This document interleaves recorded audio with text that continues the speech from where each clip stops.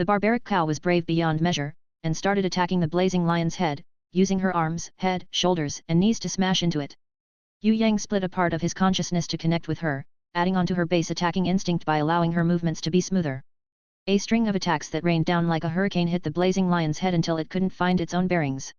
Unfortunately, she was unable to synchronize with Yue Yang's thoughts to use battle tactics. At this point in time, she did not have the added support of the giant shadow's hundredfold strength, causing her killing power to be limited.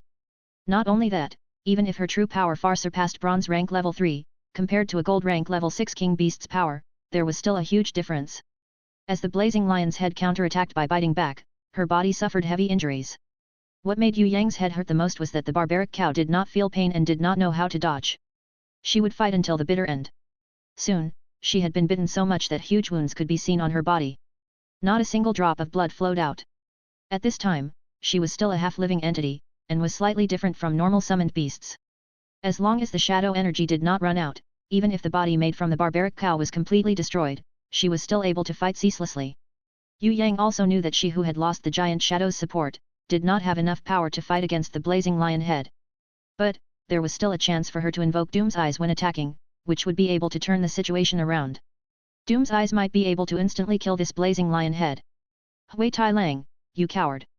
If you don't want my dinner tonight to be grilled wolf thigh, go bite the chimera's butt now, and use your claws to slash its ass. When Yue Yang saw Hui Tai Lang not moving at all, he was extremely angry. It was actually spectating from the sides? Awoo! The moment Hui Tai Lang saw Yue Yang getting angry, it quickly sprang forward, using all its strength to bite the chimera's front claw, which was thicker than an elephant. It was completely useless, but it tried to look as if it was proactive. Although Yue Yang was angry, he could not be bothered to punch it right now. His mind was fully focused on controlling the barbaric cow linked to him through his mind, trying his best to dodge fatal blows coming from the blazing lion head. If the barbaric cow were to fight directly without his control, it was estimated that she would be bitten into a few slabs of rotten meat by the enemy within 3 minutes. After little Wen Li froze the dragon head, she did not move forward to assist the battle, but rather closed her eye and silently gathered spiritual energy. Yue Yang reckoned that she was preparing her grimoire or a finishing move. He did not want to affect her, and tried his best to let her freely bask in her quiet meditation. This serpent demon little Wen Li, kept pleasantly surprising him. Who knew in the future what kind of startling action she would take? Yue Yang was currently rejoicing inwardly, and did not think that a crisis would approach faster than a winged wolf, being craftier than a fox. A long black shadow crept near quietly. When Yue Yang finally noticed it, this long black shadow had already started to engulf little Wen Li at an alarming pace. The heck? Yue Yang was panicking inwardly. He should have been able to raise his hand and project a wall of innate invisible sword chi to block it. But, he had forgotten that he was unable to attack and was unable to assist her in time and instead lost the best time to react. At this extremely dangerous juncture, Hui Tai Lang's outline appeared. It came out from an unknown location and moved in front of little Wen Li to block the shadow. That wolf who was originally a bully and a coward selflessly pounced towards that huge mysterious black shadow. Before it was even able to bite the enemy once, that black shadow opened up its mouth and swallowed Hui Tai Lang into its stomach. My god, Hui Tai Lang is finished. Yue Yang could finally see clearly that this was in fact a giant snake. In fact, the three-headed chimera did not only have 3 heads, but also a tail that was a giant snake many times larger than the largest python seen on Earth. A fully grown man would probably be unable to wrap his hands around it fully. Hui Tai Lang was not even large enough for it to be stuck between its teeth. Yue Yang was unable to do anything, and could only order the barbaric cow that was riddled with injuries to rush over and hope that her brute strength could stall this giant snake monster. If little Wen Li were to cut it off, it might be possible to save Hui Tai Lang who was just swallowed. The barbaric cow stampeded over, but the giant snake's reaction was faster. The snake's body moved and quickly coiled around her tightly, causing her body to make creaking noises. If a normal beast was used, such a tight wrap would probably have killed it. Luckily, the barbaric cow was only a half-living entity right now. Even if the body was wrapped until it changed shape, its bones breaking, she was still able to attack without caring. Yue Yang could see that the barbaric cow's nose and mouth were like the bronze barbaric bull's previous attack. A fiery light appeared, following that the eyes glowed with a red light. As Yue Yang predicted, the power was finally unleashed against an appropriate enemy. Doom's Eyes was finally invoked. The giant snake that was tightly coiled around the barbaric cow's body painfully cried out, and fell onto the floor, powerless, its whole body continuously convulsing. Yue Yang opened his eyes wide and was startled. What was going on? This snake did not die at all? It looked like it had only suffered a severe wound and was close to death, but was not instantly killed.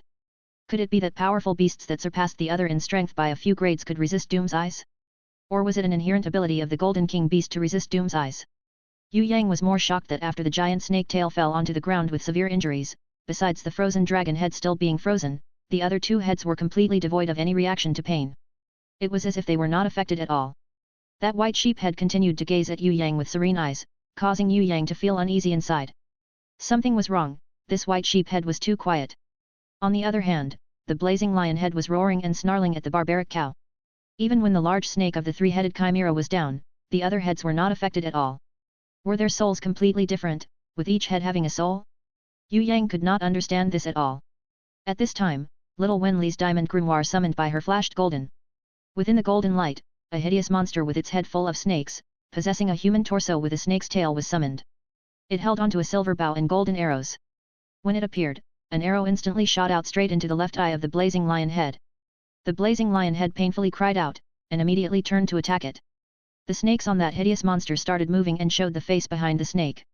The blazing lion head was turned into stone in an instant all the way to the neck. It completely became an ashen rock statue.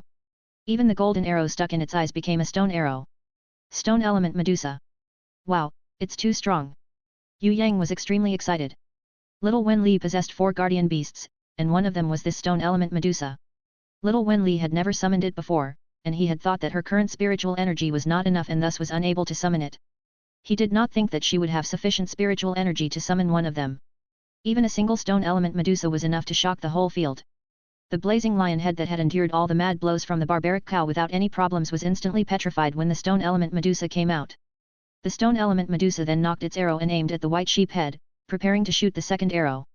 But, little Wen Li lightly groaned, unable to support her own body. When Yue Yang hurried to hold her up, that stone element Medusa was unable to shoot the second arrow in time, and its body turned into a stream of light, returning into the diamond grimoire. Little Wen Li was still in her larva state. Summoning such a strong beast like the stone element Medusa was still pushing it too much right now. Looking at Yue Yang's face full of anxiety, little Wen Li opened her big eyes that seemed to speak. Even without saying anything, a sweet smile appeared on her little face. She slithered down from his arms and went towards the giant snake which lay on the ground. She swung the dual ice blades and cut off the snake's body. The barbaric cow took a long time to finally find the dying Hui Tai Lang, who was covered in acid. You weren't killed off. I knew this cockroach-like wolf wouldn't be that easily killed off. Seeing that Hui Tai Lang was saved, Yue Yang acted as if he didn't care on the surface, but he was still extremely happy inside. Although Hui Tai Lang was trash who bullied the weak, was afraid of the strong, and afraid of death, it was very obedient and always followed his commands. Its temper was also pretty good. No matter how much it was kicked around, it maintained the image of a loyal underling. As a non-contracted beast, being able to do all these was already not bad. If it were other beasts, under a situation without a contract, they would probably have fled when seeing a golden king beast like this three-headed chimera. However, Hui Tai Lang was still able to go forward and risk its life to save little Wen Li. This caused Yue Yang to see it in a new light. "Baa, baa, baa!" the white sheep head suddenly cried out. Something was not quite right. Yue Yang had a premonition of danger regarding the white sheep head. Seeing that it had finally started moving, he quickly picked up little Wen Li. The heavily injured barbaric cow placed the dying Hui Tai Lang on her back and followed closely behind Yue Yang. From the mouth of the white sheep head, a beam of gentle white light flowed out and sprayed onto the snake tail that was split into two.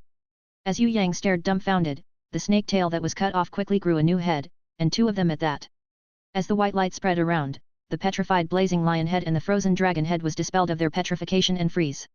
The wounds that were caused by little Wen Li and the barbaric cow were also quickly fully healed. Yue Yang looked on powerlessly. One simply could not play with others like this. After all the trouble to finally fight the three-headed chimera until it was half dead, a single stream of white light allowed it to completely recover. This kind of abnormal monster, who could have won against it? As Yue Yang was cursing the creator of Tong Tian Tower, the game company Heaven for being twisted and unfair, preparing to protest violently, the three-headed chimera suddenly spread its huge wings that seemed to cover the entire sky. With one beat, a strong gale was created, and in the blink of an eye, it rose towards the sky and vanished without a trace. In the hall, only a large snake head and a small golden item was left behind. That golden item was the golden bell that was originally hung around the white sheep head's neck. What did this mean? Could it be that this was the equipment dropped after beating the monster? But the boss wasn't killed. There was a reward even if the boss wasn't killed? What kind of treasure was this golden bell? Bell. As to what use this golden bell had, why did it drop? Yue Yang couldn't think of the reason even after scratching his head for quite a while. But, he reacted quickly and ran towards it, picking this golden bell up. Although he did not know what it could be used for, Yue Yang was sure that this was a treasure. It was slightly heavy when he took it. He could feel that the golden bell was brimming with energy and held a kind of mysterious power within it. Yue Yang's divine vision was incredibly useful in this situation. What use did this treasure have? After concentrating for a long period of time, Yue Yang was able to see through the golden bell that was originally unable to be seen through. Under his unwavering determination, he finally understood a large portion of the golden bell's basic properties. At this instant, aside from the knowledge that was related to the golden bell flowing through his mind, a kind of ethereal comprehension happened within his heart, as if he had been enlightened. The whole of Yue Yang's spirit world was odd. The region in his heart expanded considerably, and felt as if it was limitless, and could make him fly wherever he pleased. That kind of feeling was extremely wonderful, and had a kind of feeling that could not be expressed, like drinking a warm bowl of soup when being both cold and hungry, soothing the body and heart. It was also like being in a hot and stuffy room where a window suddenly opened, allowing all the fresh air in the world to enter, followed by a spray of cold water over the entire body, releasing the entire person from a dangerous place. If one word were to be used to describe this, it would be refreshing. When Yue Yang opened his eyes, he felt that his sight had become much clearer, and even the minute details that he was unable to see before, was being seen clearly. The fluctuations of living beings breathing that was normally overlooked was easily captured by the eyes. The copper grimoire suddenly appeared, and as Yue Yang opened it up to look. As expected, divine vision had risen in level. Divine vision's level went up from 1 to 2. Actually, the inherent skill divine vision was already improved once during the battle at Whitestone City's Merry Forest, where Wu Yi had summoned the bronze barbaric bull to use Doom's eyes on Yue Yang's phantom shadow. However, it did not increase in level. Now, after seeing through an item for the second time, divine vision had finally increased in level, and this let Yue Yang secretly rejoice inwardly. Yue Yang felt that divine vision had gained a large amount of strength, and had even awakened some kind of special abilities, but without the chance to use it, he was unable to ascertain what kind of ability it was. On the blank pages of the summoning grimoire, perhaps due to the rise in level of divine vision, or perhaps due to the rise in rank of the copper grimoire from beginner to intermediate, the basic properties of the golden bell could actually be transmitted via words surfacing on the blank page. When Yue Yang looked at it, it was slightly different from what he had felt from the golden bell, beast accessory, light type, gold ranked, triple curse seal, evaluation, gold 1 star. In Yue Yang's mind, what he had seen from divine vision also had another weird title called runic device. Perhaps, due to the copper grimoire's rank being too low, its functions were incomplete and thus was unable to display everything. Since it was a beast accessory, Yue Yang handed the golden bell over to little Wen Li. The little lowly snake demon received it and shook it a few times with her small hands. Aside from the sound of the bell being crisp and clear, there was nothing fun about it at all. Her large eyes cutely blinked a few times, then handed it back to Yue Yang. Clearly, she did not like this bell that much. Are you disliking the fact that a gold-ranked equipment isn't awesome enough, and you actually want a diamond-ranked treasure? Yue Yang sweated profusely. Just this golden bell had took such a great amount of effort to obtain. The Tongtian Tower's abnormality, not even mentioning the sheer amount of monsters, even the boss was so strong that it made people speechless. How could it be easy to fight for equipment? As Yue Yang saw that little Wen Li did not want it, he thought in his heart if this were to be hung around the neck of the barbaric cow, that would be pretty good too. In contrast to little Wen Li's uncaring attitude, the barbaric cow showed a completely different attitude. The barbaric cow could not think, but instinct drove her to take the bell. The moment she took it, the bell shone with a white light which turned into a rain of light. It drifted over the tattered body of the barbaric cow. At this point in time, Yue Yang finally realized that this golden bell had the special healing effect of holy light. The healing effect of the golden bell was amazing. Within a few moments, those wounds on the barbaric cow where bones could be seen through became shallow and eventually disappeared. Even that feeble half-dead Hui Tai Lang slowly stood up, even if it looked slightly weak, it had recovered a bit of its appearance of a cockroach-like wolf. Awoo!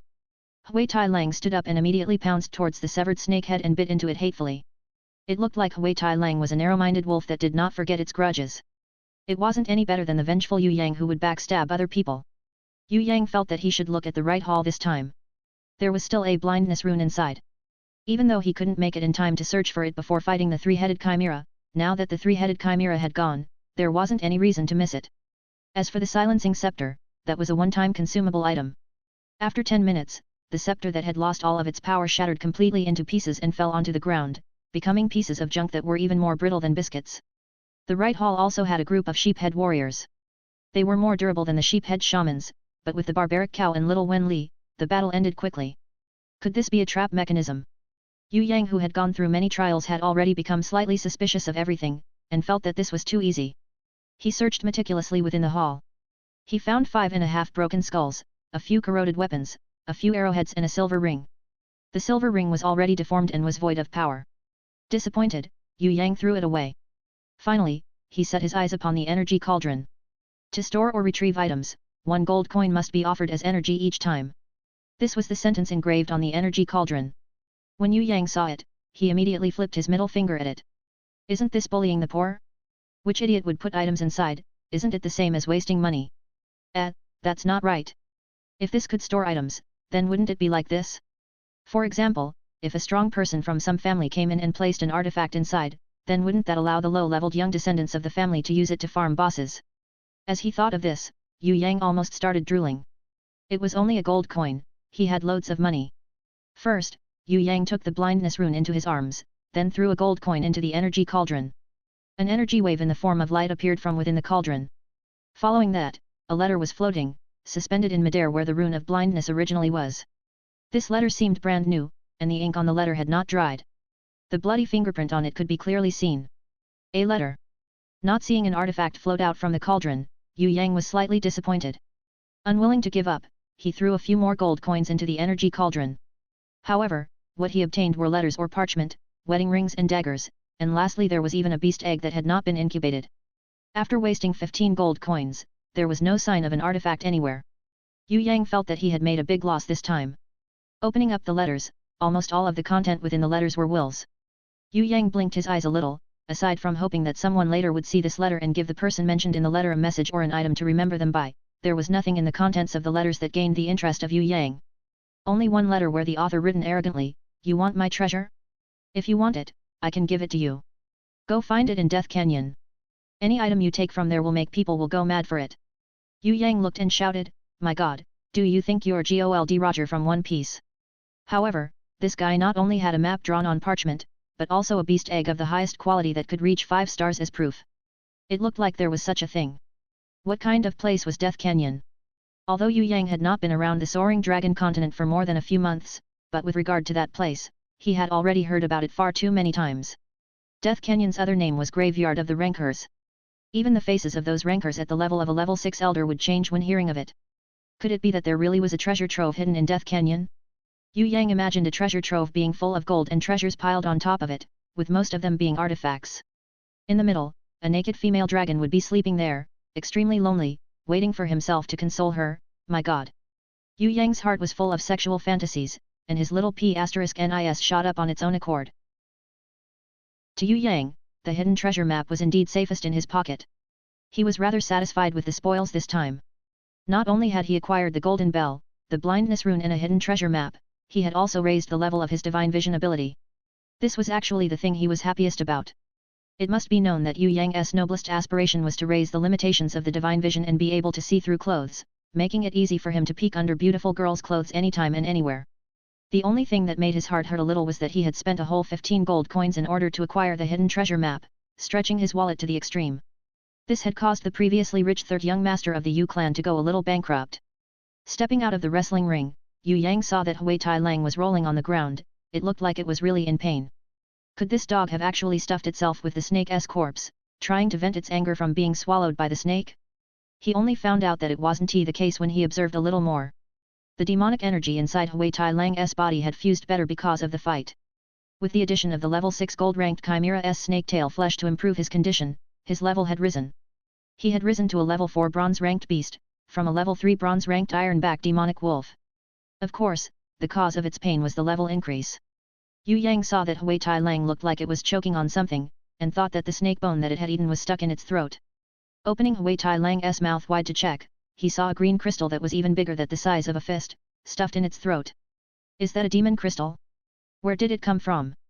Yue Yang then saw a hole on the snake's forehead that was caused by Hui Tai Lang, and realized what was happening. He angrily gave a flying kick of fury to this greedy bastard of a dog. Hui Tai Lang, you really have guts. It wasn't easy for me to defeat this snake beast, yet you dared to steal my demon crystal. It was the first time for me to even acquire a demon crystal, such a precious item. You, instead, have already eyed on it without saying anything. It serves you right to be choked to death. With Yue Yang's kick, Hui Tai Lang flew more than 10 meters and then fell down hard on the ground with a loud thump. However, the kick had saved it as the green crystal was thrown out of its throat with the impact. After almost dying, Hui Tai Lang didn't dare to have any more ideas on the enormous snake demon crystal. It quickly scrambled back up, bit the snake demon crystal and brought it back to Yue Yang with an eager tail. Seeing there was a little bit of drool on top of the crystal, it quickly wiped it clean, then stared at its master giving him a sincere, honest look of "Yen, I just wanted to try out what it tasted like." As far as Hui Tai Lang was concerned, Yue Yang thought it was both funny and ridiculous. If he had come out even 10 minutes later, he reckoned that this fellow would be the first beast in the Soaring Dragon Continent that had the bad luck of being choked to death by trying to swallow a demon crystal due to its greed, not even getting to celebrate its rising of a level before dying so miserably. It was quite lucky. If he had tried to examine the hidden treasure map inside the hall first, Hui Tai Lang would have been dead. The monsters had been defeated, and the treasures had also been acquired. Yue Yang prepared to leave happily when suddenly he knocked his forehead. "Ah, I still need to get the proof of completion." Yue Yang crossed over to the corner of the arena and walked towards the secret door that was revealed after the three-headed chimera had left.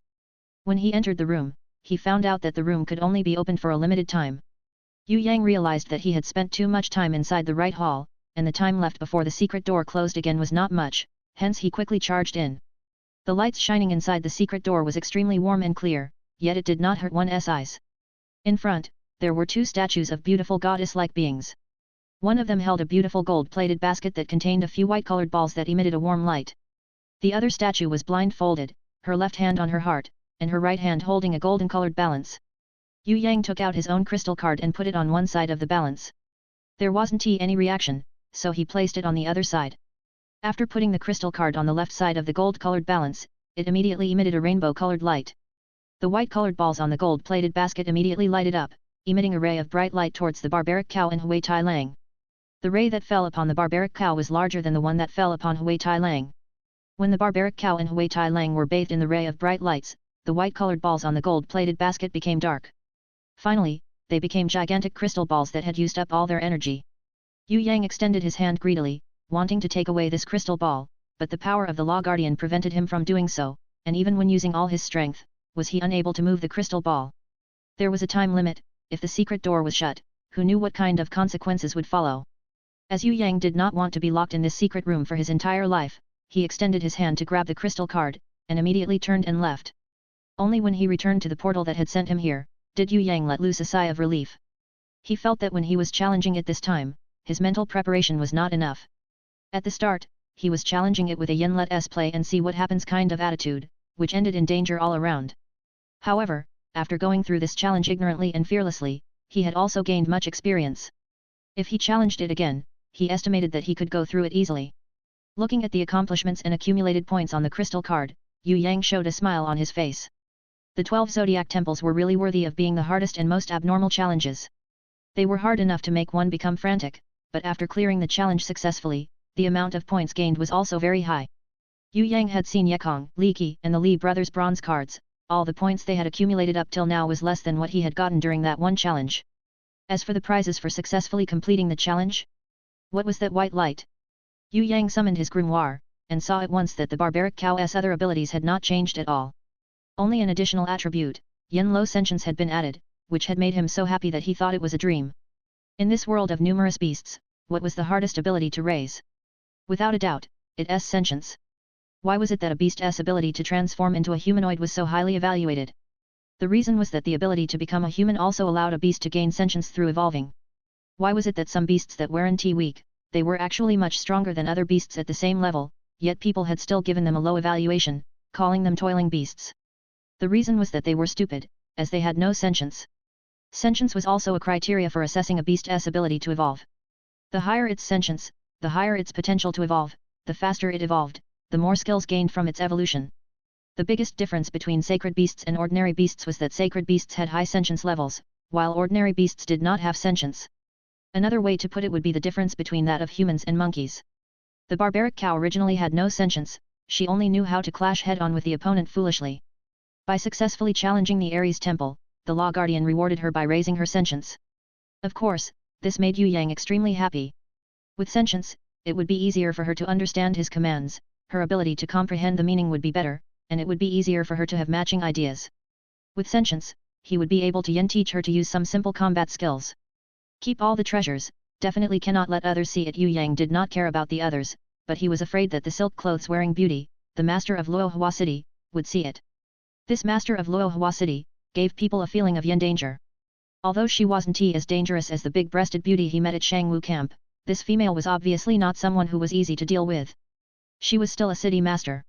People such as the city masters and lords, in the Soaring Dragon Continent where the strong prey on the weak, and in the world where rankers were respected, these posts could only be held by level 6 elders. In other words, this master of Luo Hua City, that silk clothes wearing girl, was at least a level 6 elder. In the entire Soaring Dragon Continent, she was also an outstanding person.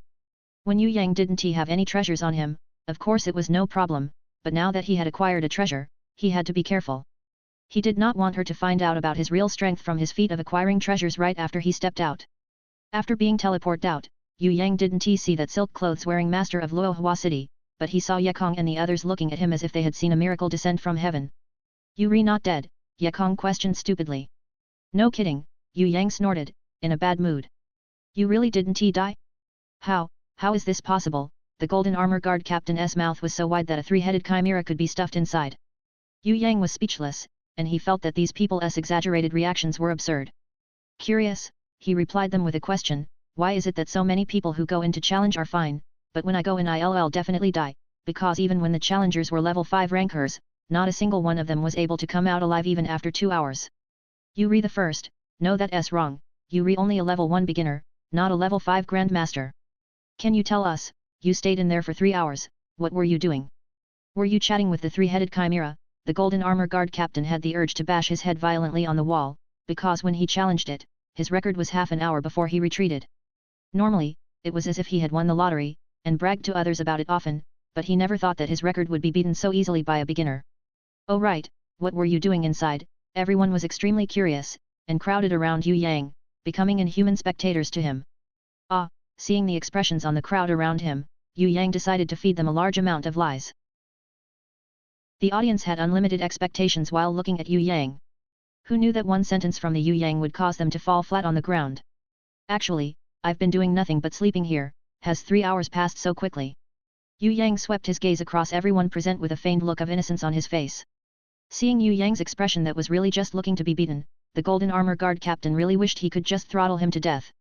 Sleeping anywhere would have been fine, but why would he go to the 12 zodiac temples to sleep? Sleeping at the Ares temple meant throwing oneself into a bloody battle, and breaking a record after nearly losing one's life. Was there any person in this world more abominable than this brat? "Didn't you go in and see?" Ye Kong was confused. Could it be that this Yu clan's third young master wasn't curious about it at all? He didn't want to go in and see the three-headed chimera? "I went in, but wasn't able to get out. Since I was bored, I took a nap." Yue Yang lied without batting an eyelid. "Impossible." One of the golden armor guardians standing next to the golden armor captain denied this in a loud voice. "If you went in, you would have been eaten in one mouthful by the three-headed chimera, how could you survive?" One of the mercenary leaders who had bet that Yue Yang would definitely die was also shaking his head in unbelief. "Even with the shield of absolute defense that lasts 10 minutes, it's impossible to stay here for 3 hours, definitely impossible. The shield of absolute defense that lasts for 10 minutes was sufficient for me to walk around here. As for the three-headed chimera, it never cared about me from the very beginning, neither did I care about it. The both of us just slept and minded our own business." Yue Yang's lying technique was extremely good, and spoke it as if it were the truth. "What did the three-headed chimera look like?" Another golden armor guardian asked skeptically. "A dragon head on the left, a lion head in the middle, a goat head on the right and a snake tail." "Oh, that's right. Below the neck of the sheep head, there was a golden bell too." When Yue Yang was lying, the truth was mixed with lies, and normal people were completely unable to differentiate the both of them. Even if everyone doubted him, nobody could find any inconsistencies in his speech, not even a tiny detail. "How did you get out later on?" a bald mercenary asked. Hui Tai Lang lured those sheep-head monsters, and at the mouth of the passageway, the sheep-head monsters did not dare to enter due to fearing the three-headed chimera. Hui Tai Lang bit them one by one to death, then lured the battle golems away and I entered. However, because of its extremely low work efficiency, the passageway wasn't cleared even after I took a few naps, and I waited until I was really bored. Everyone spit blood at what Yue Yang said. If this youngster actually went into sleep, everything was what his pet wolf had accomplished? Liar, a single wolf couldn't kill every single sheep-head monster, there are dozens of sheep-head monsters inside there alone. One of the warriors who had lost their bet shouted loudly. "How can you prove that you were sleeping there, and not sleeping at the teleportation circle?" Someone questioned. Regardless of what you say, as long as you've come out, it's fine. Ye Kong did not care where Yue Yang was sleeping, as long as this Yu clan's third young master was fine, that would do. If he had died, the Yu clan would never let go of Ye Kong, and even his parents might not have kept their lives. In the 3 hours that Yue Yang did not come out, his heart was tormented to the point of him planning to kill himself. Now that this third master came out all well and unscathed, Ye Kong's heart was finally at ease. You've played in the 12 zodiac temples already, let's go back. The Li brothers were so frightened both their bodies had started sweating. They quickly advised Yue Yang to leave this place. Right. We should go back now. Ye Kong quickly chimed in, by all means this young master could not be allowed to go into the 12 zodiac temples. Don't move from there. The few of you deliberately came together to scam people. One of the mercenary leaders who lost his money till his eyes were red angrily bellowed out. The ones who bet were you, we had nothing to do with it. Anyway, why are you all coming around here to see us rushing into the 12 zodiac temples? Why do you need to care about what we did? Can't we go in and sleep if we like to do so? Ye Kong was also angry now. Those guys had been mocking them since just now.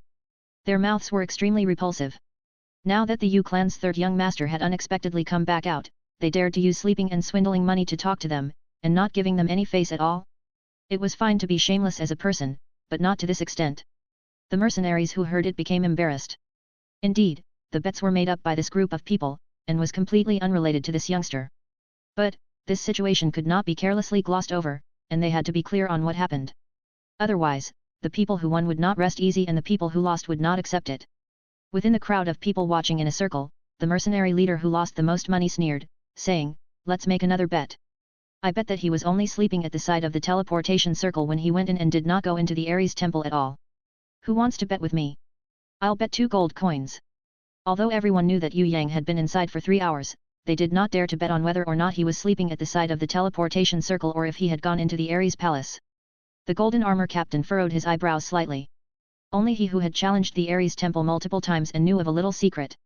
If one did not enter the Ares temple within half an hour, any challenger would be thrown out of the 12 zodiac temple by its law guardian.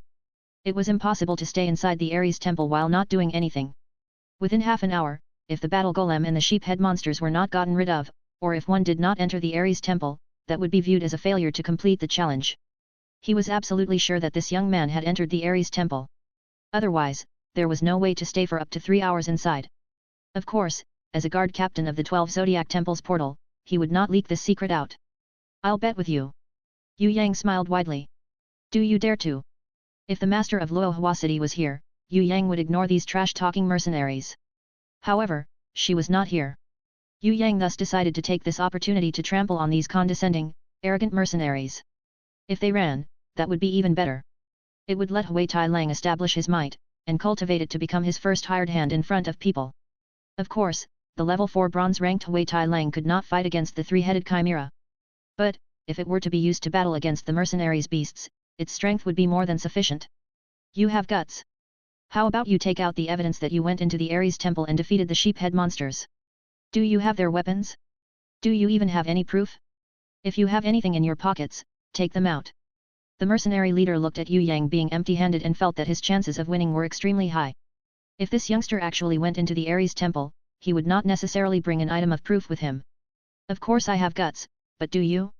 If you have guts, increase the amount that you are betting. How about upping it to 10 gold? Yue Yang smiled like a little fox. The mercenary leader started to lose confidence. 10 gold was not a small sum. What if this youngster had really brought an item of proof with him? This world has too many people who talk big. People with guts are few and far between. Yue Yang disdainfully looked at the mercenary leader. His expression was like an emperor seeing an eunuch. This kind of disdain made people unable to stand it. The mercenary leader and his teammates had the impulse to slice him up into pieces. "Leader, I can't stand this guy's tone.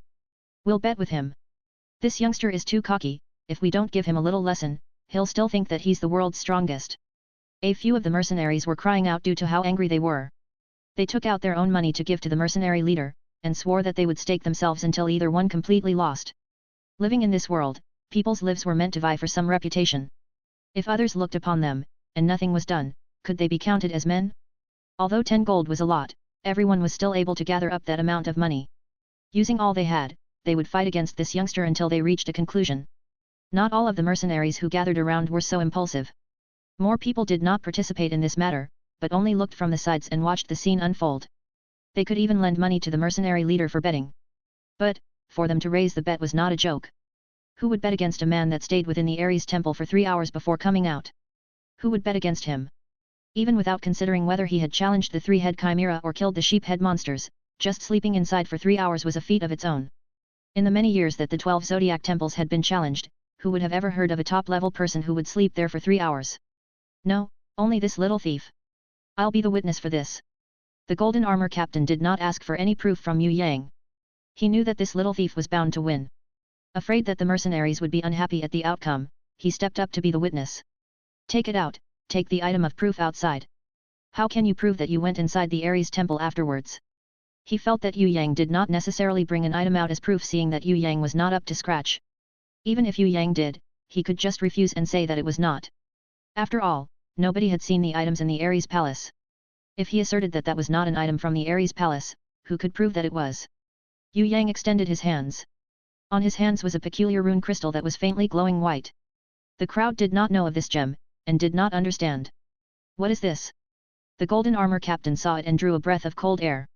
Good gracious, you actually managed to get the blindness rune? How did you get it? This is the blindness rune. Everyone looked at each other in dismay. Nobody could believe that Yue Yang had obtained the blindness rune, which was said to be guarded by dozens of sheep-head warriors. Wasn't he a beginner? Not only that, this youngster's beast was one of the world's weakest, a thorny flower. How did he manage to get the blindness rune? That's impossible, he's lying. This must be a scam.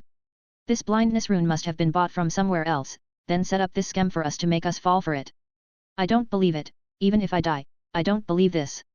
The mercenary leader howled exasperatedly, and looked like a gorilla who had failed at copulating continuously and had his companions look at him extremely disdainfully.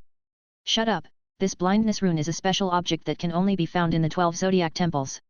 It can only be used within Tongtian Tower. Once it's brought out of Tongtian Tower, it'll immediately become an ordinary stone. You've lost, now leave the 10 gold behind. The golden armor captain smiled coldly and interrupted the howlings of the mercenary leader. This is impossible, he can't have obtained the blindness rune. He's a level 1 beginner, how could this be? He's definitely a liar. The mercenary leader's heart was dripping blood. He was unable to accept the reality presented to him. You've lost. If you don't leave the 10 gold behind, I will leave your head behind. The golden armor captain warned him, although I don't understand how he had got the blindness rune, this is the truth. Furthermore, any warrior who is able to get either treasure from the 2 halls beside the Ares temple are reputable challengers, and are worthy of respect by people. Now that this young man has gotten the blindness rune, he has proven that he is more outstanding than me when I challenged the trials in those days. If you continue to insult him, I'll kill you. The golden armor captain's sight was like a sword, and his killing intent rose in an instant, scaring all the mercenaries until they were shivering. Isn't it only 10 gold? You beggar, just count it as my reward to you. After dragging this matter around, Yue Yang acted like an obedient child again. He gave a stack of letters, a ring, and daggers to the golden armor captain. This was what I got from the energy cauldron. They're all the possessions of previous challengers. Since this guy doesn't want to honor his bet, I'll let it pass. I'll trouble you to give these back to their families. The golden armor captain's hands were shivering as he received these items. Especially when he saw the marriage ring, his tears had welled up, and said to Yue Yang emotionally, the owner of this ring, this challenger, was my older brother who had died in battle 10 years ago. I had always been wanting to fight through the right hall and get what he left behind, but my strength was not enough, and my wish had been unfulfilled for 10 years. On behalf of my sister-in-law and my nephew who will never see his father, I offer you my thanks. He brought 5 golden armor guards and with a paw, gave him an army salute for a long time. Yue Yang smiled and prepared to slip away. That mercenary leader howled loudly in despair, hold it. I'll make another bet with you. I want to duel against you, and decide the victor in a battle. You idiot, you can't even win against Hui Tai Lang, stop shaming yourself further. Ye Kong sneered as he heard him say it. He mercilessly mocked him, your battle wolf is an ordinary level 4 battle wolf, Hui Tai Lang is a level 4 bronze-ranked iron-back demonic wolf. A bronze-ranked beast is stronger than an ordinary beast of the same grade by at least 1 level. How would that ordinary level 4 battle wolf dare to raise its head against Hui Tai Lang? Hui Tai Lang, stand up and let them see. See, this guy's battle wolf would definitely be so scared that it would pee itself. Awoo. Hui Tai Lang, who had been obediently resting on the floor for some time, stood up. The crowd finally realized that this wolf was actually abnormal. It normally kept quiet and kept up the image of a low-grade pet dog. Who knew that when its eyes let out a fierce glint, the mercenaries' beasts hurriedly retreated. Some of the low-graded beasts were so intimidated they fell onto the ground immediately, not daring to move. Hui Tai Lang howled to the sky, and the battle wolf that the mercenary leader had immediately lowered its head and tucked in its tail to express its surrender. Yue Yang kicked Hui Tai Lang directly. Why are you dragging it out? Can't you be more low profile? There aren't any girls around now, wait till there are beautiful women around to perform your best. The crowd fainted. He was willing to kick even a level 4 bronze-ranked iron-back demonic wolf. Was this youngster insane? Ye Kong, Li Qi and Li Ji had already grown accustomed to this and acted as if they did not see it. What do you mean when you say that a bronze-ranked beast is stronger than a normal beast of the same level by a level? Then, how much stronger are silver-ranked and gold-ranked beasts compared to normal-ranked beasts? Yue Yang had not went to school before, and was not familiar with the common knowledge of beasts in this world. He was afraid that Yu Bing would be suspicious, and did not dare to ask her about these types of common knowledge. If the tragic guy had already known all this basic information, then Yue Yang would be exposed if he asked her these questions. Of course, Yue Yang knew that bronze-ranked beasts were stronger than normal-ranked beasts, and that gold and silver were stronger than bronze-ranked beasts. But with regard to how much stronger, he really did not know. How were the beast's strengths defined? Towards Yue Yang, everyone was speechless. They really could not comprehend how there was someone in this world that did not know about how to define a beast's strength. Putting aside adults, even 8-year-old children knew about these. However, Ye Kong thought differently. He felt that this was the reason the Yu Clanak's third young master was called trash by others. It was not that this third young master really was trash, it was the Pipaik's misunderstanding. The third young master was perhaps too obsessed with the Clanak's puppet-making technique, or was too engrossed in cultivating the Yu Clanak's battle skills, having no interest in contracting a grimoire or beasts, neglecting them excessively, so the world thought of him as trash. Of course, it could be that due to the Yu Clanak's internal affairs, no one told him anything about beasts. Therefore, this outstanding third young master was a piece of trash who did not even understand things that are basic knowledge in the eyes of ordinary people. After a short 2 days of interaction, Ye Kong felt that this Yu Clanak's third young master was not trash, but was a genius in terms of concealment. He himself used to be labeled a genius, but if they were compared, Ye Kong would be red with shame. Even if it were 2 years ago, when Ye Kong was in his prime, if compared to Yue Yang, there was no competition at all. At Yulong Valley, when Ye Kong first saw that sea of worms that stretched as far as one could see, both his legs trembled in fear, but this third young master who had been called trash by the world charged in daringly, and even came out virtually without a scratch on him. At Starak's domain, after he had achieved 19 consecutive wins, did he have the resolve to enter the 12 zodiac temples, but before half an hour had even passed, the team of 10 elitates, which included him, had been exterminated. This Yu Clanak's third young master who had been mocked and ridiculed by the world, having contracted only one stalk of thorny flower, had dared to enter alone, and had even successfully got the blindness rune that no one in the past 5 years had been able to get. Leaving the other things aside, there were many self-proclaimed heroes who had come. The Golden Armor Guard captain had never looked them in the eyes, yet he had saluted this trashy third young master rack.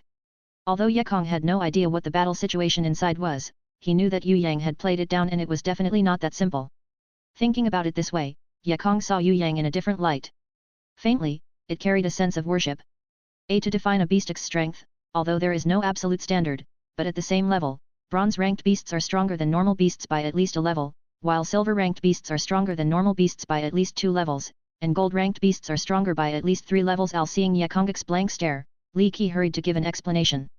Yes, in usual situations, that bronze-ranked level 3 is equal to at least a normal-ranked level 4, silver-ranked level 3 is equal to at least normal-ranked level 5, gold-ranked level 3 is equal to at least normal-ranked level 6. However, normal-ranked beasts cannot reach level 8, only elite-ranked beasts, such as bronze, silver, gold and above-ranked beasts can reach level 8 and above. Li Ji further elaborated on his elder brother's explanation. I somewhat understand now, but how do you calculate this? If a gold-ranked beast's egg just hatched a larva state beast, what level is it? If it is gold-ranked level 1, and it's in its larva state, does its strength still equate to a normal-ranked level 4 beast? Yue Yang asked again. No, a beast in its larva state takes strength is slightly weaker. However, young elite-ranked beasts are extremely precious. A larva-state gold-ranked beast that is born has a higher potential for growth than a silver-ranked beast that evolved into a gold-ranked beast. At the same level, a born gold-ranked beast's battle strength is also stronger. Warriors pursue beasts that are born elite-ranked for a lifetime. In large-scale auctions, an outstanding young gold-ranked beast can often be auctioned at several thousands or even over 10,000 gold coins. Some small countries even empty their treasury to buy a young gold-ranked beast. Among the fully grown beasts, don't even talk about gold-ranked beasts, even just the bronze-ranked beasts don't have any that are below level 3. All these elite-ranked beasts, they are at least level 3 and above. Except for young beasts, gold-ranked level 2 beasts could not exist. The level of gold-ranked beasts after they grew up were generally all level 5 and above. There were no low-leveled gold-ranked beasts. If it was a Golden King beast, they were mostly level 6 and above. Seeing that Yue Yang did not understand, the Golden Armored Guard captain automatically explained it to him. Yue Yang nodded his head, and asked a final question, what do the beast sack star evaluation mean? This time, Ye Kong's head recovered, and nodded his head to answer, the beast sack star evaluation is something that the rankers of the Soaring Dragon Continent set up after thousands of years of fumbling around. It takes into account many aspects, and its main purpose is to evaluate a beast's value. Is it that the more stars the better? Yue Yang had heard a bit from the big-breasted lady, but he still wanted to understand a bit more. Of course the more the better, but the number of beasts that can get an evaluation of more than 5 stars is very small. 1 and 2 star beasts are all brought by normal mercenaries. These are considered pretty good in ordinary people's eyes. But in the eyes of rankers, these are trash. 3 and 4 star beasts are already good beasts that warriors long for, and they are called outstanding beasts, but of course, in the eyes of rankers, these are just toiling beasts. 5 star beasts are of good quality, while 6 star beasts are considered the best quality, extremely rare. 7 star beasts are spiritual beasts, the kings of small countries may not even have one. 8 star beasts are heavenly spiritual beasts, only the top rankers of the 4 major clans, 3 royal households, and 4 great sects had them. 9 star beasts are holy beasts, 10 star beasts are mythical beasts, they had high sentience, similar to human beings. Humans has no way of contracting them, only if the beasts decides to choose them, would automatically contract with the warrior. It is said that holy beasts and mythical beasts, after evolving to a certain degree, can evolve into a humanoid, and can even use a summoning grimoire. Once Ye Kong said this, Yue Yang's forehead banged onto the floor. The little lowly serpent demon, little Wen Li, she could use a summoning grimoire. Don't act, tell me, was it a holy beast? Mythical beast?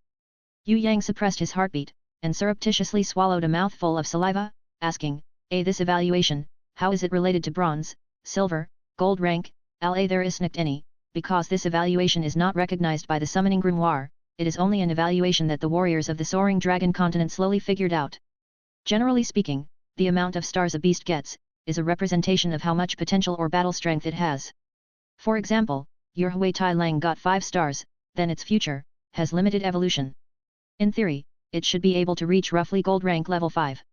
How many stars did your Hui Tai Lang get? The Golden Armor Guard captain asked Yue Yang out of curiosity after having explained it all. After calculating inwardly, this iron-backed demonic wolf, which was extremely clever and had dense magic, could at least get 5 stars. Yue Yang blinked his eyes and replied, 4 stars. Everyone fell down. Even the blind could see that he was lying. Could it be that this thief did not know how to lie? This lie was just way too obvious. Even without needing Yue Yang to answer, everyone already guessed that Hui Tai Lang had gotten a 5-star evaluation. This was because just now when the Golden Armor Guard captain had used Hui Tai Lang to raise an example, this little thief's face was full of surprise and had a "how did you know it" get 5-star sick look on it. He actually thought that if he said 4 stars, everyone would fall for his lie. Hui Tai Lang stood up, as if it were disagreeing with Yue Yang saying that it was a 4-star beast, slightly expressing its protest. Get lost, reenact you a 4-star, don't act, tell me you actually want to be a 5-star? 4 stars is more than you should get. Everyone, it really isn't a 5-star, it acts just a 4-star. Yue Yang gave Hui Tai Lang a kick, and explained to everybody urgently. After hearing this, everyone almost didn't fall to the ground. They had seen people who didn't know how to lie, but they had never seen someone who lied so badly. He was essentially admitting his lie. Ye Kong was extremely scared that the more Yue Yang said, the more mistakes he would make, so he quickly dragged him to leave. 5-star beasts were good quality items that warriors longed for day and night but were unable to get. If Hui Tai Lang had contracted with this third young master, perhaps these mercenaries would give up. But Hui Tai Lang was a beast without a contract, it was unavoidable that some people would covet it. Even if they did not have the strength to snatch Hui Tai Lang, perhaps they would even report this to some clans, using this information to exchange for some gold. Although Yue Yang left, the Golden Armor Guard captain ordered the mercenary captain who had lost the bet to take out the 10 gold and leave it with him. The mercenary captain had to deliver all the items, and receive a satisfactory reply from the family or a family member, before they could come back to get back the 10 gold. Once the mercenary captain heard that it was possible to get back the sum of money, his originally crying face quickly became a smiling face, and agreed repeatedly. 10 gold was not a small sum of money, wasn't it just sending a few letters?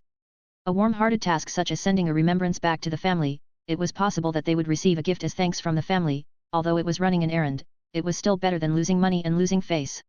There were other mercenaries that kept staring at the groveling Hui Tai Lang that was leaving with Yue Yang, their eyes filled with greed. Seeing this, the golden armor guard captain snorted softly, a beast that was so faithful even without a contract, how could someone even try to get a share of it? He did not bother about those mercenaries, and ordered the guards to chase them all away. He himself walked behind a secret stone, moving the door and entering. He first sealed the entrance, then gently inserted the gold token at his waist into the indentation on the crystal pillar of successful challenges in front of him. A burst of gold light shone, and on the crystal pillar, appeared lines of gold and written characters. The last line among these appeared in bursts of colored light: Titan, Xia citizen, human male, successfully challenged Ares Temple in the last 10 years, completion rate, 120/100. Seeing these, the golden armor guard captain was shocked. His expression was even more ridiculous than if he had seen an infernal black dragon king fly down from the sky to say good morning to him in human speech. However, when he went out, the expression on his face was just like before, as if nothing had ever happened. The golden armor guardians surrounded him, asking him curiously, Captain, what was the completion rate of that little fellow, Al? 20/100 Al. The golden armor guard captain directly reduced it by a 100. It cannot be? Did he spend 3 hours to kill all the sheephead warriors? No wonder he could take the blindness rune. Heavens, that fellow is really awesome Al. The golden armor guardians cried out in surprise. Whatever happened today is a state secret, anyone who leaks this information will be killed Al. The golden armor guard captain looked at his 5 subordinates, his face full of solemnness, eyes as cold as daggers, and humphed. Understood Al. The 5 golden armor guardians all nervously swallowed a mouthful of saliva. Another day had passed, and Yue Yang asked, bored, Yakong, is there any way to receive the same refining mission? Can I also enter the Black Stone Labyrinth to find Yu Bing? Al Yakong scratched the top his head, explaining with a slight headache, of course you can, but the Black Stone Labyrinth is a very complicated maze world. If one does not have a strong sense of direction, it is possible that one would be stuck in there for half a month. Waiting here is better than going in to find someone. If you don't act and Yu Bing came out, she would still have to wait for you. Who attacks more? The refining missions of the Black Stone Labyrinth are all for plant category beasts. You can only get a heart of oak. Attacks completely useless for normal beasts. Attacks of no help at all in raising Hui Tai Long Gak's level. I think, attacks still better to wait outside. Al. Once Yue Yang heard this, he was even more worried about whether Yu Bing would have gotten lost inside. He was not worried about himself, because he had the quintet seeking golden mice. Something like this labyrinth would be a small thing. Although the heart of oak was of no use to Hui Tai Lang, it might be useful for the thorny flower. Even if his thorny flower could not use it, he could gift it to Yu Bing. He patted his thighs, and made a decision. Attacks decided, I want to go to the Black Stone Labyrinth Al. The Black Stone Labyrinth's starting point only had roads leading north and south. As one progressed, there would be more and more forks until they were uncountable. Even experienced veterans would very easily get lost. Of course, no matter how many forks there were, they would all converge at the end of the labyrinth. That was under the 10,000-year-old ancient oak tree. Only those who were lucky enough to walk to this spot could get the heart of oak. However, this yen heart of oak which could increase the ability of plant-type beasts was a more neglected reward compared to the other types of crystals such as yen Gaia's crystal, yen beast's soul, yen true vision pupils and so on. Normally, people were not willing to go through trials like the Black Stone Labyrinth which would not help their own beasts much. Even so, after thousands of years, even though it was unknown how many plant-type cultivators had come, just the directional signs carved onto the black stone were so densely packed it could make people's heads dizzy.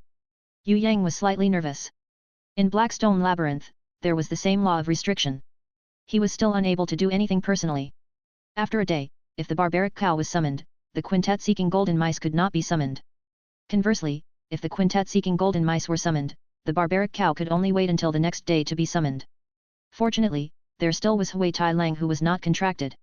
The 3 of you are in one group. If you guys manage to find Yu Bing first, then you definitely must protect her safety well. I am willing to pay an additional reward. If you reach the endpoint without finding Yu Bing first, then exit the labyrinth and wait for me at the Warrior's Guild. Yue Yang split up with Yakong and the Li brothers. He chose to head south, while the other 3 headed north to search for Yu Bing who had been inside for 2 days. Originally, Yakong had wanted Li Ji to stay by Yue Yang's side to protect him. But thinking about how he was completely unscathed after entering the Ares temple, he stopped himself from saying anything. After all, Yue Yang still had the level 4 bronze Hui Tai Lang. Although there were a lot of monsters in Black Stone Labyrinth, they were mostly level 1 or 2. There were only a few level 3 monsters and even they weren't too strong. In normal circumstances, there would not be any danger to their lives. If you re-lost, then use this teleportation scroll, Yue Yang said to Yakong. Even though teleportation scrolls were expensive and were sold at 1 gold, they had still prepared one for each person. Yes, Yakong replied. They were a little nervous. Wasn't he the one who would actually get lost, this third young master of the Yu clan that had never gone out before? Don't worry, I won't have any problems walking through the labyrinth. Yue Yang knew what Ye Kong and the others were worrying about and smiled slightly. He had the quintet seeking golden mice.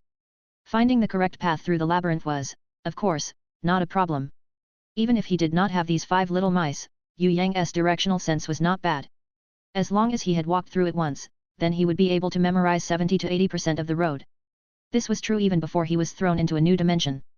After entering this new dimension and cultivating the innate invisible sword key, Yue Yang felt that his wisdom, perception, and reactions had a sharp rise and his memory had been greatly enhanced. He was able to infer many things from a single situation using his mind and spirit, so he was not afraid of getting lost at all. Even without all these, he still had the level 2 divine vision. It was still helpful in some way when it came to navigating through a maze. Yue Yang walked with extreme speed. He let loose 5 small mechanical mice and let them search for the way forward. With them searching the area, there was no possibility of Yue Yang getting lost. He would not even fall for the wrong directions that some cultivators had intentionally placed and directly chose the most correct path to move onward. Something that made him a little regretful was that the quintet seeking golden mice did not find Yue Bing's scent or any mark that she had left behind. At the first fork in the road, Yue Yang could not summon the quintet seeking golden mice in front of the others. He could only rely on his own senses to choose the southern region. Now, it seemed that Yue Bing could have headed north instead and he was walking in the opposite direction from her. If not, there was no reason why the quintet seeking golden mice had not found any trace of her movement for such a long time. Thinking of this, Yue Yang hurriedly advanced, and decided to wait in front of the 10,000-year ancient oak tree for Yue Bing to give her a surprise. Most of the monsters in Blackstone Labyrinth were insect types or plant types. Frequently, a large group of demon insects could be seen rushing out to attack people. Although their offensive ability were laughable, they were hideous. There were also numerous oddities. Sometimes, they would be accompanied by man-eating tiger thorns, corpse-eating flower king, man-capturing ghost grass and such plant-type monsters, which would also give people headaches. Sometimes, level 2 green snakes, grass snakes, flower snakes, pond snakes, blue-tongued lizards and slash or fearful claw lizards would pounce at him from within the darkness, sneaking up on Yue Yang who was passing by. However, even if he did not have Hui Tai Lang with him, Yue Yang could completely ignore these level 2 and below beasts. Although he was unable to fight by himself, his innate skills were enough to avoid any danger around him. Hui Tai Lang was also great here. The barbaric cow could not be summoned and little Wen Li was resting. So he bullied the little insects, snakes and lizards by himself, majestically, oppressing them along the road. Yue Yang could see now that getting the Yin Heart of Oak was not the main goal of passing through the Blackstone Labyrinth. Allowing the plant-type beasts to have special training for cultivators throughout the trial was the actual goal. A plant-type beast was necessary in order to pass through easily in many areas. Otherwise, the cultivators would be like Yue Yang, who had a level 4 bronze Hui Tai Lang, sweeping past everything to rush through. If a grimoire contractor like Yue Bing came to Blackstone Labyrinth to pass the trial and constantly fight, they would be likely to gain a huge improvement. Some battles were specifically meant for plant-type beasts. For example, some traps were ice-based and fire-based that completely restrained plant-type beasts. If the cultivator's control ability was not good enough, they could not get past them at all. These basic trials also had the effect of cultivating team spirit. Some of the more dangerous areas needed teamwork to be easier to pass. If a person were to attempt it alone, it would require 10 times the effort. What surprised Yue Yang the most, was that this Blackstone Labyrinth had completely banned flying-type beasts. Perhaps it was because plant-type beasts did not have the ability to fly. The entire Blackstone Labyrinth had the power to restrict aerial movement. Although Yue Yang sometimes wanted to jump onto the tall Blackstone rocks to gaze further ahead to look for Yue Bing, he found himself unable to jump successfully, and the height of his jumps were much lower than those performed outside. After 6 hours, Yue Yang had walked through what would have taken normal cultivators 3 days' worth of work in the trial. He had reached the 10,000-year-old ancient oak tree guarded by nearly 100 dryad guards. Initially, Yue Yang had fantasized that this tree would have an old person's face full of wrinkles and a crooked nose with a mouth that seemed to even be able to speak. However, that was totally not the case.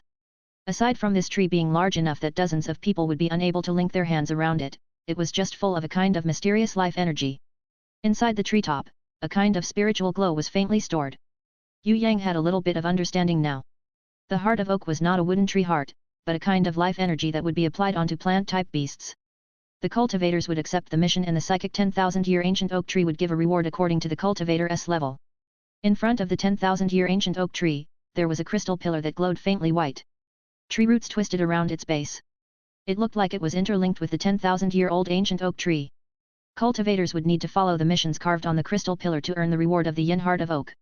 When Yue Yang took a look, the current level 1 mission was the simplest, only needing to differentiate 100 plant seeds behind the forest. The level 2 mission was to collect 100 types of mushrooms from the mushroom forest. Of course these mushrooms could not be picked up directly. It was only possible with those mushroom-type beasts that could spray spores. The level 3 mission was to harvest 100 red apples from the apple garden where fanged spiders and spotted tree snakes resided.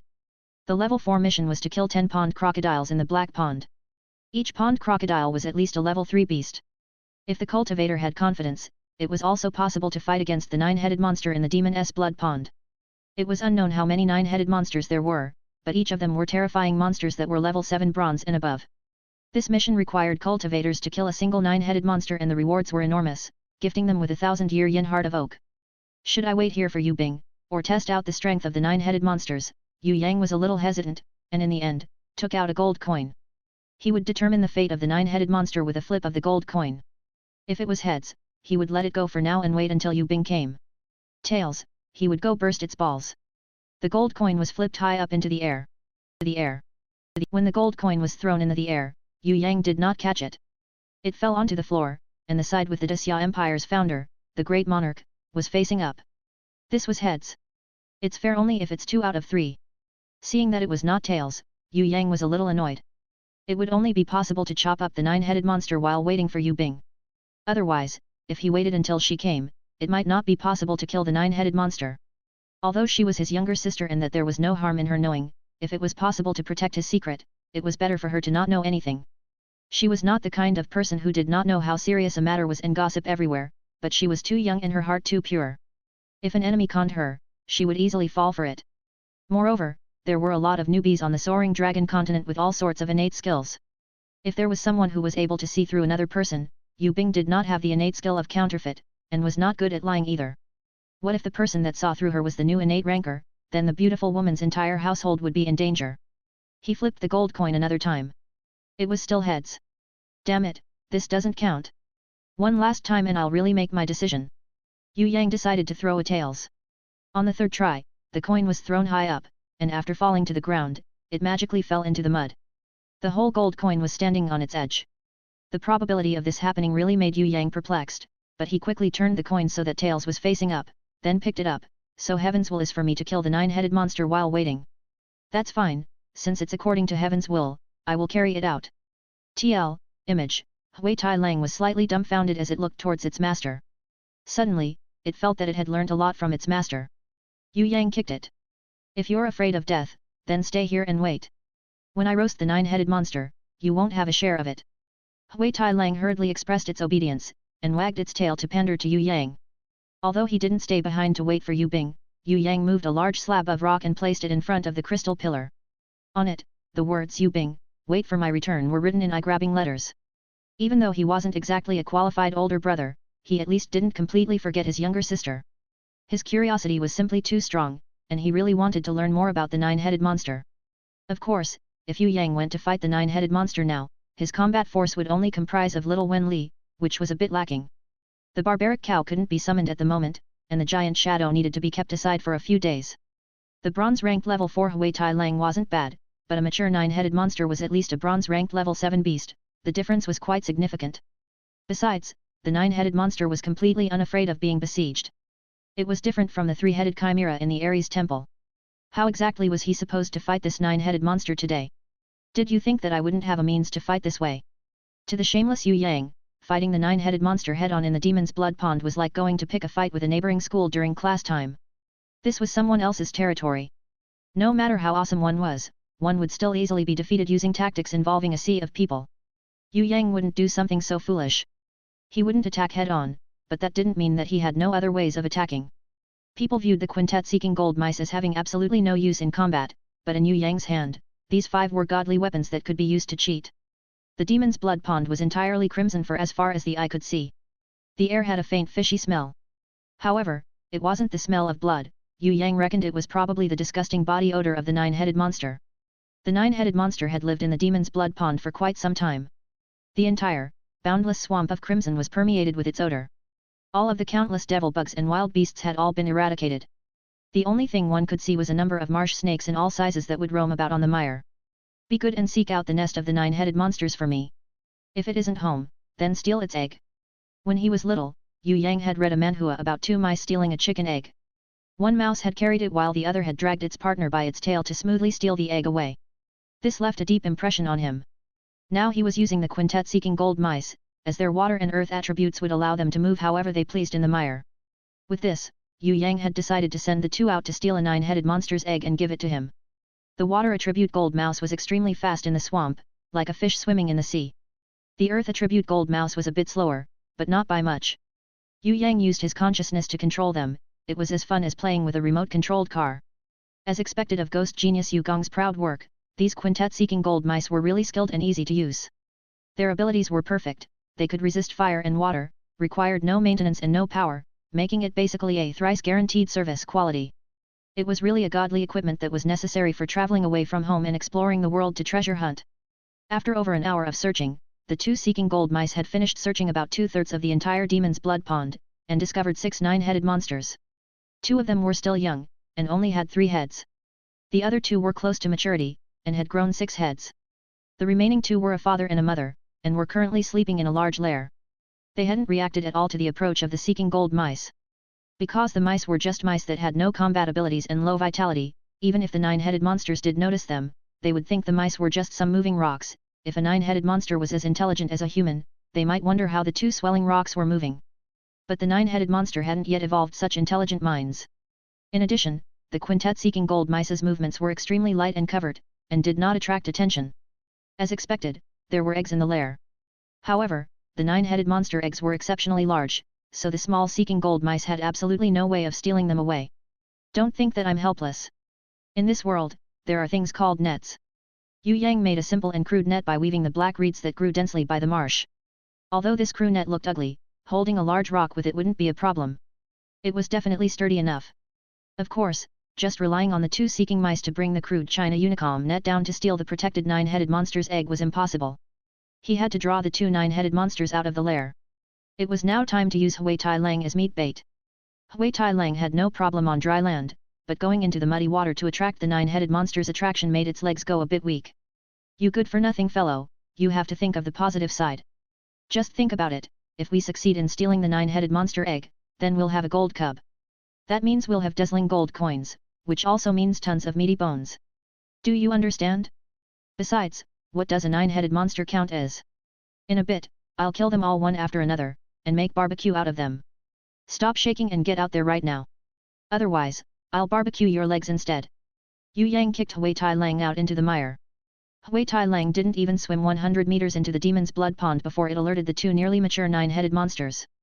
This scared Hui Tai Lang so much that it hurriedly began to swim back to the shore, running for its life. Luckily, the 9-headed monsters didn't seem to have any interest in wolf meat, and didn't bother chasing after it. Yue Yang was burning with anger.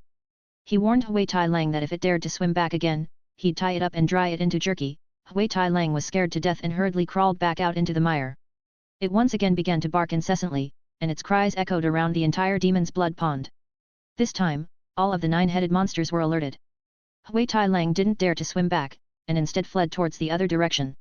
Fortunately, there were some places where the mud was pretty hard, allowing it to run unsteadily.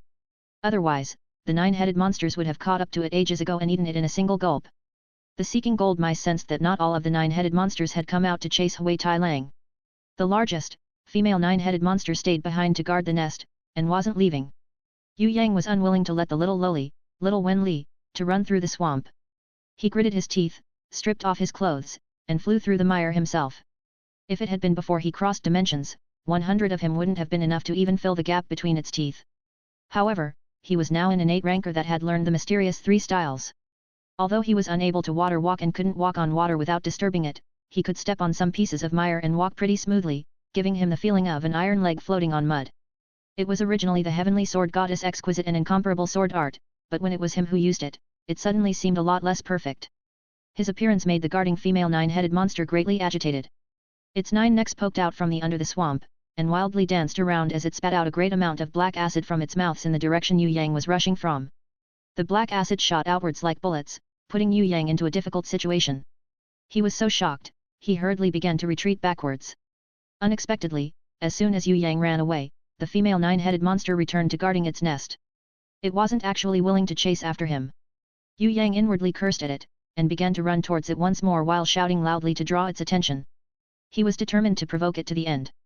For the sake of stealing the egg, Yue Yang and Hui Tai Lang, servant and master, took turns at trying to draw the 9-headed demons out. Beneath the demon's blood pond, 2 gold mice used the crude net, China Unicom, to drag the enormous egg out, and began to swim back at a painfully slow speed. Based on their speed, it would probably take them 2 hours before they'd be able to return to the shoreside. Oh my god, wanting to earn a bit of money is too hard. Yue Yang ran around and around the mire, almost collapsing from exhaustion. However, even now, he was unwilling to give up the egg he was about to steal. He gritted his teeth and persevered. This was so they could get the 9-headed monster's egg. He had gotten the 9-headed monster's egg, but what made Yue Yang faint was that for some reason, this egg that he had gone through so much pain to get was already broken. On the egg shell, an extremely tiny crack could be seen. Even though there was no egg white or such things flowing out of it, this egg would most likely be unable to hatch a 9-headed monster. Just like this, the dream of wealth that Yue Yang had was completely shattered with the appearance of this tiny little crack.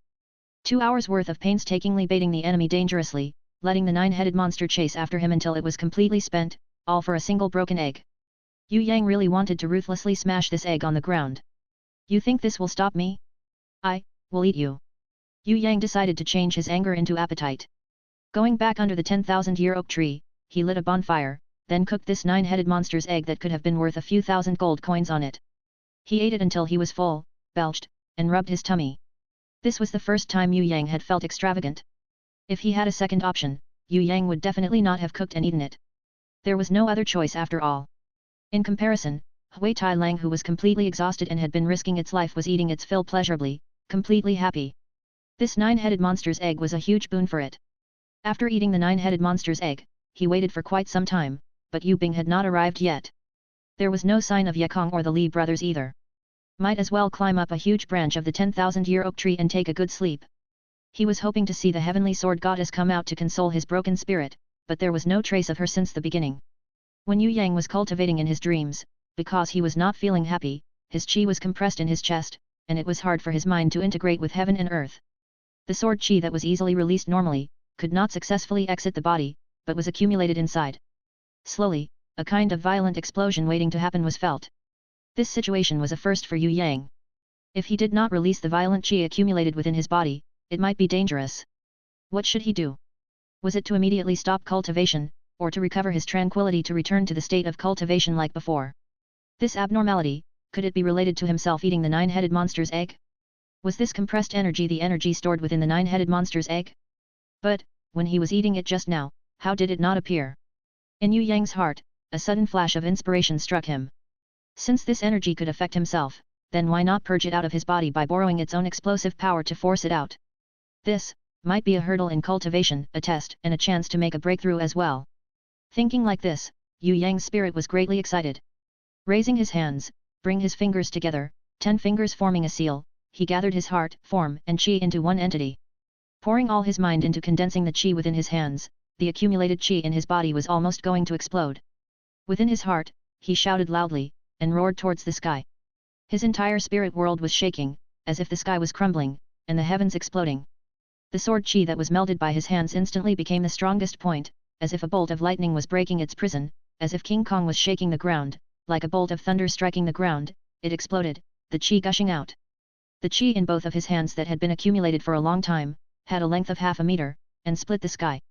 Its power was 10 times stronger than the sword chi that was normally released. For a long time, Yue Yang could not believe this truth. After releasing the blade from himself, Yue Yang had a feeling of all his spiritual chi being consumed rapidly until both of his legs were wobbly and his head spinning. The consumption level was much greater than the previous time when Empress Fei Wen Li had sucked up his own chi. My god, did I just learn a new skill out of the blue? Although the time taken to accumulate chi is exceptionally long, and only one sword can be released, the one who learned it is really myself, am I dreaming? Yue Yang couldn't be more pleased. Although only one sword can be released even with all my chi currently, its power is sufficient. If a strong enemy appears next time, I might be able to use it. Yue Yang was happy that he had learned a new skill. More importantly, this was a skill that he had created after self-enlightenment, giving him an exceptional sense of accomplishment. After being excited for a long time, it was hard to suppress the emotions that welled up from within. Perhaps it was the compressed energy being released, or perhaps it was due to his mood becoming better, but in any case, after Yue Yang became happy, he felt that the atmosphere was good and his body light, with a kind of grand feeling as if a tiger had come out of the woods or a dragon dancing in the sky. If the heavenly sword goddess had seen his progress, she would definitely be happy for him. Yue Yang's mind elatedly fell asleep. Though in his dreams, he still did not see her. The stream of energy that he shot out using his fingers did not disappear, but had become a grey-colored energy ball. The 10,000-year oak tree's green light shone, and a burst of green-colored light rain fell down, immersing Yue Yang within it. That grey-colored energy ball quickly melted, and as if it had a life of its own, squeezed itself into Hui Tai Lang's mouth. The green-colored light rain from the 10,000-year oak tree continued for a long time, and an endless amount of energy from the light rain was integrated into Yue Yang and Hui Tai Lang's bodies. Yue Yang slept soundly, as if nothing had happened, but Hui Tai Lang's body quickly changed shape. A part of its skin began to bulge out, its muscles warping, and bones changing. Finally, another head grew from its neck, becoming a two-headed wolf. Hui Tai Lang did not wake up, but it felt unimaginable amounts of pain in its dreams, and continuously whimpered quietly. Under the green-colored light rain shroud, after a long time, Hui Tai Lang's body's change finally settled down, and slowly recovered its original look. It was as if that two-headed wolf's weird appearance had never happened before. In its dreams, Hui Tai Lang yawned comfortably. A grey ball of energy slowly drifted out from its mouth by itself. That ball of black chi seemed to have finally run out of energy. Under the last drops of the green-colored light rain, it became smoke and disappeared. The 10,000-year oak tree's brilliance dissipated, and returned into silence. Under the dark night, Yue Yang and Hui Tai Lang slept soundly. The master and its servant did not know of what had just happened. When Yue Yang woke up on the first day, seeing that Yu Bing had not come, he ate his breakfast. He was prepared to bring Hui Tai Lang over to steal another egg from the nine-headed monster. But, inadvertently looking at it, Hui Tai Lang seemed to have changed slightly. Using qi on his eyes, staring intently at it, Yue Yang was shocked. This Hui Tai Lang was an iron-backed demonic wolf yesterday, how did it become a two-headed demonic wolf? If not for Hui Tai Lang trying to win Yue Yang's favor by wagging its tail, Yue Yang would have doubted that someone had swapped his own Hui Tai Lang. Hui Tai Lang did not rise in level, and was still a bronze-ranked level 4 beast, but it had gone through a variant evolution. From an iron-backed demonic wolf, turning into a two-headed demonic wolf. But it only had one head? How come it was a two-headed demonic wolf? Could it be, because it ate the nine-headed monster's egg? Was it the nine-headed monster's egg's energy that allowed it to go through variant evolution to become a two-headed demonic wolf? Yue Yang was sweating, thinking in his mind that it was fortunate that he did not become a two-headed man after eating the nine-headed monster's egg himself. That would have made him cry, he would never be able to get girls, and would probably be mocked by the entire world. Not everything could be eaten indiscriminately. If Hui Tai Lang had become a two-headed demonic wolf, could it become a three-headed demonic wolf in the future? Definitely not a nine-headed demonic wolf, if so that would really make people sweat to death. How does it feel? Is there any discomfort in your body? Yue Yang patted Hui Tai Lang's head, and felt that it had a soul that could be contracted. There was no such thing as a nine-headed monster's soul within, but its demonic energy was very weird. Demon Lord Xian's evil demonic energy had mixed to form two new types of energies, one was a weird mix, another was naturally pure. The three different types of energy formed a coincidental balance, with each attuned to a specific element. From these, Demon Lord Xian's evil demonic energy was the strongest, and had assimilated Hui Tai Lang's fire element, which was the strongest element in Hui Tai Lang's body. The naturally pure energy in turn assimilated the dark element miraculously, and converted the dark element in its body that had an effect of corrosion and destruction into completely tranquil life energy. The tranquility was like the power of water, giving the entirety of Hui Tai Lang's body vitality that was hard to describe. Yue Yang did not understand, how was the darkness element able to change like this? Where did this naturally pure energy come from? Who gave it to Hui Tai Lang? Could it be a passing god who took pity on Hui Tai Lang's bullied self and decided to give it some energy? As Yue Yang thought like this, he was really anxious. However, Yue Yang was sure that the third type of energy, the weirdly mixed energy, should be the nine-headed monsters. This energy had assimilated the metal element in Hui Tai Lang's body. Although Hui Tai Lang did not level up, Yue Yang felt that this guy had become much stronger, and in the future, when the third energy had completely harmonized into one entity, Hui Tai Lang's strength would make another extreme leap. Hui Tai Lang, let me see you pop another head out. Yue Yang wanted to see how Hui Tai Lang looked like after it changed into a two-headed demonic wolf. Hua! Hui Tai Lang did not know that he had this capability itself, and humbly lowered its head. What a natural fool! You don't even know what abilities you have. Yue Yang was speechless towards Hui Tai Lang. It was probably the first wolf in the entire Soaring Dragon Continent to be as muddle-headed as Hui Tai Lang. This guy was really one who wouldn't be improved without getting beaten. When Yue Yang was wanting to kick it hard, he suddenly felt a person that was covered in blood from afar. He ran with great strides, and taking a look, realized that it was Ye Kong. Instantly, Yue Yang's heart plummeted. Ye Kong was covered in blood, and came here alone. Yu Bing and the others could have met with danger. Yue Yang shot towards Ye Kong and supported Ye Kong's battered body, asking urgently, "How did this happen? What happened? You guys, aren't you tired of doing this yet?" Yu Bing angrily stared at the people in front of her. They were previously the teammates of her own squad, the students of Shangjing Academy. But now, they were surrounding her to attack her. Actually, Yu Bing being attacked by others was something that had been happening for quite some time already. Almost every 2 or 3 days, hired mercenaries would use a 3-on-3 battle strategy to attack her. In Tongtian Tower, as long as someone picked a fight, a warrior would have to promise a fight after rejecting 10 times every day. Otherwise, their battle points would be cut. Once the battle points became negative, the warrior would be chased out of Tongtian Tower. The expelled person would have to complete at least 10 courageous missions in order to return to Tongtian Tower. More seriously, if it was a warrior with a summoned grimoire, once the battle points was too low, it would also reduce the grade of the grimoire. If one continuously refused to fight, it was possible for the summoned grimoire to drop from gold or silver to bronze. 3-on-3 battles was originally a very fair battle strategy. Within 2 small teams, 3 people would be sent out, and fight each other one-on-one roulette style. Both sides could target the enemy's beasts, and do adjustments to their tactics. There were many tactics that could be employed, and was the fairest and most exciting type of battle in the world. Not just the mercenaries, but the selection battles in schools, inter-school elite tournaments and even tournaments held between countries' elites employed this fair 3-on-3 battle system. Of course, 3-on-3 battles seemed fair on the surface. But towards Yu Bing, it was a disaster. This was because she did not have teammates, and was alone. When other people sent 3 people out, she could only fight them alone. Not only that, the opposition kept using ice-type or fire-type beasts that suppressed her plant-type beasts. Under these difficult circumstances, it was almost impossible for Yu Bing to think of winning completely in a 1-against-3 scenario. What was more despicable of her enemies was that they kept using mercenary warriors to disturb and attack Yu Bing, using up her spiritual energy and summoning quota, causing her to be unable to summon more than 2 beasts. She was only able to summon a single Treeman warrior each time. By suppressing her like this, how would Yu Bing be able to win repeatedly? "What, were you attacked in Blackstone Labyrinth?" "I'm sorry, but we don't know about this. We just miss Yu Bing, and we'd like to compare notes with you." A skinny long-faced, haughty male came out from the team, and shamelessly sniggered at her. When Yu Bing was doing the test mission in Blackstone Labyrinth just now, she was only left with 2 trials before she could complete the Heart of Oak under the 10,000-year oak tree. 5 mercenary warriors had chased her from behind. They had cut off the wires first, ruining her suspension bridge mission, and when she had fallen into the water, they despicably attacked her by summoning a water-type python to attack Yu Bing. In this emergency, Yu Bing had to regretfully use up a precious transfer scroll, giving up the trial of Blackstone Labyrinth, returning to the Warriors Guild.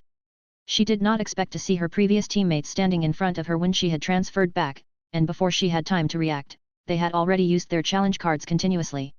In order to protect her own summoning grimoire from dropping in grade, she was forced to accept this shameless 3-on-3 battle. Those 5 mercenary warriors before were definitely hired by them. Yu Bing did not know what she had done wrong. Allowing them to suppress her like this, after entering Tongtian Tower, she had almost never stopped fighting. They were her own teammates, her own schoolmates. When the teacher was around, they were courteous, but she did not expect when the teacher left, they would immediately show their hypocritical faces. In the refining missions, she had let her own Treeman warriors work hard all the time. They reaped the benefits while she worked hard. If it was just that, it was fine. However, they had even continued to mock and ridicule her. After they split, the hired mercenary warriors who came to attack her never stopped. If not for hiding inside refining areas, the challenges might have come without end.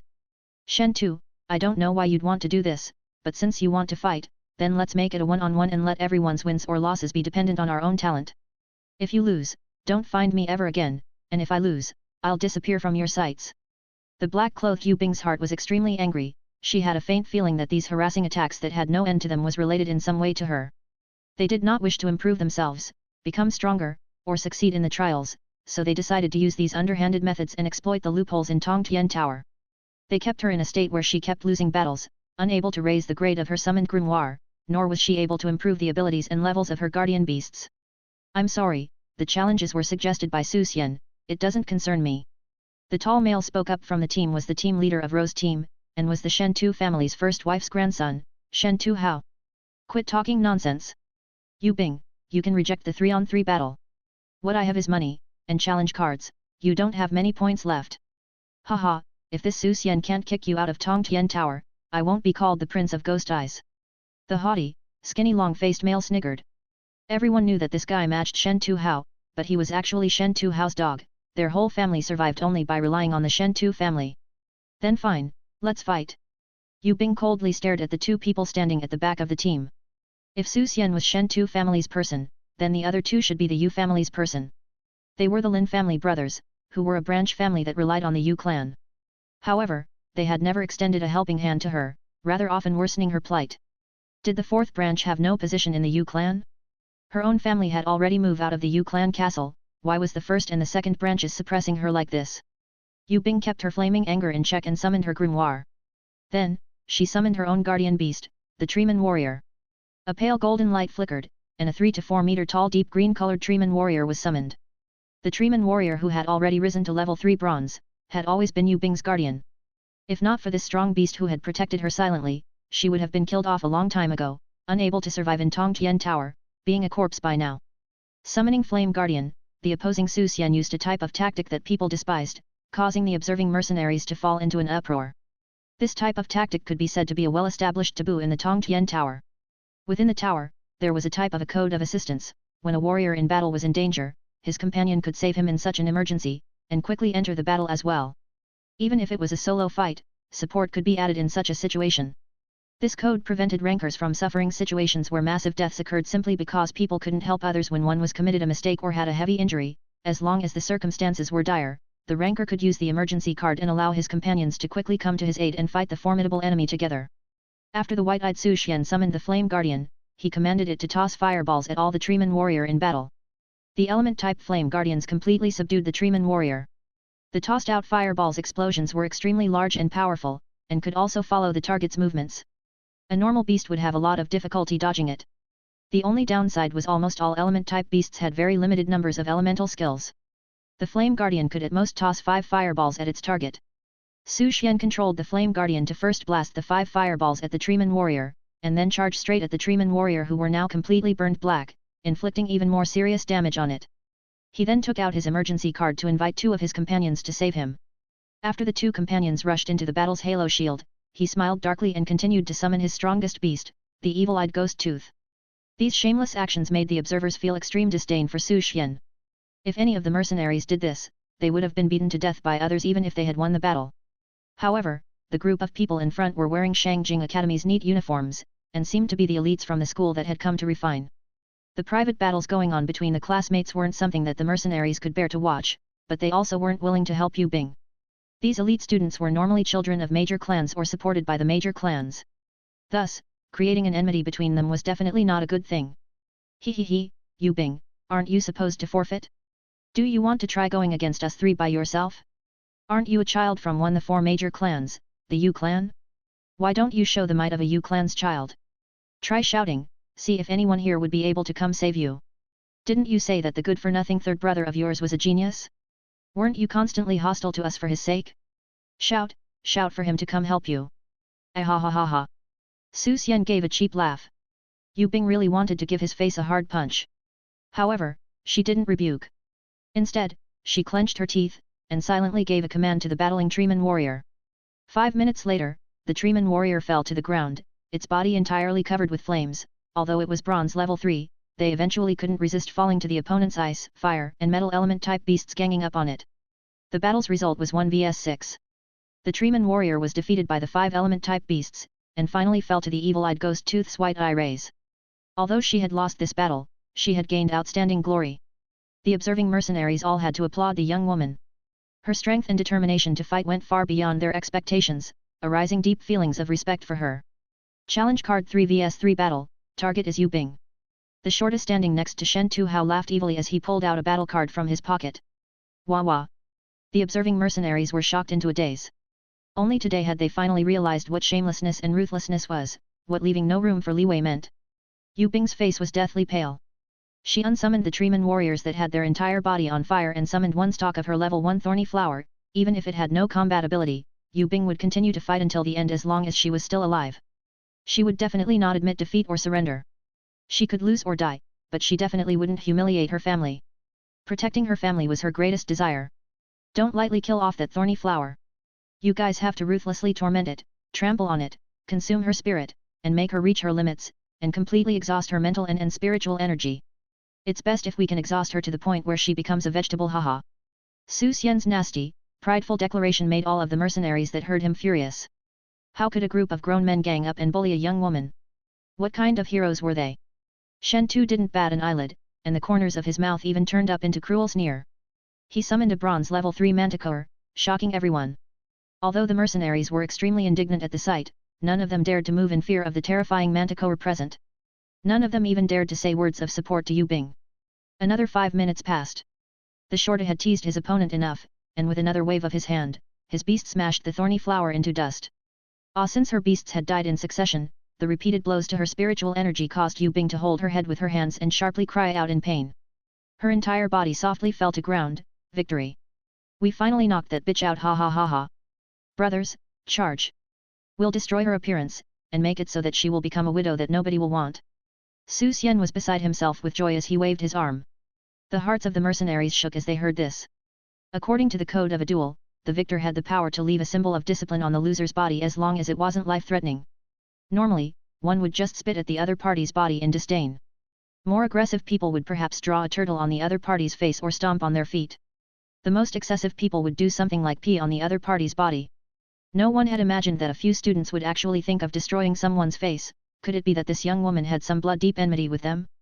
Were these students not afraid of suffering from revenge later for this bullying? The mercenaries were raged, but didn't dare to speak. Suddenly, the crowd was split apart, and 2 males covered in blood raced over. With curved blades in hand that protected Yue Bing, they hoarsely shouted, "Unless we die, you'd better not even think of touching a single hair on her body." Shen Tu's expression changed, and secretly made a gesture. Su Xian nodded and immediately rushed out, shouting loudly, "You 2 stupid slaves dare to try and murder your owner, we can't stand by and overlook threats to the people." The mercenaries were in complete awe. These clan juniors were really terrifying. They had played with death and had even cheated others into gaining eternally bad reputation of trying to murder their owner. Although the brothers Li Qi and Li Ji had run up to protect Yue Bing, they had been fighting against 5 attackers in the Black Stone Labyrinth, and already suffered from heavy injuries. Now that they were facing the elites of Shangjing Academy, who had even greater strength, their bodies were instantly ripped to pieces by the beasts. "You 2 useless mercenaries want to wreck my good deeds by yourselves? That's really hilarious. Yue Bing, oh Yue Bing, now look and see who'll save you? Aren't you a genius? Aren't you unbridled? Beg for me to see. I'm going to trample all over the genius you right now, and what can you do about it? Why don't you get your good-for-nothing third brother to come and save you? Come and let him take revenge for you, you whore. I'll let you hit me, I'll let you show off your aggressiveness." After Su Xian had sent the heavily injured and unconscious Li Qi and Li Ji flying with a kick, he raised his right leg up high, prepared to ruthlessly stomp onto Yue Bing's chest. Suddenly, a figure flashed over from the distance. In an instant, the entire group of people was sent flying with a blast. When the onlookers looked closely, they realized that there was now a youth that looked as furious as a mad lion. He was currently holding Su Xian by the throat, lifting the rampant bastard high up in the air. With the sound and power of thunder, he fiercely smashed Su Xian's entire body into the ground. Rumble! The entire area trembled, the slabs on the ground shattered, as Su Xian's head split on top of them, blood pouring out from the back of his head and dyeing the ground. The arrival of the person that seemed as furious as a lion was obviously Yue Yang. He shot a death glare at the Rose team standing across from him and said, "Who dared to touch my little sister?" Towards Yue Yang's sudden appearance, everyone was shocked. Who was this? Shen Tuhao completely did not recognize Yue Yang, but he was terrified by the frightening amount of power he had used to capture Su Xian, and asked anxiously in a low voice, "Who is he?" The 2 Lin family brothers were trembling when they saw Su Xian's miserable condition with his head cracked, and his fresh blood flowing. One of them stuck their hands into their pockets, ready to throw a transfer scroll to escape at any time. The other had an inconceivable expression on his face, shouting repeatedly, "This can't be, no, this can't be. Who is he?" Shen Tuhao felt his pulse accelerating rapidly and his hands breaking out in cold sweat. The muscles in his body were extremely tense. He knew what level of strength Su Xian was at. Although Su Xian's strongest beast, Evil-Eyed Ghost Tooth, was a battle-type summoned beast and not a strengthening-type summoned beast, after it was contracted, however, it had improved Su Xian's original body constitution by quite a bit. Moreover, Su Xian was a beginner level 3 hero, and had very strong battle capabilities himself. He was not the kind of weakling that could be easily seized like someone catching a small chicken, then smashing him onto the floor like a chicken's egg. Facing this enraged guy, his strength was at least 3 times as much as Su Xian's, and his speed was at least 2 times faster than him.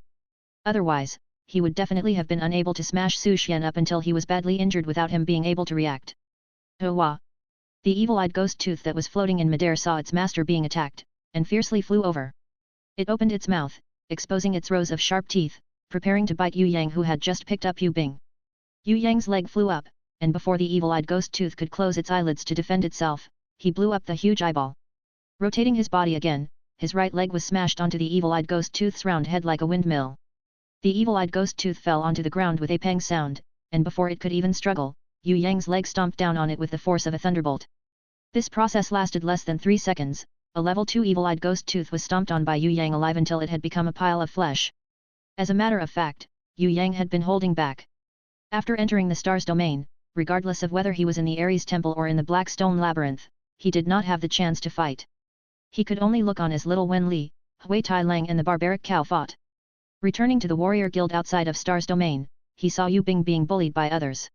This had completely ignited the anger within him. After being unable to act for a few days, he could finally beat people up until he was satisfied.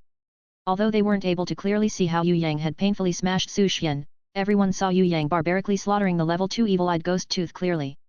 They were completely dumbfounded. This was basically an instant kill.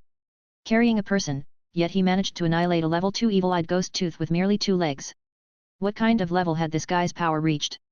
This guy's summoned beast, could it be the strongest strengthening type beast, mammoth?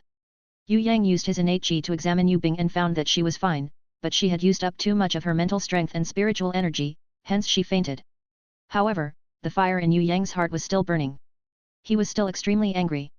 A few large males attacking a little lady, hitting her until she fainted onto the ground, and still arrogantly stepping on her chest.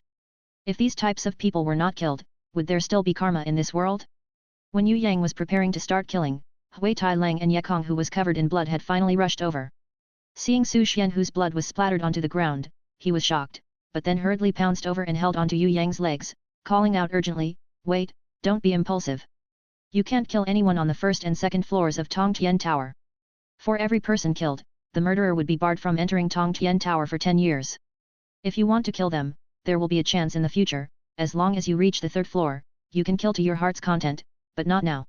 Tongtian Tower is a world that respects the strong, as long as you are strong enough, you can do whatever you want. Once you get the judge's sword on the 3rd floor, you can eliminate them as if they were garbage, and eradicate them. But currently, you don't need to waste your potential future on these few small fries." Ah! Yue Yang really did not know that Tongtian Tower would have these rules that prohibited humans from killing each other. You can't kill people. If you kill a single person, you will be immediately expelled out of Tongtian Tower. You won't be able to take revenge on the people who are left. Calm down, you have to calm down. They definitely used the 3-on-3 battle, using a roulette battle to defeat Yue Bing, so we'll also use 3-on-3 battles to retaliate against them. Since they raised the challenge first, they can't refuse. We'll use the 3-on-3 battle to settle this. Ye Kong was afraid that Yue Yang would stomp on Su Xian's cracked head, and did not loosen his grip while holding onto Yue Yang's legs. I can't kill them.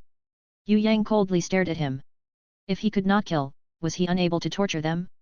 After taking down these trash himself, breaking their bones one by one, twisting their muscles, then destroying their ability to copulate, turning them into an eunuch, to be unable to give birth nor seek death. Wasn't this even better than killing them? There were many ways of killing people. One way was the super fast instant kill.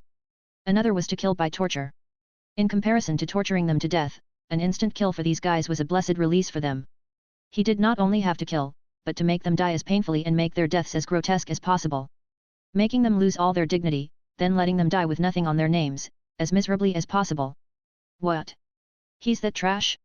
Yu Yan told me a different story. Did you guys recognize the wrong person when Shen Tuhao heard the Lin clan's 2 people saying that Yue Yang was the Yu clan's most useless 3rd young master? His eyes opened widely until they were bigger than lanterns. He had never dreamed that the Yu clan's 3rd young master, who was called a good-for-nothing ever since he was born, was as valiant as a lion and as fierce as a tiger. From his looks, it's definitely him, but he wasn't so frightening before. The Lin clan's 2 brothers were trembling, as if they were patients with frostbite in the snow. So it was like this. Yue Yang's hearing ability was astounding. Once he had heard Shen Tuhao's words, he instantly figured out that Yue Yan was not here. Calmly thinking about the situation, if Yue Bing's cousin Yue Yan was around when she was being bullied and did not save her, it would be impossible for him to leave it up to Yue Yan. Yue Yan was not around. Yue Yang did not worry that someone would see through him not being an authentic Yue clan's third young master. When he saw those young people wearing the school uniform with their faces completely white, Yue Yang grinned evilly, who said I would kill them. Ye Kong, don't you know that I'm strictly a pacifist supporter? How could I kill people? My heart is too kind, and more benevolent than a 60-year-old grandma who is a vegetarian. People like me who love the lives around me, how would I kill people? A misunderstanding, you've completely mistaken me, I am an extremely kind person. As the world traveler said this, he stepped heavily on Su Xian who was almost out of qi. 1 step, 2 steps, Yue Yang stepped on him until his blood was gushing out. In the blink of an eye, Su Xian's 4 limbs were mercilessly broken as Yue Yang stepped on them. The mercenaries around them had the feeling of wetting their pants when they heard the cracking sounds as Yue Yang stepped on Su Xian. How was this guy kind? He was basically a devil. No, he was even more fearsome than a devil, at least a devil would not call itself kind. Shen Tuhao did not care about whether Su Xian lived or died. In his eyes, Su Xian was a dog. It was best to let the Yue clan trash kill him, then he would expelled out of Tongtian Tower. If he couldn't cultivate inside for 10 years, regardless of whether he was trash, or fake trash, they would become irrelevant. What he took notice of, was that odd demon wolf. Looking at it, it was at least bronze level 3. A bronze ranked level 3 ironback demonic wolf? No, it was bronze ranked level 4. However, strangely, it was not a contracted beast but an uncontracted pet. Could it be that this Yue clan trash was not able to contract with it because it was too strong? If he used his own contract scroll to contract with it, would it not be possible to experience a huge rise in power, like adding wings to a tiger? Shen Tuhao was initially frightened by Hui Tai Lang's appearance. But, looking more closely, Hui Tai Lang was not Yue Yang's contracted beast. His heart was secretly delighted.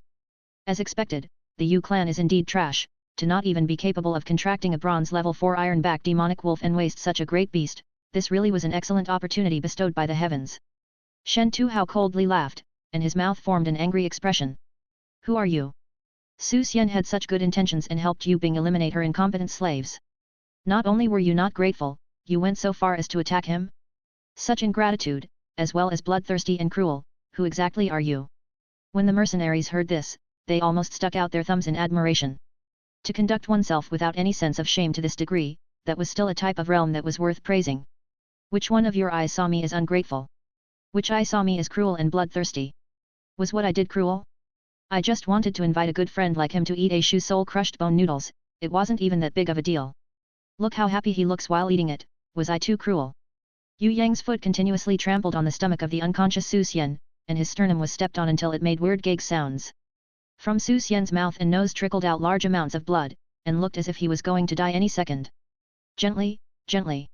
Ye Kong took out a block of the cheapest medicinal stone from his bosom and crushed it before allowing the medicine's white light scatter on Su Xian's body. These were the things he had bought before he had passed through Yulong Valley, and hadn't been willing to use at the time. He really hadn't imagined that the medicinal stone would eventually be used on that bastard that Yue Yang really wanted to just tear into 18 pieces and then drag the remains to feed wild dogs. Ye Kong was really afraid that the third master of the Yue clan would stamp Su Xian to death, because once Su Xian died, the young master would be expelled out of Tongtian Tower. At that point, not only would he be restricted from entering for another 10 years, but he'd also leave behind the unconscious Yue Bing. Based on himself and the heavily injured brother of his, how could they possibly escort Yue Bing out safely? That's why, no matter what, Su Xian couldn't die. Actually, what Ye Kong didn't know was that Yue Yang's control over the strength in his feet was extremely precise. He could make Su Xian's bones break, and injure his muscles, but he wouldn't actually inflict any life-threatening attack. If Su Xian wanted to die, it wouldn't be easy. Without Yue Yang's permission, even dying would be impossible. The mercenaries stood at the side, watching this demonic male with frightening brute force speak. Even his overbearing manner was absolute. An evil person needed another evil person to deal with him. These rampant students had met this demonic male, someone who was really their ultimate nemesis. Ye Kong, help me watch Yue Bing. Since these fellows are all so happy, I'm about to invite them to eat with me. Hui Tai Lang, you wait there. In a bit, I'll give their meaty bones to you to eat. Yue Yang carefully placed Yue Bing down, handing her over for Ye Kong and Hui Tai Lang to watch, then quickly walked forwards. He didn't care who was in front of him, either way, they had provoked him. If he couldn't instantly kill them, then he'd force them to suffer terribly. Otherwise, he would really be viewed as a good-for-nothing that anyone could bully. Jiji, without Yue Yang's command, Hui Tai Lang directly began to lick up the fresh blood on the ground. If Ye Kong wasn't afraid that eating Su Xian would be blamed on Yue Yang, Ye Kong wouldn't have stopped Hui Tai Lang from its movements. it looked as if it were prepared to start chewing on Su Xian's thighs. Prepare for battle. Group fight, combined challenger. If it were a solo fight, Shen Tuhao wouldn't have quite enough confidence. After all, the imposing manner of this good-for-nothing from the Yu clan was too fierce, too different from how he was described in rumors. His murderous aura was blazing, like a demon's, and could frighten anyone. However, if it was a group battle, surrounding and attacking Yue Yang from all sides with the remaining 7 people would be an entirely different story. No matter how great his brute strength was, how could he possibly go against a dozen beasts? The only thing that was slightly concerning was the level 4 iron-back demonic wolf. But since it was still a contractable beast, as long as it entered the battle, Shen Tuhao could find an opportunity to use a contract scroll and subdue it, forcing it to become his own contracted beast. At that point, he'd bang bang bang bang. As Shen Tuhao was thinking all of this to himself proudly, a deafening noise rang out. Lifting his head, he saw that all of his classmates had been knocked to the ground by the Yu clan's good-for-nothing before they hadn't even had a chance to summon their beasts. All of them had broken teeth, blood pouring out of their mouths, and even Brother Lin, who had the fastest summoning speed, had only just taken out his summoning crystal before he had been knocked down. Yue Yang lifted his foot up high. Under Brother Lin's despaired gaze, Yue Yang then heavily stomped his foot down, and mercilessly broke the bones in their arms. Look at how nice I am to you guys.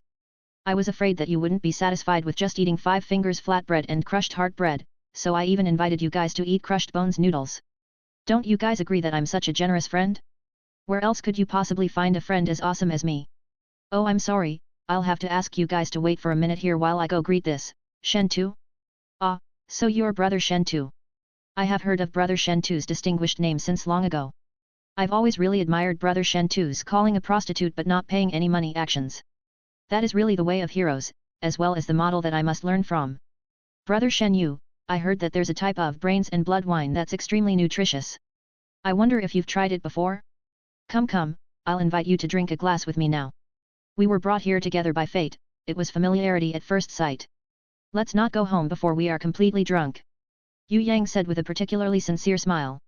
If anyone just saw Yue Yang's smile that was as bright as the sun, they'd definitely think that he was a warm-hearted friend that was worth forming a close friendship with. However, if they then saw the blood-covered ground, the disorder all around, and the elite students that were in so much pain that they'd rather die, anyone would feel chills, extremely cold chills. Of course, there was also an extremely invigorating feeling of excitement.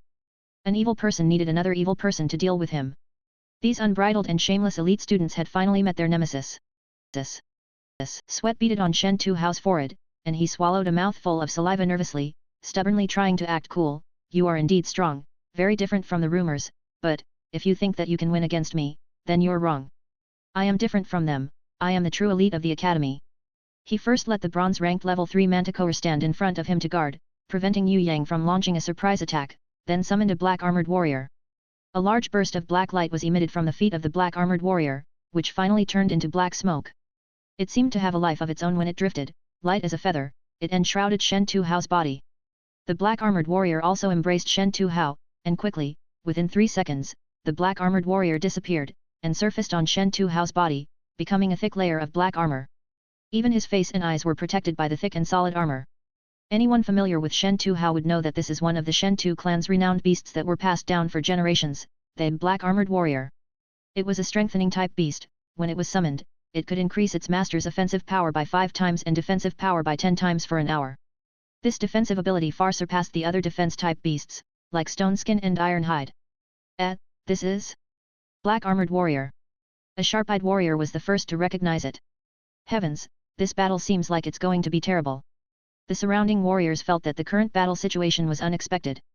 A strengthening-type beast like this black-armored warrior was rarely seen, and one that could change into armor to protect its master after it was summoned was even rarer since it had to be higher than level 3. Right now, in the eyes of the mercenaries, this arrogant team leader Shen Tu did have the means to be this arrogant. This team leader Shen Tu not only have a powerful bronze-ranked level 3 beast, the Manticore, he even had a beast that was not inferior to the Manticore, the black-armored warrior. By combining the two, his strength was definitely not as simple as being 1 + 1 = 2. If that brute force was astonishing, the youngster who had remarkable battle skills also had a contracted beast. By letting it restrict the Manticore, the amount of stress would be greatly reduced. Now, using combat skills alone to fight 2 valiant summoned beasts, would be a strenuous task. Careful, the black-armored warrior is a strengthening type beast that can change into armor. Not only is it able to increase its master's combat strength, it can even evolve in the middle of battle, morphing the armor, becoming spikes that can injure its opponents. Ye Kong, who was afraid that Yue Yang did not know about beasts, and would be at a disadvantage when fighting with Shen Tuhao, urgently reminded him in a loud voice. Without a beast, relying just on your battle skill is useless. No matter how strong your skills in battle are, at most, you can only be a useless mercenary. Shen Tuhao was most afraid of Yue Yang launching a sneak attack while he was in the middle of summoning. Yue Yang's speed when attacking just now had given him a large shock. However, he saw that Yue Yang did not attack, but had waited for him quietly to finish summoning, and in the blink of an eye, had regained his enormous confidence. Seeing Yue Yang standing there quietly, he even thought that Yue Yang had felt crushed due to him, and couldn't help but laugh arrogantly. Did you think that it would be over just like this? No, no, this is just the beginning. Shen Tuhao then retrieved a crystal with a jet-black shine from his chest with an air of complacency, flashing it towards Yue Yang to dazzle him, his voice full of ridicule. Do you know what this is? Sharp-bladed puppet, a Yue clan product. Following Shen Tuhao's summoning, the crystal flashed with rays of light, a metal puppet that was over 4 meters tall was summoned. The metal puppet had a pair of extremely thick mechanical arms with 3 sharp blades attached to each wrist joint. Below it as its feet were cylindrical rollers, covered with spikes. When the crowd saw this metal puppet come out, they were sweating in nervousness for Yue Yang's sake. With this fearsome sharp-bladed puppet helping him, it would be hard for this young master Shen Tu to lose, even if he wanted to. Next, even though the battle had not been fought, everyone knew what tactics Shen Tuhao would use. The sharp-bladed puppet was the main assault, the manticore would mount sneak attacks, and Shen Tuhao who used the black armored warrior as armor for his body would only need to keep defending, and it would be possible to tire out the opponent, and obtain the ultimate victory. See this? This is the difference between you and me, it's also the difference between heaven and trash. Shen Tuhao arrogantly waved a hand, and the cylindrical rollers beneath the sharp-bladed puppet immediately rolled towards Yue Yang. The 6 blades on its wrists rotated at a high speed, becoming 2 frightening circular cutting edges, one on the left and one on the right. As long as it touched him, no matter how lightly, it would result in limbs being cut off and the body being destroyed. Ye Kong's heart just kept sinking. He was very anxious. Ye Kong had combat experience, but because he had lost his beast, he was of no help now when it came to battle situations. It was not impossible to fight against the sharp-bladed puppet, the best way to do so was to break its wrist joints. As long as it lost the 6 blades that could rotate at a high speed, this puppet would be rendered useless. But Ye Kong did not have a beast, by rushing towards it, he would only be sending himself to die. He could only watch anxiously as Yue Yang fought. He did not know if Yue Yang had studied puppet techniques. If this Yue clan's 3rd young master had not studied puppet techniques at all, only focusing on practicing his battle skills, then there would be danger. A junior of the Yue clan, being defeated by a puppet beast made by the Yue clan, this really was full of bitter irony. Yue Yang did not dodge, looking on unfazed as the sharp-bladed puppet rolled towards him. Wah! The mercenaries all clenched their fists, they really could not bear to see the miserable carnage that would soon follow. Why did he not dodge? Nobody could understand. Could it be that this brute youngster had been scared silly? When the corner of Shen Tuhao's mouth rose in a victorious smile, Yue Yang suddenly flew into the air lightly. When both legs landed lightly on the sharp-bladed puppet's shoulder, the sharp-bladed puppet's response was rather fast. It twisted its arms in an inconceivable way, both the left and the right, the circular cutting edges cutting towards Yue Yang's legs. Yue Yang did not stop, and somersaulted as lightly as a swallow, jumping off to land on the ground. Behind him, sparks from the cutting of metal flew around violently. After a burst of harsh, ear-piercing sounds that made anyone who heard it uncomfortable, a few blades broke off, shooting off one after another, flying high into the sky. The sharp-bladed puppet which had suffered 2 deep wounds to the neck area suddenly convulsed a few times, its body flashed with sparks that crackled, then with a rumbling sound, it fell in front of Yue Yang. A metal brain broke apart from its neck, and rolled until it stopped next to Yue Yang's feet. As if playing with a toy, Yue Yang stepped on the sharp-bladed puppet's brain, which had been severely deformed and had sparks flying from it, showing a disappointed expression. This is a genius? Using a Yue clan puppet to fight against a junior of the Yue clan? Coming up with this idea, are you really a genius? Are you really an elite of the academy? Good, if even you can be counted as a genius, then I'd rather be called trash by others. Ye Kong was so excited that he nearly fainted. An ordinary warrior had no way of winning against a sharp-bladed puppet. In front of this Yue clan's 3rd young master who had been called trash by the world, it was practically equal to a joke. Good. The mercenaries were also so excited that they waved their fists, applauding Yue Yang. Although everyone knew that breaking the head part of the puppet, damaging the puppet's circuits, that these were the smartest ways of fighting against a puppet beast. However, almost no one could carry it out. Whenever someone met a puppet beast, they could only use the stupidest way, which was to keep on running away. No one dared to take the risk of getting near it. Puppet beasts had ferocious attacking power. After enduring for a while, one small life would be destroyed. It was not the first time they had seen a warrior break a puppet beast's head region. Contrary to that, they had seen so many ways of doing so, but they had never seen a method as easy or as effective as the one they had witnessed just now. When they had seen Yue Yang's face, which had been full of ridicule, they could not help but get heated up, and were unable to control themselves and applauded this youngster heartily. This was too effective, it was really too elegant.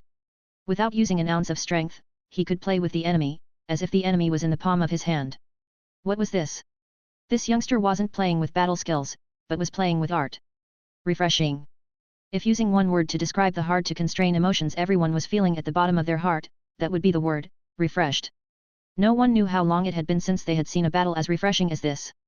The ashen-faced Shen Tuhao stood flabbergasted for a while, then suddenly resumed a appalled attitude. He shouted with a bit of frenzy, "Do you think that you can beat me just by doing that? I admit that summoning a sharp-bladed puppet in front of you is a small mistake, but, let me tell you, my strength is not limited to just this." Yue Yang nodded, then retrieved a bronze coin, throwing it in front of Shen Tuhao. "Clown, slowly perform for me, this young master has been amused, this is a tip for you." You. Shen Tuhao was so furious he almost puked blood.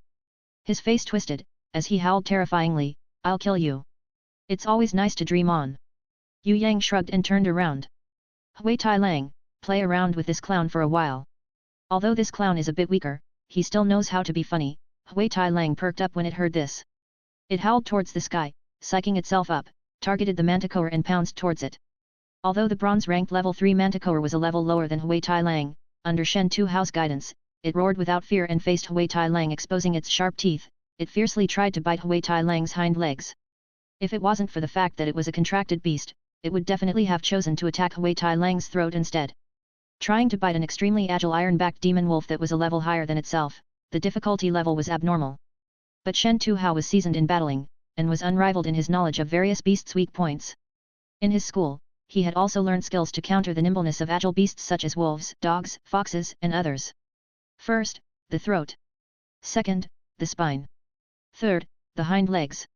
In order to kill a more agile beasts like a wolf, dog, or fox with a larger-sized lion, tiger, or panther-type beast that relies on sheer power, it would have to launch a surprise attack on the biggest weakness of the opposition, or destroy the specialty of the opposition. The iron-backed demonic wolf's throat could not be bitten, and its spine was no longer a weak point. Thus, it was necessary to destroy its specialty, and dispose of its claws. Otherwise, with Hui Tai Lang's agility, a manticore that was lower than it by a level, would only be tired out to death by it. Shen Tuhao had confidence in his manticore, as Hui Tai Lang was not a contracted beast. No matter how smart Hui Tai Lang was, without a master's command, it could only rely on its own instinct. Even if it were a level higher than his manticore, it could not defeat the manticore which had his wisdom directing it. Within Shangjing Academy, there was a popular saying, "Only contracted beasts can be called war beasts. If not, they are called wild beasts." Hui Tai Lang twisted its body in midair, dodging the razor-sharp teeth of the manticore. The moment Hui Tai Lang landed on the ground, it jumped back rapidly. Its claws scratched the manticore's big mouth, who was unable to withdraw in time. Blood suddenly appeared. When the manticore angrily tried to bite back, Hui Tai Lang had already jumped up into the air, nimbly avoiding the manticore's strike. At the instant when the manticore had turned to attack, Hui Tai Lang's claws caused multiple bloody marks to erupt from the manticore's backside. The mercenaries were drooling as they spectated. As expected from a bronze-ranked level 4 iron-backed demonic wolf. Even just by being a level higher, it was possible to disregard the difference in size and completely shut down the bronze-ranked level 3 manticore. It was already in this level when it was still relying only on its instincts to battle.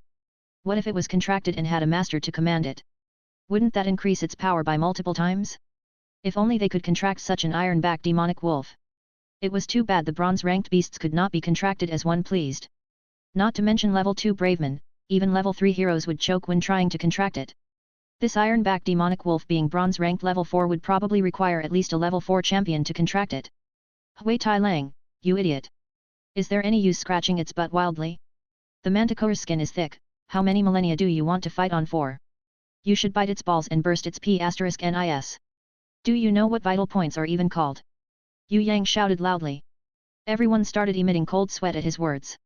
Biting its balls, bursting its P***nis? The moment everyone thought of this strategy, they felt cold wind entering their pants. Although they did not want to admit it in their hearts, but if this kind of strategy succeeded, it would be the most painful, most devastating blow to the enemy. Yue Yang originally did not want Hui Tai Lang to battle. He wanted to rush ahead by himself and beat down Shen Tuhao with his fists until he was finding his teeth on the ground, all scattered. Then, he would use his feet to ruthlessly step on him, causing his entire body's bones to become fine powder. He would then loosen his pants and pee on him. Finally, he would let Shen Tuhao kneel in front of him like a dog and lick his shoes, begging for his life while crying. But, there was one more person in the crowd that suddenly appeared. The cotton-clothed beauty who was the master of Luohua City was secretly observing him like a curious little baby. Aside from her, there was another person. This person's looks were ordinary. He was the kind that could not be recognized in a crowd even if he walked past 100 times. However, under Yue Yang's divine vision, he saw that this person had strength. This guy could assert his superiority even against a large group of mercenary warriors, and was only barely less dangerous than the cotton-clothed beauty who was Luohua City's master. On the surface, this man dressed up like an ordinary mercenary, and there was nothing special about him. Yue Yang did not notice his presence at the beginning. Only when that light jump before destroyed the war puppet's head did this person's eye shine brightly, blowing his cover and revealing that he was a strong person. What made Yue Yang alarmed was that this person's hand was holding an extremely weird hexagonal crystal that was aimed at the battlefield, as if it was recording the entire process.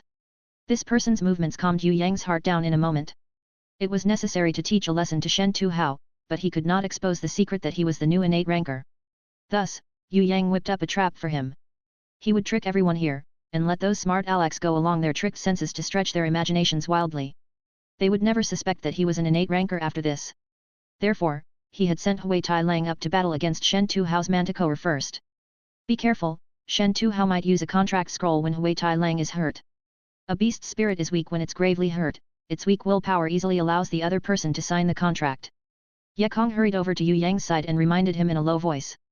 But, seeing Yue Yang's eyes that had a glint of a smile in it, he knew that his heart was slightly too worried.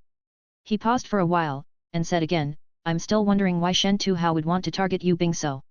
It could be because of competition. The Shen Tu family also had a little girl with great talent who's nearly the same age as Yu Bing. Both of them took the notice of the Northern Moon Fairy Pavilion and become the top choices for the examiner who invited disciples to study under their sect. So, if Shen Tuhao suppressed Yu Bing's power, the Northern Moon Fairy Pavilion would definitely choose his younger sister as their priority. Is that so? Yue Yang understood a little why Shen Tuhao had enthusiastically invited Yu Bing's team over to Tongtian Tower after hearing this. So it was because he wanted to destroy Yu Bing with his own hands, causing her to constantly be unable to progress. After allowing her to enter Tongtian Tower, not only would she fail when participating in trials, her strength would fall greatly too. Shen Tuhao had the audacity to openly suppress Yu Bing. There should be some connection to the Yan family supporting him from behind. The Yan family was also trying to surpass the Yu family for a long time. To suppress such a talented girl like Yu Bing, the Yan family could not pass up on this opportunity. As for Yue Yang did not rule out the possibility of him being in cahoots with the enemy. Yue Yang's heart was burning with anger, but he smiled even wider now. Wasn't this just playing along with a small scheme? Who couldn't? On this game stage where the families fought each other, he would see who could destroy the other and who could smile to the very end. Scanning for the expert within the crowd with his sight, Yue Yang took off his shirt, and tore it into pieces of cloth belts. Then, he wrapped up Yu Bing who was still unconscious. These movements caused everyone to be puzzled, including Ye Kong. Using torn pieces of cloth to wrap Yu Bing up, what could this mean? Ye Kong could not think of why. Everyone who had taken notice of Yue Yang was frowning slightly. Normally speaking, this guy wouldn't make any wasted movements. Why would he not care about the progress of the battle between Hui Tai Lang and the Manticore, and do this kind of useless movements? Tearing his clothes up to form cloth belts to wrap around his younger sister, what was the use of it? Anyone with a bit of a head would not feel that this was a random movement. This little brute must have some plan being carried out. The problem was, no one could guess what his plan was. This was what made everyone's head hurt. On the battlefield, the battle raged on. Multiple wounds dripping with blood had appeared on Hui Tai Lang's body. This was caused by the claws of the Manticore. Even if it were any faster, without the awareness of a master, it was unable to dodge every single attack by relying on its own instincts. However, the Manticore who was a level lower and had a more ragged look than Hui Tai Lang. The Manticore was already completely covered with wounds, with fresh blood gushing out. Although there was not a single fatal injury, its fighting ability was starting to weaken slightly. Even a blind person could see that it was not Hui Tai Lang's match. A normal ranked level 1 lion might be able to defeat a level 2 wolf, but it was almost impossible for a level 3 lion to win against a level 4 wolf. Between higher level beasts, a single level could cause the beast to be stronger than the other by a few times. Not only that, a bronze-ranked elite beast would have an even greater disparity in strength. Thus, even with the master commanding the bronze-ranked level 3 Manticore, it was not unusual for it to be unable to defeat Hui Tai Lang, who did not have a master to control it, as it was not contracted. Scorpion Tail Hook. Shen Tuhao did not panic. As if he had predicted the outcome, he sneered and commanded the Manticore to use its trump card, the Scorpion Tail. That Scorpion Tail had not moved to attack all this while. Under Shen Tuhao's orders to attack, the Manticore, who had stored its power for a long time, sprung around. The Scorpion Tail that was as fast as lightning cut across the air and accurately sprung towards the underbelly of Hui Tai Lang. Hui Tai Lang rolled over and dodged the Scorpion Tail. Instead, Hui Tai Lang let the Scorpion Tail wrap around it once. Following that, its sharp teeth bit into the root of the Manticore's tail, not willing to let go. With its weak spot being attacked, the Manticore miserably howled. Its long scorpion tail flailed wildly, but Hui Tai Lang bit into it tightly. Shen Tuhao did not show any signs of regret, but was rather strangely fanatical, and ordered the Manticore to flee back. Hui Tai Lang used some force, and bit off the entire scorpion tail. Ye Kong panicked, but seeing that Yue Yang was just staring at the scene coldly and did not move, he immediately fell over. He knew that Yue Yang did not like Hui Tai Lang. After all, he had kicked it and trampled on it. But, should Shen Tuhao even be allowed to contract with Hui Tai Lang right now? Hui Tai Lang was not only a bronze-ranked level 4 iron-backed demonic wolf, it was also sensitive and obedient, and was basically a good beast that was 1 in 10,000. But Ye Kong did not know that the balancing point and the evolution point for the demonic key within Hui Tai Lang's body was Yue Yang's innate qi. It wouldn't leave Yue Yang even if it died. Good boy, my precious, come. Shen Tuhao continued to coerce Hui Tai Lang's sight seemed to become blurred, shakily walking towards Shen Tuhao. Ye Kong nearly fainted at this sight. Against all expectations, Yue Yang did not move a single muscle at all. When everyone was anxious for Yue Yang, Hui Tai Lang suddenly moved. It pounced like a tornado into Shen Tuhao's embrace, then bit hard with its sharp teeth towards Shen Tuhao's contract scroll. The scroll emitted a hong sound, and exploded. Shen Tuhao's contract had failed, and the scroll was destroyed. At the same time, he was also counterattacked by Hui Tai Lang's mind, and he started clutching his head painfully, exasperatedly screaming out. The black-armored warrior who was being worn as armor, due to the master's mind weakening, and its connection cut off, immediately separated itself. It was unable to maintain its strengthened state with its master. Before the black-armored warrior even had enough time to return to the crystal, a spear had thrust towards it with lightning speed, and stabbed into the hole in the black-armored warrior's eye sockets as if stabbing through bamboo.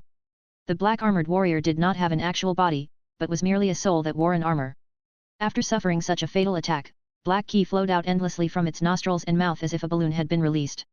At last, it blew up explosively. The black-armored warrior was instantly killed on the spot. A few broken pieces of armor clanged as they fell onto the ground. A strengthening-type beast was weakest at only one point of time, which was the time when it separated from its master. When receiving a heavy wound at this point of time, there was no doubt that it would die. Although Yue Yang was not familiar with the basic knowledge on beasts, but by reading the tragic guy's parents' diaries, it was not the first time seeing this type of record. In reality, this strategy was the tragic guy's father's favorite way to destroy the enemy. Shen Tuhao's black-armored warrior blew up on the stage, causing his mind to be rattled heavily. He screamed again, his body wobbling, and almost fell onto the ground. The 2 pieces of summoning crystals in his hands had cracked into many pieces.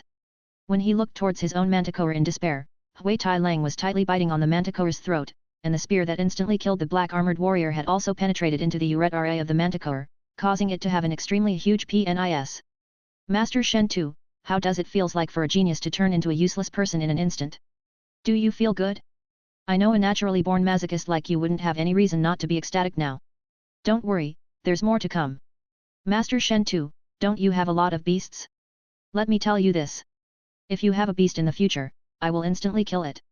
I believe a beautiful world without justice will be satisfying for you, after all. Ye Kong, Li Qi, Li Ji, what are you waiting for? Hurry up and serve Master Shen Tu. Yue Yang immediately pulled back his spear, the spear that had the manticore's fresh blood and organs, and swept it across Shen Tuhao's face, instantly causing his teeth to shatter and his blood to be splattered all over the place. Without enough time for Shen Tuhao to even scream, Ye Kong, Li Qi and Li Ji, who were covered with wounds, had pounced on him like mad dogs, hitting Shen Tuhao madly, violently bashing him up. By the time the crowd of people snapped back from their daze, Shen Tuhao had already been beaten up into a bloody pulp. The normal-looking expert finally moved. The first thing he did was not to save Shen Tuhao, but to seize Yu Bing. As if he had been waiting 1,000 years for this, Yue Yang started moving at a blistering pace after being still for so long.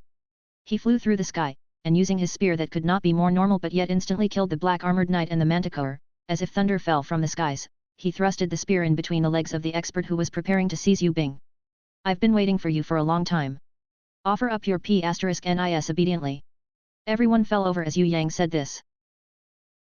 In that instant, that exceedingly normal-looking expert, who had been hiding his strength, discovered that he had made several mistakes. The first was gauging the situation incorrectly. He had thought that he had concealed himself well, but little did he know that his opponent had long discovered that he had been spying in secret. The second error was that he had misjudged the opponent's ability to react, or rather, the opponent's target had been him all along, not Shen Tuhao and the other students. This extremely powerful yet shamelessly despicable young man had already set up a trap early on, and had waited for him to fall into it. The third error was misjudging the capability of the opponent's sight.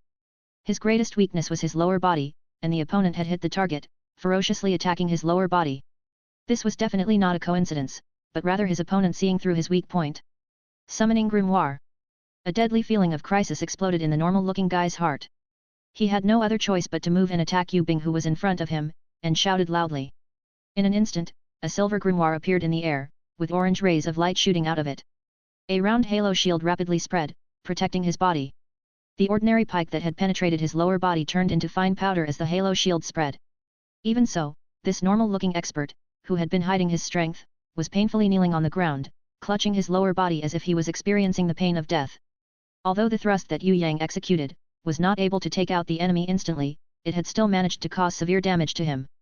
Upon having seen through the normal-looking expert concealing his power with his divine vision, he became aware that this man's greatest weak point was on his lower body. This man's body had an interesting abnormality within his body. With Yue Yang's current divine vision, he was still unable to see what this strange thing was, but Yue Yang could discern that the opponent's greatest weakness was this point on his lower body. In that point, there seemed to be an energy core. As long as one lightly attacked it, it would cause major damage. The result of his earlier attack practically confirmed that Yue Yang's judgment was correct. If not for the person being an expert who had the protection of a summoning grimoire's halo shield, he would have, no doubt, been felled by Yue Yang's pike. Yue Yang felt that it was a shame, as he had not thought that this guy was an expert who had contracted a grimoire. He was also surprised that his sneak attack did not fetch a 100% rate of success. But Yue Yang was more concerned about Yue Bing's safety. As the enemy was clutching his lower body, groaning painfully, he immediately went towards Yue Bing's side, leaned over, and carried her on his back. The shirt, which had been torn into pieces of cloth belts before, were now put to good use. As Yue Yang bent over, he took Yue Bing's soft body and tied her onto his back firmly. The mercenaries were dazzled by watching his actions. Suddenly they realized that this youngster had already planned to run away with his younger sister on his back. No wonder he had carried out those actions that no one had been able to understand just now. Ye Kong, Li Qi, Li Ji, what are you guys waiting for? Let's go! Yue Yang shouted, and rushed out of the crowd, snatching another pike from a dumbstruck mercenary's hands. Ye Kong and the others were initially startled, but suddenly realized that as the crotch-covering disguised expert pressed his hand on the grimoire, a crimson teleportation door was summoned. They could not help but feel their hairs standing on their ends, being terror-stricken. Heavens above!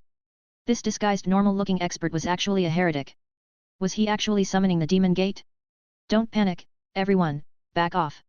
The silk-clothed master of Luohua City's face changed. Her blonde eyebrows were slightly knitted and with a wave of her lily-white hands, a golden grimoire twice as large as a bronze grimoire was summoned.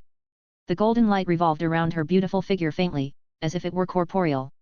At the same time, the three-tailed snow fox at her feet enlarged to 10 times its size, becoming a seductive six-tailed kitsune. The six tails swished, forming an incomparably wonderful sight, as if they were dancing, holding the naturalness of a willow welcoming the wind. From the Crimson Demon Gate, innumerable monsters came out. As the mercenaries looked on, they could see that aside from the minority who either had great ability or were daring, standing their ground courageously, others were so scared that they ran away screaming. From the Demon Gate, monsters poured out in waves. They were of different sizes, some having yellow skin, green skin, fierce teeth, claws, some with big heads and small bodies, some with sharp horns and crimson eyes, some with bodies so huge they looked like mountains of flesh. Yue Yang was dumbstruck, as he saw this too. He did not think that this would happen. Before Yue Yang attacked the disguised expert, he had instinctively felt that that normal-looking guy, who was constantly recording him in secret, had a kind of unspeakable danger, but he had never thought that this guy would be able to summon a demon gate, capable of unleashing hell's evil spirits. Now, if he did not hurry up and destroy the teleportation portal, and that demon lord Xian ran out from there, he would be destroyed. Of course, Yue Yang, who had only been transported to Soaring Dragon Continent a few months ago, did not know the strict requirements needed to summon a demon lord. That requirement was nothing short of 100 lives as sacrifice along with the summoner's own life. A normal demon gate could only summon Hell's evil spirits with fighting abilities equivalent to level 5 and below, and it was impossible to summon one of Hell's demon lords. If not for Yue Yang causing him to use his final trump card that night, Xiahua would definitely not have had to offer his life up to summon demon lord Xian. What should I do now? Asked Ye Kong, who had fled to Yue Yang's side and was so scared that his teeth were clattering. An innumerable amount of Hell's evil spirits that poured out from the demon gate were now throwing themselves at the mercenaries who were originally spectating. Some of the mercenaries who could not escape in time were downed by the tide of monsters and ripped to pieces. Seeing the situation growing worse, the fleeing mercenaries, in order to protect themselves, took out their weapons or summoned their beasts one after another to fight off the evil spirits who were chasing them. But, aside from a few strong mercenary warriors, who were barely holding on, the weaker mercenaries fell the moment they turned to fight. Those who were surrounded by evil spirits were in even more imminent peril. The silk-clothed master of Luo Hua City raised her hand, and summoned a golden scepter. As this golden scepter pierced the ground, a golden wave of light, with a range of at least 100 meters, spread from the staff. All the evil spirits who were enclosed by the golden light painfully screeched. The weakest yellow-skinned and green-skinned little monsters fell within the golden light, unable to get up. However, the human warriors felt their vitality brimming. It was as if a wave of strength had entered deep into their bodies. They could not help but shout emotionally, "Ha! Monarch's decree!" Yue Yang saw Luo Hua City's master materialize the golden decree asterisk, summoning a burst of white energy. Asterisk TL note, something like this, in that instant, a white light appeared under everyone's feet. Although his estimations were not necessarily correct, Yue Yang felt that his body had at least become 2 times stronger as a result of the buff. His power and senses, under the buff of the white halo, were greatly improved. Monarch's decree, everyone present must fight the evil spirits, otherwise they will be regarded as deserters. The silk-clothed beauty's shrill voice caused the mercenaries' hearts to shiver. She turned her face, and rushed towards Yue Yang saying, "Little thief, go stall that heretic. Just 2 minutes will do, I'll destroy this evil spirit's teleportation door." Summon, Great Trial, Aurora. Rings of light appeared on the delicate hands of silk-clothed beauty who was the master of Luo Hua City. After fusing with her delicate body, a burst of intensely cold white light shone upon everyone. After that, all of the white light condensed towards her right palm. If this wave of energy exploded, Yue Yang believed that the power would be as strong as that green light released by the demon lord Xian. But, in contrast with demon lord Xian, it took far too long for the master of Luo Hua City to condense the power. Not only that, condensing the power also took up a lot of her energy, unlike demon lord Xian, who could use it on a whim. The pike in Yue Yang's hands revolved once, killing the evil spirits that pounced on him. While carrying the unconscious Yu Bing, Yue Yang flew towards the disguised expert who was painfully standing up. Enduring the pain, the disguised normal-looking expert summoned a monster that was covered in fog. When Ye Kong saw this, he shouted loudly, "He wants to use a fog monster to disperse a mist amongst us that has the ability to commit genocide. He's preparing to use human blood sacrifice. Kill that fog monster quickly." The method, that's right. Against the fog monster, you need to find its core and destroy it. Yue Yang did not recognize any fog monster. This thing, to the dimension traveler, was yet another abyssal magic creature that was foreign to him. However, with his innate gift of divine vision, how could the fog monster's weak point remain hidden from him? In fact, piercing the disguised expert's lower body was not because he had the hobby of violently attacking others, but rather to attack the weak point of the monster. The disguised expert had a summoned beast on his body. Based on how the disguised expert's complexion and figure was slowly changing, Yue Yang determined that the summoned beast was a special type transforming summoned beast. It had disguised the expert into a seemingly normal, common mercenary and covered up any evidence that he was a heretic.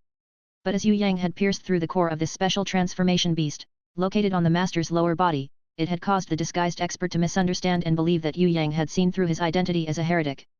In response, he immediately summoned a demon gate with all his might. The six-tailed kitsune was faster than Yue Yang. With the swish of its 6 tails, a wonderful fragrance was emitted that seeped into the man's heart. The fog monster, who was not afraid of physical attacks, was painfully crying out and continuously rolling around from within the fragrance. Its body was now extremely condensed, and finally only balls of smoke and a black pearl that wandered around were all that was left of it. Before Yue Yang was able to capture it with his hands, the greedy little bastard Hui Tai Lang had already opened its mouth and caught the fog monster. Then, it swallowed it into its stomach with a gulping sound as if it was eating supplements. "Fuck, you lowly dog, eating everything. Do you know how much money that magic crystal could sell for?" Yue Yang was furious, and kicked Hui Tai Lang several meters away. "Hua!" Hui Tai Lang quickly climbed up, and eagerly ran back to Yue Yang's feet, wagging its tail intensely. "Go further away. I'm annoyed just looking at you." Yue Yang did not buy into its flattery. Little thief, as the saying goes, an eye for an eye, a tooth for a tooth. Hell's evil spirits attacked my domain of humans, so we must pay them back too. Do you dare to follow me through the teleportation portal and launch a counterattack against abyssal magic? Although your battle skills aren't put to good use right now, as an elite among humans, you should follow me and train in the abyss, to work on your heart's courage. Do you dare to launch a counterattack against abyssal magic along with me? The silk-clothed master of Luohua City had finally completed the condensation of the different energies. Within her hand, there was a big ball of light holding a scary amount of power. As long as it shot out, everyone in the straight line would almost instantly be turned into dust. Counterattack against the abyssal magic. Yue Yang's forehead was covered in cold sweat. Whoever said that devils were crazy? Humans were certainly crazier than devils. Even if a counterattack was launched, would sane people do it? What if the transportation door disappears, before even accounting for the demon lords that could be seen? If the transportation door closed, how would they come back? The alarm was sounded by the warrior guild. The sound of a bell reverberated for a long time, traveling far across the land. Many small portals, numbering close to 100, appeared in front of the warrior guild. Elite guards who wore gold or silver armor rushed there. Yue Yang saw a guy who was clad in flames, riding a blazing lion. It jumped over the crowd, held up a huge sphere of flame and exploded in the middle of a large group of small hell monsters, causing the ground nearby to become completely scorched. Then, the guy majestically jumped down from the blazing lion, kneeling in front of the master of Luohua City, raised his voice and shouted, "Yan clan of the Xia Empire, Yan Po Jun, is at your command." When the evil spirits besieged him, with a whisk of his hands, Yan Po Jun ignited them all in an eye-catching manner, causing all the evil spirits attacking him to be burnt to ashes. With Yan Po Jun exterminating demons here, how could I, Feng Qi Shan, not be here too? A strange person who had donned a set of armor with magical engravings, holding an odd blade with a dense amount of magical qi, appeared on the battlefield. With a wave of that terrifying magical blade, all the monsters that got cut corroded and died. It then proceeded to devour their souls. Humph, the Feng and Yan clans are impressive. An extremely cold voice resonated in the skies.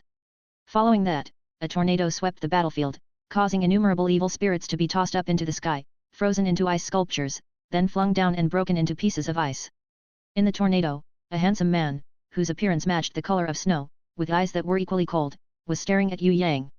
He did not look at the display put up by the Yan Po Jun, nor did he look at Feng Qi Sha with his dense magical qi, but instead gazed at Yue Yang, who was maintaining a low profile by hiding behind the master of Luohua City's little butt and watching the beautiful scenery. This really made Yue Yang facepalm inside. You all showed off your impressiveness, and I was just looking at the scenery. Nobody's hindering each other, yet why do you stare at me as if I killed your father? Normally, the tragic guy was even more of a shut-in than he was. He would almost never go out of his house, and was an obedient little kid who woke up early and slept early, very much unlike himself, who would go pick up girls in the middle of the night by climbing the wall. That being said, how could the tragic guy have caused any hostilities with this Ice Cube guy? Could it be that the Ice Cube guy was gay, but was rejected by the tragic guy, and turned from love to hate? Yue Yang's heart shivered as he considered this. TT3 Great Killing Stars, Ye Kong was so excited that his mouth was trembling. It was as if a small fan had seen a super idol appear and, his eyes so zealous they were almost burning, wanting to stick his butt out for the idol to sign his name on it. Wow! Actually, it wasn't only Ye Kong. Even the mercenaries, who were locked in a bitter fight, and elite guards, who had just rushed here, were extremely excited, and their combat power increased greatly. What 3 great killing stars? The only one who did not know of the 3 great killing star gods, was the dimension-traveling Yue Yang. You don't know of them? Ye Kong's lower jaw fell onto the ground with a paw. He did not even know of humanity's 3 great killing stars. Did this third young master of the Yu clan grow up deep in the mountains or woods, never seeing other people before? The 3 great killing stars was a title conferred to the 3 most talented, up-and-coming humans by the warrior guild. The names conferred were Qi Sha, 7 kills, Po Jun, Army Breaker, Tan Lang, Greedy Wolf. These 3 titles had been conferred upon the Feng clan, Yan clan and Shui clan of the 4 great families' youngest generation with the greatest talents. Thus, their names were changed to become Feng Qi Sha, Yan Po Jun and Shui Tan Lang. As for the Yu clan, even though it was also one of the 4 great clans with exceptional talents, the most exceptional one in the youngest generation, Yu Tian and Yu Yan, when compared to Feng Qi Sha, Yan Po Jun and Shui Tan Lang, were still some distance away. If it was said that Feng Qi Sha, Yan Po Jun and Shui Tan Lang were the exceptionally strong in the young generation, then Yu Tian and Yu Yan were the first-class elites that followed closely behind them. Although Yu Tian and Yu Yang were gifted with exceptional beasts, they were still unable to be on par with these 3 elites and their abnormal strength. Then, looking at the school elites like Shen Tu Hao, they could not even be considered first-class elites in the young generation, and were second-class at most. Feng Qixia was a proud disciple of one of the four great sects, the Southern Mountains Floating Mist sect. His beast was the strengthening type beast Sky Demonic Battle Armor, who had incomparable strength in close combat within the young generation. Yan Pojun was a proud disciple of the Thunderbolt Lion Pagoda of the four great sects. His beast was the battle-type beast Blazing Lion King. He possessed high intelligence, constantly evolving tactics, and was capable of fighting the enemy at any range. Even Xuetan Lang, who was publicly regarded as the strongest and the coldest, felt that he was a formidable opponent. His evaluation of Yan Pojun was slightly higher than Feng Qixia, whose name had been conferred on him the earliest. Xuetan Lang was a proud disciple of the Eastern Ocean Crystal Palace of the four great sects. His beast was the elemental-type beast Violent Tornado. He was an abnormality who was publicly recognized. He had assaulted his clan's elders when he was 9, shocking the entire Soaring Dragon Continent. The Eastern Ocean Crystal Palace's sect master was taken by his innate skill and personally took him in as his last disciple. Even Feng Qixia and Yan Pojun, who had had their names conferred onto them for a long time, viewed the youngest, Xuetan Lang in a favorable light and were usually full of admiration towards him. Yan Pojun and Feng Qixia did not know about Yue Yang, and thought that he was an ordinary little thief. They did not really care. Who would have thought that Xuetan Lang, this ice cube guy who usually did not care about anyone else, would directly walk in front of Yue Yang, and coldly snorted, "I recognize you, third young master of the Yue clan. Even though I don't know why you would avoid my elder sister, I don't want to know either. But, towards you heartlessly abandoning my elder sister, my anger is at its limits. State a time and place, I want to have a fight to the death with you." Yue Yang was confused. Since when did he abandon this ice cube guy's older sister? Wait, was this ice cube guy that Xue clan young mistress' little brother? That would make sense, but something was still not quite right. He did not. To be accurate, before he had crossed dimensions to swap with him, the tragic guy had never abandoned the elder sister of the ice cube guy and had even jumped into the river as suicide. Wasn't this marriage rejected by the Xue clan's young mistress? It was her who rejected the marriage, so why was he being wrongly accused like this?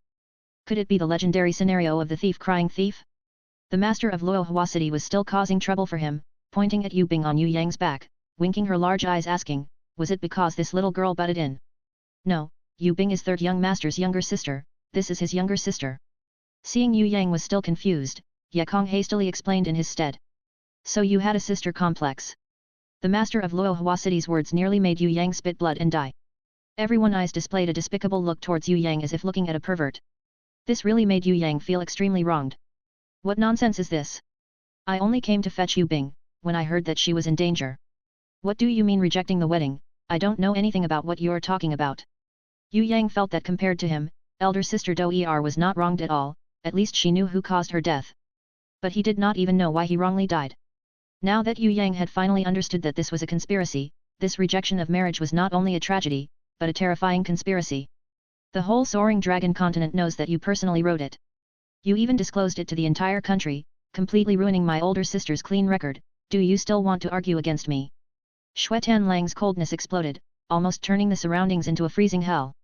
If not for the evil spirit subjugation army, he would have almost moved to tear Yu Yang apart. Yu Yang was confused again. This conspiracy seemed like it wasn't simple.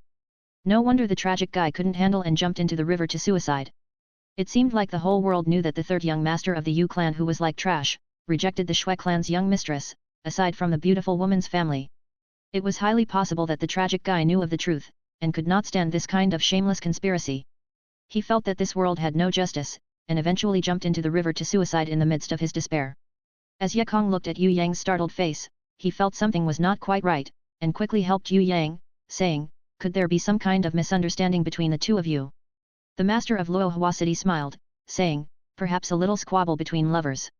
Just find another time to meet up and resolve this situation between the both of you. She fixed her face, and scolded them, now, it's time to massacre the demons and counterattack, use all your strength and barge into hell. Wait. After summoning the fog monster, the disguised expert who had not moved until now, suddenly started talking. He was now completely covered in blood, with his blood vessels all burst open. Under the anti-demon laws of Tongtian Tower, once any heretic summoned the demon gate, regardless of whether they contracted a grimoire or not, or what grade of elite they were, there was no doubt they would die, and die in an excruciatingly painful manner with their bodies exploding. The guy whose body would explode at any moment rushed towards Yu Yang and smiled, I've seen your father, he was the only elite who did not discriminate against me in the entire Soaring Dragon Continent. He was also the only warrior who respected me. After I die, I am willing to give you everything I have. Take it as paying back my debt to Mr. Yu Chu for saving my life when I was being chased and killed at that time. Don't go over, he's going to explode anytime soon, he wants to blow you to death too, and kill the both of you. Ye Kong hurriedly stopped Yue Yang.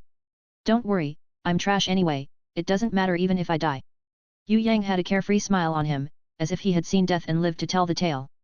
But, in his heart, he was cursing. After bringing up the tragic guy's father, how could he not go over? The crowd stared at him.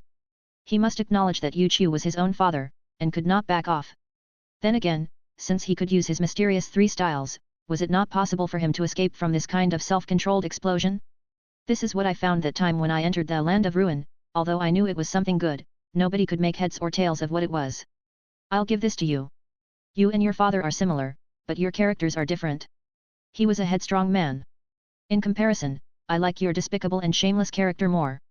In the future, when you pay respects to your father, just say that Ximing was unworthy of his saving my life and painstaking advice. Goodbye, Soaring Dragon Continent who raised me but could not allow me to stay. Goodbye, Tongtian Tower, the weakling's hell. The male who called himself Ximing used his bloodied hands to pierce into his heart, forcefully digging out his beating heart, smashing it. Immediately after, the ground shook, and a pillar of blood that sprayed out to 10 meters spewed from his chest. His entire body blew up towards the sky, and the floor was littered with the remnants of his blood, flesh and bones. Yue Yang's left hand held a mysterious black metal fragment, and his right hand held the silver grimoire that was gradually dulling. He was extremely shocked inside, as inside his mind, a message that he would have never dreamed of appeared. In accordance with the summoning grimoire, would you like to set it as a secondary grimoire? Would you like to contract with it? Secondary grimoire? He could still contract another summoning grimoire? Yue Yang nearly fainted. In the Soaring Dragon Continent, no matter how strong the person was, only one grimoire could be contracted. What kind of problem happened in the system? How could he be able to contract 2 grimoires? Could it be that his character was worth twice as much as the others were? By contracting in front of everybody, a secondary grimoire could be obtained. However, even an idiot would begin suspecting him. Especially since he had already contracted with a bronze grimoire before. How would he explain a contract with this silver grimoire right here and now in front of the public, to the beautiful woman, Yu Bing, and the others? Contracting in front of the public. What kind of reaction would the Feng, Shui, Yan, and other clans have? What if another innate pillar of light shone out for everyone else to see? Or what if contracted grimoires could only be bronze grimoires? Would contracting with a silver grimoire in front of the public cause suspicions to be raised in the hearts of the crowd and Luo Hua City's mistress? But what if he did not contract now and lost out on this chance? Could he recontract another one again? If he could not, then he would be overwhelmed by tragedy. After struggling in his heart a few times, Yue Yang finally rejected the notion of immediately contracting this secondary grimoire. It was good to be special, but if people found out then it would do him no good. As Yue Yang rejected the silver grimoire, he was scared that he would really have no chance of ever being able to do so again, but who knew that the message still existed? It was as if a sentient being was calling out for him, causing his heart to be both surprised and pleased. Cool. Even if he did not contract now, it was not akin to missing out on this chance altogether. Later on, after finding a spot with no people, he would contract with this silver grimoire. Right, now what was this mysterious black metal fragment? As Yue Yang was preparing to use his divine vision to investigate it, Luo Hua City's mistress suddenly threw another small silver decree across. Little thief, I order you, Feng Qixia, Yan Po Jun, Shui Tan Lang, the 4 of you, to be the group captains for the expedition to the abyss. Pick 5 elites now. Anyone will do. Me. Yue Yang's face was even more bitter than a bitter gourd. He had only wished to carry Yu Bing, leave this messed up battlefield, find some place where there was nobody around, and contract with the silver grimoire. As for great tasks like this, a campaign to slaughter hell's demons, just leave it to the young Feng Qixia, Yan Po Jun and Shui Tan Lang. If he were to run with his younger sister into the abyss, what would he do if he were to come across a terrifying demon lord class elite? Even if he did not meet them, the abyss was not a place to play around in.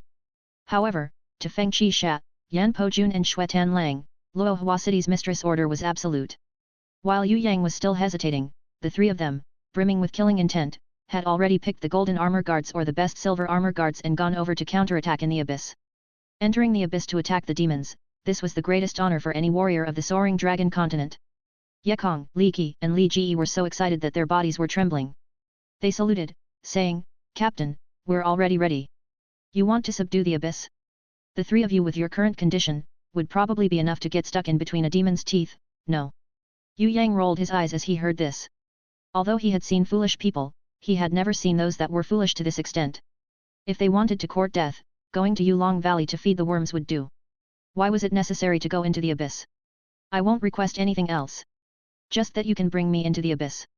Even if I drag the weakest green-skinned demon down with me, it'll do. Ye Kong was normally very rational, but once he heard of conquering the abyss, his intelligence dropped into the negative region. He hugged Yue Yang's thighs, unwilling to let go until he dragged him into the portal. Actually, it was not only him, but even Li Qi and Li Ji became bloodthirsty berserkers, staring at the portal while brimming with killing intent. If not for needing Yue Yang as a team captain to lead them in, they would have already rushed in and fought the demons with their lives. If you want to go then just go. I'm not going. Yue Yang was probably the first warrior ever in Soaring Dragon Continent's history who had rejected going into the abyss to kill demons. You can put the girl on your back down.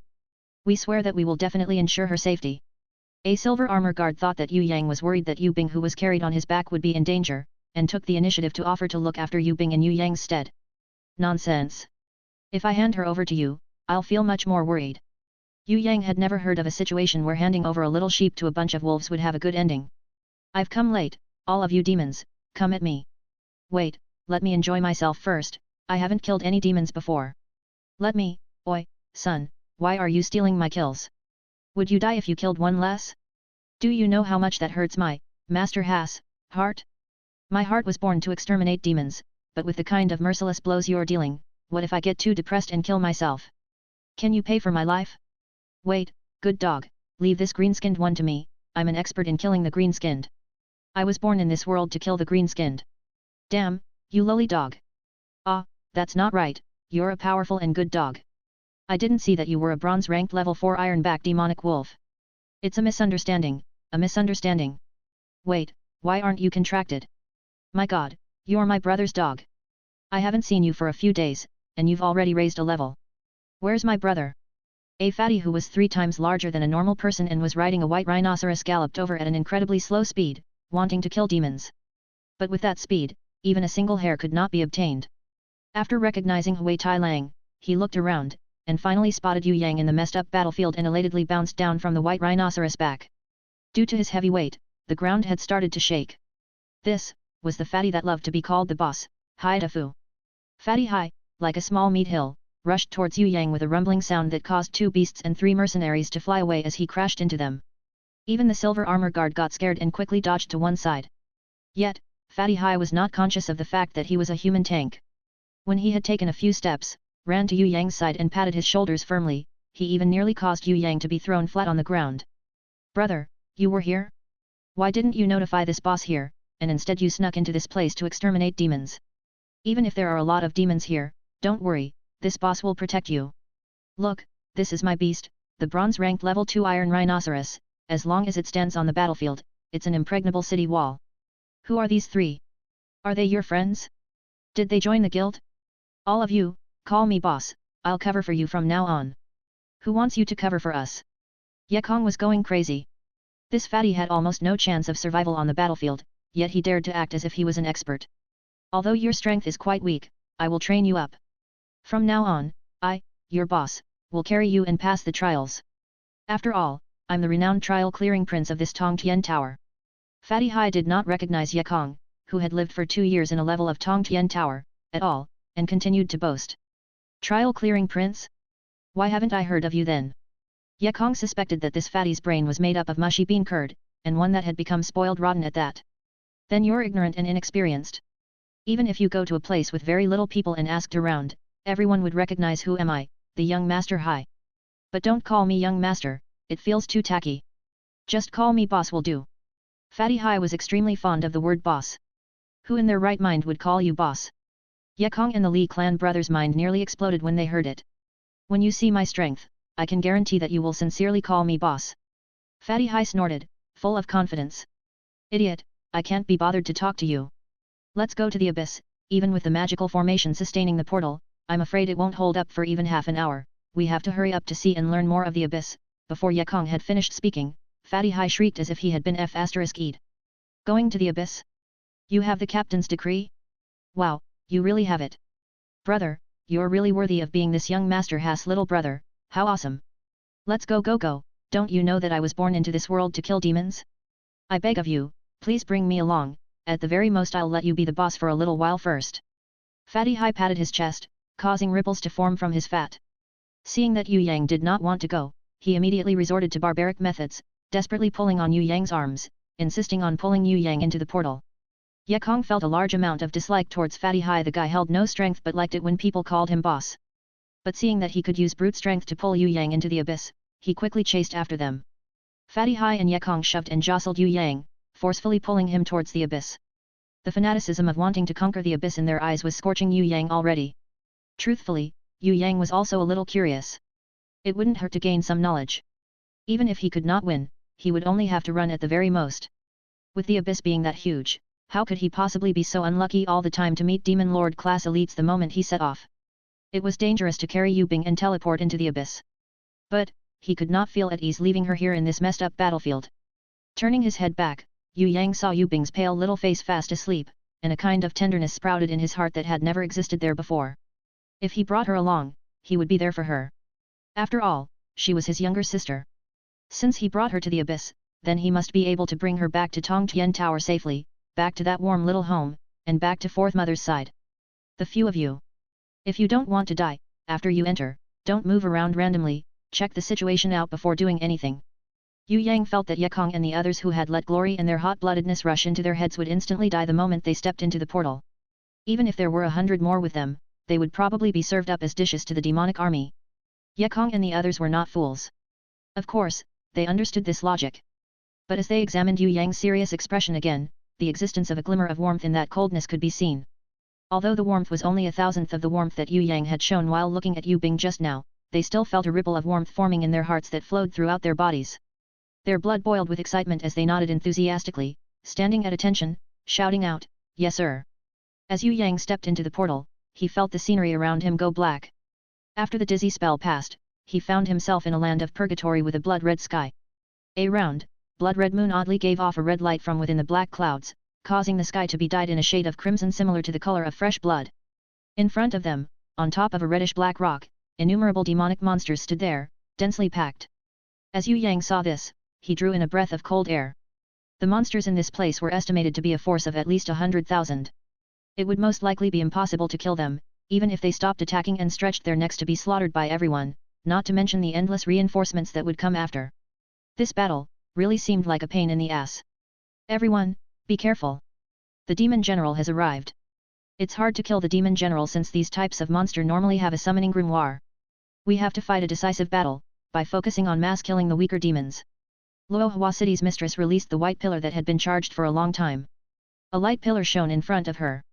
Any demon who touched it was vaporized immediately, instantly annihilated to the point where no ashes were left behind. The light pillar's killing effect was enough to destroy hundreds of the demons in the demon army in seconds, immediately opening up a huge gap within the densely packed region of demons. Lady Luo Hua is invincible. The human warriors all cheered, with their morales greatly boosted. However, Yue Yang was clearly aware that this white pillar of light could not be released more than a few times by Luo Hua City's mistress. Even after charging up for such a long period of time since just now, she could only reach this level of power. Now that the enemy was streaming towards them, and the current her, who had almost completely depleted her energy reserves, would not have enough time to condense her energy again. Try your best to kill the enemy. With every slaughter of a group of 100 small demons, I will bestow on you the honor of being a demon slaughterer, and permit you to return to Tongtian Tower.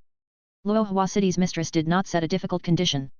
Her objective was to lead the humans' young elites to kill into abyss as training, and not let these young elites with unlimited potential to die in battle for glory while slaughtering demons. Training up the bravery, willpower, and chivalry of these young people was her ultimate objective.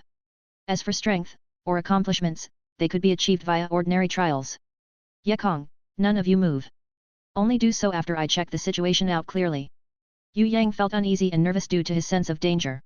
If the 100,000 demonic monsters here were all level 3 and below, he would not have this sense of danger. Even if there were a few demon generals at level 5, he would not feel his hairs standing on their ends.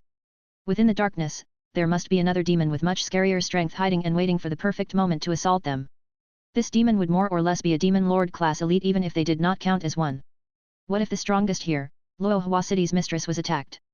Relying solely on Feng Qi Xia, Yan Po Jun, Shui Tan Lang, along with himself and his 4 burdens, how long could he stand his ground for? Not only that, he was also carrying the unconscious Yu Bing on his back. What would he have to do to get out of this perilous situation? In fact, subsequent chapters are gonna be cliff for a while. Feng Qixia, Yan Po Jun, and Xue Tanlang led their groups and began to slaughter hundreds of low-ranked demons, like a pack of tigers that was ravaging through a herd of sheep. Soon after, they returned. When Luo Hua City's mistress saw that Yue Yang wasn't leading the group forward, she looked at him in deep thought. She had long since discovered the hidden enemies. However, she had not informed Feng Qixia and the others that there were powerful enemies eyeing them secretly in the dark, waiting for the opportunity to make a sneak attack. This could also be a kind of test. On the cruel battlefield, one had to not only have bravery and strength, but also a clear mind and acute senses. There was never any shortage of battles and dangers in Tongtian Tower. The people with the strongest combat abilities were not necessarily the ones that survived the longest. If one wanted to become a peak ranker, they had to live longer and experience more hardships than anyone else. Humanity never lacked geniuses. An innumerable amount of geniuses always emerged in Soaring Dragon Continent, but the majority of them were like meteors, they would only flash for an instant before disappearing forever. Luo Hua City's mistress could not deny the fact that Feng Qixia, Yan Po Jun, and Xue Tanlang were geniuses of the geniuses. Even among other geniuses, they were regarded as extremely rare leaders. However, from the bottom of her heart, Luo Hua City's mistress expected even more from this unknown little thief, Yue Yang. He was the only youth that she could not see through. You guys have already received your honor. Return to Tongtian Tower immediately. Feng Qixia, Yan Po Jun, and Xue Tanlang, stay behind. Luo Hua City's mistress waved her hand and commanded the golden armored guards to go back to Tongtian Tower through the portal. Without paying any attention to Feng Qixia and the other two, she turned around to face Yue Yang and asked softly, there are 100,000 or more enemies, yet they haven't started their fierce assault. What do you think is the reason for that? When Feng Qixia and the other two were completely stunned when they heard Luo Hua City's mistress asking Yue Yang this question. In their eyes, Luo Hua City's mistress was the wisest person among the human rankers. Why would she ask the Yu clan's good-for-nothing third master this question? Could it be that this good-for-nothing was not as useless as others had said, but was actually an extremely clever fellow? Why would Luo Hua City's mistress give guidance to him even though it was completely unrelated to him? In that moment, a sour feeling arose in the hearts of Yan Po Jun and the two others. Luo Hua City's mistress was such an outstanding ranker who normally did not pay any attention to others. Yet right now, she wasn't looking at them any differently, and was instead favoring that good-for-nothing over them. Even though they were in front of 100,000 demons, she still insisted on urging Yue Yang to reflect on the situation. Their emotions began to spin around rapidly. If it were them, how would they answer? With this situation unfolding in front of them, why did the enemy do this? Although Luo Hua City's mistress had not asked them, Xue Tanlang and the others refused to admit they were any lower than Yue Yang, and furiously began to ponder over the question in hopes of coming up with an answer better than Yue Yang's. 100,000 low-level demons aren't frightening enough. If the enemy's strength is far superior to ours, you definitely wouldn't have led us into the abyss to counterattack. Although Xue Tanlang and the others did not want to admit it, they felt that what Yue Yang had said made sense. Thinking about it carefully, if there were countless powerful enemies waiting behind the portal to the abyss, why would Luo Hua City's mistress bring everyone inside to die? The fact that she dared to bring them had already indicated that she was sure of the outcome. When they looked back at Yue Yang, their expressions had changed. Instead of the disdain and anger that they had previously felt towards him, they were now amazed. This good-for-nothing was actually not as bad as the rumors stated. Not only that, he was pretty outstanding too. At the very least, he could continue to calmly think on despite being facing 100,000 demons. This was not something a mere good-for-nothing could achieve. Then, why do you think they aren't in a rush to attack us right now? Luo Hua City's mistress continued to ask, having seemingly anticipated Yue Yang's previous reply. I'm guessing that there's definitely an extremely cunning person pulling the strings among the demons. After opening the portal, he didn't hurriedly charge through, but had instead concealed himself to observe the situation. If we hadn't counterattacked, then perhaps he would have had some other secret move. Our counterattack made him suspect that we were prepared to ambush, and thus he didn't dare to act blindly without thinking. As long as we revealed even the slightest hint of weakness, I believe that he would have immediately mounted a sneak attack on us. I'm afraid that this cunning ranker behind the demons is a demon lord. These words made Xue Tanlang and the others jump in shock. Demon lord? Ye Kong, Fatty Hai and the others began to tremble in fear. What level of existence was the demon lord at? Anyone that were level 6 elder or below would be instantly killed by a demon lord. Based on the strength of the people present currently, they were probably not even enough to get stuck between the demon king's teeth. Not the demon lord. Luo Hua City's mistress waved her hand. He's the Baron of Hell, Mo Yun. He was a human that turned into a demon ranker 1,000 years ago. He's extremely cunning, and is very skilled at manipulating people's weaknesses. For example, Yang Shiming's corruption was probably due to being tempted by this person. His believers are always finding people with weak wills who thirst for strength from the lower levels of Tongtian Tower or the remote towns in Soaring Dragon Continent. He uses the temptation of power to lure them one step at a time until they are corrupted. Shen Tu and the others were probably targets sought by Yang Shiming on behalf of the Baron of Hell, Mo Yun. Why did Yang Shiming abduct Yu Bing? A flash of realization flickered in Yu Yang's heart. Could it be that this was related to the Baron of Hell, Mo Yun? Plant-type beasts are the bane of all hell-type demons. Yang Shiming wanted to harm your younger sister to prevent human rancors that use plant-type beasts from growing. To human warriors, your sister, who has a plant-type beast, isn't very important. But to the demons, her plant-type beast is extremely frightening. I suspect that Shen Tu's group had suppressed her under Yang Shiming's orders. Luo Hua City's mistress exposed this little secret. If anyone else had heard this, they probably would not have any reaction. After all, they were not experts in plant-type beasts and had never thought of using them. Yue Yang, on the other hand, was shocked, and his heart began to race. No wonder the Thorny Flower Fairy from 3,000 years ago had been able to massacre entire legions of demons and eliminate 3 demon lords without any help. It turned out that not only was the Golden Crown Thorny Flower Queen extremely formidable, but she was also the bane of hell-type demons. The fact that humans were weakening and could be suppressed by the demons was most likely related to the fact that human warriors had abandoned the usage of plant-type beasts. Going against the demons without their nemesis would obviously be a difficult battle to win. If he cultivated his Golden Crown Thorny Flower Queen, wouldn't he be able to decimate the legions of demons in a single sweep like the Thorny Flower Fairy had? What do you think we should do next? Luo Hua City's mistress asked Yue Yang. Everyone knew that Luo Hua City's mistress had already thought of a plan in her mind. The only reason she asked Yue Yang was to give him a chance to be independent and utilize his own intelligence. Yan Pojun and the others were jealous to death. They really wished they could just take away Luo Hua City's mistress' favoritism towards Yue Yang and keep it for themselves. Ye Kong and Fatty Hai could no longer suppress their emotions. Their bodies began to tremble as they stared at Yue Yang with staring eyes, their hearts filled with anticipation. The longer we stay here, the more suspicious Mo Yun will become. It's best if we take the initiative to attack and challenge him first. Otherwise, he'll definitely pull something behind our backs. I don't know what he could possibly do, but it's definitely not something good. The sense of crisis Yue Yang felt began to grow stronger. He guessed that this Mo Yun person was definitely playing tricks on them in the darkness. Well spoken. Your observations are spot on. He's currently offering a sacrifice. These low-level demons weren't being used to attack us at all, but used as sacrifices. With such a large-scale sacrifice, he can perform tons of tricks. It's precisely due to the fact that you are all elites of the humans that I'm so strict on you. You must make a decision now. If you would like to leave safely, then leave through the portal. If you're willing to challenge yourselves, then go challenge that demon general. After killing the enemy, you can use a teleportation scroll to return to the Warriors Guild. As for the Baron of Hell, Mo Yun, I'll personally defeat him. Luo Hua City's mistress smiled unyieldingly. The Baron of Hell was playing tricks on them. He had continuously ordered 100,000 low-level demons to attack as a means to keep all these elite humans that she was commanding to stay here. But would she really act according to his wishes? Offering a sacrifice of 100,000 demons? She already had a plan to deal with this a long time ago. What could this even count as? Luo Hua City's mistress watched the densely packed low-level demons outside fall down to ground with miserable cries, their bodies exploding one after another. Eventually, a mountain of corpses had formed, and a river of blood flowed across the area. Her sneering expression became even more prominent. This large-scale sacrifice scheme was a waste of Mo Yun's schemes. It had absolutely no effect on her. The only thing she was concerned about was whether or not Feng Qixia, Yan Pojun, and Shui Tanlang could defeat the demon general and safely return to the Tongtian Tower's floors. She shot a glance at Yue Yang.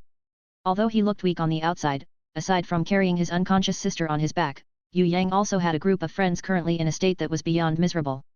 Yet in her heart, the person she had the most faith in was Yue Yang. This faith could not be explained, but she definitely felt such a strange feeling. Who dares to fight against me, Yan Pojun? Yan Pojun was beyond bold, his loud voice inviting the demon general opposite of him to fight. Take your times to fight, you guys. I'm a bit hungry, so I'm going to back first and eat supper. Yue Yang stood ready and prepared to grease his soles to slip away. That bastard was shamelessly running away. This not only made Shui Tanlang and the others extremely embarrassed, even the demons they were facing could not stand to watch. A demon general with a pair of unique crescent blades came flying over. He threw something through the air, landing in the space between Fatty Hai and Ye Kong, which sent a pitch-black light pillar up into the air. When Yue Yang saw this pillar of light was actually a portal, he inwardly cursed at Fatty Hai and the other idiots. They had run all the way to this abyss only to be killed. Yue Yang then looked back at Luo Hua City's mistress, only to see that she had an expression that seemed like a smile, but was yet not a smile. He gritted his teeth and ran straight into the quickly fading pitch-black pillar of light to rescue Fatty Hai and the others. In an instant, he was teleported to a blood-red space. The space was round, and the area wasn't large, it was probably around the size of a soccer field. Welcome to the battlefield where demons and humans will fight to the death. My battle slate will have your name recorded as the 1365th human warrior beheaded by me. The demon general carrying the pair of crescent blades laughed. Underneath his feet were Ye Kong, Fatty Hai, and the Li brothers, who had fallen within the pool of blood. Thankfully, they hadn't died yet, they were simply unconscious from their severe wounds. Yue Yang cried out, "No way! You guys dared to enter the abyss at such a low level? I'm really speechless, Demon General, did you mount a sneak attack on them?" The Demon General crossed his two curved blades in front of his chest and loftily replied, "It can't be called a sneak attack, their reaction times were simply too slow." Before he had even finished speaking, he suddenly realized that Yue Yang's fist had already struck his nose. Bang! The Demon General's entire body was sent flying through the air, before smashing back down onto the ground. In a sorry state, he stood back up and roared at Yue Yang, "You're too despicable, to think that you would mount a sneak attack on me while I was speaking." Yue Yang loftily imitated the opposite party's actions, taking out two daggers and crossing them in front of his chest. With an arrogant expression, his nose raised high in the air and cockily declared, "It can't be called a sneak attack, your reaction time was simply too slow." Yue Yang's actions had practically turned the Demon General insanely angry. However, this guy was not a fool. Even when he was extremely angry, he did not lose his ability to think rationally.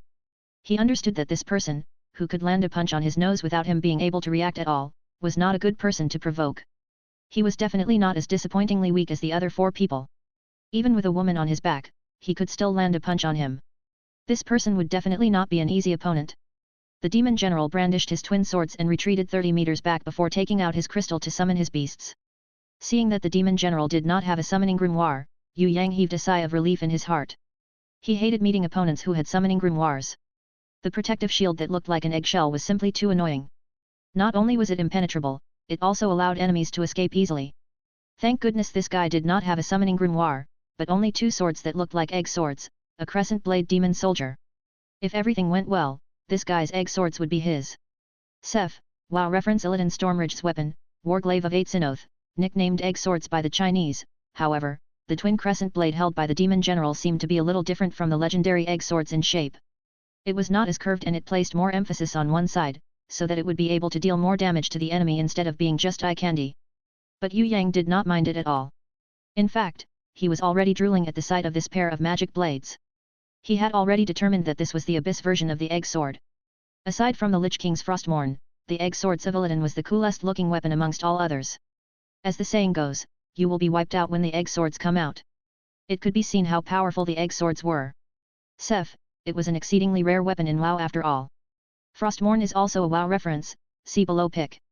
Since he came to the abyss, how could he live up to his own expectations if he did not bring the two egg swords back? Hui Tai Lang, what are you waiting? Go on. Following Yue Yang's orders, Hui Tai Lang immediately obeyed and moved. On the other side, the Demon General's strengthening type summons had just started its strengthening process as Hui Tai Lang pounced towards him. The Demon General did not think that Yue Yang could be this shameless. Forget about the fact that he just sneaked an attack, he even set his dog loose on him to boot. Of course, Yue Yang did not think about it that way. Setting the dog on others was a noble tradition of the ancient Chinese. If not for Erlangshan setting his deified dog on Sun Wukong, him taking down Sun Wukong would have been questionable. Shiro, Erlangshan and Sun Wukong are characters in a Chinese folklore journey to the west, the one about the monkey born from stone, therefore, letting a dog loose was very important. Sef, what kind of logic is this PLS? Now the Demon General was extremely depressed. His summoned beast's strengthening process had not been completed yet, it would need an estimated 2 to 3 more seconds in order to bring out its full power. Yet it was forced to stop fusing. The Demon General's body and his beast seemed to be tied by an invisible force, and both were unable to budge even an inch. This accursed human warrior just had to be a fool who specialized in combat techniques instead of contracting a summoned beast. This fool had beaten him up until he was completely disoriented and seeing stars. What made the Demon General truly furious was that in the next moment, this guy had stolen the twin blades from his own hands, and he was using them more fluidly than himself, slicing left and right, slashing up and down, spinning, circling, slaughtering, revolving the weapon in all sorts of manners, as if this pair of crescent blades were specially made for him to use. It was not easy to endure this youngster's hurricane-like blows. When he had finally crawled back up, the demon general found his entire body covered in wounds. Your egg swords are not bad. It's too bad the quality isn't that great. How could a noble demon general like you only use a bronze-ranked magic equipment? Yue Yang expressed his slight discontent. Human, you have completely pissed me off. Although the human with the exquisite martial art techniques was extremely powerful, he did not have summoned beasts. This would be his fatal weakness. Seth, oh boy, here it comes. Although the bronze-ranked level 4 iron-backed demon wolf was powerful, it was merely a feral beast, and was nothing much to be fearful of. As a level 5 elite, the demon general did not think that a human without any contracted beasts who focused only on battle techniques and a wild wolf with a slightly higher rank would be able to defeat him. Did this human think that by using the crescent blades to cut him apart, he would be able to win? What a joke! Did he not know that the demon race dominated the worlds due to their strong bodies? As long as the heart was not pierced, as long as the head was not lopped off, then he could continue fighting without any drop in his strength. The twin crescent blades was only used to assist his attacks. His strongest possession was his extremely tough body. The demon general took a deep breath, and thoroughly fused with his summoned beast, Devil Lizard. His whole body started to change slowly. The curved horns on his head grew longer and sharper, his fingernails turned into claws that could rend metals and split rocks. The muscles in his body bulged, and a layer of thick scales covered his skin. Behind him, his tail grew coarse and extended. At the end of the tail, a sharp barb grew as well. The two thin flesh wings that grew on his back helped him glide further in midair after a jump. Yue Yang saw that the demon general's toenails, which could lengthen or retract at his will, actually carved out numerous deep indentations on the black stone floor as it cut across the ground. In an instant, he revealed an extremely astonished expression. Now that my strength and movement speed has increased by 5 times compared to before, shiver and cry, you weak, powerless human. The demon general burst into a loud laughter. With a single leap, he flew towards Yue Yang from the skies. Yue Yang used the crescent blades to meet his attack, but was easily repelled by the demon general's palm. The sharp crescent blades could not even cut through the solid scales on the demon general's palm, it could only carve out a single, insignificant wound. Raising his other hand, the demon general seemed to rend the sky apart as he brought his claws down onto Yue Yang. Yue Yang hurriedly turned around, using the other crescent blade to defend.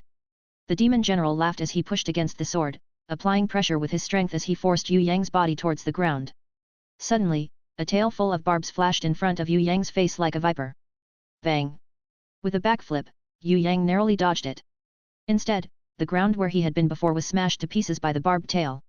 At this time, Yue Yang showed an astonished expression on his face, just like a country bumpkin who had just moved to a big city and saw airplanes for the first time. Shivering already, weak little human. Pleased with himself, the demon general summoned another beast, a fireball, and let it ignite on his claws. Originally, this was supposed to be used to enchant the crescent blades, but the magic equipment was stolen by Yue Yang. He had no choice but to apply the enchantment on his claws instead. However, the enchantment power wasn't any weaker. As long as he could scratch this human boy with his claw, the demonic fire beast would incinerate him.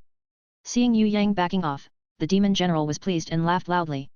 Soon after, he chased after Yue Yang at a lightning-fast speed. He raised his flaming claws and slashed downwards at him. However, the binding power that the demon general could not comprehend appeared again.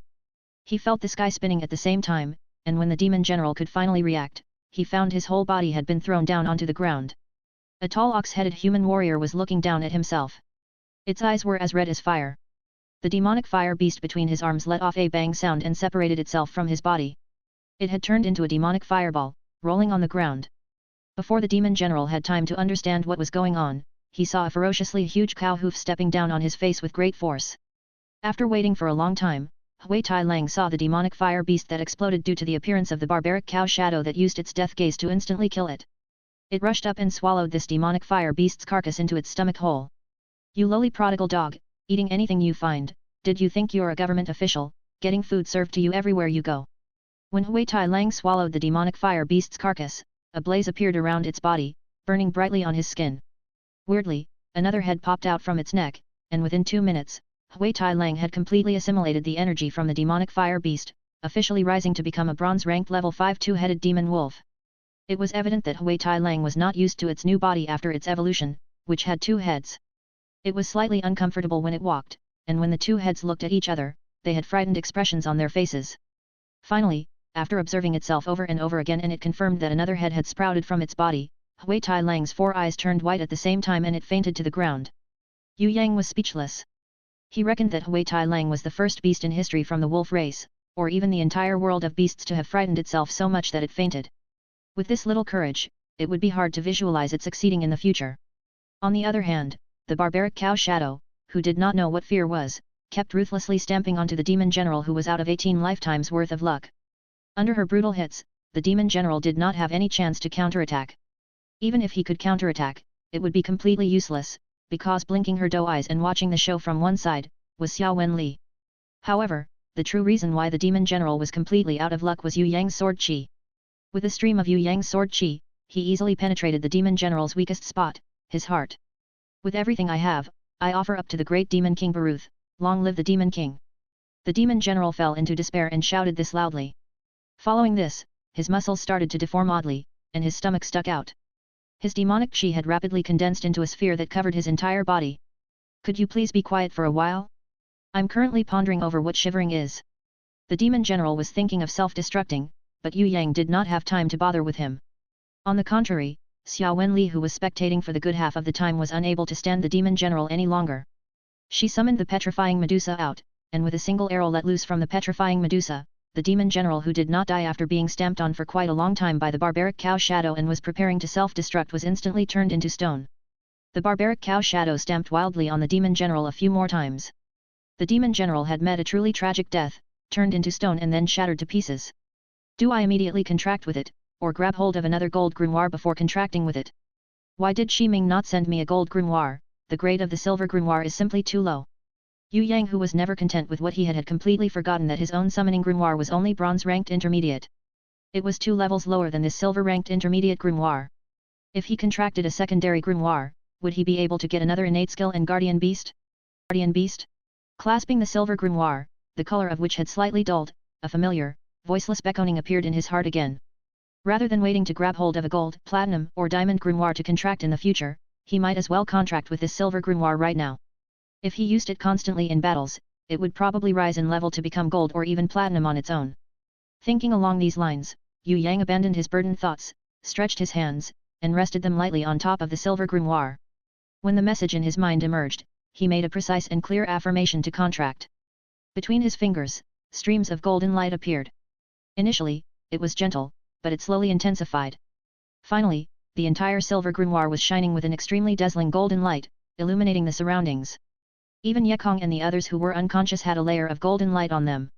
A splendid pillar of light rose from the silver grimoire. When Yue Yang raised his head to look at it, he found that the light pillar was extremely tall. As it shot upwards, through the clouds, it became impossible to see the top of the light pillar. While Yue Yang was still stunned, he suddenly discovered that a piece of special information had emerged within his mind. Looking down, he saw that the silver intermediate ranked grimoire was falling in level, descending first into a silver beginner ranked grimoire. This was not the end. It kept dropping in level, to bronze advanced ranked, then bronze intermediate ranked, and finally turned back into a bronze beginner ranked grimoire. Yue Yang began to sweat bullets as he saw this happen.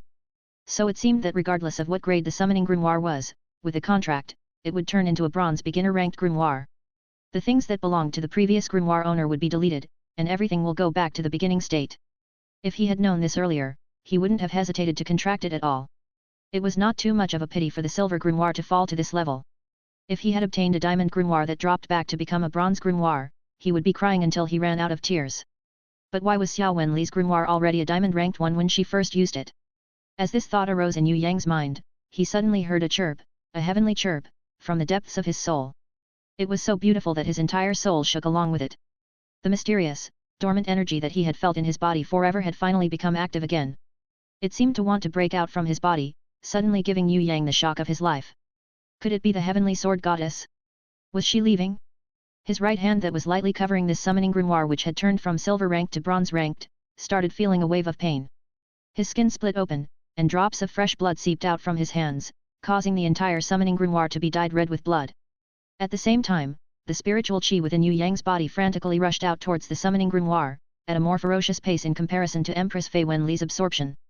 Within a short period of time, he had become weak due to losing too much blood and consuming too much spiritual chi.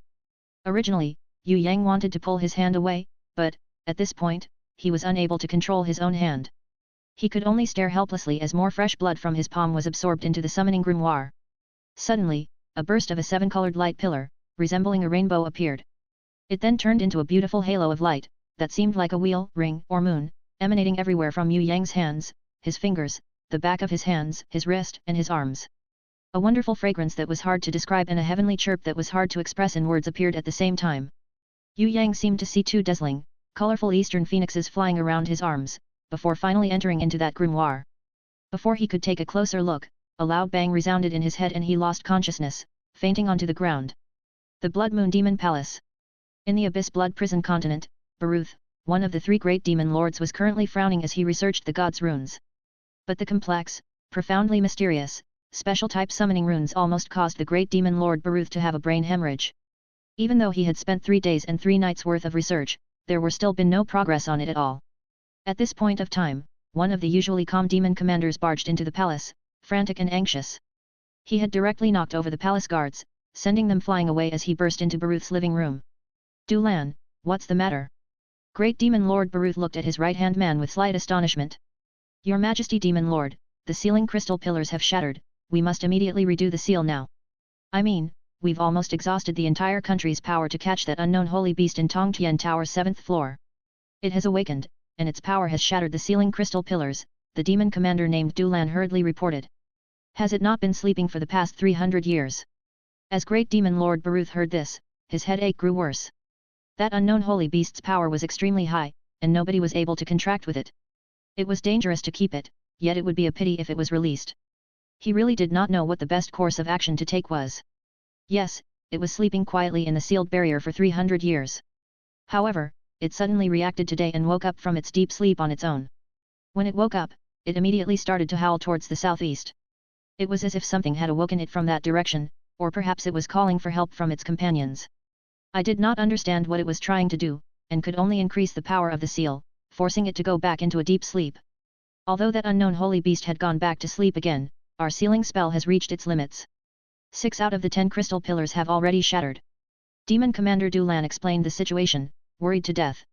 The southeastern direction? Send some men to investigate and see what there is to our southeast. But the Demon Commander Du Lan shook his head the moment Great Demon Lord Baruth spoke. There's no need to investigate. Your Highness Demon Lord, aside from a dozen or so human warriors disturbing us at the portal by counterattacking, nothing else has happened.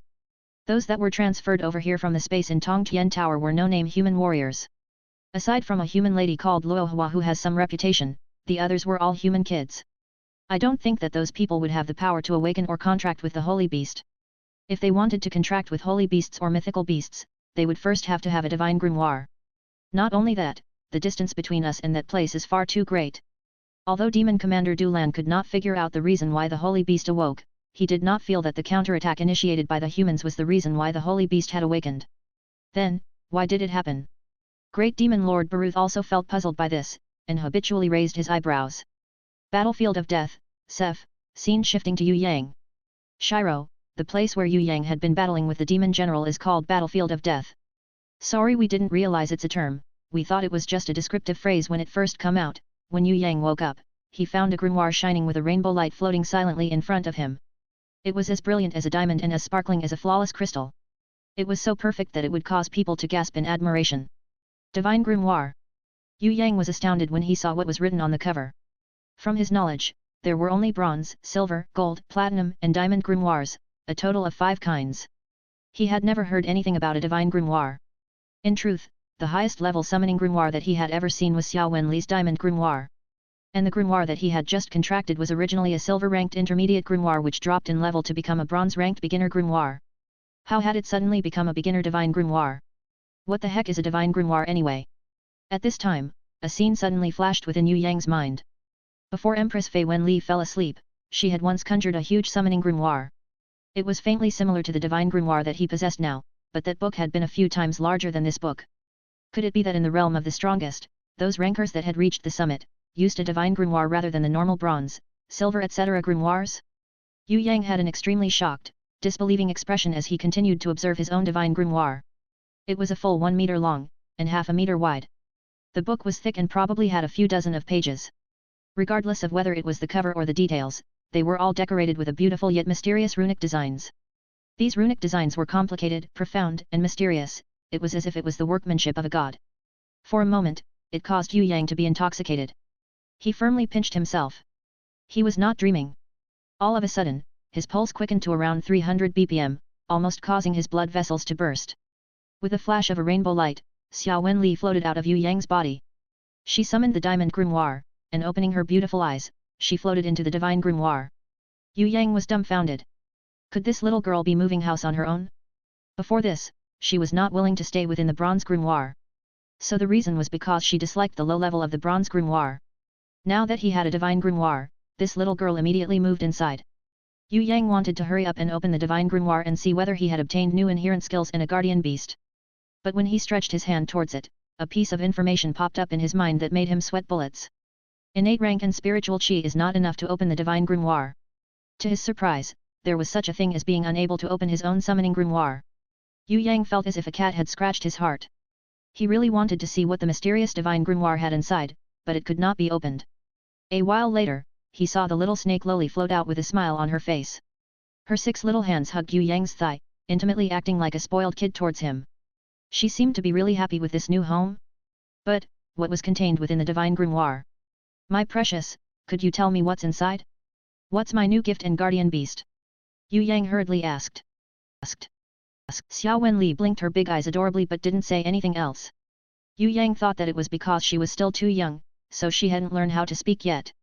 The current situation that Yue Yang was facing right now was just like he was standing right in front of a locked treasure room without the key to enter. He had a rather difficult to accept feeling within his heart.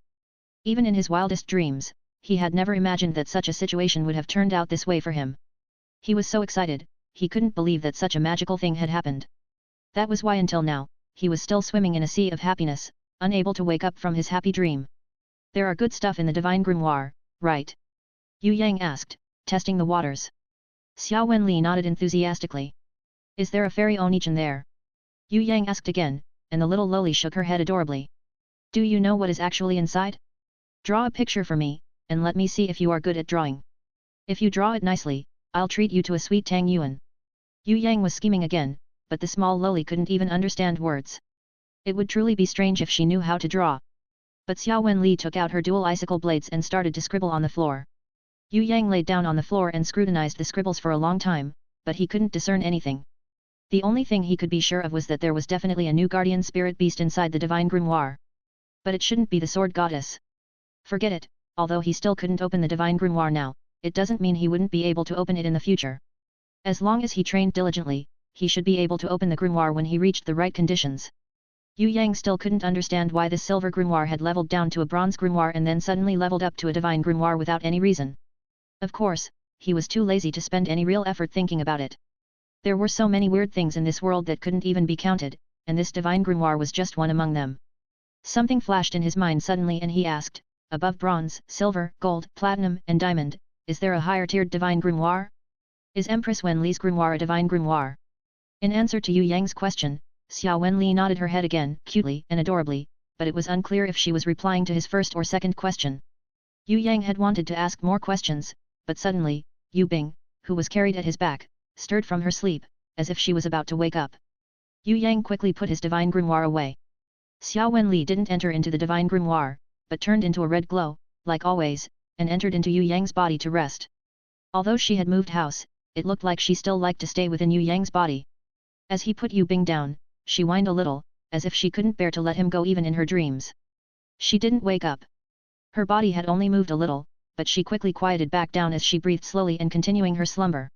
Yue Yang tried to call her name a few times, but seeing that she still hadn't woken up, he stopped calling. He only tried to brush away the few strands of hair on her forehead. As for Ye Kong, he was just like a cockroach that wouldn't die even when beaten. He woke up when Yue Yang was collecting his spoils of war. He crawled painstakingly towards Fatty Hai and reached out into his robes greedily to take out a healing stone. He then broke it with all his strength and let the white glow that had the power to heal envelope his, Fatty Has, and the Li brothers' bodies. Although the 4 of them had suffered heavy injuries, their lives had the vitality of a cockroach. Once they were given a cure, their injuries would get better immediately. They started to wake up one by one. Fatty Hai and the others woke up in succession and looked around blankly at the weird space he was in, the battlefield of certain death. Seeing that they looked extremely puzzled to be in this place, Yue Yang could only sigh. To him it seemed as though these few fellows would definitely be confused, even if they died and came back as ghosts. Because of their muddle-headed confusion, they wouldn't feel the slightest bit wronged if they were told that they had died in the abyss. Fatty Hai was rubbing the back of his head, mumbling to himself, where are we? Didn't we already return to the Warriors Guild? I was definitely drinking beers with you guys just now. I remember Ye Kong, that skinny monkey, had even snatched my chicken drumstick away. Was that a dream? With regards to that, I had a recollection just now that someone had attacked me hard on the back of the head. What is actually happening now? Congratulations! Due to your exceptional performance, you have been awarded the first prize for the Scatterbrain of the Year award. Yue Yang congratulated him. Isn't this the Demon General? How did Hui Tai Lang turn like into that? Ye Kong was filled with shock and astonishment when he saw Hui Tai Lang, who had turned into a two-headed demon wolf, and the Demon General, who had turned into shattered pieces of stones. Seeing the scene before him, his head became even more jumbled up. When he still couldn't figure out what happened, he finally asked Yue Yang, what happened actually?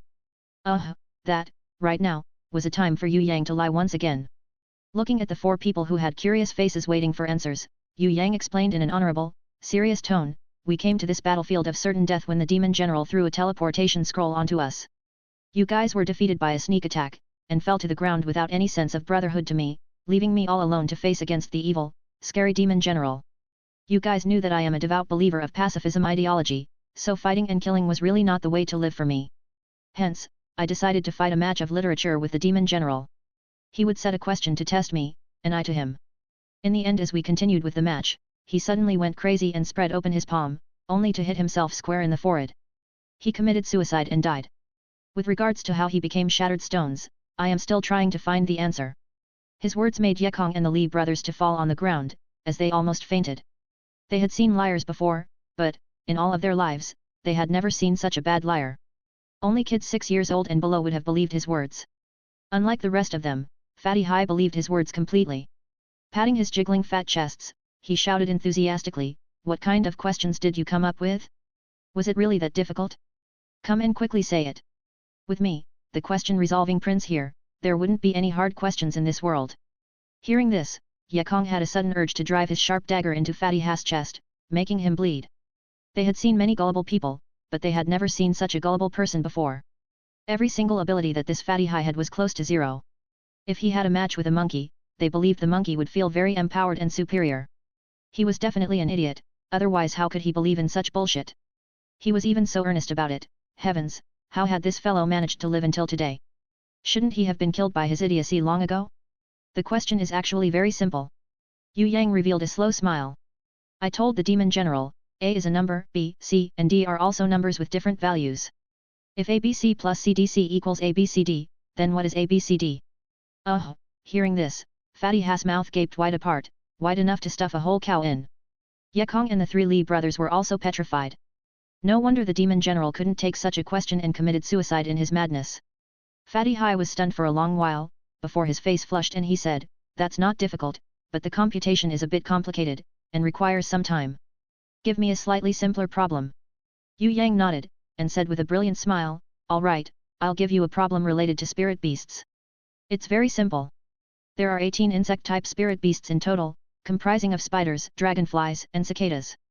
In total, they have 108 legs and 20 pair of wings. How many spiders, dragonflies, and cicadas are there each? Fatty Hai immediately fainted away. Meanwhile, Ye Kong and the Li brothers found themselves seeing countless dragonflies and cicadas flying around, and spiders crawling up their bodies, weaving webs. Only after a long time had passed did they finally realize that it was merely hallucination. When they looked back at Yue Yang, his smile was even scarier than the evil demon. It was so unbearable that they were sweating bullets. Fortunately the Demon General had quickly committed suicide, otherwise, if he had continued to count, he would probably died even more pitifully. Using such a hard problem to fight, it was simply bullying the demon clan's intelligence. Exactly what kind of abnormal genius was this so-called good-for-nothing third master of the Yu clan? What kind of brain did he have to be able to think of such frightening problems? Of course, this had nothing to do with being a genius. The reality was that Yue Yang had been pretty close to Baidu, Brian, Chinese Google, before he had transcended dimensions, and so he somewhat knew a few hard math problems. In addition, these kinds of problems were child's play when compared to actually difficult math problems. Even if one had only a normal relationship with Baidu, as long as one had read a slice of life novel before, how would they not have encountered these types of problems in passing? We should hurry up and return. Ye Kong wiped off his sweat. Arriving at the Warrior Guild, the group found Luo Hua City's mistress waiting for them with her three-tailed snow fox. When she saw Yue Yang and his team return without a hitch, she smiled. Yue Yang was surprised, that girl had also returned? Why was she waiting for him here? Luohua City's mistress beckoned towards Yue Yang, signaling for him to come over. First, being full of curiosity, she sized up Yue Yang. Then, she looked at the crescent blades he seized from the demon general and Hui Tai Lang who had turned into a two-headed demon wolf. She lightly chuckled, how come everyone's injured after the fight, yet you look like you've just gone for a vacation? I am an advocate of pacifism. Yue Yang repeatedly stressed this point. The problem is that the abyss of the demon doesn't know that you are a believer of pacifism, right? Don't tell me that this sword was picked up. Luohua City's mistress heartily laughed. Laughing was Luohua City mistress' unique trait. A normal girl would laugh in a reserved manner, especially if one was a lady. They would not show their teeth when laughing, and emphasized on manners, intention, upbringing, etiquette, and other factors. However, she was an exception. She would laugh whenever she wanted to, not caring about any manners, and would laugh unrestrainedly. Her smile was as brilliant as a flower, the sound as crisp as a bell, resounding in the heart. It had a kind of sincerity that could not be explained, causing people to feel extremely generous and truthful. Yue Yang originally did not hold any twisted thoughts about her. But, seeing how moving this lady's laughter was, he inexplicably started to feel mischievous, and joked around, saying, no, how could it be possible for me to pick this up? This thing is a magic equipment, how could I have picked it up from the ground? This was a gift given to me by a witch, I guess she fell for me. Ye Kong, Fatty Hai and the others did not dare to speak, much less laugh. They suppressed it with their lives, and it was extremely hard for them to hold it in. A witch gave this to you. When Luohua City mistress heard about it, she continued to laugh harder. Did the bloody witch give it to you? Why did she only give you a crescent blade, and nothing else? No, the blood witch is a low-level little witch, how would she know that I had such an amazing talent? It was a hot demon queen with unique divine eyes that was using these crescent blades to press against my neck, wanting to kill me. At the very last moment, I decided to flaunt my talent, and let her understand that killing me would be the greatest loss to the three worlds. You don't know this, but by softly reciting a poem, her pair of crescent blades fell on the ground with a dang sound. The beautiful devil queen was overflowing with tears, crying until she was nearly dead. It was difficult for me to calm her down, and finally, she gave this pair of magic equipment as a memento for me. While tears were still welling up in her eyes, she sincerely told me this with great passion. I sent my love away with tears on my face, hating that we met but can't wed. Her miserable sobs were so pitiful that the heavens might grieve along with Ao, who hit me.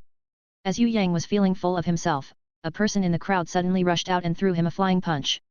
You shameless guy, still trying to fool everyone here. Don't listen to him, this joker's poems are all plagiarized. The person who rushed out from the crowd was the bright-eyed thief that Yue Yang had once flirted with. It doesn't matter whether or not it's plagiarized, but it sounds pretty good. Luohua City's mistress laughed heartily, and praised Yue Yang's sentence slightly. Following that, she looked at the bright-eyed thief again, and with a little bit of curiosity, asked, Yinan, why are you dressed like this? Do you know him? Without waiting for the bright-eyed thief to speak, Yue Yang hugged the sweet-smelling bright-eyed thief's shoulder, laughing loudly, of course, brother Yinan is my partner, we have promised to write a girl's encyclopedia together, bringing blessings to every single person on this continent and save all the lost boys around. Our noble friendship was not only limited to spending the night together on Merry Forest Inn, we are also very compatible and always helped each other. You definitely didn't know that brother Yinan and I had the same way of thinking, and that is to have all the beautiful girls in this world, brother Yinan? Fatty Hai felt an urge to commit suicide on the spot. How could this Yinan be a guy? Ye Kong had also realized that the Yu clan third master was not only useless in contracting beasts, he was also useless in seeing through other people. He had heard from others that Yue Yang had rejected an engagement with a miss from the Shui clan, but Ye Kong didn't quite believe it. The Shui clan's miss was such a nice girl, why would anyone reject her? Now Ye Kong finally understood a little. This Yu clan third master had no eyes for women. His eyes must be blind. Where on earth would there be a brother with such beautiful looks, perfect body and sweet smell like this Yinan over here? Get your damned hands off me! The bright-eyed thief who was called Yinan by the Luohua City mistress elbowed Yue Yang on his ribs, and while grasping Yue Yang's collar preparing to hit him again, she suddenly saw Yu Bing who was carried on Yue Yang's back. She immediately stopped and asked, who is she? Cough, cough, brother. Brother Yinan, this is Yu Bing, third master's sister. Ye Kong felt that he was obliged to relieve Yue Yang from the situation. Otherwise, later on, jealousy would probably break out. It was a misunderstanding that could be cleared with a sentence, he hoped that it wouldn't cause a bad outcome. Indeed, when the bright-eyed Yinan heard it, her attitude took a 180 degrees turn. She quickly held Yu Bing and grumbled to Yue Yang, why are you carrying her on your back? What's wrong with her? Did she faint from overusing her mental capacity? I have an idea, wait for me here. Luohua County Princess, Yunnan needs to save a person first, I'll catch up with you later. Hearing this, Yue Yang asked curiously, aren't you city mistress? When did you rise in rank and become a county princess? Luohua city mistress laughed out loud and explained, waving her hands, seems like you really don't know anything. County princess is my identity, that indicates my status as someone's daughter, who had no use whatsoever. Do you know how many princesses and princes there are in the Soaring Dragon Continent? How many county princesses are there? If you add them up, the number would be more than 200. Aside from the 3 royal families, the other princes, princesses, and county princesses from the smaller countries are all worthless. But city mistress is different. It proves your worth as a ranker, because you must at least be a level 6 before you could be conferred the position as the governor of an area. It's better if you just keep calling me Luohua city mistress, I like that name. But county princess sounds pretty cute. Yue Yang paused, before switching to another question, can any level 6 ranker become a governor? Theoretically, yes.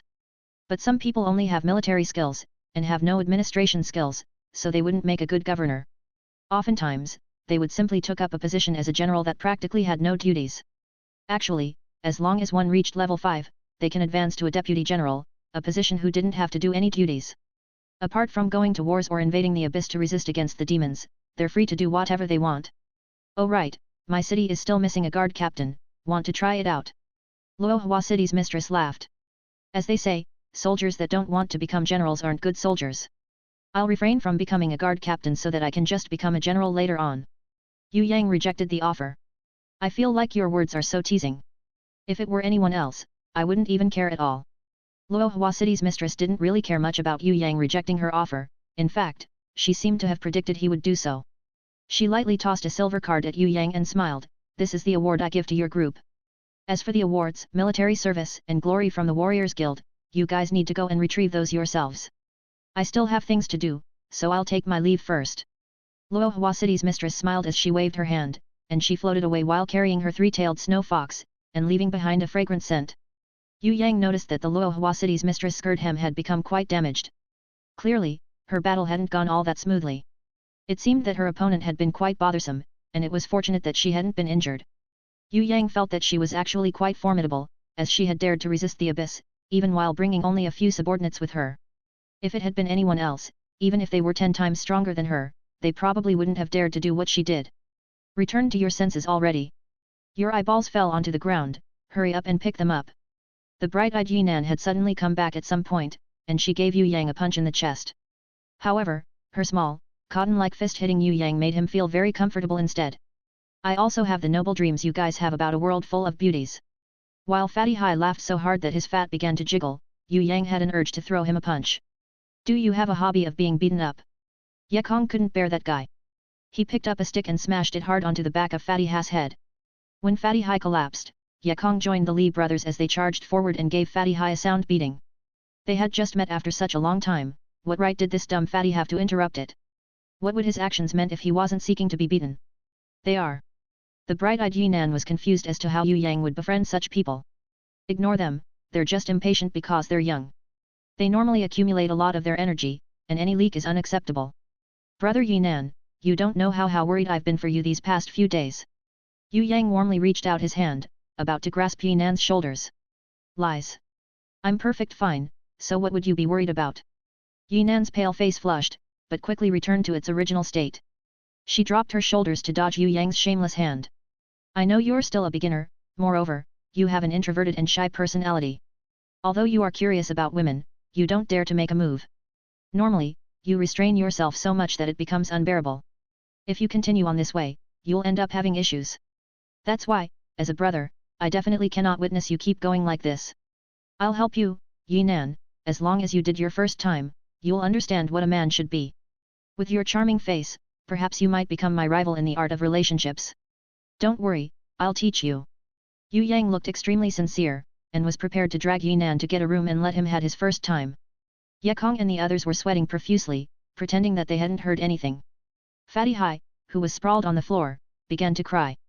What exactly did that idiot want to do? He could bring any girl in, yet he just had to take Yunnan. The bright-eyed Yunnan was so angry that her whole face had become red. She sent Yue Yang flying with a single hit and indignantly shouted, "Go die! I hate people like you the most, pervert. Yue Yang pretended to act confused as he pointed at Yinan's huffing back and asked, what's wrong with Yinan? Why is he mad? When Fatty Hai heard this, he was unable to endure any longer and began to sob loudly. Don't ask me, just let me die instead. I also hate you.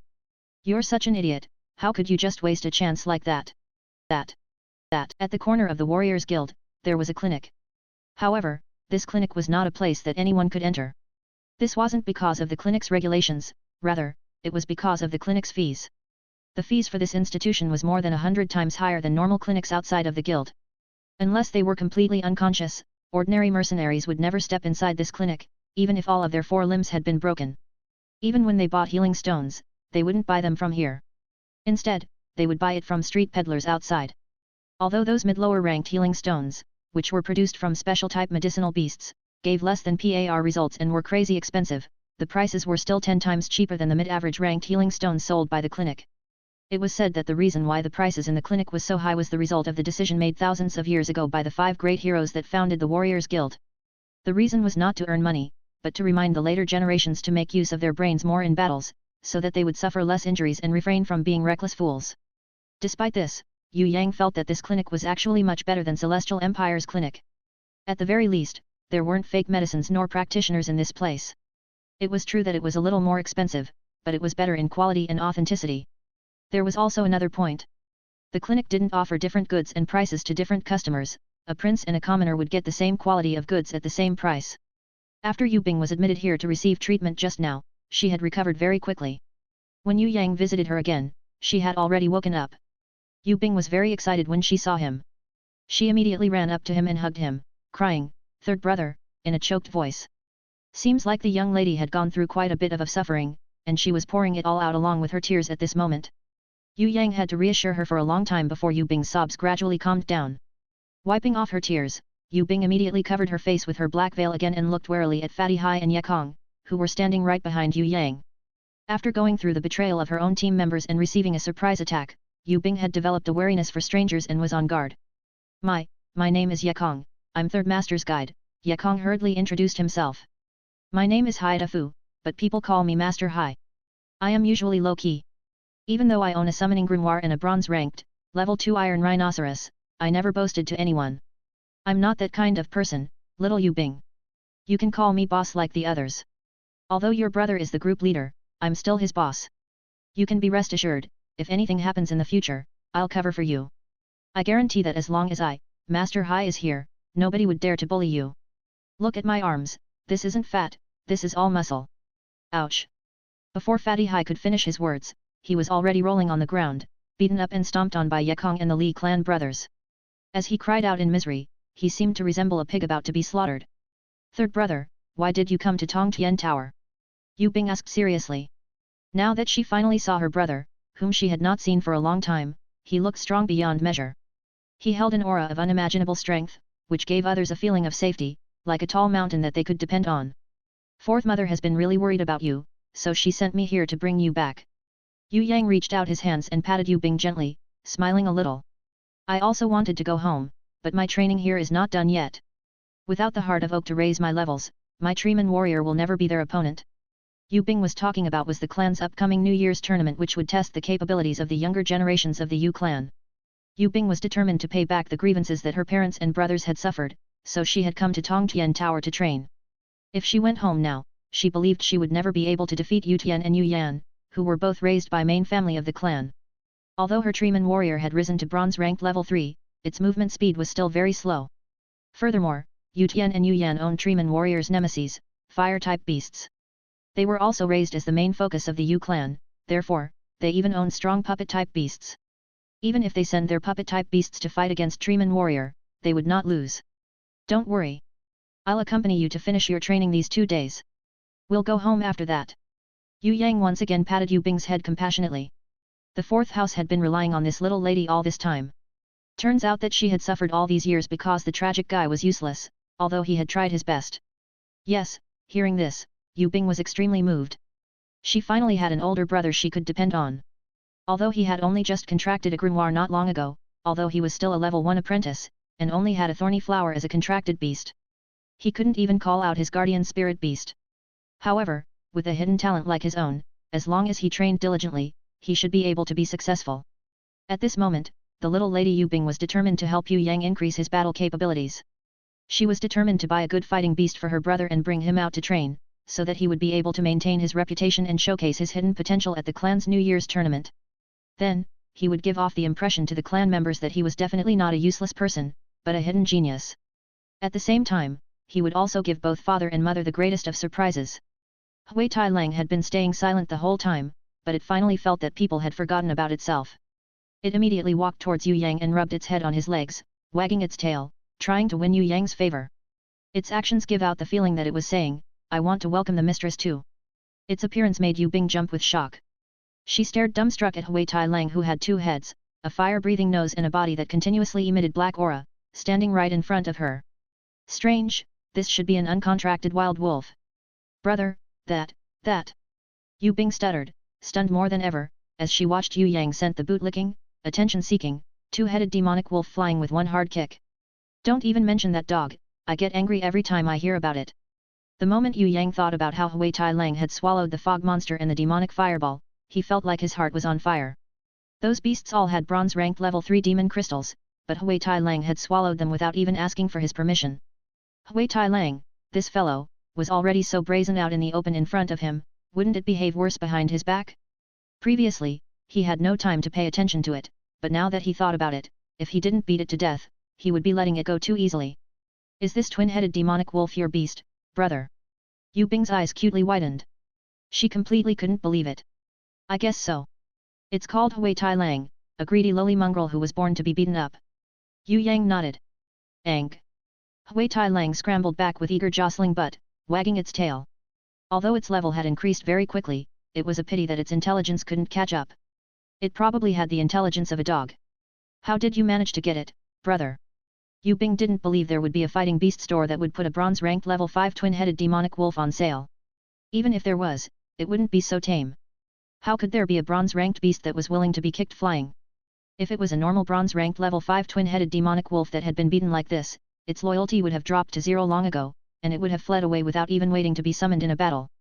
The story goes like this: Yue Yang proceeded to trick the young missy again. He began to tell his tale animatedly, saying that he had seen a beast egg selling for a discounted price of 5 coppers in the corner of a fighting beast shop. It was covered with dust, no one had shown an interest on it. This Hui Tai Lang had actually come out from the 5 copper egg that he had bought on a whim. When it first hatched, it was a weak level 2 iron-clawed wolf. Along the way, it was unclear what it had picked up on the road. It looked like something that was shooting fire, and suddenly it evolved into a bronze-ranked level 3 iron-backed demonic wolf. Then, entering the Tongtian Tower, it was also unclear what it had eaten, something like a fog and something like a fireball, but it finally evolved into such an ugly beast. Yue Yang then ended his story bitterly. Hui Tai Lang always stirred up troubles and was a glutton. It was a complete failure as a beast. These words, let alone Yue Bing, even the whole staff in the clinic had all turned into stone. Who was he trying to fool? Every single beast egg would need to be rigorously checked to find information on the beast inside. It would be checked so thoroughly that it would be impossible to have a more accurate result, before it was put up on sale. Furthermore, they had also never heard of a beast egg that was sold for 5 coppers. It's not as if it was chicken's egg. Where's that fighting beast store? We should buy every single 5 copper eggs from there, maybe there would even be a second Hui Tai Lang. In this whole place, the only one who believed everything Yue Yang said was Fatty Hai. Ye Kong face-palmed. He was worried that if he associated with him too much, this damn Fatty's retardation would rub off on him. One thing he was sure of was that, the only way Fatty Hai was going to die would be by his own imbecility. It couldn't possibly happen any other way. If he believed that he could buy a bronze-ranked, level 5 Hui Tai Lang with only 5 coppers in a fighting beast shop, he might as well daydream instead.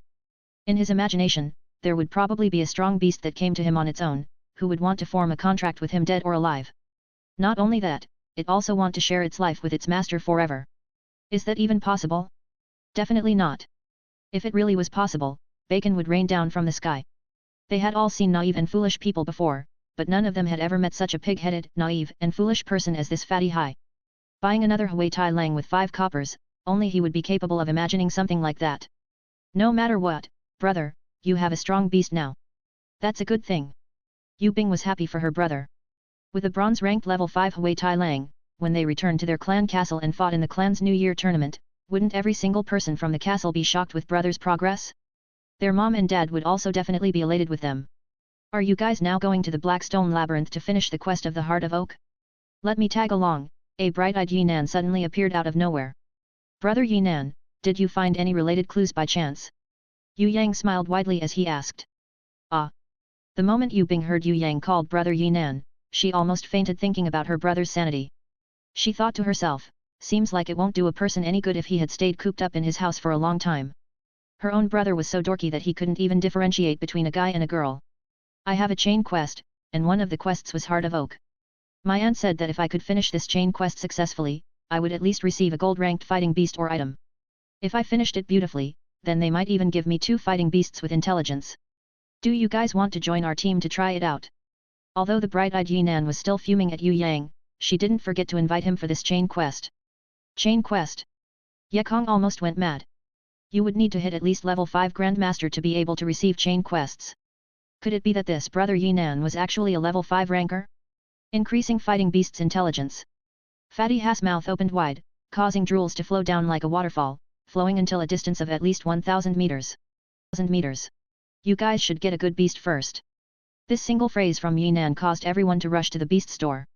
Ye Kong did not have a beast, and the Li brothers' beasts were absolute trash. If they could not get a good beast, not to mention chain quests, even the Blackstone Labyrinth's Heart of Oak Tree's trial would be biting off more than they could chew.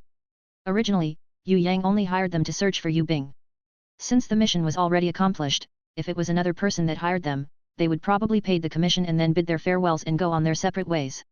However, Yue Yang felt that although Ye Kong and the others were not of a big help when it came to battles, but with regards to survival experience within Tongtian Tower, they completely outclassed Yue Bing and Yinan. With their participation, doing chain quests would go a lot smoother. Therefore, Yue Yang decided to keep Ye Kong and the others. In any case, Ye Kong was still a genius that was past his prime. If not for him losing his beast, how could he have become so miserable?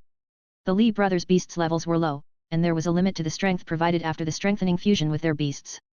However, the Li brothers' own battle techniques were not bad, and they were also resilient. They could be compared to Hui Tai Lang with their vitality of a cockroach. Although they could not hold the front line on their own, they could still pass for doing labor work. Instead, with regards to Fatty Hai who had a summoning grimoire, Yue Yang's opinion of him was the worst. This guy had completely no experience, and was completely an inconvenience to him. The only advantage that he had was that he could be made a human shield. If Yue Yang needed a person to take the blows for him and be a human shield, Fatty Hai was undoubtedly the best meat shield available. After collecting the 100 gold coins as a reward for the expedition in the abyss, Yue Yang, along with Yue Bing, Yinan, Ye Kong, Fatty Hai and the others, went to the 100 Roaring Beasts shop. As they entered the shop, the bronze-ranked level 5 Hui Tai Lang caused all the adult beasts in the store to be frightened until they lay down on the ground, silent and subdued. Only now had Yue Yang realized how extreme an achievement it was to get a bronze-ranked level 5 beast for a normal warrior. We'll come out with 500 gold as down payment. If you accept, you and your friends will be lifetime VIPs of our store, having a 20% discount on all purchases. We'll also send you a bronze-ranked level 4 graded beast egg as a gift, to make up for your loss. Each of your friends can pick a beast for free, and as long as our people can succeed in contracting with this 2-headed demon wolf, we will immediately pay you another 500 gold. The white fatty manager of the shop desperately tried to convince Yue Yang to sell Hui Tai Lang to them. The store's employees were shrewd and ruthless. Seeing that Hui Tai Lang was a beast of the best quality that rated 5 stars or above, they kept clinging on to Yue Yang. In their attempt to buy Hui Tai Lang, they were willing to do so much that it could be said they wouldn't even care if they died in the process. Manager, your way of thinking is too naive. Did you really think that you could get a psychic 2-headed demon wolf with merely 1,000 gold? Yinan sneered. It would be a pleasure to negotiate with you with regards to the price. We can sit down and discuss this slowly. The manager accompanied his words with a smile.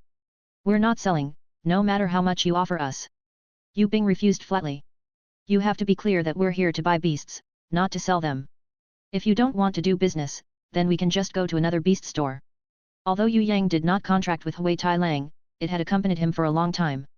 He felt that having this gluttonous yet clever little dog by his side would make his life a little more interesting. Without a punching bag to appease his anger, what would he ever do in the future? Besides, this was a beast that he had cultivated with his own hands, so how would it be possible for him to sell it to other people? Yue Yang would never openly say it, but he would never sell Hui Tai Lang. Since the manager could not do anything about it, he could only urge over and over again. If Yue Yang wanted to sell Hui Tai Lang at any point of time, he could find the manager at any time. He insisted that it wouldn't bother him even if he was preparing to lie down with a woman in the middle of the night. Within the 100 Roaring Beasts shop, all the beasts available were ordinary ranked level 3 or below. There were only a mere handful of level 4 beasts, not to mention good beasts that were bronze ranked. After looking at the beasts for a long time, Yinan and Yu Bing did not take a fancy to any of them. Within Ye Kong and the others' hearts, they too felt that there were no good beasts around here. But, taking into account the reality of the situation, they did not dare to set the bar too high either. Having a level 3 huge baboon is not bad either. Furthermore, it's a strengthening type, like my long-limbed golden ape king that I had previously. As he said this, Ye Kong's heart turned sour. If only his golden ape king was still around, how would he take a fancy towards this level 3 huge baboon? This huge baboon had already completely matured, and it most likely would never be able to advance a level within its lifetime. Although level 3 was not considered low, without the hope of ever increasing in level, it would only cause people to despair. Could he really be destined to be a guide who labored for nothing for the rest of his life? When he was young, he had his own dreams of success and his parents had had earnest expectations for him. We want those 2 wind wolves. We have the Gale Sickle Mouse to strengthen ourselves. Adding 2 wind wolves to assist it, our strength can be boosted quite significantly. Li Qi and Li Ji's desires were more realistic. They felt that those wind wolves were their greatest stroke of luck already. If not for them being acquainted with Yue Yang, they would have had nothing in the first place. Now, they were at least honored warriors who had gone on a campaign into the abyss. Although they did not kill a single demon, they had at least been inside the abyss. How many mercenaries in the world were even able to have the chance to counterattack against the abyss? The Li brothers had felt that they could not achieve any great exploits in their lifetime, and resigned themselves to being menial worker mercenaries for hire. That was the most steady kind of life they could have led. For a boy like Yue Yang who could even kill a demon general by himself, would he need mercenaries that served as anything other than menial work? Yue Yang furrowed his eyebrows at what Ye Kong and Li clan brothers had said. He turned towards the manager and asked, "Do you have better quality beast eggs here?" The manager kept gazing at Hui Tai Lang. When he heard Yue Yang, a plan formed in his mind. "Please, go ahead and take a look at all of our beast eggs. You can pick any egg you want, and all of them will be free, as long as you are willing to sell Hui Tai Lang to us. Whatever you want to do, we can fulfill it. Please exclude what you said just now. We only need beast eggs, do you understand?" "Thank you." Yinan was about to be speechless at how this manager carried himself. "Okay." The manager was extremely regretful. His sadness was comparable to if his wife had taken all his assets and fled with another man. Although the beast eggs were slightly better in comparison to the mature beasts, the price was also 10 times higher. Looking at the eggs, Ye Kong felt more pleased. He had found a beast egg with great potential. After it hatched, its growth would not differ much from the Golden Ape King's growth. He estimated it to be a level 4 and above iron-limbed demon ape. As for another 2 bronze-ranked beast eggs that could hatch a roaring wind war tiger and a shadow wolf, their prices all exceeded 100 gold coins. This was completely unimaginable for them. The reward for the campaign in the abyss was only 100 gold coins. Not only that, he and the Li brothers did not do anything helpful at all, they only came along to look around. Being able to get an iron-limbed demon ape was one of the greatest demands he could ever make. Yue Yang still shook his head. "They're all trash, don't you have any other beast eggs?" The manager almost choked. He thought, aren't you getting back pain speaking so arrogantly like this? You have a bronze-ranked level 5 two-headed demon wolf, of course you think that these are all trash. But if any other warrior saw the bronze-ranked shadow wolf and roaring wind war tiger, no matter how much they desired it, no matter how much they drooled for it, they would never be able to hope to get it. However, these VIPs had come here. The manager still used his best service attitude, accompanied with a smile, to bring out the treasure of their store. Their store's treasure was priced at 500 gold coins. It was a Thunder Demon Panther beast, a bronze-ranked beast egg. After being tested for 20 times, the outcome was identical, and the evaluation was 4 stars. The Masters of Beast Appraisal, authorities in this area, believed that the final level of evolution for the Thunder Demon Panther was bronze-ranked level 4 and above. If it ate many electric-type magic crystals for a long time, it could even rise up to bronze-ranked level 5. The only drawback was that its maturing period was very long. It was estimated to take at least 3 years, and its growth would be far too stable. The chances of it undergoing a variant evolution to become silver-ranked was next to 0. Although this was not much with regards to the entire chain of 100 Roaring Beasts shops, but within the store on this floor, it was the gem of the store. "I don't want this, it's trash." Using his divine vision, Yue Yang had seen through this beast egg. Not just Hui Tai Lang, even the beast egg that he had obtained from the energy cauldron in the Ares temple was far more superior than this egg, as heaven was compared to earth. The beast egg that he had obtained there, was one that was evaluated to be of 5 stars. This Thunder Demon Panther that was claimed to be 4 stars was actually 3.5 stars. It completely failed to meet the standard for 4 stars. The only reason why it was marked as 4 stars was because there was no such grading as 3.5 stars. It could be said that this 4-star Thunder Demon Panther, within the evaluations of all 4-star beasts, would be the worst out of them all. The manager was almost spewing blood at this point. Young master, how can you say that it's trash? It's 4 stars. You say 5 stars? Who would sell 5-star beast eggs in a beast store? Really, the country would prioritize them and buy them. The great families would also buy them with great amounts of gold. If you want 5-star beast eggs, you'd have to at least get to floor 3 in Tongtian Tower or higher. How many stars is the beast in your hands? I'll use a crystal to appraise it. Oh god, 5 stars? I'm going to faint.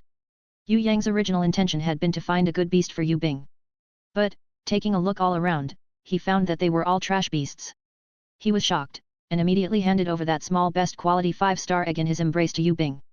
After enthusiastically appraising the egg, the manager of the 100 Roaring Beasts shop fainted on the spot.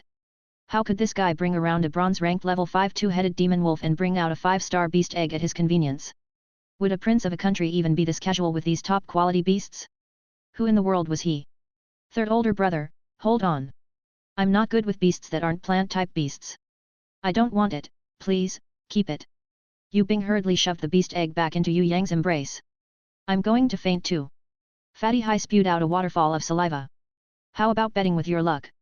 Ye Kong and the others, select a beast egg and a chaos egg, and see what reaction you get after fusing them. If it's not good, then it's too bad for you. What Yinan had just described was a terrifying gamble.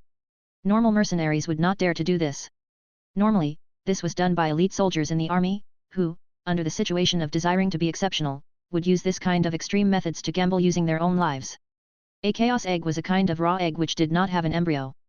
Cephalia, look up Chaos Scroll for a rough idea of what this does. Nobody knew what type it was, and the reaction it would cause after the beast fused with it. With a 50% chance, the two would reject each other, causing the fusion to fail and the beast to die on the spot.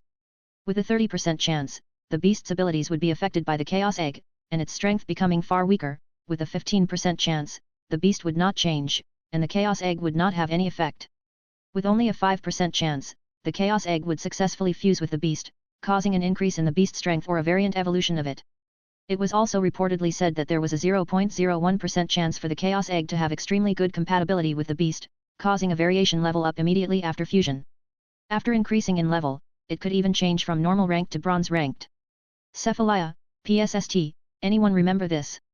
Image for a few thousand years, countless people tried these types of fusion countless times. Aside from a few lucky people, almost all the fusions had ended up in tragedy.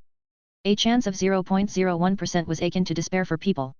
As an example, nobody had succeeded in variant evolution in the 100 Roaring Beasts shop for over 50 years. The one lucky fellow recorded on the wall was already something that happened 50 years ago. Let's bet. Ye Kong's hands were trembling, but he gratefully nodded his head towards Yinan. This was the last chance for him to turn his luck over. Without enough gold, he could only bet his luck. He had turned into a useless person anyway. As long as he still had a single glimmer of chance, he would bet on it. He would bet on whether the iron-limbed demon ape would rise up to become bronze-ranked. Then, he would regain everything. The dreams he had when he was young, the expectations of his parents, all of it could be realized. As long as the heavens did not give up on himself, and grant him sufficient luck. Yue Yang was curious. So there was this kind of gambling? If this was the case, then wouldn't his own gift of divine eyes be put to good use? Seeing how respectful the manager was on the surface with a ridiculing expression, Yue Yang was furious. You want us to fail? I'll just find a suitable one and infuriate you. Ye Kong was so anxious that his entire body was trembling. He held the iron-limbed demon ape's beast egg in his hands while looking at the row of chaos eggs, not knowing which one was the better option. There was only one chance for him. This gamble, even if the beast died, would also cost him 2 places in his summoning quota. If he chose incorrectly, then his life would be completely over. Is it really that hard to choose? This one seems good. Yue Yang took a chaos egg leisurely and threw it over to Ye Kong. His heedless attitude was as if he had picked up a bean from the ground to throw. The crowd was completely astonished at his actions. This was not a joking matter. One had to be extremely cautious. Once the chaos egg fused with the beast, then there was no possibility of backing out. Whether the beast was to live or die, or whether it was good or bad, all depended on this one gamble. Who could have known that Yue Yang possessed the gift of divine eyes at level 2? In fact, long before everyone was choosing their eggs, he had already found the most compatible chaos egg within the pile. Although his movements seemed heedless in nature, in truth, it was only to deceive that cunning manager. If he let this guy know that this was the most compatible chaos egg in the pile, he would not hesitate to demand Hui Tai Lang in exchange or raise the price of the eggs 100-fold. Third young master, I believe you. Seeing Yue Yang's brilliant smile, Ye Kong felt lucky and relieved. Gritting his teeth, he decided to believe Yue Yang. He used some force to bite his finger and used his trembling finger to draw the same contract pattern on both eggs. Finally, suppressing the fear in his heart, he closed his eyes and contracted with both beast eggs. The result would be clear in a second. Whether the fusion was compatible, whether the beast died or became trash, whether it was strengthened or underwent a variant evolution, would immediately appear in front of his eyes. A pillar of golden light appeared between Ye Kong's fingers. The manager's jaw dropped until it was able to fit in a war beast. It was a miracle that had never been seen for over 50 years. Today, he had witnessed a miracle appearing in front of his eyes. The variant evolution succeeded. It's a bronze-ranked King Kong demon ape. Third young master, Ye Kong's life was given back to me with your hands. Ye Kong's first reaction was to kneel at Yue Yang's feet, hugging his legs. He was so emotional that he could not control himself and started crying loudly. The gamble had succeeded. From this moment on, that crippled Ye Kong finally received his new life. The dreams he had, the expectations of his parents, everything could be started anew again. Now, he finally had the dignity to return to see his parents. Finally, he did not have to face their eyes full of despair. Now, he had been awarded a new life, one that was equal to his first. Yue Yang wryly smiled. This was only the beginning. He would use the divine eyes to see through much more, although compatible chaos eggs were extremely hard to find. Ye Kong's chaos egg just happened compatible. However, with the divine eyes to see through them all, would there be any fear of not finding a suitable one if one invested some time to search continuously? His younger sister Yu Bing, along with Yinan, both needed strong beasts. Why not use this kind of gambling to pick the best beast eggs for them? With his heart set, Yue Yang supported Ye Kong up, and prepared a few sentences to console him. However, he suddenly saw the chaos egg in Fatty Ha's hands had another abnormal reaction. This chaos egg was weird, it was completely different from all the other chaos eggs. What kind of beast egg was that? And, what effect would it have? In order to not attract the manager's attention, Yue Yang bought another 10 chaos eggs, with almost all of them taken while his eyes were closed. It was as Yue Yang had thought. In an attempt to show off, Fatty Hai wanted to put his hand into that chaos egg, saying, I have a kind of premonition that this chaos egg must be a good egg, let's buy it. What? No? Manager. We've bought so many beasts eggs and chaos eggs, if you don't give this to me, then I'll never come again next time.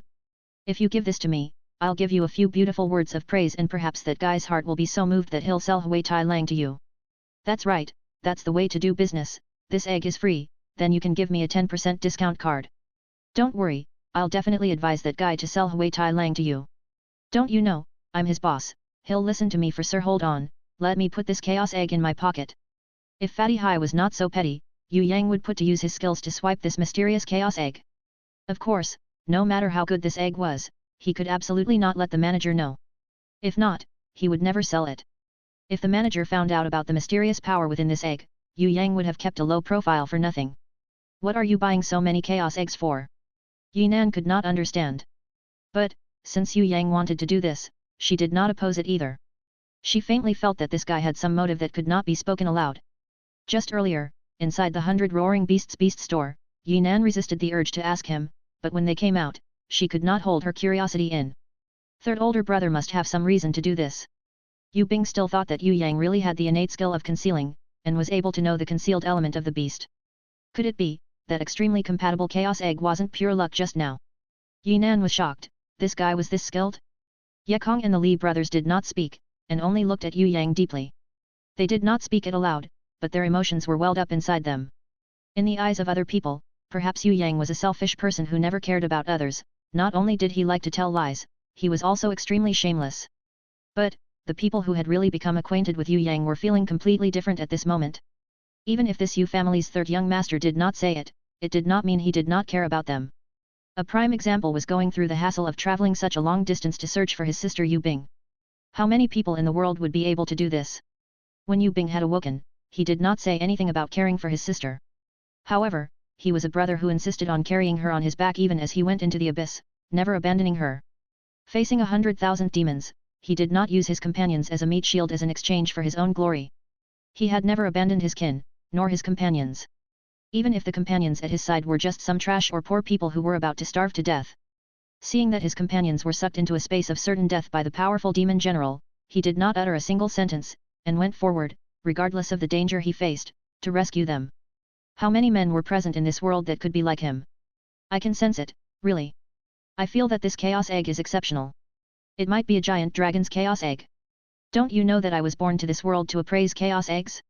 Ah, I messed up. Which chaos egg was the one I chose?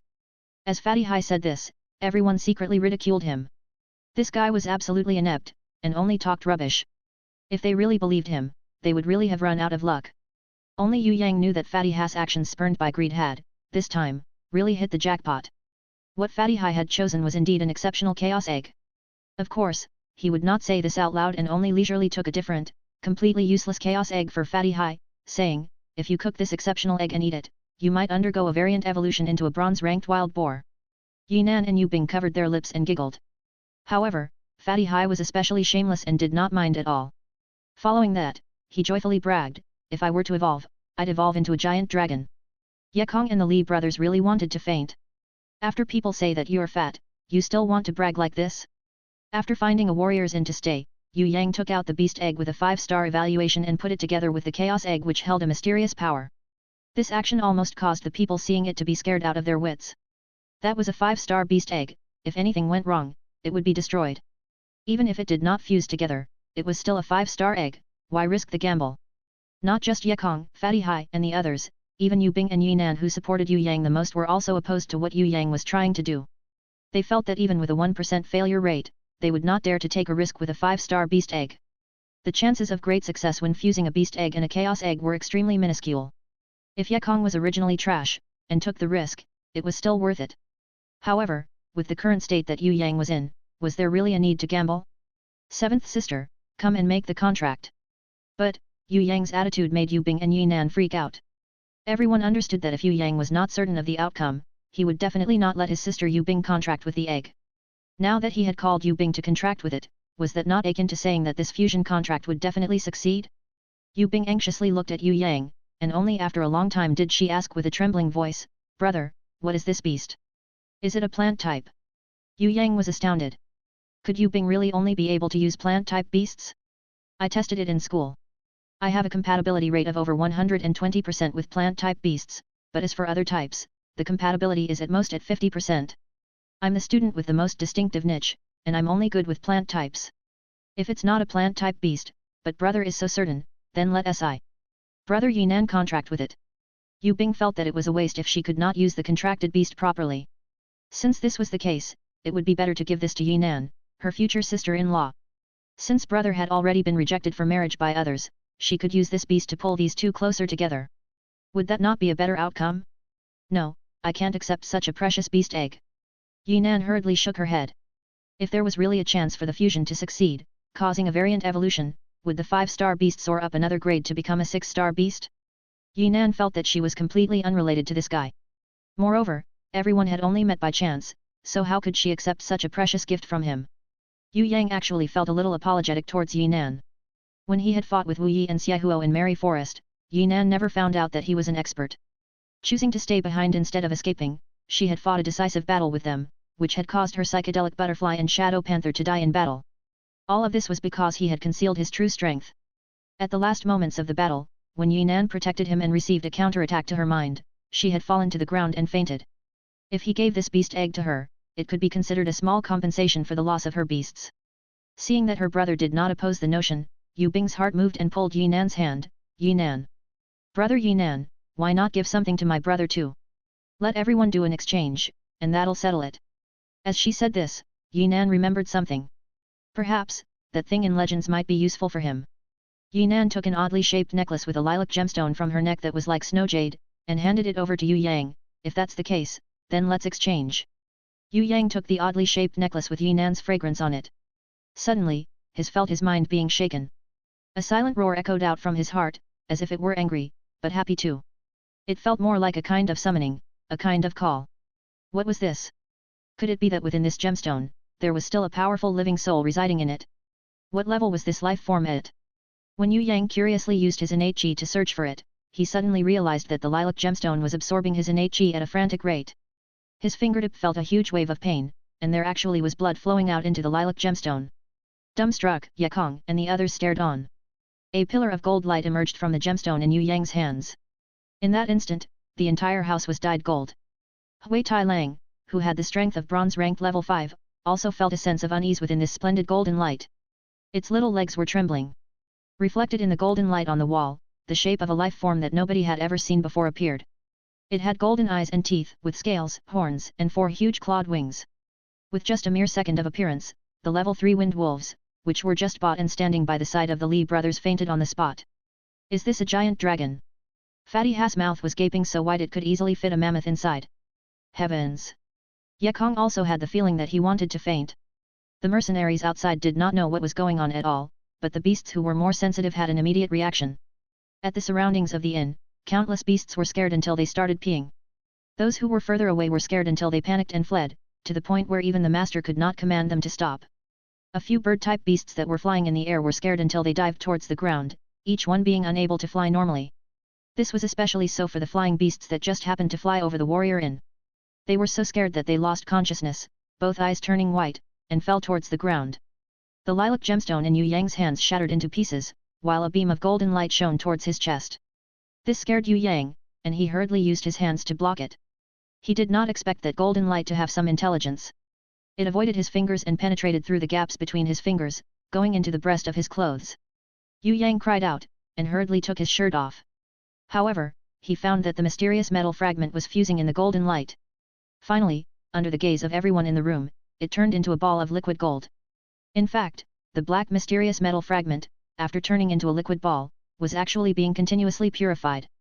The black residue dripped onto the ground, and finally, the entire body of the ball became a pure silvery white color. In around 3 seconds, the liquid golden ball that floated in midair turned into a beast of gold that nobody could recognize. With a silver body and golden lines around it, purple eyes and red claws, a round body and a long tail, and, finally, wings on its back, its appearance was extremely cute. This thing's appearance was completely different from what Yue Yang and the others thought it would be.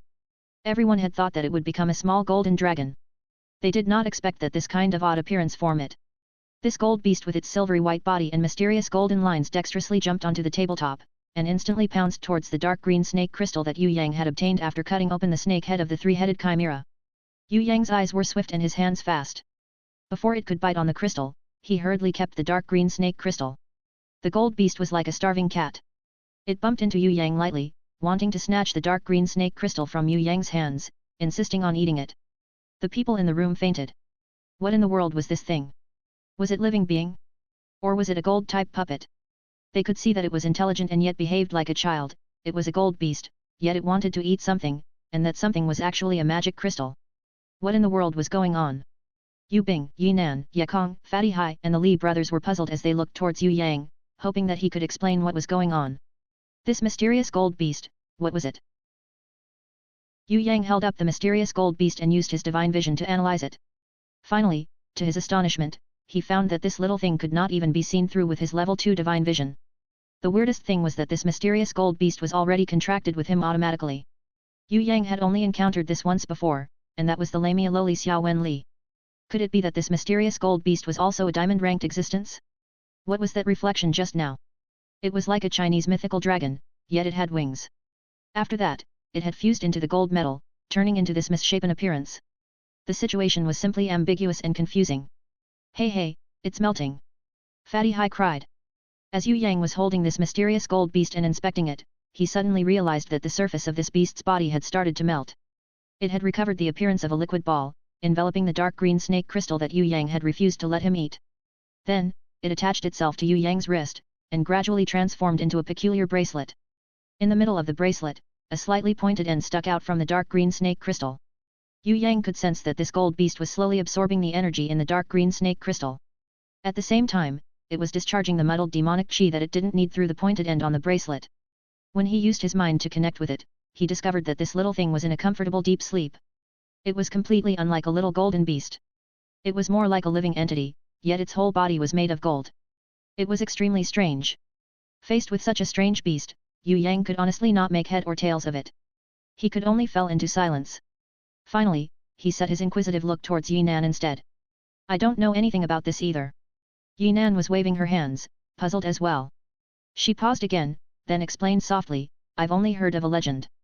Long ago, my ancestor was a strong top-ranking warrior. When he was training at Tongtian Tower's 8th floor, he was attacked by a few abyss elites. His life was in peril, yet he was saved by a mystical beast who was passing by. However, seeing that they were not a match for the mythical beast, the abyss elites had called for help. They worked together to summon the fearsome Bone Dragon, Winter Demon King, Spectre Behemoth, Hell Black Dragon King and other sorts of monsters to attack the mystical beast from all sides. A great battle unfolded between the two sides, almost destroying the heavens and raising the earth. There was no light from the sun nor the moon, and with dust strewn up all over, the ancestor could not get close to the battlefield at all, and could only flee for the time being. The ancestor also did not know how the battle went, nor was he able to find any useful clues. Finally, he was only able to find that piece of the shattered gemstone. In truth, that necklace had been lost a few hundred years ago. Only up to 100 years ago was it finally retrieved.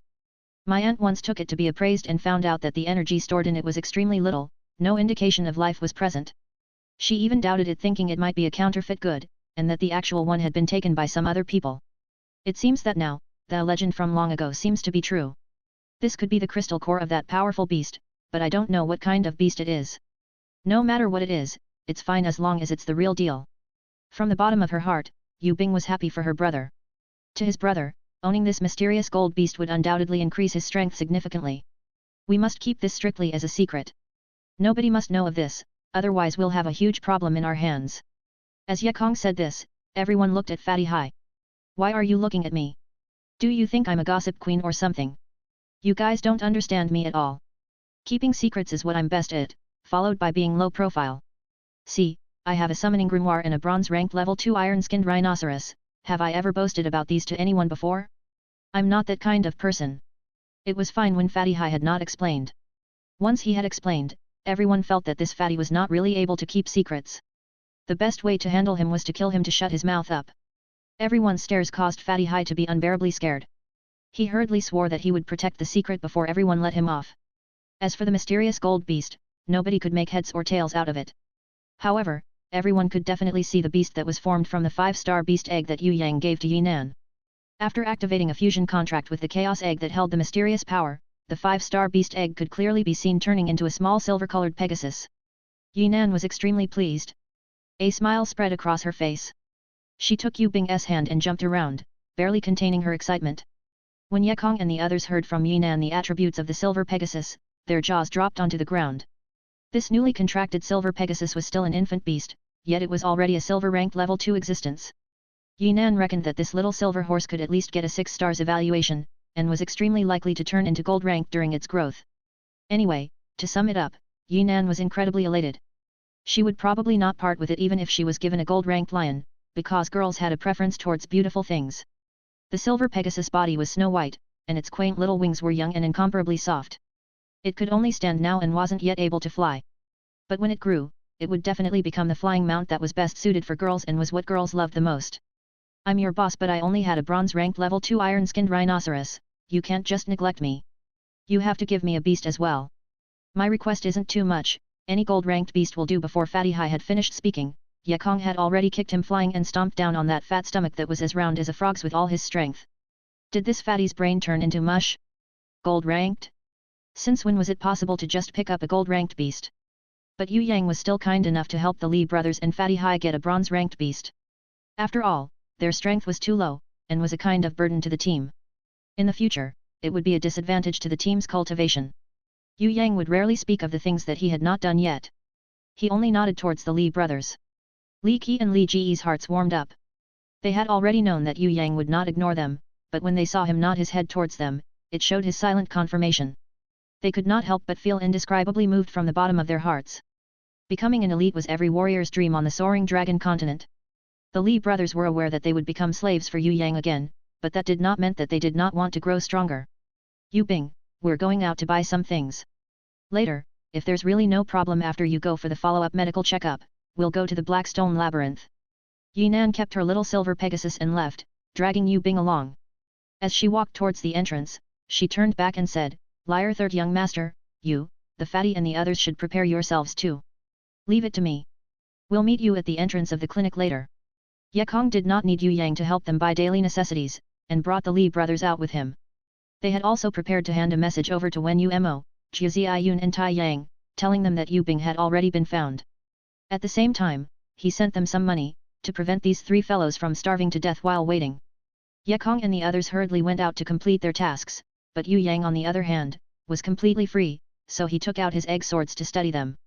Originally, he had wanted to study the mysterious little gold beast. But Fatty Hai had shamelessly requested to stay here, refusing to go back to his own room. Yue Yang could only postpone his desire to study the little gold beast further to a later date. Fatty Hai had always pushed for Yue Yang to study at his school next year, and even said that he, the boss, would cover for Yue Yang. Yue Yang was not too interested in the prospects of studying in a school. He did not know what he could learn if he went to school. He thought that he would be better off cultivating in Tongtian Tower. Seeing Yue Yang's attitude, Fatty Hai hurriedly used his silver tongue to persuade him, "Do you know what our school has most? Beautiful girls. Isn't the school with the most beauties Shangjing Academy?" Yue Yang was baffled. Although he had never been there, Yue Yang had heard of the rumors. The Xia Empire's Shangjing Academy and Tianluo Country's Zhongxiang Academy, TL note, literal fragrance of many, were the two schools with the greatest amount of beauties and was renowned in the entire world for it. As for the other big country, Ziaijin Country's Grey Wolf Academy, it was called the Beauty's Desert, home of barbarians. Luckily the school that Fatty Hai invited Yue Yang to was not Kanglang Academy, otherwise Yue Yang would have immediately kicked him out of the room. Fatty Hai did not expect that this hikikomori Yue Yang who could not even identify beautiful girls actually knew of these gossips. The Book of Silence chapter 18, verse 44, with a thick enough skin, it won't be red even if it's red, TL note, can't see someone blushing as long as they're shameless enough. Fatty Hai immediately chuckled and said, although there are many beauties in Shangjing Academy, but our Ivy Academy isn't bad either. Don't you know that our Ivy Academy is opposite Shangjing Academy? Although it's not as renowned, the facilities and conditions there aren't bad. It has a long history too, and was established at the same time as Shangjing Academy, with a 3,000-year-long history. The most important fact is that there aren't many male students, so there won't be an ugly situation where there are too many thorns and not enough roses. Think about it again.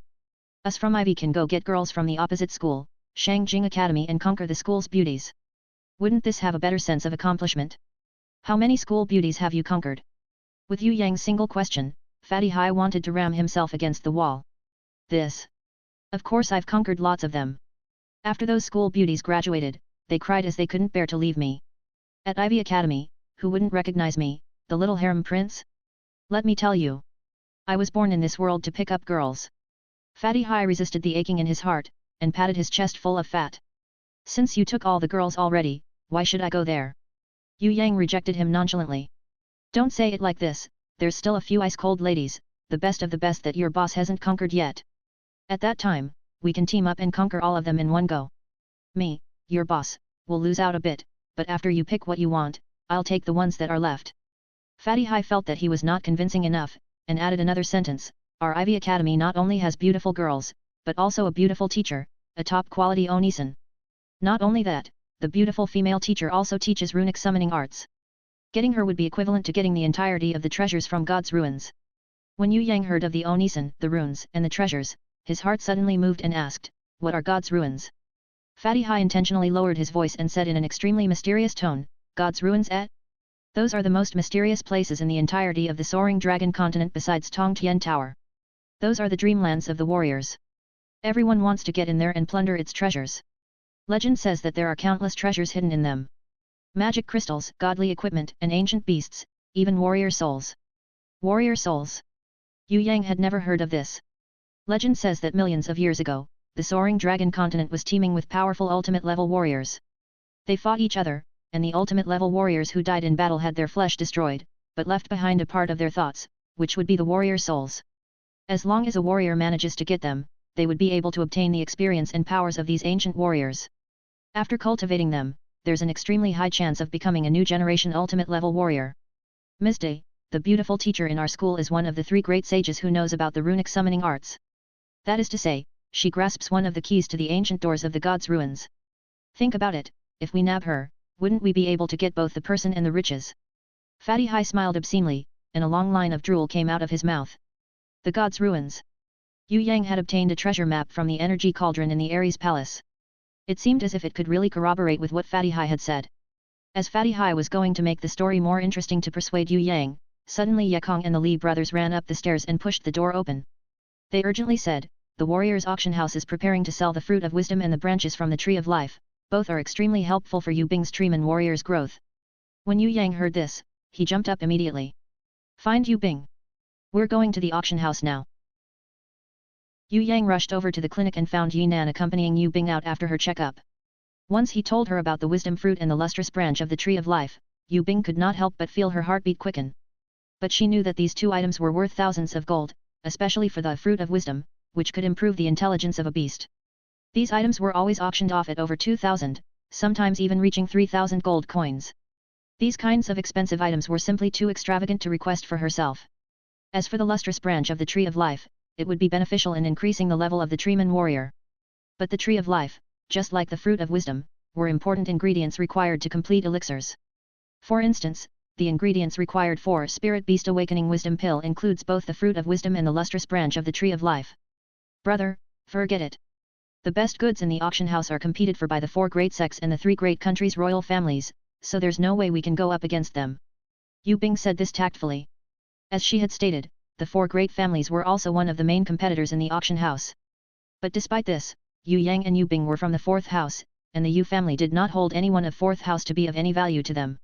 It was simply impossible to pay a few thousand gold for these siblings to buy a fruit of wisdom and the brilliant branch from the tree of life. If it were Yu Tian, Yu Yan, or the newly famous Yu Feng with immense potential, perhaps the Yu family's elders would agree to use great amounts of gold to cultivate them. We're just going to take a look. Yue Yang also knew that he did not have money on him. But, he had never planned on using money to compete in the auction. He was actually preparing to see who had bid for it successfully, then steal it from them. For his precious sister Yu Bing's future, Yue Yang didn't mind being a thief who blocked another person's road. In Yue Yang's eyes, strangers were NPCs that dropped treasures, so why couldn't he steal from them? As they spoke, 3 people came out of the treatment room. Yue Yang saw a few familiar faces and recognized them as the 3 great killing stars. It looked like they had also been successful in defeating a demon general and had returned victorious from their campaigns into the abyss. However, the current Feng Qixia, Yan Pojun and Xue Tanlang did not have the majestic appearances from before. Feng Qixia's armor was broken into pieces, and it seemed that he had suffered serious wounds. Although he had mostly recovered from his injuries, his spirit was still reeling from the after effects of the battle. Yan Pojun's hands were wrapped up like a dumpling, and his hand was still holding onto a treatment stone that was emanating white light. It seemed that his wounds had not yet fully recovered. Only Xue Tanlang looked better. There were no wounds to be seen on his body, and his spirit was not bad either. He was still maintaining his image of "I am an ice cube guy, so do not come close to me you strangers," TL, total Tsunsun. The only notable change was that his clothes were tattered and seemed like a beggar's rags. Although they had returned victorious, Yue Yang saw that they had not paid a small price for it, unlike him. He had destroyed a demon general without any losses at all. Seeing that everyone from Yue Yang's party had returned alive, Xue Tanlan could not help but be startled. Then, seeing that Yue Yang was smiling brilliantly, the 3 felt that something weird was going on. It was not strange for the Yu family's 3rd young master, this shameless guy, to be able to escape back here, but how did his entire team of trash come back alive? Could it be that the demon general their team fought against was made out of tofu? But this was a demon general. It had been tough for them to even go up against one. With only those few trash combatants, how could they escape without any casualties? Seeing that Yue Yang appeared uninjured from head to toe and acted as if the campaign to the abyss was like a vacation, he coldly snorted. The ice cube guy rushed in front of Yue Yang, staring intently into Yue Yang's eyes, and threw down an ultimatum, saying, "Let us fight to the death.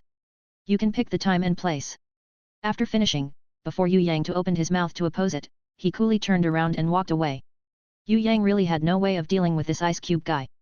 This was obviously a misunderstanding. As Feng Qixia was preparing to leave, he shockingly discovered Hui Tai Lang, who had turned into a 2-headed demon wolf. He was astonished.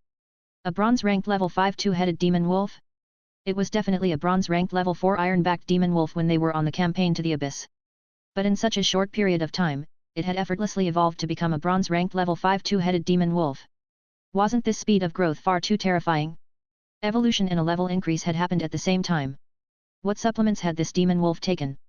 He walked over, seemingly wanting to inquire about the evolution process for Hui Tai Lang. But alas, Yue Yang acted as if he did not see him.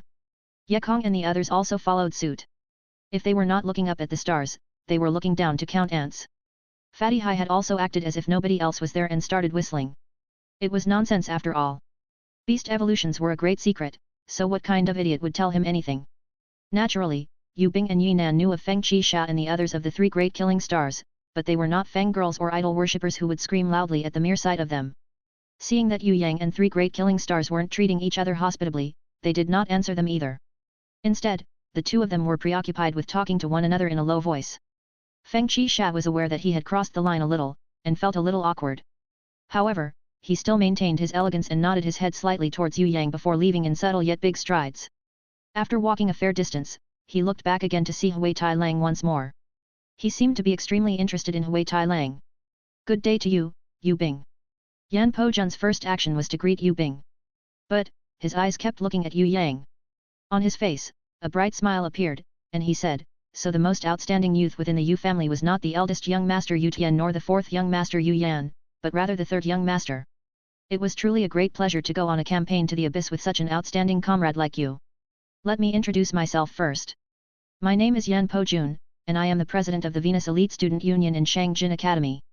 Third young master, I sincerely invite you to join our Shangjing Academy, and our Venus Elite Student Union. I apologize, but my family is poor and our house only has 4 walls. I do not have enough money to even attend school. It looks like I can only thank President Yan Pojun for your good intention." Yue Yang had almost wanted to express himself as an extremely poor person who had to weed the plants every day, a mountain child who did not eat dumplings even during the New Year. TL note, Chinese have traditions of eating dumplings during Chinese New Year. Yinan was rolling her eyes as she heard this. She thought it shameful that he even dared to make up these types of bad excuses. Pfft!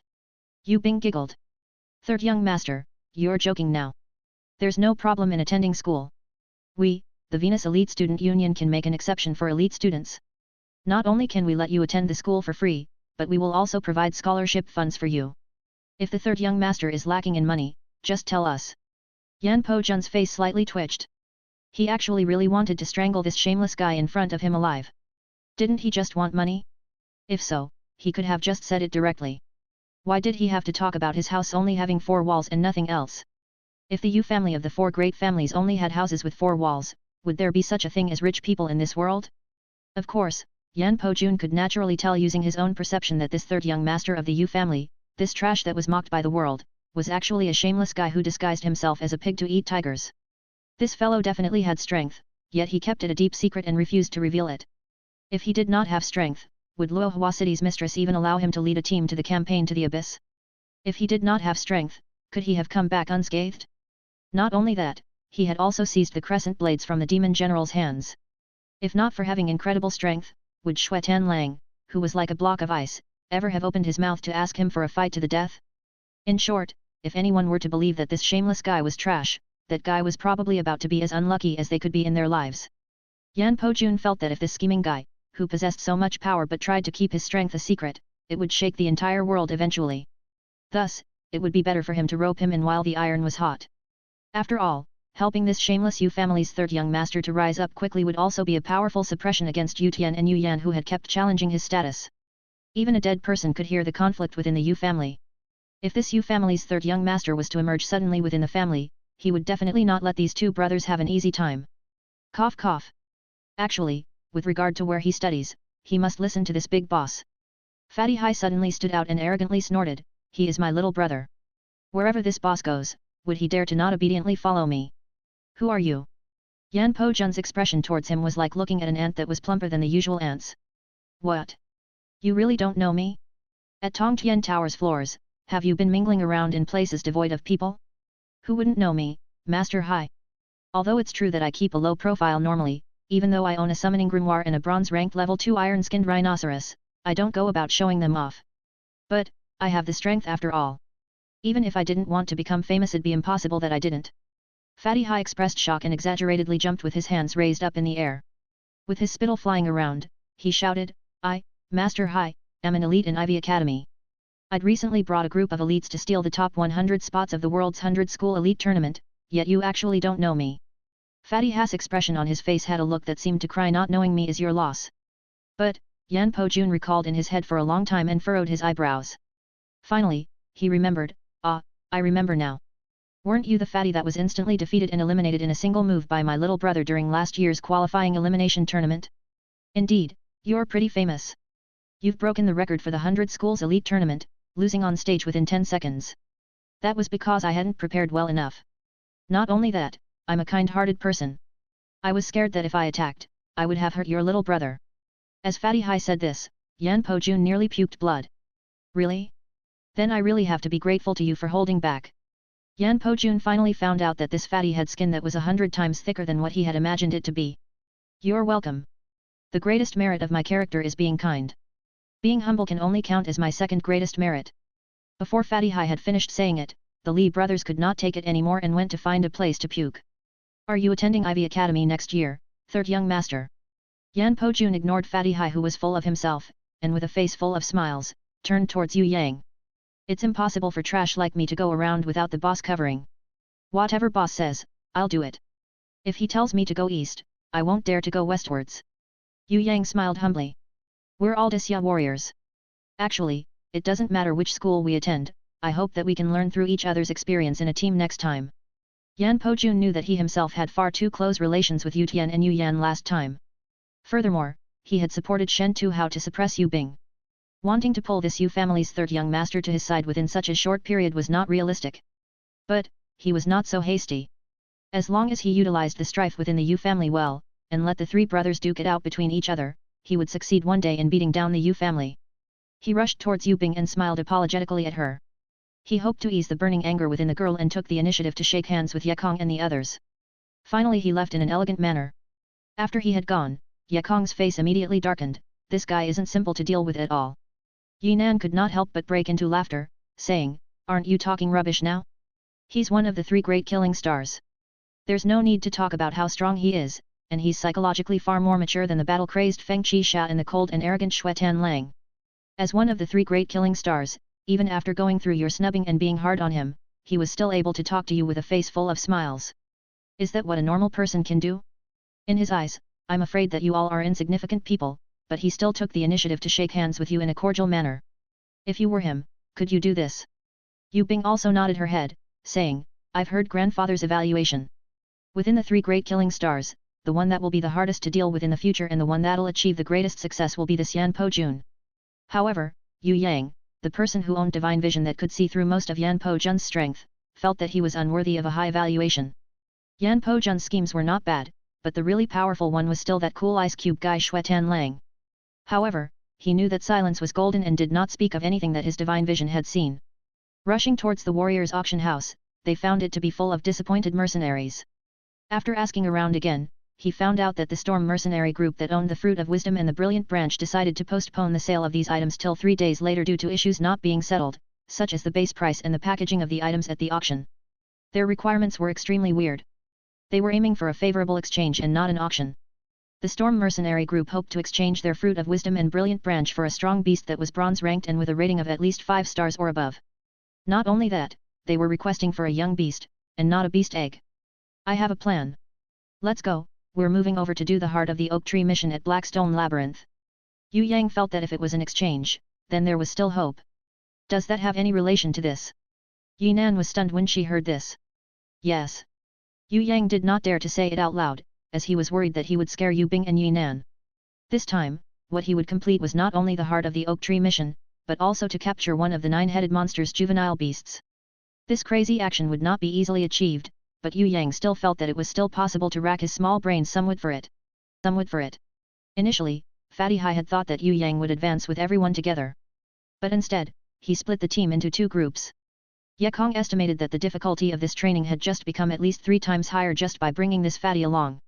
If not for him now owning a beast again, Ye Kong would not dare to say that he could guarantee the safety of this stupid pig. In another group, Yu Yang took Yu Bing and Yinan along and headed towards the southern road that he had walked through previously. Without stopping to rest, he began to recount to Yu Bing what he had experienced when he had passed the trial by himself. Yinan felt that it was a little weird, and said, we'll talk about it when we get to those checkpoints. It's still far too early right now. The moment they came out of the auction house, she could feel that Yu Yang had planned to take big risks. She was not able to guess what Yu Yang's plan was, but she felt that it must be extremely tough and dangerous. Initially, Yu Bing had thought of convincing Yu Yang not to do whatever it was he was planning, but he was her big brother after all. No matter what, she felt that she should give 100% of her support to whatever Yu Yang did. Besides, she knew he was not a hot-headed person and would probably not act rashly. Most importantly, she saw faint trace of Yue Yang's determination, and it had strangely increased her confidence in his complete success. Thus, Yu Bing decided not to bog her brother down. Suddenly, Yue Yang grasped Yinan's shoulders and warned her softly, "Brother Yinan, although I'm leaving Yu Bing in your protection, I feel a little uneasy. She still hasn't grown up and is still a huge loli. You can't swing that way, do you understand? Also, you're now considered her brother, TL note, Unisan, so you have to take care of her well. At most, I'll introduce you to some pretty girls next time." After waiting a moment for Yue Yang to bring Hui Tai Lang far away, Yinan lightly sighed, saying, "Yu Bing, your brother really is a huge idiot." Yu Bing nodded her head and agreed, "Sister Yinan, there was no other way it could be. My brother was shut inside the house for far too long." What they could not understand was that Yue Yang had actually intentionally done this. Regardless of whatever he did, he would just pretend that he could not recognize Yinan as a girl. Otherwise, how would she have let him hold her shoulders like that? Men and women were different. Once the differences were realized, it would probably be difficult for Yue Yang to grope and take some advantage of her. The situation right now was not bad at all. He could embrace her, hug her and touch her as he pleased. The first time he had passed through the Black Stone Labyrinth, Yue Yang, who had the quintet seeking golden mice, only used 6 hours to complete the route which would take others at least 3 days. Since he was coming back here for the second time, he could easily breeze through even without the quintet seeking golden mice. He dashed onwards, and rushed to the base of the 10,000-year ancient oak tree within the next 3 hours. When he arrived, he did not instantly move on to the demon's blood pond to kill the 9-headed monster, but rather rested on the treetops for a while. He was borrowing the 10,000-year ancient oak tree's spiritual energy to improve his abilities, allowing him to attain his peak form before moving on to Demon's Blood Pond. His objective was not to kill a 9-headed monster, but to capture a juvenile 9-headed monster, and use it to trade for the fruit of wisdom and the lustrous branch of the Tree of Life alive. This level of difficulty was a headache even for Yue Yang, who had already reached the innate realm. The 9-headed monster was not an ordinary monster. As long as it had matured, it was minimally a bronze-ranked level 7 or above beast. Adding its huge size, deadly poison, and the consecutive attacks from the 9 heads, it caused people to be unable to defend against attacks coming from it. If this black stone labyrinth did not have a rule that prohibited the use of magic, then Yue Yang, who possessed the innate sword qi, would not have to feel nervous at all. But within the star's domain, Yue Yang could only defend himself and was unable to attack. Using Xia Wen Li, the barbaric cow shadow and Hui Tai Lang to overwhelm and kill the family of 9-headed monsters, then capturing a juvenile 9-headed monster was a completely unrealistic move, nor was it smart to do so. Therefore, a good plan had to be thought up that could allow him to capture a juvenile 9-headed monster alive and safely escape.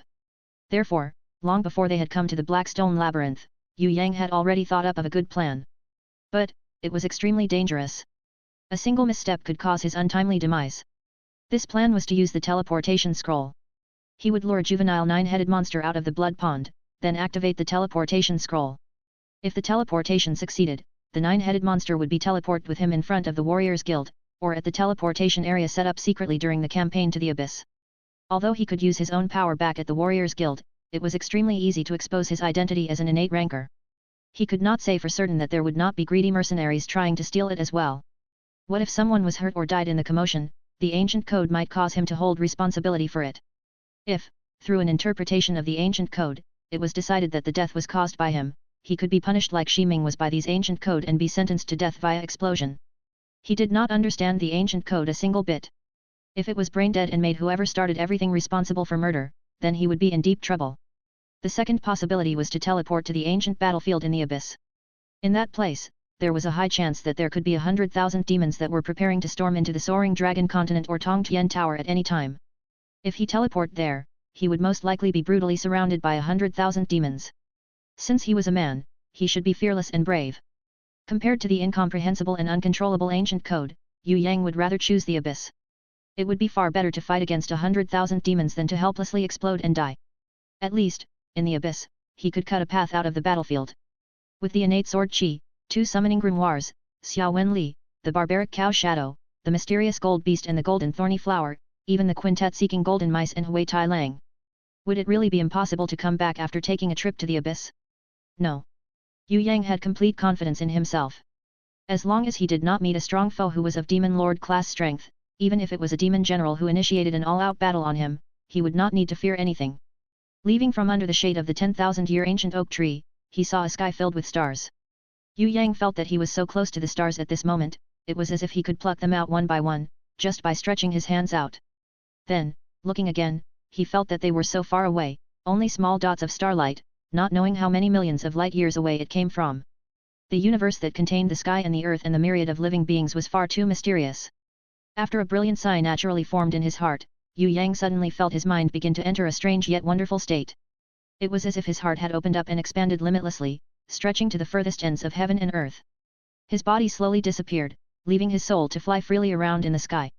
Yet it felt like his soul was still continuously expanding, as if he was a giant looking at the myriad of rivers and valleys on the earth. He was like a powerful creator, looking down at all the living beings on the earth, looking at the swaying of the plants, the birds flying around, and the vast variety of living beings which formed a circle of life that was wonderful without compare. It was a perfect, endless cycle. Yue Yang felt that after seeing such an amazing natural scenery, it seemed like he had understood a kind of secret that was hard to express in words. But the more secret he understood, the more he was bewildered. He found out that the more he knew and the more he was able to achieve, what he had originally known was just a grain of sand in a vast ocean of knowledge. And, compared to the power of the millions of beings roaming the heaven and the earth, he, who had seemed to be extremely strong, was obviously still an insignificant existence. Compared to the entire universe, he was just a small part of one of the millions and billions of planets, just like a drop of water in the big ocean. A light of wisdom rose from his soul. In that instant, something formed inside of his body, as if a kind of energy had condensed into a sphere, yet it was clearly different from his innate sword chi. When the 10,000-year ancient oak tree started emitting a faint green radiance and resonated faintly with the condensed sphere of energy within Yue Yang's body, Yue Yang finally realized that he had understood the heart of nature that he had never been able to clearly grasp before. The world's innate rankers were definitely the closest to nature. After all, only by controlling heaven and earth could one control everything. After understanding the heart of nature, this was equivalent to opening a huge door within the innate realm. This was also a sign of a new realm. When Yue Yang's heart of nature resonated with the 10,000-year ancient oak tree, he had found out astonishingly that the effects of the ancient code that restricted his body's power had lightened considerably. Under the 10,000-year ancient oak tree, he quietly cultivated for another day, before moving to the demon's blood pond. After understanding the heart of nature, Yue Yang felt more certain that he would succeed. This time, Yue Yang would not send Hui Tai Lang out, but rather, he would let a phantom shadow float into the blood pond and prepare to assault a juvenile nine-headed monster. The female nine-headed monster who had lost an egg had become extremely vigilant. It appeared almost instantly when the phantom shadow appeared. The female nine-headed monster broke out of the surface of the pond and roared angrily. Instantly, the entire family of nine-headed monsters became restless. When they appeared on the coast, Yue Yang immediately began his fiendish attack. A second later, Yue Yang, along with a mature female nine-headed monster, two semi-mature nine-headed monsters and two juvenile nine-headed monsters, were teleported at the same time to the ancient battlefield in the abyss. When Yue Yang raised his head, he abruptly saw tens of thousands of demons, led by dozens of demon generals looking at him with their jaws dropped. Shiro team, changed nine-headed monster Hydra. Only an idiot would dare to fight face-to-face with dozens of demon generals. Moreover, there were tens of thousands of monsters behind them. Yue Yang's first reaction was to rush towards the closest juvenile Hydra. He was prepared to hug one whether he lived or died, then, by summoning his bronze grimoire, under the protection of the barrier, use the teleportation scroll to escape back under the 10,000-year ancient oak tree. Under the situation where he could not attack, fighting a mature Hydra was strenuous, but there would be no problem when taking down a juvenile Hydra. But would the demon general let Yue Yang leave as he pleased? Almost the instant when Yue Yang moved, all the demon generals moved as well. Yue Yang found that the teleportation items in the abyss were different from those of the Soaring Dragon Continent. If the warriors in the Soaring Dragon Continent wanted to use a teleportation scroll, they would have to open it and summon it with their spiritual energy. The previous time, he had been too focused on escaping and did not see it clearly. But this time, Yue Yang could see it clearly. All at once, the demon generals threw a black-colored item. They seemed to be black balls that were about the size of a fist. Before touching anybody, they would shatter soundlessly, turning into black pillars of light. Within the regions covered by the black pillars of light, each target would be instantly teleported to a designated location. If Yue Yang had not been greedy and insisted on hugging the juvenile Hydra, then with his movements, those teleportation balls would hardly be able to hit him. But now, Yue Yang, who refused to yield and let go against the constantly struggling juvenile Hydra, was teleported to yet another battlefield of death. Not only that, this time, it was not just one demon general he had to face but 5 demon generals at the same time. After the 5 demon generals entered the battlefield of death, they said it in their hearts that this human male could not possibly leave this place alive. They came together to discuss how to trample Yue Yang. Yue Yang could not understand what the demon generals were saying since they used the language of the abyss. Even if he could understand them, he did not have the time to care about them. The juvenile hydra in his arms was struggling with all its might. Even though it was still a juvenile beast, and only had 3 heads, the size of the little hydra was still larger than a bull, and the 3 long necks were akin to pythons. But the little hydra's heads were larger than a python, and on top of that, strange horns and fins were also present. Its teeth were as sharp as daggers, and, each time it bit maniacally, it caused Yue Yang to be in a fluster. Ha ha ha! Seeing such a comical scene, the 5 demon generals clutched their bellies and laughed. They suddenly felt that this young human male was not trying to assault the abyss. Rather, he had been hunted down by the hydras and fled for his life towards here. The only thing they could not understand was how this brat possessed a teleportation scroll that could transport them into the ancient battlefield. Could he have come here before? The 5 demon generals even suspected that if they kept watching and ignored this young human, he would probably be unable to survive and be swallowed alive by a hydra. In the many times where humans had fought into the abyss, this brat was the weakest and funniest of them all. They had really never seen an idiot like this from all of the human warriors that came here. Yue Yang used his barbaric strength and madly hit the hydras with a flurry of punches. Finally, with great difficulty, he had knocked all 3 heads of the little hydra out. Over there, the demon generals laughed until their sides could not be straightened. Human, are you trying to kill us by laughter? Compared to using your strength, killing us by laughter might really be more effective. One of the tallest demon generals stood up and spoke in the language of the Soaring Dragon Continent fluently. With this speech, the other 4 demon generals laughed maniacally again. Can I surrender? As Yue Yang asked this, the opposing demon generals laughed violently, tears of laughter flowing from their eyes. Did this brat think that this was a pub? On the battlefield of death, one side had to die before the other could leave.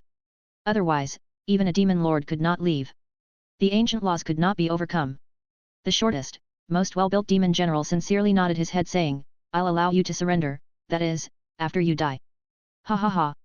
Yue Yang saw that he had no choice. It looked like the Soaring Dragon Continent and the Abyss were still really the arch-enemies of each other, and there was no possibility of living harmoniously with one another. In a second, the world traveler turned from an advocate of peace into a battle maniac. His principle that had guided him from the start was, if he could refrain from fighting he would not fight. If a fight started, he would have the other's life. Yue Yang summoned his bronze grimoire, and summoned the golden thorny flower that was still digesting Demon Lord Xian's arm, allowing it to take root in the ground. An apprentice? Thorny flower. The 5 opposing demon generals were dumbfounded. They were looking at him as if he were a lunatic.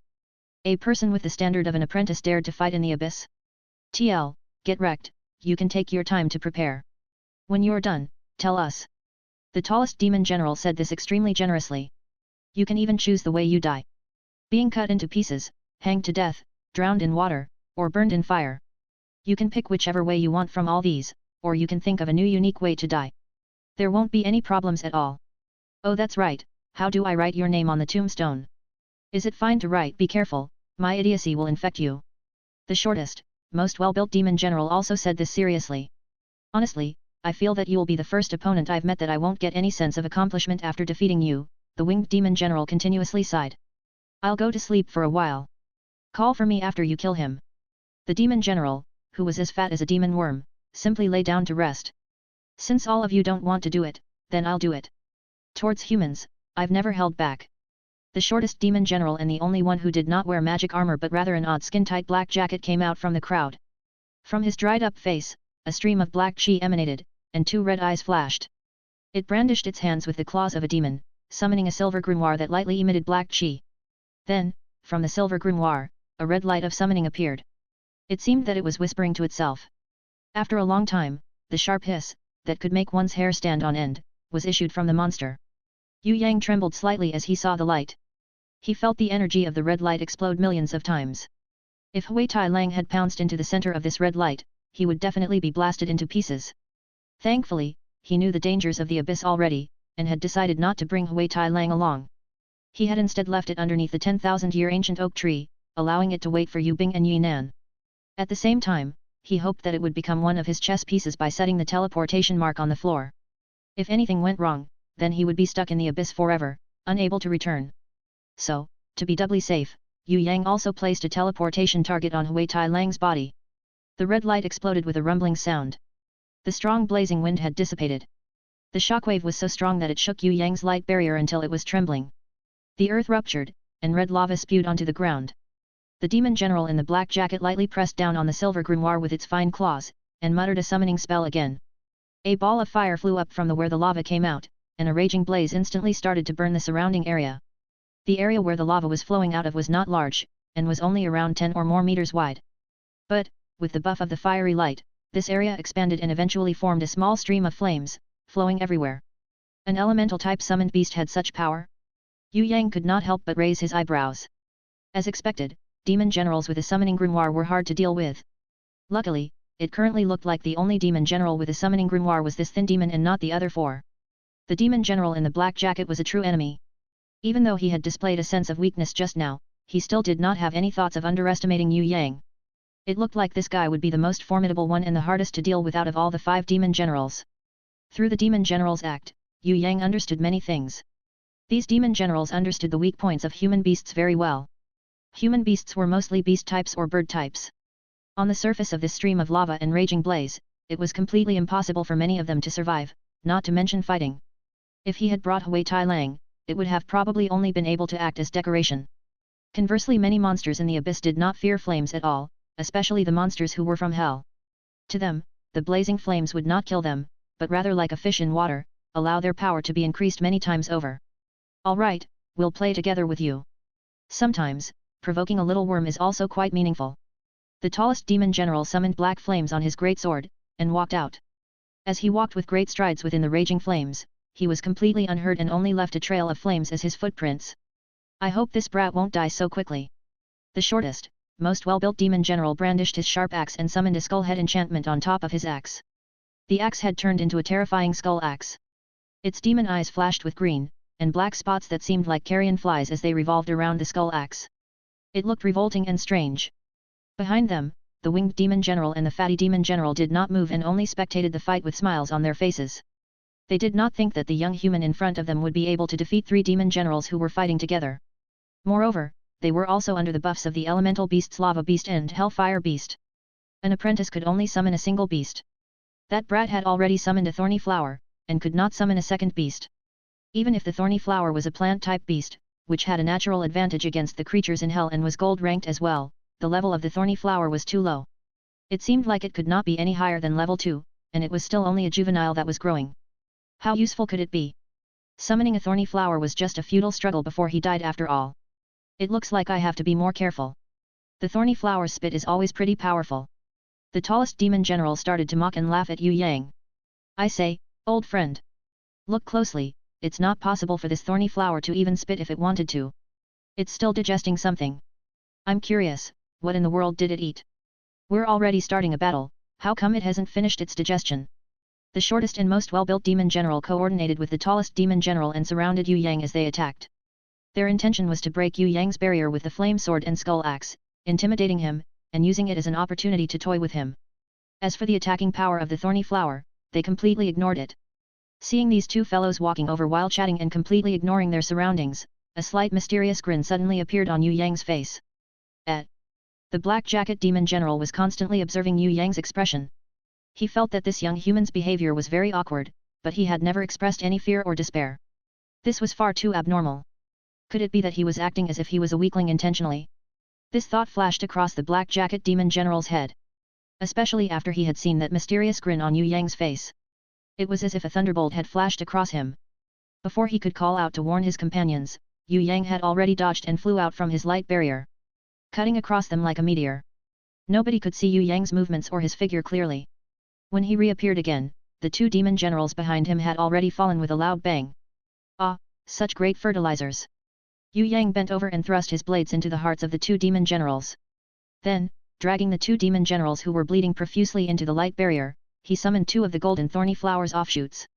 The offshoots opened their huge mouths and forcefully swallowed the 2 demon generals who were still alive struggling. Even the flaming greatsword and the skull axe were swallowed whole.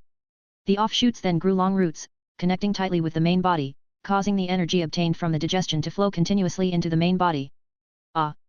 This turn of events was like a bolt from the blue, causing the remaining 3 demon generals to become utterly speechless.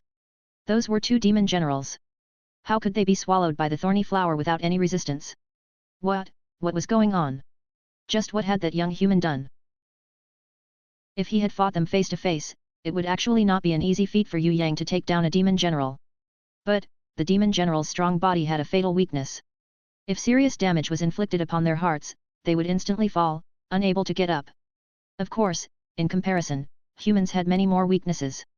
The head, the heart, the lower abdomen, those precious gems below, you know what it means, the spine. If any one of these received a strong blow, they would instantly lose their ability to fight. The demon generals only had the weakness of their hearts, and they were extremely tough already. A few demon generals belonging to the worm race could continue fighting even if their heads were cut off. Their regenerative ability were just that terrifying. The only weakness was that the demonic heart, which provided energy to the entire body, could not be heavily damaged. If not for going up against Yue Yang, who had innate sword chi, their powerful bodies and highly defensive magic armor would not have allowed them to lose any of their fighting capabilities even if their bodies received wounds everywhere, and their hands or legs were broken. Even more so, they would not be in any danger of death. It was unfortunate for them to meet such an abnormal person like Yue Yang. Who would have thought that an apprentice was actually an innate ranker? Yue Yang's innate sword chi could easily penetrate a hole through the magic armor and injure the heart protected by their muscles. Its power was overwhelming. Below level 6, nobody could defend against an innate ranker's innate chi attacks. The only regret was that Yue Yang's sword chi could only release 3 swords now. If Yue Yang could be like the heavenly sword goddess, who could unleash thousands of sword chi, he would not even bother to act like a weakling on purpose just to bait 2 of the demon generals to come forward, so that when they were joking around he would be able to mount a sneak attack on them. If he were able to release 10 swords, he would have thrown himself at the 5 demon generals and annihilated them. The 2 swords took out the 2 careless demon generals. The battle results were outstanding. Most importantly, for the sake of increasing the level of Thorny Flower, Yue Yang had added one of the best fertilizers for it. Where else would he be able to find fertilizers like demon generals? He estimated that if it completely digested these 2 demon generals, the Thorny Flower would rise in rank and undergo a variant evolution into Thorny Flower Demonis. Then, after digesting Demon Lord Xian's arm, it might undergo another rank and variant evolution again. Cultivating a golden crown Thorny Flower Queen was not easy and required great amounts of fertilizer. Not only that, it would require more and more high-level elites to be its fertilizer. This was undoubtedly one of the best solutions. Right now, he could kill his foes and cultivate the Thorny Flower. He could even raise the rank of his summoning grimoire, gain military honor and be recognized for his contributions to the country. This battle could serve multiple purposes. The only kind of people who could easily drill a hole in magic armor and destroy a demon's heart are innate rankers. The Black Jacket Demon General was the fastest to react, and roared with a sinister look on his face, "So you were an innate ranker after all. No wonder you dared to charge into the abyss by yourself. This was a plot all along. Although I was already suspicious from the very beginning, a normal thief could not possess a teleportation scroll that would send them to the abyss ancient battlefield and would definitely not possess the crescent blades of a demon general. But, you disguised yourself too well. I was led to believe otherwise by the 9-headed monsters that were chasing you to the abyss, that bronze grimoire and Thorny Flower. It's too late now, otherwise those 2 wouldn't have suffered such miserable deaths. Human warrior who wants to use us to cultivate, an innate ranker who pretends to be a weak little thief, you still dare to leave the battlefield of death? No, you're going down with us. Your Highness Lich King Grun, I offer up everything to you, please grant unto me power." The Black Jacket Demon General's words made Yue Yang's heart sink. A bad premonition flashed across him. This guy wanted to use all he had, and it was that kind of crazy life sacrifice. Yue Yang took his crescent blades and shot out from the light barrier, towards the Black Jacket Demon General. This guy was a formidable opponent, he had to be killed first. Although this Black Jacket Demon General had a light barrier protecting his body, his combat ability in the flesh would probably not be very strong. As long as his summoned beasts were killed, the light barrier would disappear. At that point of time, he would definitely be unable to take the fatal blow aimed at it. Now, Yue Yang had to quickly find out where the summoning beasts were hiding, and kill them to destroy that accursed barrier. Even if it was an elemental type summoned beast, it would definitely have a body, or at least the existence of an energy core. As long as that energy core was shattered, the elemental type summoned beast would die instantly. But, where in the world did those 2 elemental type summoned beasts hide? Ho-a-a-a! The demon general that were as fat as demon worms shouted as he rushed up. When he rushed in front of Yue Yang, he had already completed his summoning technique. The fat covering his body merged with the summoned beast, becoming masses of black demon worms, swarming towards Yue Yang like a tidal wave. At Yulong Valley, Yue Yang had seen this kind of flesh-eating demon worms. They were completely not scared of fire, and liked eating human flesh. Their solid teeth could easily bite off the bones of a bull. The flesh-eating demon worms of Yulong Valley were only level 1, but the worms that came from the demon general's summons along with the worms that were born from merging with his body, were all bronze-ranked level 3 demon worms. With their sharp teeth, fierce horns and spikes covering his entire head, and the black current of worms crawling quickly unharmed through the flames like a tidal wave, even a person with great guts would feel absolutely horrified. In the sky, the winged demon general summoned multiple crow-like summoned beasts, allowing it to be attached onto the arrowheads, turning them into black arrows that were emitting smoke. Once the arrows were shot, all of them could automatically fly around. Drawing out an arc, they mysteriously homed towards the back of Yue Yang's head. So you were here, found it. Yue Yang's figure flickered. At the same time as he dodged the black arrow rain's attacks, he flew through the group of flesh-eating demon worms, and reached the most inconspicuous region of the battlefield of death at lightning-fast speed. When Yue Yang's figure was still flying in midair, that crazy black jacket demon general had already mercilessly cut open his own chest and abdomen, using his blade to cut wildly. Instantly, his internal organs were shattered, his intestines ruptured, and various internal organs were bleeding profusely, with blood splashing out, causing a large amount of black blood to gush out that was so gross to the point it would make people vomit. Before the blood had even splashed on the ground, a scarlet teleportation door appeared above. It expanded greatly, then shrunk greatly again. Within a few seconds, a skeletal bone dragon with 2 pitch-black eyes and 4 clawed limbs flew out from the scarlet teleportation door. Before the teleportation door closed and disappeared, it dangerously squeezed out with its entire body. A part of the bone dragon's long tail didn't make it out of the door in time, and silently a part of it was cut off. The bone dragon opened up its bone wings made up of bones and rotten flesh, using great force to flap them, and swooped down towards Yue Yang. A bronze-ranked level 7 bonehead. Yue Yang's divine eyes saw through the bone dragon's information in an instant. This caused him to shiver. Facing this bone dragon, perhaps it was not very different from a mature 9-headed monster. It was even superior to it in some ways. Yue Yang was unable to eliminate the lava monster and hellfire monster that were hidden, and with a spin of the crescent blade, he flashed past the bite of the bone dragon. At the same time, he struck the bone dragon ferociously, repeatedly slashing the bone wings that seemed to be very fragile. Clang! A shower of sparks flew out. Between the crescent blades and the bone wings, an ear-piercing metallic sound rang out. This bone dragon's bones were actually tougher than metal, it was really ridiculous. Seeing that the crescent blades on Yue Yang's hands had broken, while the bone dragon was completely unharmed, his heart grew even colder. The bronze-ranked level 7 bone dragon was only 2 levels higher than the bronze-ranked Hui Tai Lang, but the difference in their strength was like heaven and earth.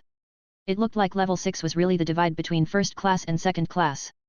Below level 6, whether it was humans, demons, or monsters, they could only have second-rate strength at best.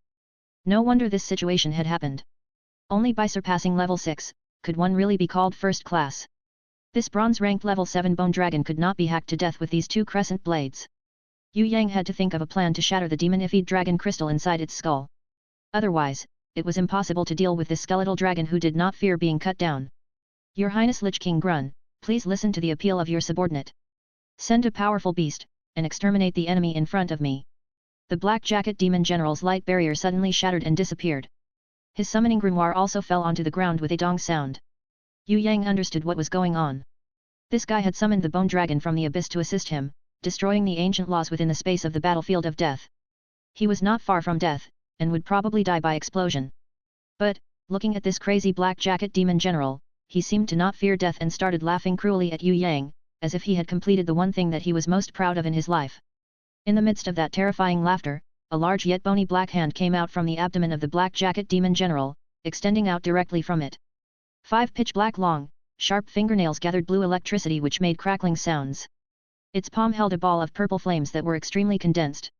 Although the Lich King could not come out, and only a mere hand had stretched, but the purple flames that this hand brought forward had a kind of energy that could destroy the heaven and the earth. Yue Yang felt his sense of danger exploding and shouted loudly. He was prepared to use all he had to stop the movements of this Lich King. Like a bird, Yue Yang swept past a large distance. The twin crescent blades were like wheels, cutting towards the bony black magic hand of the Lich King. But, Yue Yang's attack was far too late. The hand of the Lich King had already gone back, leaving only that ball of fire thrown onto the lava and the blazing flames. Boom! With a resounding vibration, a huge explosion occurred. Although Yue Yang's luck resisted this, his body was still thrown back by the dissipated shockwave. He found out that the ball of purple flames had crazily devoured the crystal cores of the lava monster and the hellfire monster. In an instant, it had sucked up all the fire abilities, before growing to become a 6-odd-meter tall blazing giant. This blazing giant with blazing flames around it was made up completely of lava and rocks. Its upper body was humanoid, but its lower body was completely made out of flames. With a wave of its arms, raging flames soared up to the sky. Even the bone dragon who gave Yue Yang such a headache flew high up, away from this raging flame and hurriedly dodged, not daring to let its body close to that kind of fiery energy which could annihilate everything. Boom! In the midst of maniacal laughter, the black jacket demon general was blasted into pieces. His death had been extremely miserable. Under the destruction of the power of the law, not even a single shred of his body was left. Even his soul had been completely destroyed. Yue Yang had long known that this guy would be dead for sure, but he was feeling a huge headache due to his crazy actions. Summoning a bronze-ranked level 7 bone dragon would have been enough. This guy still was not afraid of himself dying and summoned the Lich King too. Although the Lich King could not come in, the Lich King was extremely powerful. It used a few seconds worth of time to throw a Flame Lord into the battlefield of death which had reached a level of silver ranked level 7. If Hui Tai Lang was here, meeting this Flame Lord, he would most likely be killed instantly. Now, he had to face a silver ranked level 7 Flame Lord, a bronze ranked level 7 Bone Dragon, and 2 demon generals who had at least the strength of a level 5 Grandmaster. How would he fight this battle?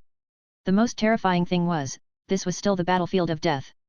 He could not run away from this, and had to kill every single enemy on the field before he could leave. What did he have to do to win against these enemies who had overwhelming strength?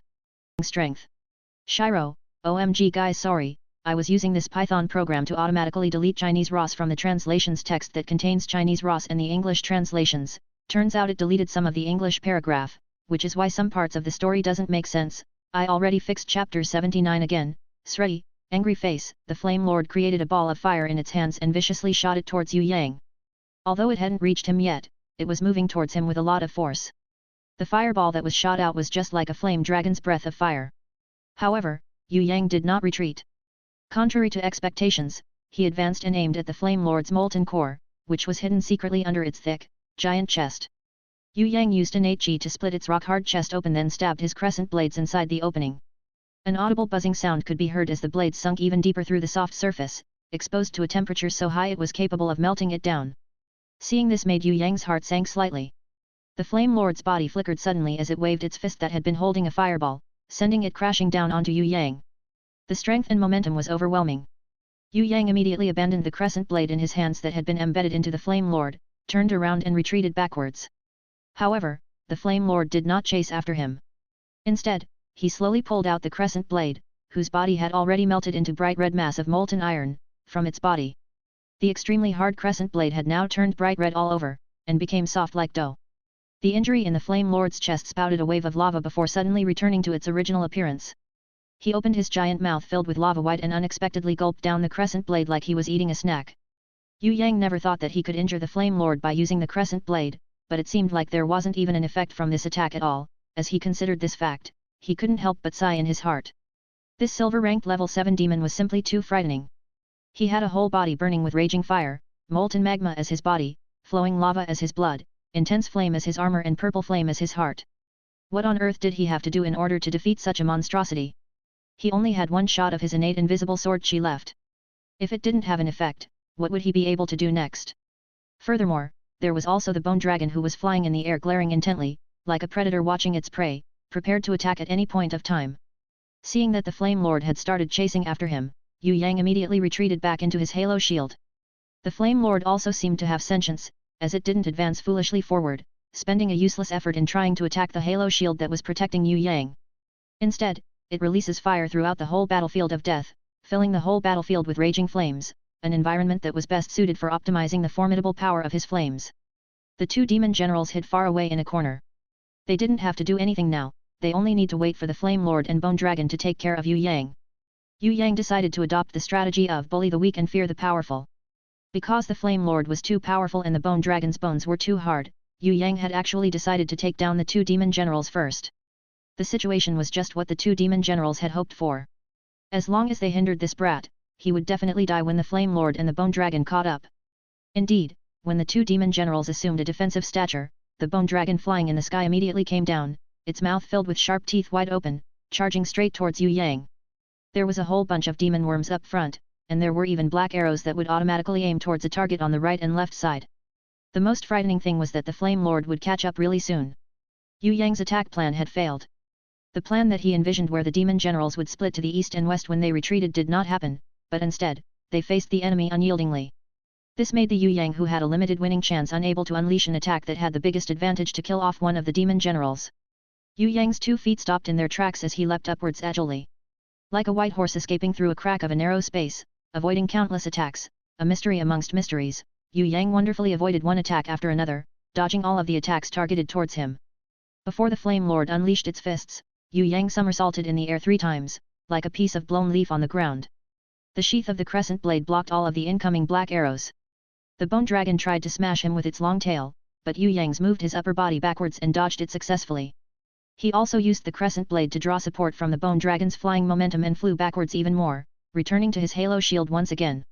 If it was another human ranker who didn't have the ability to enter and exit his halo shield as they pleased, they would have been dead even if they had 10 lives.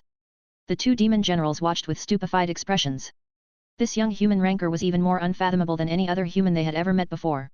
He was obviously very young, but he turned out to be an innate ranker. That was not all, he could even enter and exit his grimoire's halo shield as he pleased. They had never heard of this kind of ability before. Every single grimoire summoner would lose their halo shield once they exited it, so how could he freely go out of his halo shield? However, no matter how mysterious, how unfathomable the situation was, it was useless to worry about it. After 10 minutes, the halo shield would automatically disappear. In the end, he would definitely not have a second hiding place. Under the combined attack of the Bone Dragon and the Flame Lord, he would definitely perish. The 2 demon generals could also see another point, that was, this young innate ranker was not as strong as the other human innate rankers. His abilities were a little bit weaker. Most importantly, his beasts weren't strong at all. Other human innate rankers would have mythical beasts or holy beasts at least. Their abilities were already strong on their own, and their beasts' formidable powers added to their strength. Even the worst innate ranker would have a diamond or platinum ranked beast. Other than this brat, which other ranker would have brought a gold ranked thorny flower? They really couldn't understand what was wrong with this brat. Maybe he wasn't a true innate ranker, maybe they had seen it wrongly just now. The 2 demon general looked at each other and nodded. After they killed Yue Yang, they would search through his body to see if they could find any sort of treasures. The 2 generals, the worm-like demon and the winged demon general, were skeptical that this young human had in fact not depended on his own abilities, but depended on some kind of treasure to get rid of their colleagues. And it might also be because of that treasure that others misunderstood him for an innate ranker. Within this whole world, how could there be such a weak innate ranker? Looks like I can only use the supreme sword now. Yue Yang could release Barbaric Cow Shadow, but its level and abilities were far too weak. Barbaric Cow Shadow wouldn't be a good opponent no matter if it was against the Flame Lord or the Bone Dragon who could fly. Yue Yang still needed Barbaric Cow Shadow as a surprise attack, so he decided not to reveal her in the meantime. Just when Yue Yang was having a headache, Xia Wen Li suddenly floated out in a red glow. She first looked at the Flame Lord with her doe eyes, then at Yue Yang. Her cute action seemed like she was asking, why couldn't you defeat such an easy monster? Although Xia Wen Li didn't say it, Yue Yang could see it through those big, round eyes, which seemed to be able to speak to him. Seeing Yue Yang give her a thumbs up, showing his praise to her, a smile blossomed on Xia Wen Li's small face, beautiful like a flower. It looked especially pure and sweet. She waved her dainty, flower-like hand and summoned her small and exquisite diamond grimoire out. Ah! Seeing the diamond grimoire that Xia Wen Li had summoned out, the 2 demon general were so shocked that they almost peed in their pants. Who the heck was this small thing? Diamond grimoire, what kind of powerful entity was this, that she could own such a grimoire?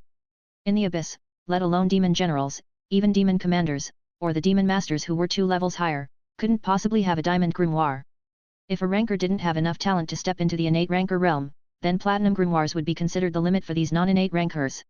Diamond grimoires were an existence that all rankers could only hope for but never get in their lives. Now, turned out this small thing actually had a diamond grimoire. The more unbelievable thing was that she seemed to be that brat's summoned beast. How could this be? How could a summoned beast own a summoning grimoire? The 2 demon generals felt that they must have gone mad to see such a hallucination. The Flame Lord seemed to be able to feel Xia Wen Li's threat. It roared loudly and viciously advanced forward. However, Xia Wen Li was standing inside the bronze grimoires and the diamond grimoire's halo shield. With the protection of both shields, she could completely ignore the existence of the Flame Lord. In reality, Xia Wen Li didn't even care about the silver-ranked level 7 Flame Lord. Seeing that, Yue Yang was flabbergasted. Was every diamond-ranked level 1 beast this strong? Could they overcome such a big difference in levels? Although Xia Wen Li was a diamond-ranked level 1 beast, the Flame Lord was a silver-ranked level 7 beast.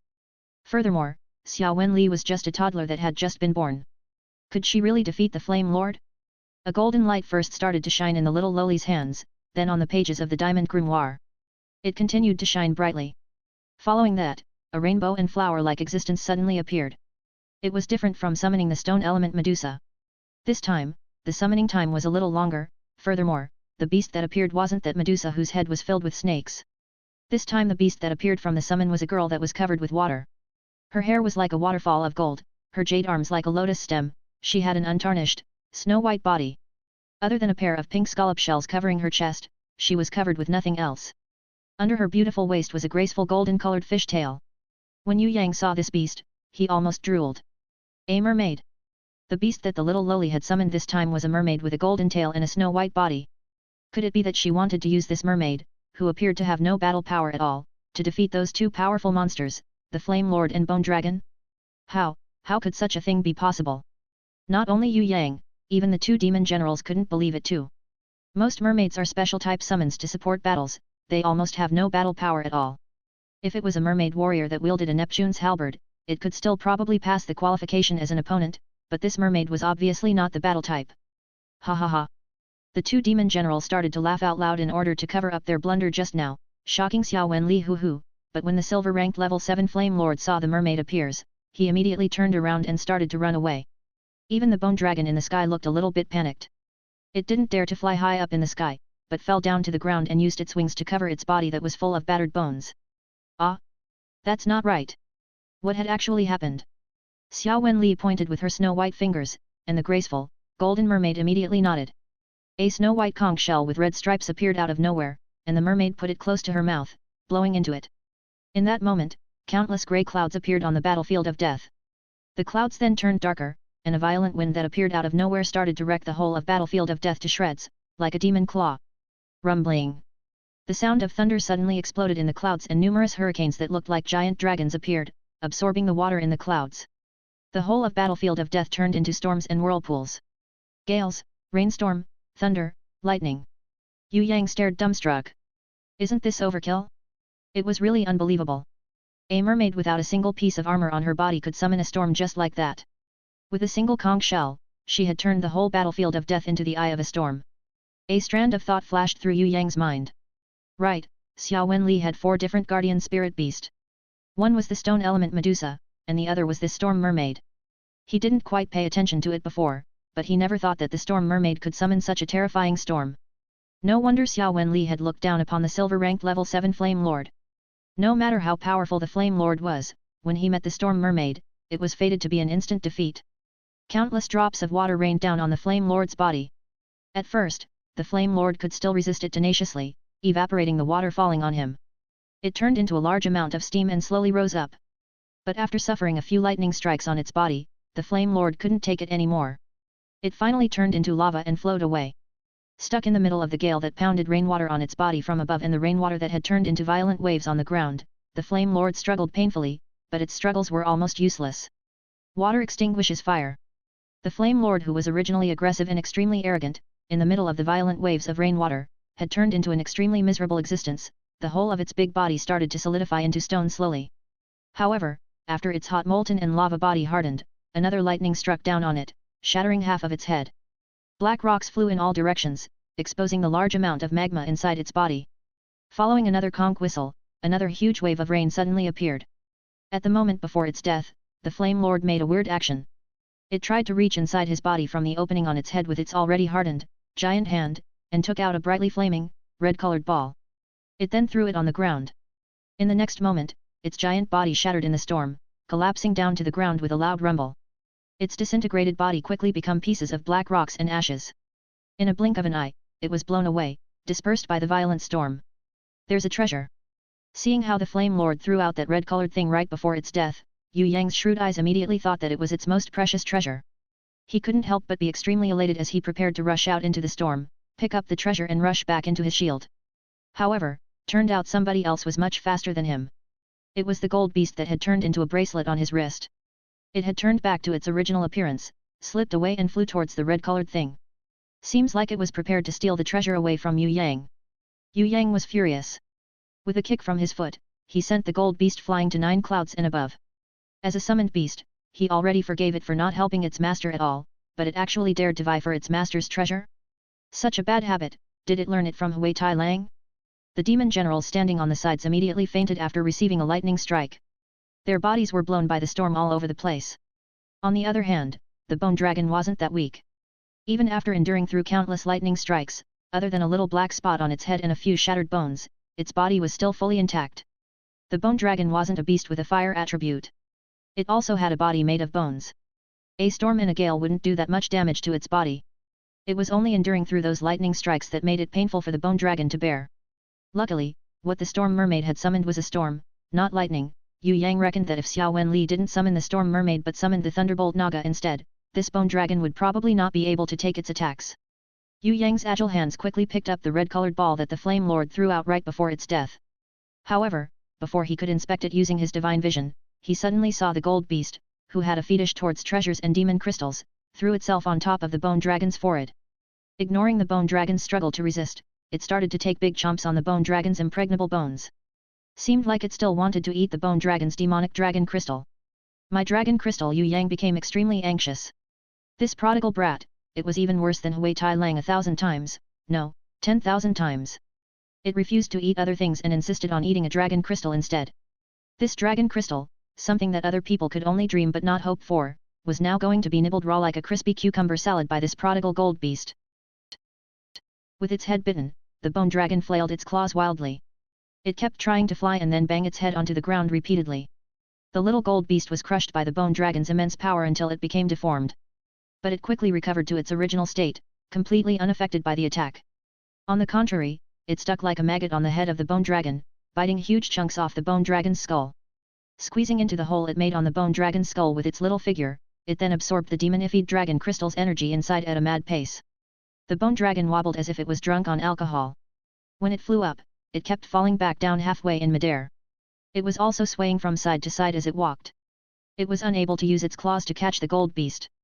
On the contrary, its struggles allowed the gold beast to absorb even more energy.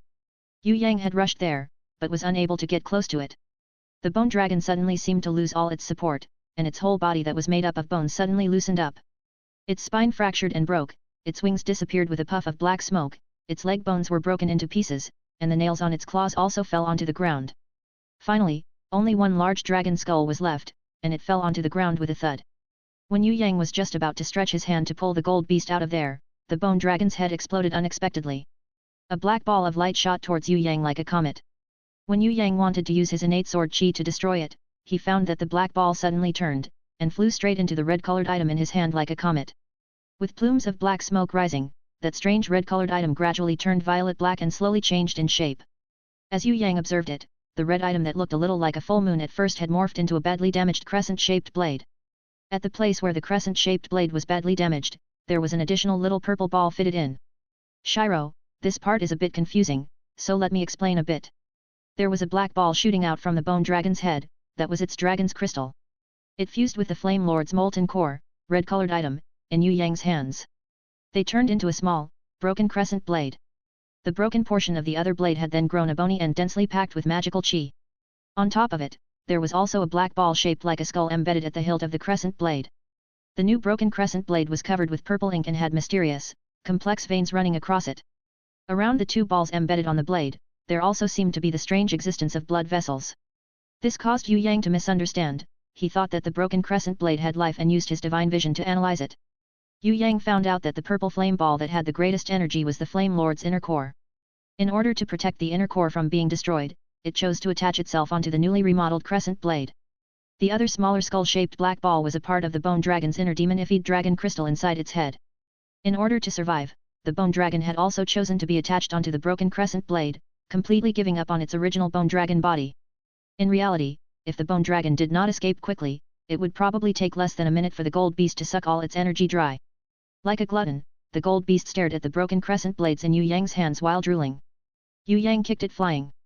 Now that this broken crescent blade had fused with the Flame Lord's inner molten core and the bone dragon's demon dragon's crystal, it had completely turned into a magic blade that possessed life. This was because the Flame Lord's inner molten core and the bone dragon's demon dragon's crystal had suffered a grave injury, and they needed a great amount of energy to recover. Yue Yang reckoned that the more energy they absorbed, the higher the quality of the magic blade would be. Even now, this broken crescent blade had already made demonic soldiers evolved and be promoted to silver ranked. Yue Yang thought that if the Flame Lord's inner molten core and the bone dragon's demon dragon's crystal had absorbed enough energy and recovered to their initial condition, or if another strong monster's core was added to this blade, then wouldn't this gold-ranked Huijin magic blade's quality rise even more? Although the magic blade's quality that had undergone a change after the fusion only differed by a single rank, it was more than 10 times stronger than Yue Yang's. Testing the sharp magic blades lightly, the back of Yue Yang's egg blades, which was originally extremely solid, was easily cut into pieces like a hot knife going through butter. Through this comparison, Yue Yang could see the true power of this magic blade. It was essentially like the heaven sword and dragon saber of another world. Although the quality of this item is still quite low, it's still a war prize that's undergone a variation change. I'll use this as my weapon for the moment. After 3 seconds of deliberation, Yue Yang gave the name Hui Jin to this magic blade. It could not be denied that Yue Yang was inclined towards cracking jokes. Shiro, I think his joke is Hui Bone Ashes, Jin Embers. This magic blade Hui Jin was much smaller than the original egg blades. Although the broken parts were restored, it was still smaller than the original by about a third or so. If Yue Yang bought a buckled metal belt, he could hang Hui Jin by his waist. However, the leftover egg blade was out of the question. Its blade was too huge, and far too long. It could only be carried on his back. After defeating the strong enemies, his intermediate ranked bronze grimoire rose in grade again. There would most probably be nobody like Yue Yang in the entire Soaring Dragon Continent who could increase the rank of his summoning grimoire in a single huge battle. However, after the summoning grimoire rose in rank, the blank pages that Yue Yang desired did not appear. Yue Yang had heard Yinan reveal this secret before. When some people's grimoire rose in rank, they would receive a blank page where they could store items. Everyone's spiritual energy was different, and the amount of items they could store differed as well. Normally, it would not be more than 5 kinds of items, and the capacity of the page was quite small. It was only appropriate for using it to store some small precious items. Yue Yang had drooled a lot for the blank pages that could store items, but he could not get them at all. It had to be known that there were dimensional storage rings in Soaring Dragon Continent. But those were sage-level treasures. They were so rare that even the Xia Empire's emperor would be incapable of ever hoping to get one. The blank storage page did not appear. But, the ancient code granted Yue Yang's guardian beast Phantom Shadow its second special ability, Reconstruction. Reconstruction, after taking a certain beast's body as its new body, it can absorb the body and energy of the same type of beasts to reconstruct its body. The target must be alive. The success rate is linked to the target's power and will. For the time being, Yue Yang was unable to make heads or tails out of the use of reconstruction. Was it only an ability that could alter the body's appearance? The barbaric cow shadow was only used for raw battle, and did not need to look pretty. It seemed to be of little value to reconstruct her body. Of course, Yue Yang did not have any objections if the barbaric cow shadow could be prettier. The 2 unconscious demon generals, Demon Worm and Demon Wings, were both swallowed into the stomach of the golden thorny flower, becoming rich, nutritious fertilizers for it. Yue Yang reckoned that even if the golden thorny flower did not finish digesting Demon Lord Ha Xian's arm, it would successfully leveled up and become a thorny flower demoness within 3 days. With 4 level 5 and above demon generals as fertilizers, it would be hard for the thorny flower not to undergo a variant evolution even if it did not want to. The only thing Yue Yang could not imagine was how the thorny flower demoness which took on human form would grow to be like. It couldn't be as ugly as the barbaric cow shadow, right? Xia Wen Li still stuck to her old routine. She turned into rainbows, and floated into Yue Yang's body to rest. However, the gold beast did not. When it realized that Yue Yang would not let it bite the Hui Jin no matter what, it turned back into a wrist guard again. Perhaps it was due to absorbing the demon Ifid crystal's energy from the bone dragon or something else, but the gold beast underwent a huge improvement in abilities this time. Before this, when the gold beast turned into a wrist guard, it looked exquisite and was brimming with energy. It was possible to discern that it was not something ordinary with a single look. Now, the wrist guard it had turned into was completely ordinary, similar to normal mercenaries' wrist guards. If Yue Yang did not see this with his own eyes, even he would not dare to believe that it was the gold beast. Yue Yang opened a teleportation scroll and returned to the Warriors Guild while hugging onto the little hydra. As he had went through a huge battle and drenched by a rainstorm, Yue Yang was from head to toe, censored in Ross. Additionally, he was holding onto the little hydra which was larger than a calf. The scene looked extremely unpleasant. Some mercenaries were curious as to how a kappa-like person had teleported back. But as they looked closer, they cried out while pointing to the little hydra, asking, this is a cat. Yue Yang was the best at lying with his eyes open. All the mercenaries that heard it fell onto the ground. Who would not recognize a hydra? If this were a cat, then the mammoth elephant was a rat. Yue Yang did not want to care about these idlers who sat in all day long in front of the Warriors Guild drinking beer and chatting. He held the little hydra and ran at a breakneck speed. He rushed towards a warrior's inn in the auction house and directly looked for the captain of the storm mercenary group, prepared to initiate the exchange between him and the other party using the little hydra. The captain of the storm mercenary group was a 25 or 26-year-old male. According to the adolescence period of Soaring Dragon Continent's people and their slightly longer lifespans, he was still counted as a young lad who had just matured. He was very similar to the young adults on Earth aged around 17 or 18. In fact, if a guy on the Soaring Dragon Continent married at the age of 30, it was still considered marrying early. Many males from commoner families would only get married at around 35 or 36 years old, or even at the age of 40. Only girls would marry earlier. This stormtroop captain's face was still very young, but he had intentionally grown a full beard to show maturity and heroism. Even his actions and speech were mimicking a 30 to 40 years old adult. When Yue Yang looked at him, why did he feel that this guy was a little like a child posing as an adult? Of course, how other people dressed up was unrelated to him. It would be fine as long as he managed to trade for the Fruit of Wisdom and the Lustrous Branch. I'm sorry, but I've already given the Fruit of Wisdom to someone, so I can only offer the Lustrous Branch in exchange. If you feel that it's not suitable, how about 300 gold coins to make up for it? This captain named Feng Rui really liked the little hydra that Yue Yang had brought back, but he felt a little awkward towards the conditions that Yue Yang offered. What would I need money for? Yue Yang was irritated. After spending all that effort risking his life to capture the little hydra, the Fruit of Wisdom was gone. Actually, Yue Yang was really lacking in money. After purchasing the teleportation scrolls and the beast eggs for Yekong and the others, he had already spent all of his previous savings along with the 100 gold reward. But, in comparison to the Fruit of Wisdom that was worth thousands of gold, compensating for it with 300 gold was essentially a huge joke. Even if he did not have gold, Yue Yang could slowly accumulate it, but the Fruit of Wisdom was difficult to obtain, and would not be possible to be bought with money. If Yue Bing's Treeman warrior had the Fruit of Wisdom and the Lustrous Branch, he believed that its strength would rise by a few times. If the heart of the oak tree was added, then it might even be able to rise in level from bronze ranked level 3 to bronze ranked level 5. Not only that, the most important aspect for beasts was intelligence. So, this Fruit of Wisdom had to be acquired no matter what. It had to be one of the conditions for the trade. Brother, this hydra is really ugly, it's better if we don't take it. My classmate bought a winged rabbit egg. If it's incubated, the cute little winged rabbit after eating the green leaf of life from this lustrous branch might evolve, so let's not exchange after all. A big loli that was not much older from Yue Bing stood behind, attracting the attention of her older brother. Hey, don't cause trouble. When that Captain Feng Rui heard her words, black line formed in his forehead. Not exchanging for a hydra, but to use the lustrous branch's leaves to feed a winged rabbit with completely no battle ability. There was a huge, majestic man that was accompanying her at her side.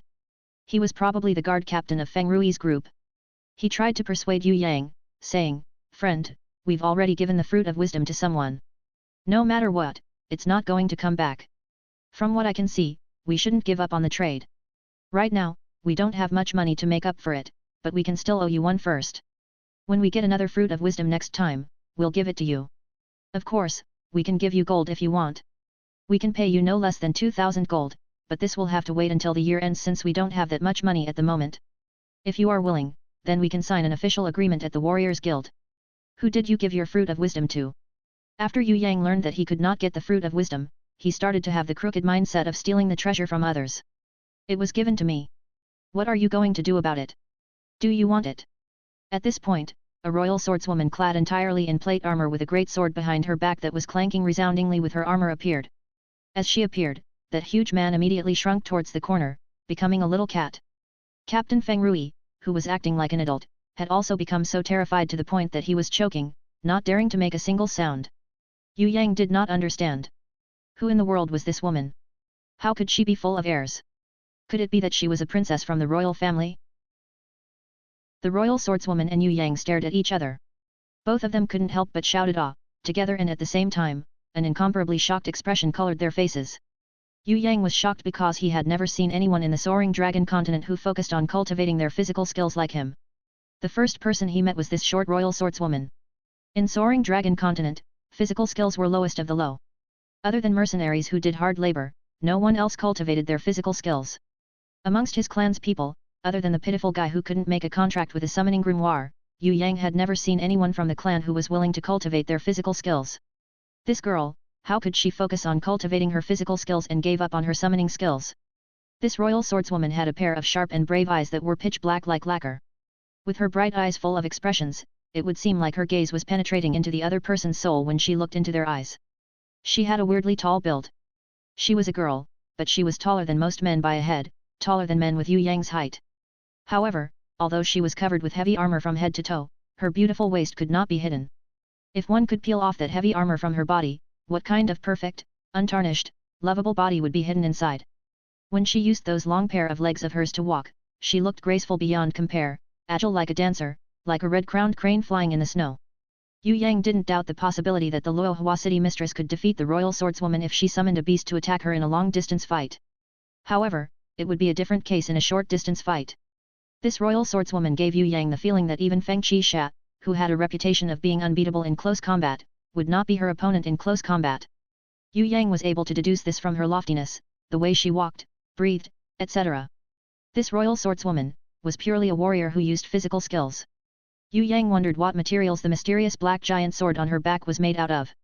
With his level 2 divine vision, Yue Yang still could not see through its level and quality. Hence, it could be seen that this sword was at least a gold-ranked treasure. Yue Yang could use his divine vision to faintly see the special characteristics of this girl's body and the unknown beasts that she had kept hidden in her body. They were all suited to cultivate physical skills. Most importantly, this girl's physical skills were at a very high level, it could even be higher than the Yu clan's spear technique. But Yue Yang had never seen any physical skills that were better than the Yu clan's spear technique, so he couldn't deduce what kind of physical skills she had cultivated. The gaze that the royal swordswoman used to look at Yue Yang was also filled with astonishment. She knew that Yue Yang was an especially weird guy. Although there were all types of people in this world, and nothing was too bizarre, she had also never seen anyone who focused on cultivating their physical skills like she did. The thing that made the royal swordswoman even more surprised was that the threat that she was feeling from this guy in front of her was the first time she had ever felt from people of her age. If she didn't have the 6 records inherent skill, she would have been fooled by this guy who looked like a thief on the surface. After a closer observation, to her surprise, he was carrying a hydra that had not been contracted, and was going to exchange it with Feng Rui. She became even more astonished. Where did he get this little hydra? Yes. The wisdom fruit belongs to big sister Xian. Feng Rui's tone was like a bullied daughter-in-law, he almost wept. I wasn't trying to snatch what's yours. You owed me 1 wisdom fruit last time, can't I want it back now? The royal swordswoman raised her eyebrows, her brave eyes shooting daggers at Feng Rui. This time, Feng Rui was so intimidated that he acted like a little kitten shrinking in a corner, not daring to even squeak again. Yue Yang felt that this girl was not a simple person. If she could turn one of the Feng clan's member into a little kitten, she was definitely not an ordinary person. What's your name? The royal swordswoman didn't pay attention to Feng Rui but instead turned to ask Yue Yang. Titan. When Yue Yang lied, he neither turned red nor blinked his eyes, as if his name was truly Titan since birth. That's not right. Tell me the truth. Forget it, that's not important, what do you need the wisdom fruit for? The royal swordswoman had her strong skill, the 6 records, hence her senses were 10 times sharper than a normal person's. She was able to discern that Yue Yang was not telling the truth. Of course I'm going to eat the wisdom fruit. It adds to my intelligence, right? Yue Yang was secretly shocked, could it be that this girl had a powerful ability? No wonder Feng Rui and the others were like quails in front of her, not daring to even speak. Turned out she had the ability to see through lies. He had really met a worthy opponent this time. He was an expert in lying to others. If he could be seen through by her, then he couldn't even lie anymore. There were indeed a lot of extraordinary people in the Soaring Dragon Continent. There were really all kinds of inherent skills, even a skill to differentiate lies such as this one. Nonsense. I think you are really an idiot, you can't even lie. The royal swordswoman glared with her heroic, big eyes again, her gaze sharp as sword as she stared intently at Yue Yang. Wisdom fruit could only be fed to beasts. If an ordinary warrior eats it, he would become stupid like a beast. Don't you even know that? Or are you just saying nonsense on purpose? Wisdom fruit could only be fed to beasts. Yue Yang was shocked. He had heard of wisdom fruit before, but he didn't know that human could not eat it. Don't tell me you trained your physical skills too much that your brain has turned into muscle.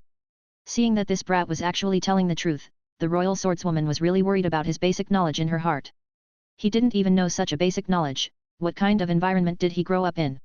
Seemed like this brat had been too engrossed in training that he didn't pay attention to learn about beasts at all. That might be why he didn't even know about this kind of basic knowledge that even 8-year-old kid would know. But the weird thing was, he was able to train his physical skills to such an extent. In her generation, there were only a few people who could do that in the whole of Soaring Dragon Continent. This brat, he felt even more dangerous compared to Feng Qixia. A person like him could not possibly come from an ordinary family. But if he was born into one of the 4 great clans, how could he not understand things that even a fool would understand? The royal swordswoman felt that she was at a loss. This brat in front of her was simply too confusing, he was completely unlike a normal person. His abilities were formidable but his basic knowledge was like a fool's. I can give you my wisdom fruit, but you must help me do a favor. The royal swordswoman then glared at Feng Tuo, what are you waiting for? Why aren't you taking out the lustrous branch of life? I have seen fools before, but I have never seen a fool like you. The wisdom fruit and lustrous branch of life were auctioned together. Has your brain turned into mush? And why are you still not taking off that fake, hideous-looking beard pasted on your face? Don't you know that not only do you look horrible with that, you even looked more like a fool? Fortunately you are my brother-in-law. If you were my fiancé, I would have chopped you with my sword. Don't be angry. Won't the matter be resolved if I give it to you? Feng Rui took off the fake beard on his face in a fluster, then quickly took out an embroidered box from his clothes. The royal swordswoman took it as fast as lightning and glared at him once more. You should reflect on yourself again. You are already an adult yet you have no decency at all. You are even still playing with these kids, setting up that storm mercenary troop. I think you have been eating far more than what you are worth. The big lowly hiding behind the door adorably stretched out her head and whispered, Big sister Xian, we established the storm mercenary to prove our worth. However, when the royal swordswoman turned around and glared at her, she quickly hid back behind the door like a little kitten. Yue Yang was dumbstruck. Awesome! She was indeed an unbeatable swordswoman. Yue Yang had not even had enough time to react when the royal swordswoman suddenly glared at him with her sharp eyes. Why are you standing there like a fool? Put down the little hydra and follow me. Yue Yang secretly wept in his heart.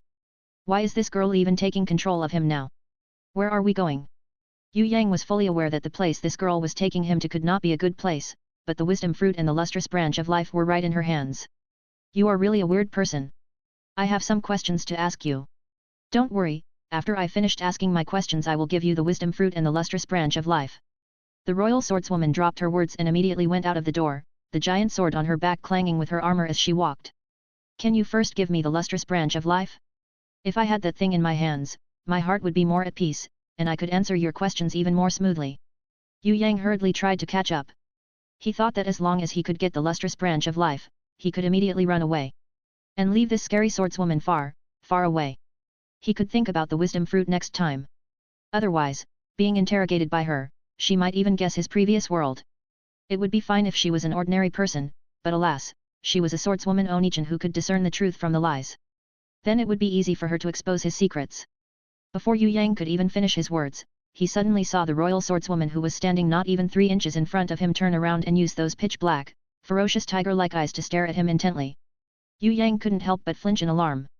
This royal swordswoman was really scary. She was his nemesis for having the ability to discern the truth from lies.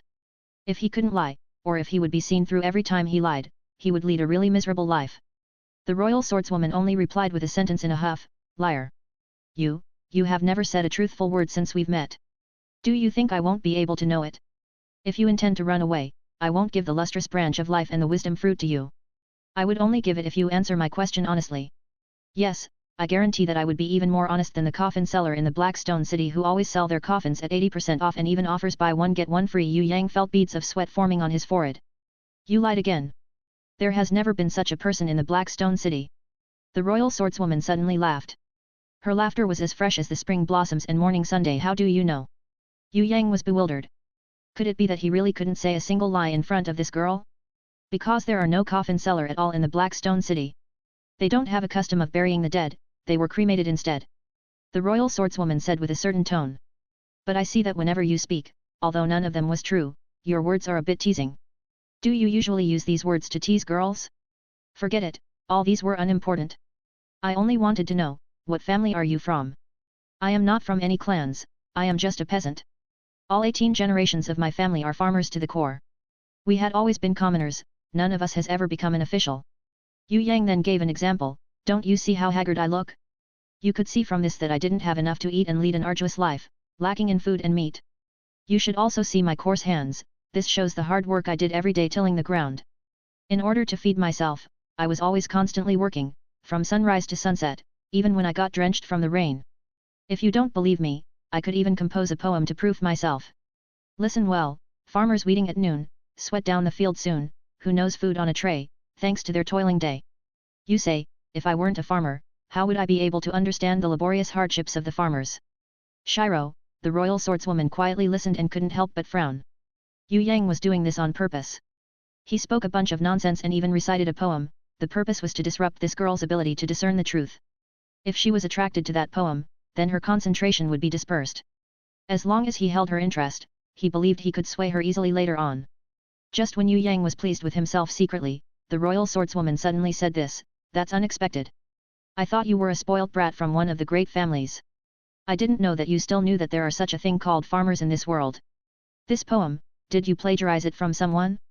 It was quite a good poem, but you recited it without feeling, you couldn't even understand those pitiful farmers. Amongst the members from the great families, there are almost no one that I didn't know. But why haven't I seen you before? You couldn't be from the smaller clans, because they wouldn't have a good physical skill, and they would definitely not have the ability to raise you to such a level, so what's your name actually? Titan. Yue Yang definitely would not tell her his real name. It was definitely not a good thing to be associated with this girl, he should keep her at a distance. If not for her having a physical ability and the difficulty of success trying to snatch the items from her, Yue Yang would have tried to snatch the embroidered box containing the lustrous branch of life a long time ago, and quickly disappeared into the night. Yue Yang pondered in his mind on the ways to snatch the embroidered box, but the royal swordswoman seemed to be able to guess his thoughts and immediately held the embroidered box tightly in her arms. Yue Yang prepared to find a place with no people and kill the girl. Suddenly, a girl came running out from the Warriors Guild and hugged Yue Yang's arms affectionately, shouting excitedly, "It was really you, Xiao-san. Did you come to Tongtian Tower too?" Yue Yang's mind exploded for a little while when he heard that. He's doomed, he totally did not recognize who this girl was. From her tone and demeanor, it looked like she was very close with the pitiful guy. Could it be that she was the Missy from the Xue family who turned their engagement down? Or was she the pitiful guy's hidden lover? But the pitiful guy didn't write anything about this girl in his diary. Who is this girl actually? The royal swordswoman did not expect this as well. Looking at the girl that was embracing Yue Yang, she asked, "Sister Yue, do you know him?" That girl had a delicate appearance that was radiating brilliance. With bright eyes and white teeth, she reached her petite little hand out, and stroked Yue Yang's head with affection. An incomparably joyous expression was displayed on her face as she answered, Xian, this is our family's Xiao-san. Normally, he's cooped up in his house and never walks out of the door. I didn't think that I'd be able to meet him today. Xiao-san, this is Princess Xian. Her manner of speaking was delicate and fine. When the gentle, good-natured girl introduced her like this, Yue Yang instantly realized the truth. It was not some secret lover after all. Luckily, she had called out to Yue Yang. Otherwise, the interdimensional traveler would have definitely been unable to recognize her. He might have even ended up revealing a flaw in his identity. Hearing that she was his cousin, Yue Yang heaved a sigh of relief. What he was most afraid of was that she was the tragic guy's secret lover, the kind that pledged eternal love to each other under the moonlight. If he did not recognize her, then it would all definitely be over. As for this royal swordswoman, Yue Yang felt that it was a really close shave too. At least, the right to initiate the talk was still within his control. It wouldn't be easy if she wanted to uncover his secret by talking to him. He would have to be more careful right now, since he met this cousin instead. He cannot afford to make a mistake when talking about his clan. Princess Xian. When Yue Yang heard Yue Yu's introduction, he understood that his previous self didn't know the royal swordswoman. His heart became a little calmer. Luckily she was not the Xue family's daughter, otherwise he wouldn't have been able to explain it at all. So, turns out this royal swordswoman was a royal princess. He wondered if she was a princess from Dixia, Tianluo, or Ziaijin, these three great kingdoms. You don't know Princess Xian. This time, even his cousin Yu was astonished. Amongst the younger generations in this world, was there even anyone who wouldn't recognize Princess Xian? He was indeed the neat third master of the Yu clan who never stepped out of his house. So you are the Yu clan's Traz. Third master. The royal swordswoman who looked towards Yue Yang with doubt previously immediately looked at him like she had finally solved a complicated puzzle when she heard Yue Yu's introduction. No wonder this brat was regarded as trash by his clan members and other people. It would be weird if someone like him who cultivated physical skills like her instead of focusing on cultivating his summoning skills would not be called trash by others. His knowledge on summon beasts was practically the worst of the worst. He didn't even know that wisdom fruit could only be fed to beasts and that humans would become a fool if they ate it. No wonder his clan elders were so disappointed with him, and regarded him as trash. However, was this brat really trash? According to the feeling she got from her 6 records inherent skill, this brat's hidden powers could even be above hers. If he could be matched with an outstanding beast, he would definitely be able to climb up towards the top realm of rankers.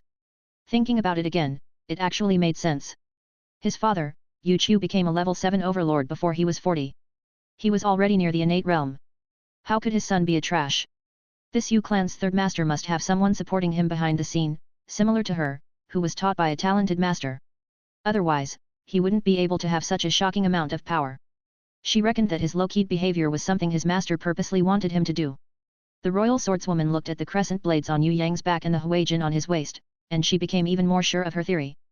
Although she thought that this brat must have many more secrets hidden than this, the royal swordswoman didn't intend to investigate it further. She knew that the strong rankers often had weird customs, just like her master, who had prohibited her from showing her summons to others, not even to her royal father. If that wasn't the case, then why would this third master hide inside his house, refusing to go outside for all these years? If it wasn't for establishing a low-key profile, why would he be willing to be called trash by others, instead of showcasing his strength to the world? I am Jun Yuan, that follows the worry-free monarch's 18th daughter. I don't like other people calling me princess, so my friends usually call me by my nickname, Xian. As for you, your situation is a little bit special. You have a glib tongue, I will consider allowing you to call me Xian when you start speaking the truth. When the royal swordswoman finished speaking, she turned towards Yu again and complained, Big sister Yu, this brother of yours never speaks one word of truth. I'm having a headache just by talking to him. Yu hurriedly pacified her using a gentle tone, Xian, everyone would try to protect their interests. Xiao San is usually a loner who isolates himself at home and has never seen the world. He was probably so afraid of you that he didn't dare to speak the truth. Xiao San, apologize to Princess Xian, she hates people who lie the most. That's because she will have a headache when she hears a lie. Honesty is important in a friendship and there is no need to hide anything between friends. Furthermore, Princess Xian would probably not try to pry on your secrets if you have one, but if you have not been speaking even one word of truth, that isn't really a good habit. Yes, I guarantee I will speak the truth, do good things, and then be a monk. I guarantee I will be as real as a pearl. Yue Yang looked solemn when he said this, but he was secretly leaping with joy in his heart. Speaking truthfully to that girl? That's seeking death. Now that he knew that this girl couldn't listen to lies, that was good news for him. He would speak only lies in the future to make this girl's head explode with pain. In the future, she would have headache the moment she saw him. If that was the case, he would be safe. Yue Yang, who was thinking of evil doings, felt like he had gained a high ground in their battle as he finally knew the royal swordswoman's weakness after suffering through great difficulties. Let's test it out right now. Where did you get your crescent blades? Hearing that everything that this brat had said were all lies, the royal swordswoman was sweating profusely in her heart. But she still decided to give him the chance to speak the truth. I picked it up. Yue Yang neither blinked nor turned red when he lied. Where did you pick it up? The royal swordswoman continued to question Yue Yang. At my front door. Yue Yang replied. The physical skills that you cultivated, is it your Yu clan's spear technique or other sex? The royal swordswoman almost banged her head to the floor. How the heck would you be able to pick up a demon general's weapon at your front door? But she couldn't do anything with this shameless brat, so she could only change her question. I cultivated the beheading iron technique. Yue Yang replied, and immediately, the royal swordswoman and Yu fell to the ground at the same time. Beheading iron technique was a tedious skill that not even the lowest of mercenaries would learn. If there was a ranking for the worst physical skill technique in this world, the beheading iron technique would undoubtedly clinch the first place. The royal swordswoman slowly paused and asked again, where did you get your little hydra? Yue Yang put on a my name is old honest Zhang look and replied in an extremely serious tone, I stole it. The royal swordswoman didn't give Yue Yang the chance to think and continued to shoot him questions, who do you steal it from? Who knew that Yue Yang did not need to think to lie? He opened his mouth immediately and replied, Sikong Zaixing. Shiro, Sikong Zaixing, one of the characters in the famous Wuxia novel Legend of Liu Xiaofeng, Yu thought that it was a lie at first. But when she heard that the name had a surname, she started to think that what he said was real. She couldn't help but be shocked. Xiao San, how could you steal other people's property? Furthermore, it was such a good beast like Hydra. Quickly give it back to the person you stole it from. The royal swordswoman was struck speechless in her heart. Not even questioning the existence of this Sikong Zaixing, how could you even steal a Hydra? But she was quite amazed at the Yu clan's third master's ability to lie without blinking. This brat was born to be a liar king, he didn't feel any guilt even after lying that much. Do you think you are handsome or ugly? The royal swordswoman now prepared to use facts to prove his lies. As long as he replied, she would be able to expose him. I actually think I look ordinary. But I think I'm a little bit more handsome than Feng Qixia, Yan Pojun and Xuetan Lang. Yue Yang was extremely humble. How much is a little? The royal swordswoman asked. A little more is 99,999 times better. When Yue Yang replied, Yu, who got a headache hearing his words, dropped to the ground again. Why not 100,000 times? The royal swordswoman was curious. If they are disfigured, then it would be 100,000 times. With Yue Yang's reply, the royal swordswoman also had a headache that made her want to bang her head to the ground loudly.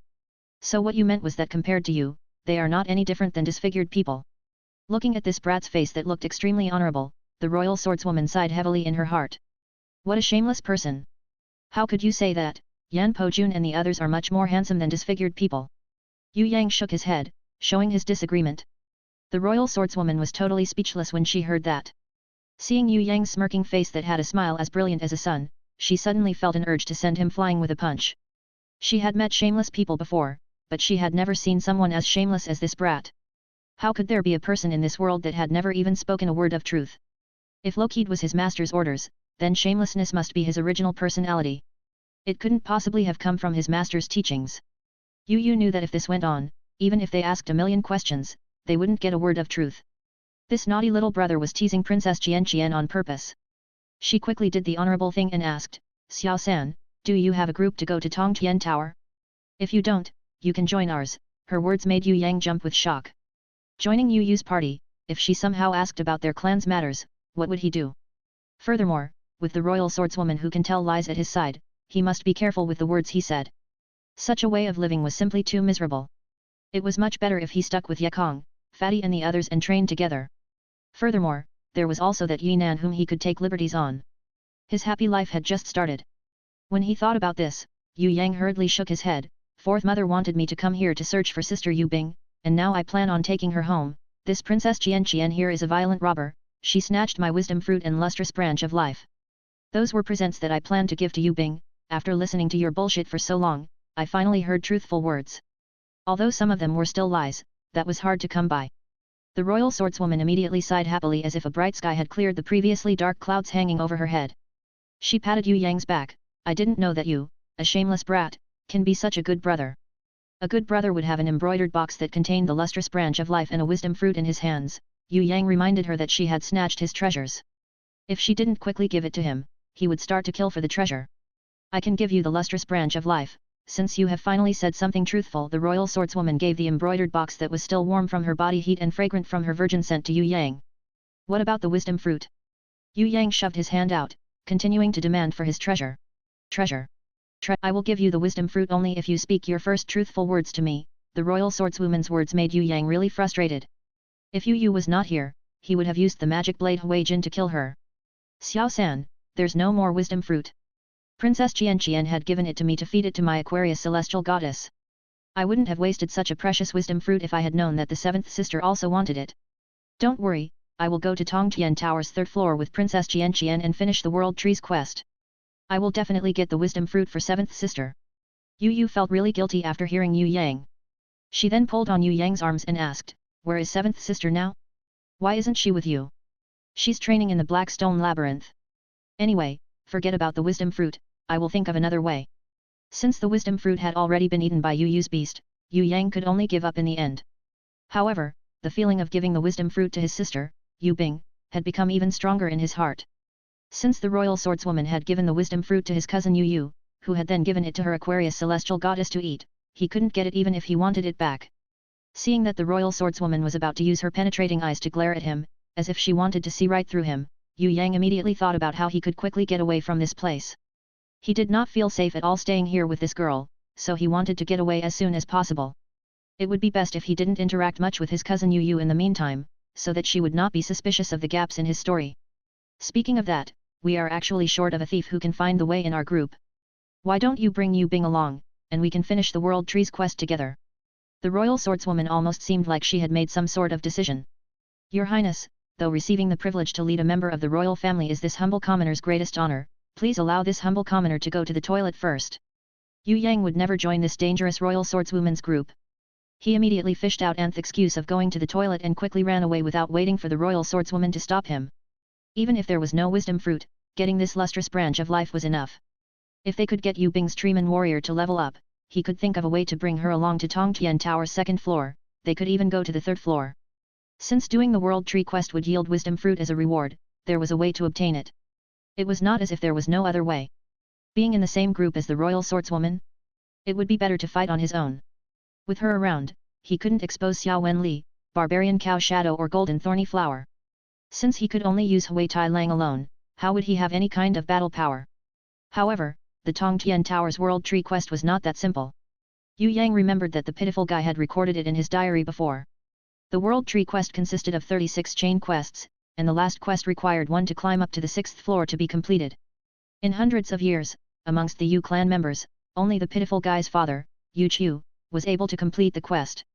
It can be said that the World Tree was a chain quest that had a difficulty comparable to the Tongtian Tower's 5th floor quest, the 12 horoscopes and 2nd floor quest, 3 world shrines. Seems like acquiring the wisdom fruit would not be an easy task.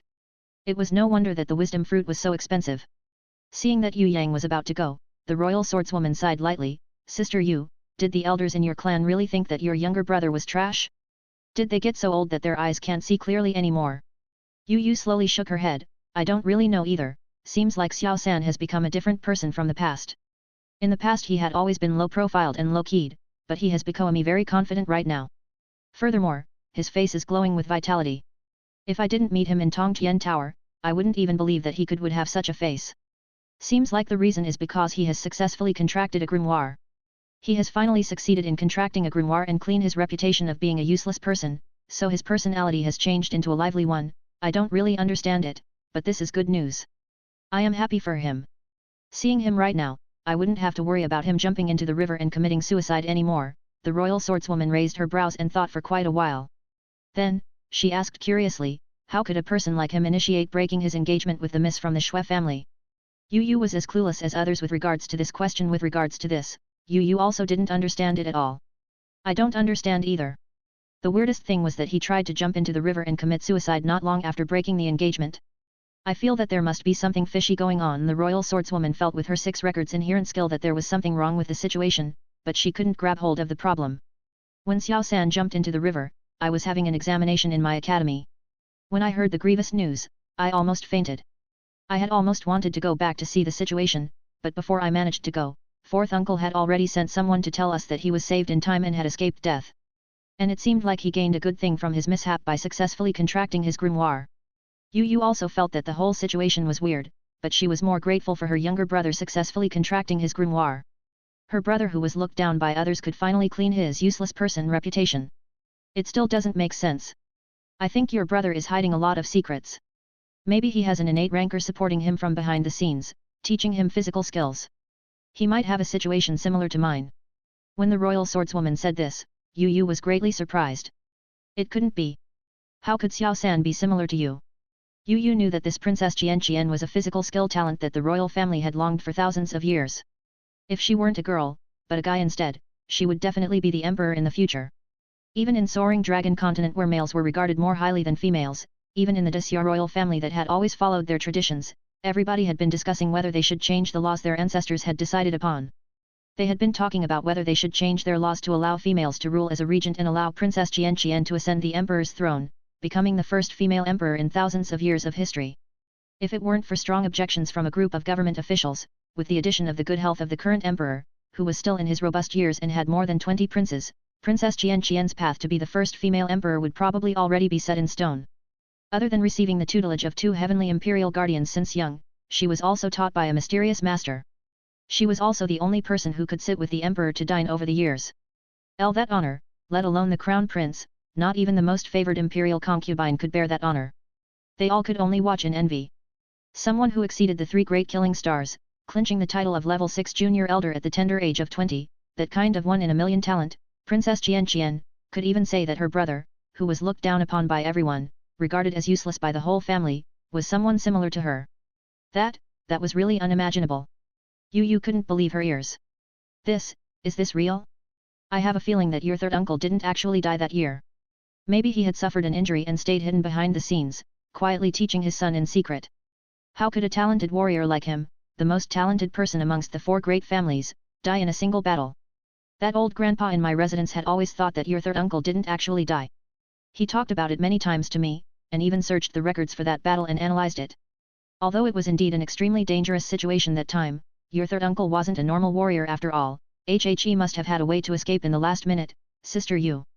Your brother is also most definitely not a trash, he is just not as well known as your 3rd uncle. He must have someone teaching him in secret, a dark horse. The royal swordswoman stated her theory. I also hoped that 3rd uncle was still alive. His disappearance made Grandpa really sad, so much so that he looked like he had gained a few years overnight. It also turned Xiao San into an orphan. If it weren't for the protection of 4th uncle and aunt, I'm afraid he would long be. Yu sighed slowly. Sometimes I'd rather Xiao San be a useless person, be less well known, that way he could live a better life, get married, and have kids, leading a normal life. Third uncle had always been the clan's hope, he had to go into countless battles without resting for his clan. It could even be said that he worked himself to death. If Yue Yang really is powerful, I'd rather wish that he be low-keyed like this. He should never become as well known as third uncle. He became the source of envy by many and got killed by others before even living half of his life. Don't worry, I won't tell others. The royal swordswoman laughed a little, but frowned a little again. However, I think it's best if we visit the Shui clan's miss and ask her what the engagement was actually about. There must be something wrong with this. Xian, thank you. I was just about to find the Shui clan's miss to talk about this. Yu looked towards the direction where Yue Yang had disappeared to. I hope it was just a misunderstanding. Yue Yang had actually wanted to teleport to the 10,000-year-old ancient oak tree to meet up with Yinan and Yu Bing again, but he had used up all of his teleportation scrolls. The only teleportation scroll he had was left with him was the one that would teleport him to Hui Tai Lang, but if Yue Yang didn't really need it, he didn't want to use it unless there was an emergency. Activating the teleportation spell to teleport to a living thing some distance away could be very easy and complicated at the same time. The required condition was for the living thing to be in sync with the spellcaster, their spirits and breathing connected with each other. When the teleportation was taking an effect, the targeted living thing must guide the spellcaster that was teleporting from a distance with his spirit. Furthermore, when activated, the teleportation skill required a large amount of spiritual energy. Although Yue Yang had reached the spiritual energy level of innate realm, activating a teleport spell still made his head dizzy and vision blurry. Thirdly, the further the teleportation target was, the more boundaries and spaces that the teleportation spellcaster had to pass through, hence requiring the teleportation target to be even stronger. That was because the further the teleportation distance, the more energy the targeted living thing must exert in order to guide the spirit of the teleportation spellcaster. Yue Yang reckoned that if he used the teleportation scroll to teleport from the abyss to Hui Tai Lang would vomit blood and faint. If he teleported the Demon King, Hui Tai Lang would probably explode immediately. Of course, Yue Yang still couldn't understand the exact truth on this profound mystery of traveling through spaces until now. He could only vaguely research a little about it. Without the teleportation scroll, Yue Yang searched through his body again. His wallet was like it had been washed, completely cleaned.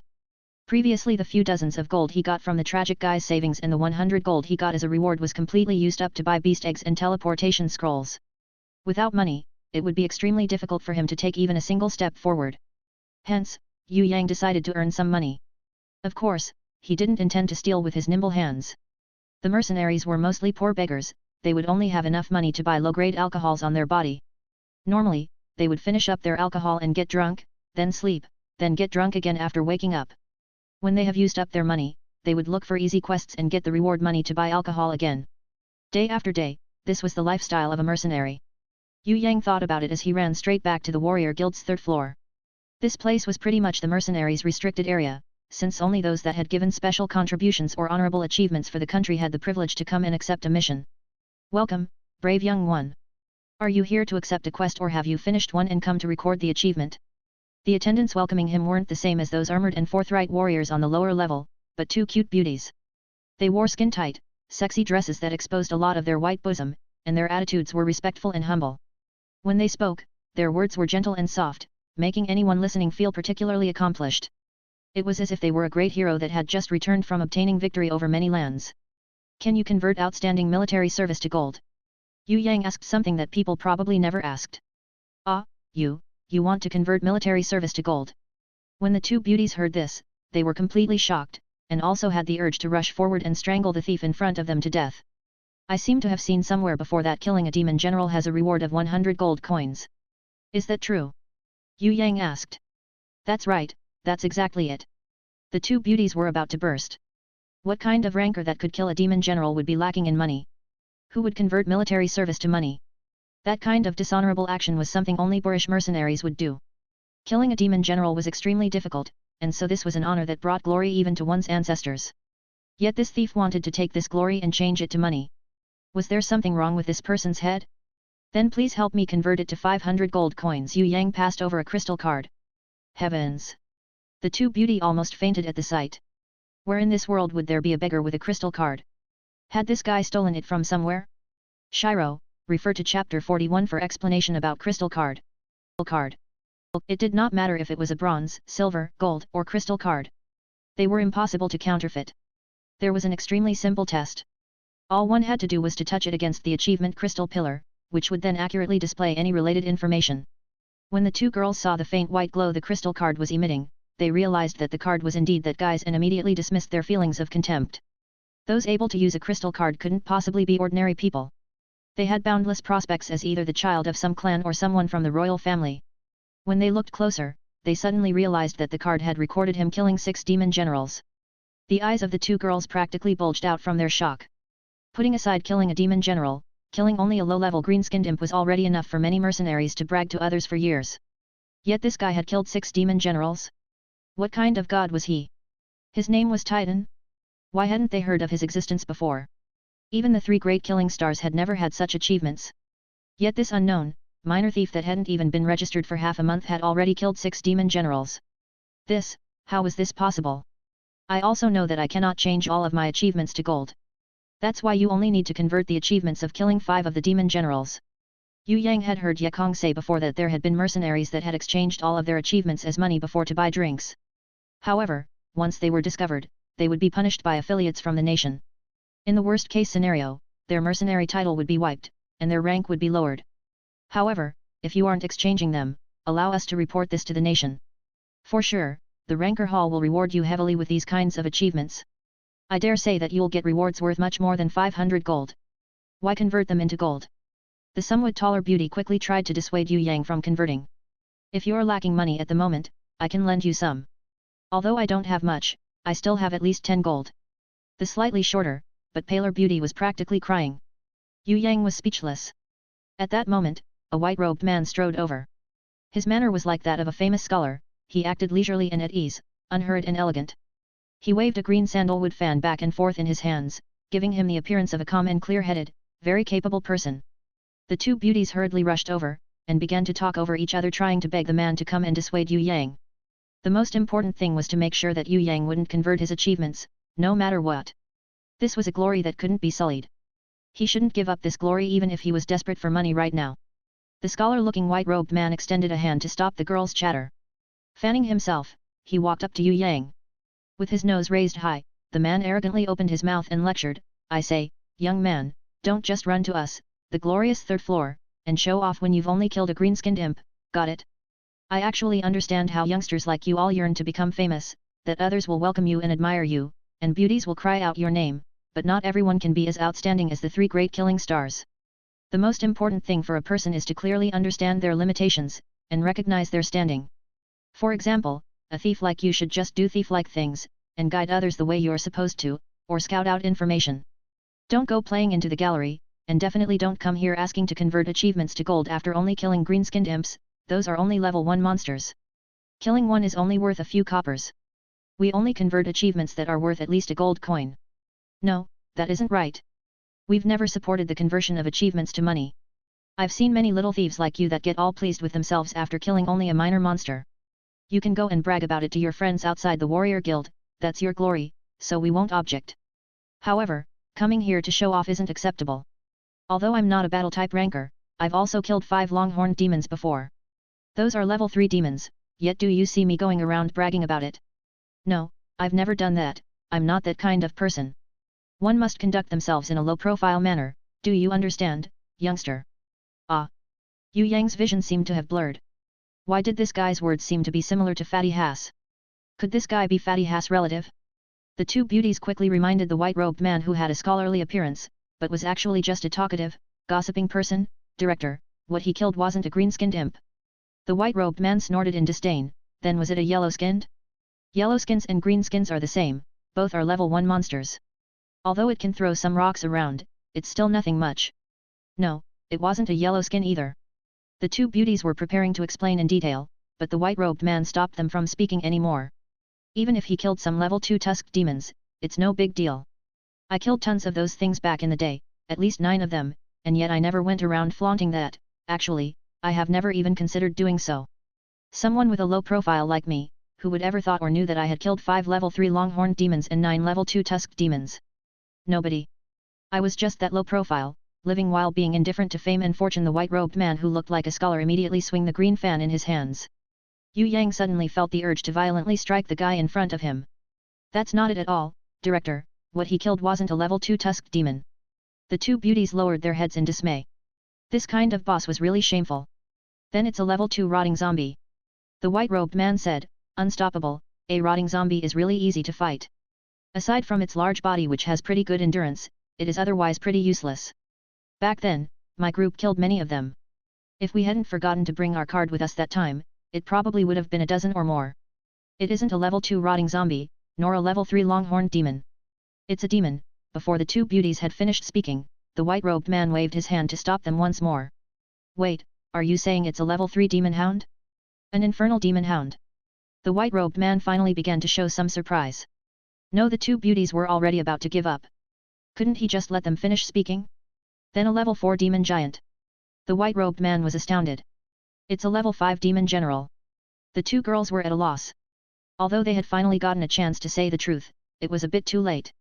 Yue Yang's expression was already quite ugly because of this, and he looked as if he was about to rush forward and beat the guy up. Demon General? How is that possible? His tiny body wouldn't even be able to endure a Demon General's slap. The white-robed man was beyond shocked, and his expression was one of extreme doubt. He turned back to reprimand the two beauties. Did you two see it wrong? How can you let him just bluff his way out like that? You two should be able to tell with a single glance that a minor thief like him couldn't possibly kill a Demon General. Do you think a Demon General is made of tofu or something? Director, he didn't kill only one Demon General, he killed 6. The slightly taller beauty weakly replied. Having a superior like this was really shameful. What? Did I hear wrong? The white-robed man exclaimed, his head spinning. I don't know if you heard wrong or not, but we didn't say anything wrong. The slightly shorter, paler beauty said with certainty. That's not possible. That's definitely impossible. The white-robed man began to wonder if he was dreaming. Hey, it's finally my turn to say something. Can you guys please give me the gold coins I converted? I'm short on time. Yue Yang had the urge to slash at the guy in front of him, but sadly, killing wasn't allowed on the first or second floor of the Tongtian Tower. Otherwise, Yue Yang would have definitely used his magic blade, Huijin, to cut the guy down. Yes, we apologize. The two beauties held back tears as they passed the gold coins over, and erased the recorded achievement on the card with pain in their hearts. The only thing remaining was the number of enemies that had been killed. He uses a crystal card. The white-robed man remained petrified, even long after Yue Yang had walked away. He finally regained his senses and asked while shaking, how does he have a crystal card? You two were too impudent, a great ranker that possesses a crystal card came here, yet the two of you were completely disrespectful. You've completely sullied our glorious third floors, What was he doing here earlier? He was converting his outstanding military achievements into gold coins. The two girls really wanted to use a small blade and slowly stab their superior to death, one cut at a time. How could you two let him do that? Perhaps he was just momentarily lacking money. How could you just let him exchange it for gold? That's glory, you know. Do you know what glory is? That's something even more important than a man's life, a supreme pride. That's right, how much of his achievements did he exchange? What? 5 demon generals? Could it be that what I heard just now wasn't a dream? The white-robed man suddenly began to blame the two beauties. Why didn't you two notify me? If I knew, I definitely would have stopped him. Do you two know that destroying a man's glory is like sullying a god's achievement? Aya, who hit me just now? The white-robed man turned around, and saw that Yue Yang was standing behind him. Confused, he asked, why did you come back? No, sorry, it should be sir. Sir, do you have any requests? Yue Yang smiled. Lie down on the ground, and stick your butt up as much as possible. The white-robed man was stunned, and asked uncertainly, why do you want me to do this? Does this have any special meaning behind it? Yue Yang's smile became more brilliant. He shook his head and waved his hand, there's no meaning behind it. However, it'll help me kick your ass a bit more easily. You don't know this, but after being out for so long and thinking about it over and over, I still felt that I should beat you up. If I don't beat you up now, I would be in a bad mood for the entire day. That's why, I'd like you to please lie down and stick your butt up in the air, alright? I'm discontent right now, and even though I was already in a bad mood, you still continued to croak wug wug wug like a crow. Tell me, isn't that simply looking for a beating? When Yue Yang is angry, he turned hostile even faster than a girl's changing moods. He immediately began to raise his fists. The white-robed man was knocked down by Yue Yang's wild fists. The man had no time to beg for mercy, let alone resist. Yue Yang violently beat him up until the ground was littered with his teeth that would never regrow. The two beauties watching the scene were beyond excited, and were cheering and clapping at the same time, indifferent to their relationship with their superior.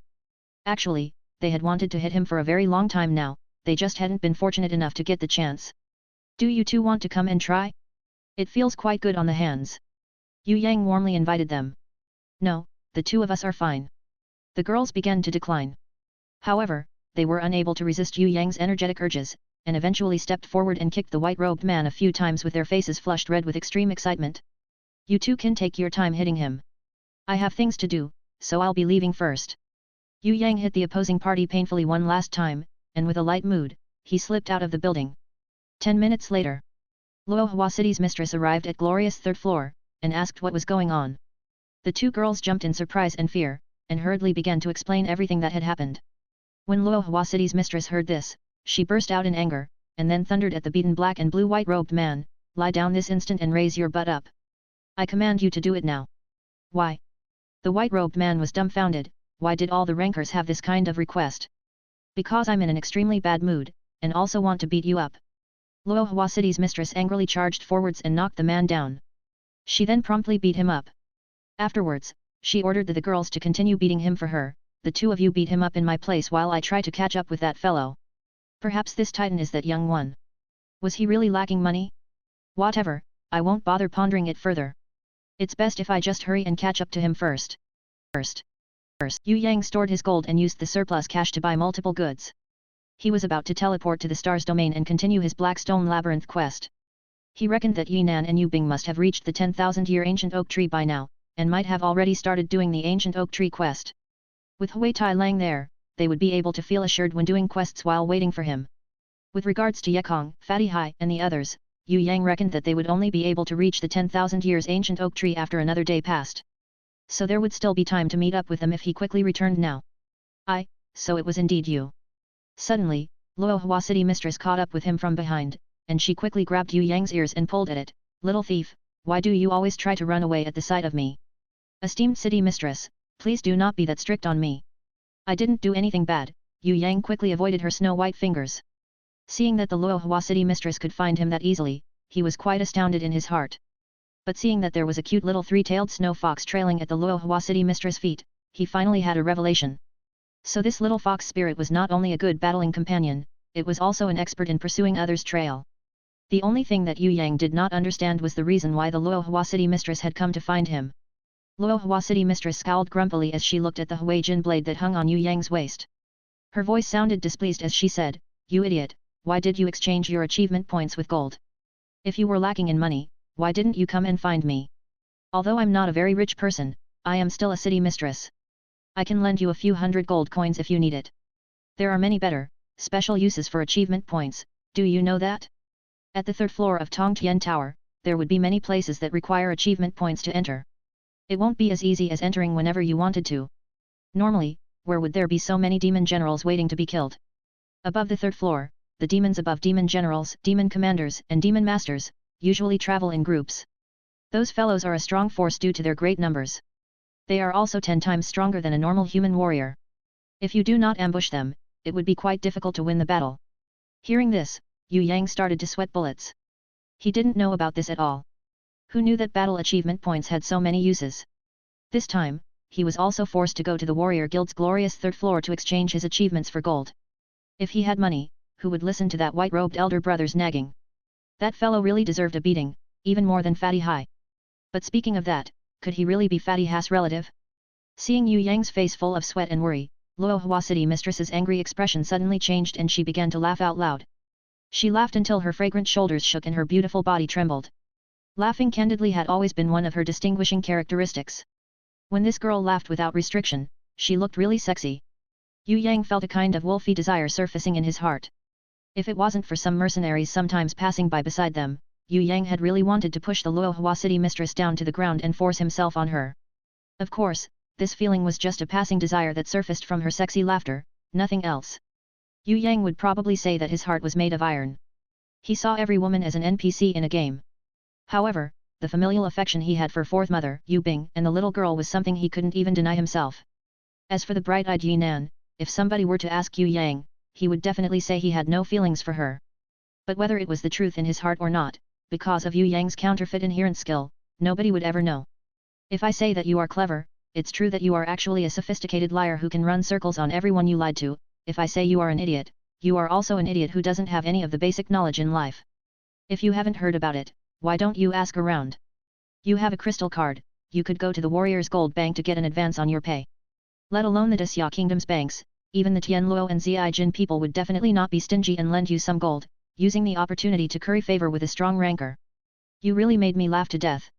Could you amuse me more? Luo Hua City Mistress kept laughing loudly non-stop. Her small hands patted on Yue Yang's shoulders, seemingly saying if I were to die from laughing you would have to take responsibility. Esteemed City Mistress, what brings you to find me?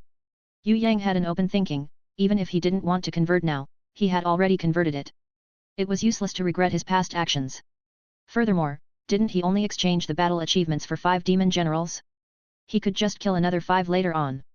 Demon generals didn't have summoning grimoires nor halo shields to protect themselves, so Yue Yang still had the confidence that he could take them down.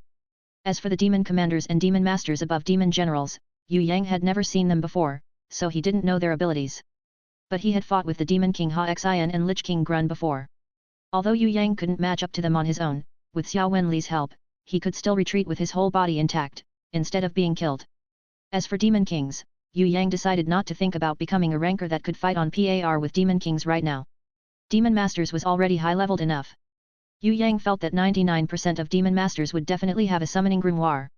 He shouldn't bite more than he could chew. If he had the opportunity, he would like to battle with demon commanders. That was Yue Yang's little wish.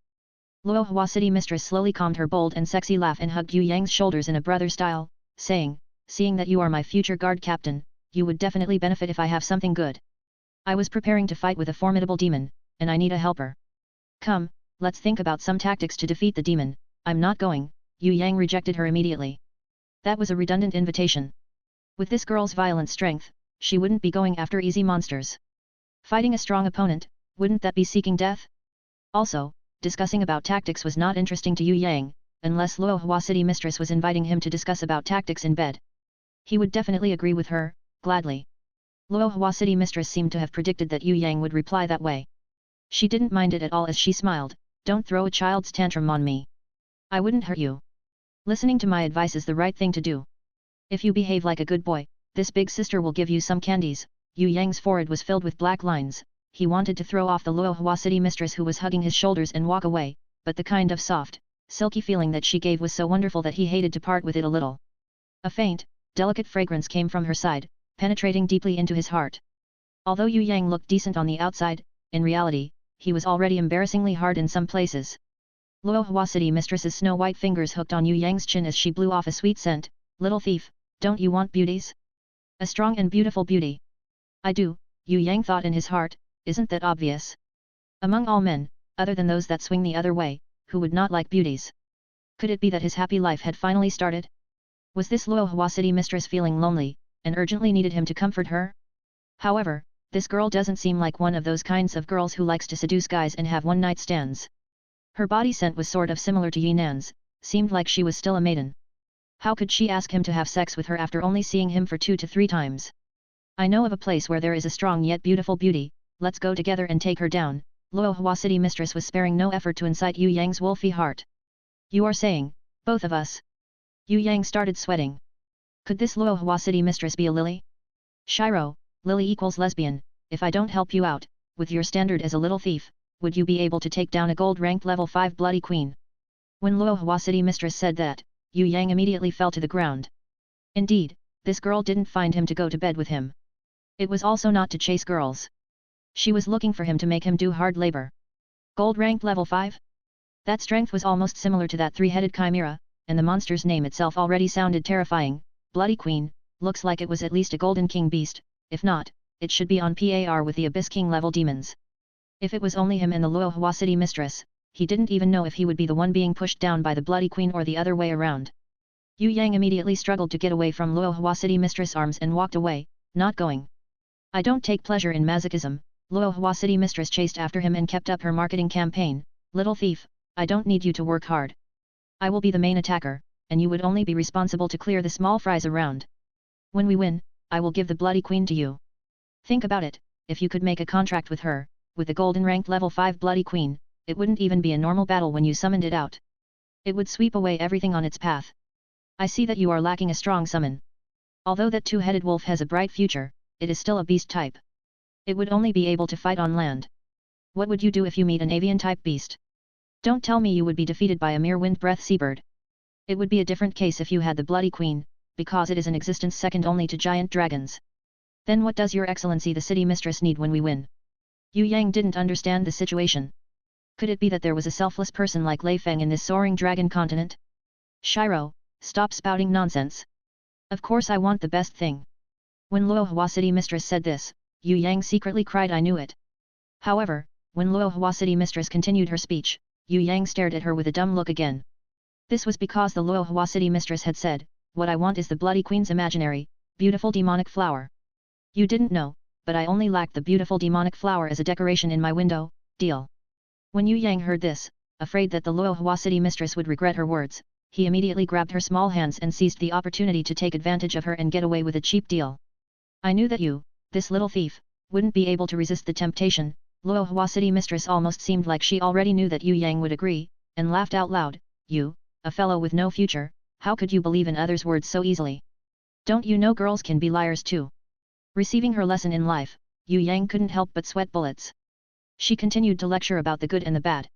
Don't worry, I wouldn't lie to such a foolish little thief like you. Because you are my future guard captain, Luohua city mistress giggled softly, I was just reminding you not to believe in others so easily, no matter if they are male or female. If you have things to do now, I'll give you half a day to finish them. No need, Yue Yang's heart twitched a little. It wouldn't be too late if he killed the Bloody Queen first before meeting up with Yu Bing and Yinan, right? Yu Bing and Yinan both are not weak, they should be safe within the Black Stone Labyrinth. Furthermore, they could also level up their Treeman Warrior and Little Silver Pegasus while waiting. As for himself, he was indeed lacking a flying beast. If he could get Phantom Shadow to take over the Bloody Queen's body and turn it into an existence like the Barbarian Cow Shadow, his battle power would definitely rise a lot. A golden ranked level 5 Bloody Queen, he might not be able to say for others, but the strength of the Bloody Queen was definitely not small. If he really was successful, then when he went back to the Yu clan's castle, he would be able to trample on the Yu clan's first and second branch, those self-interested people. He believed that he wouldn't need to use his innate invisible sword Qi or Xia Wen Li to easily get back at them on behalf of Fourth Mother. Seeing Yue Yang starting to shake his head, Luohua city mistress immediately grabbed on his hands, don't worry, we will get back soon enough. Your sister's strength is not that bad, it wouldn't be a problem if she trained at the Blackstone Labyrinth. Furthermore, you shouldn't protect her so much, you should give her a chance to be independent sometimes. Shall we go now? Don't let it be stolen by the fellows in the abyss now, abyss. Yue Yang froze. What has the Bloody Queen got to do with the abyss? Could it be that the Bloody Queen lived in the abyss? The Bloody Queen is the new Gold King beast. It is easiest to defeat now, if we wait for a few more months, let it grow stronger even more and rise to gold ranked level 6, it would be a difficult problem. Every single beast, once they reach level 6, their abilities would increase by 10 times from their previous state. However, once a bronze, silver and gold monster level up to level 6, they wouldn't be able to go through a variant evolution. Even platinum ranked, only a few of them had the chance to go through a variant evolution. That two-headed demon wolf of yours, don't let it rise to bronze ranked level 6. You must let it go through a variant evolution to a silver ranked beast first, otherwise it would be fated as a useless hard laborer. Luohua city mistress pulled Yue Yang along and ran quickly as she explained. Yue Yang listened to her seriously. He could only hear these secrets on cultivating beasts from her. If not for her, he didn't know who else would tell him all these things. If it ever rose to bronze ranked level 6, he reckoned that he should fire Hui Tai Lang. Fortunately, Hui Tai Lang is only bronze ranked level 5 now, there was still chance for him to evolve to a silver ranked beast. What will a two-headed demon wolf need to do to go through a variant evolution to silver ranked? Yue Yang couldn't help the urge for his thirst for knowledge and asked. He knew that these are the deepest secret of secrets that others wouldn't tell him easily, but he still asked Luohua city mistress straight away anyway. If it were any other person, I would definitely not say it. But if it's you, foolish little thief, whatever, I shall be a teacher once again. When Luohua city mistress said this, Yue Yang was shocked. Is this girl speaking truthfully? Did this girl actually fall for him? Why does this seem not so possible? A person like her would have seen strong rankers all this time, why would she be interested in a young guy like him with no name? Furthermore, looking at her eyes, they weren't like Yinan's bright eyes which made her seem like she was reluctant to reveal something. Her eyes were more like Yu's troubled expression. Could it be that this girl liked to act like someone's older sister, and had taken him as a little brother?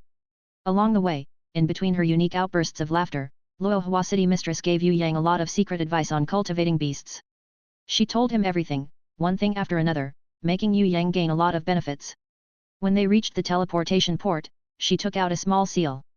After talking with the teleportation port guard for a while, Yue Yang was then also allowed on board the teleportation port.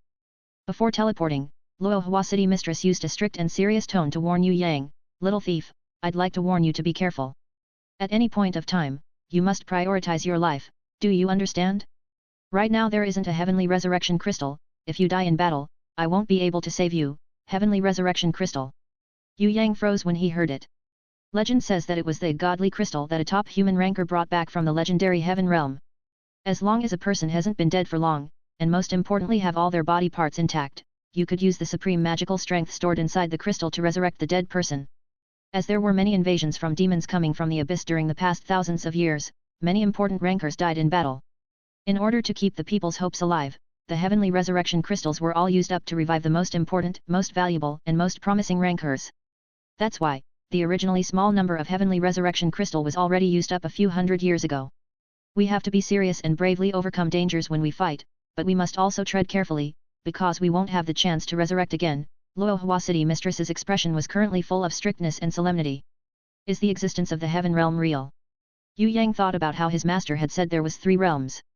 Other than the Soaring Dragon Continent and the abyss, could the third one be heaven realm? It should be, but the top ranker didn't say anything about it. He only said that when the later generations managed to reach the 8th level of Tongtian Tower, they would understand it by themselves. I think the heaven realm really does exist, because every time you climbed one level up the Tongtian Tower, the space on the floor above would be at least 10 times bigger than the space below. On the 8th floor, I reckoned the space would be even bigger than the whole of Soaring Dragon Continent. Then there's still the 9th floor. Seems like the existence of the heaven realm is located at a place very far away from the abyss. It might even be the realm outside the high levels of Tongtian Tower. Luohua City Mistress also couldn't be certain of that. Can't we go to the heaven realm and get the heavenly resurrection crystal now? Yue Yang asked.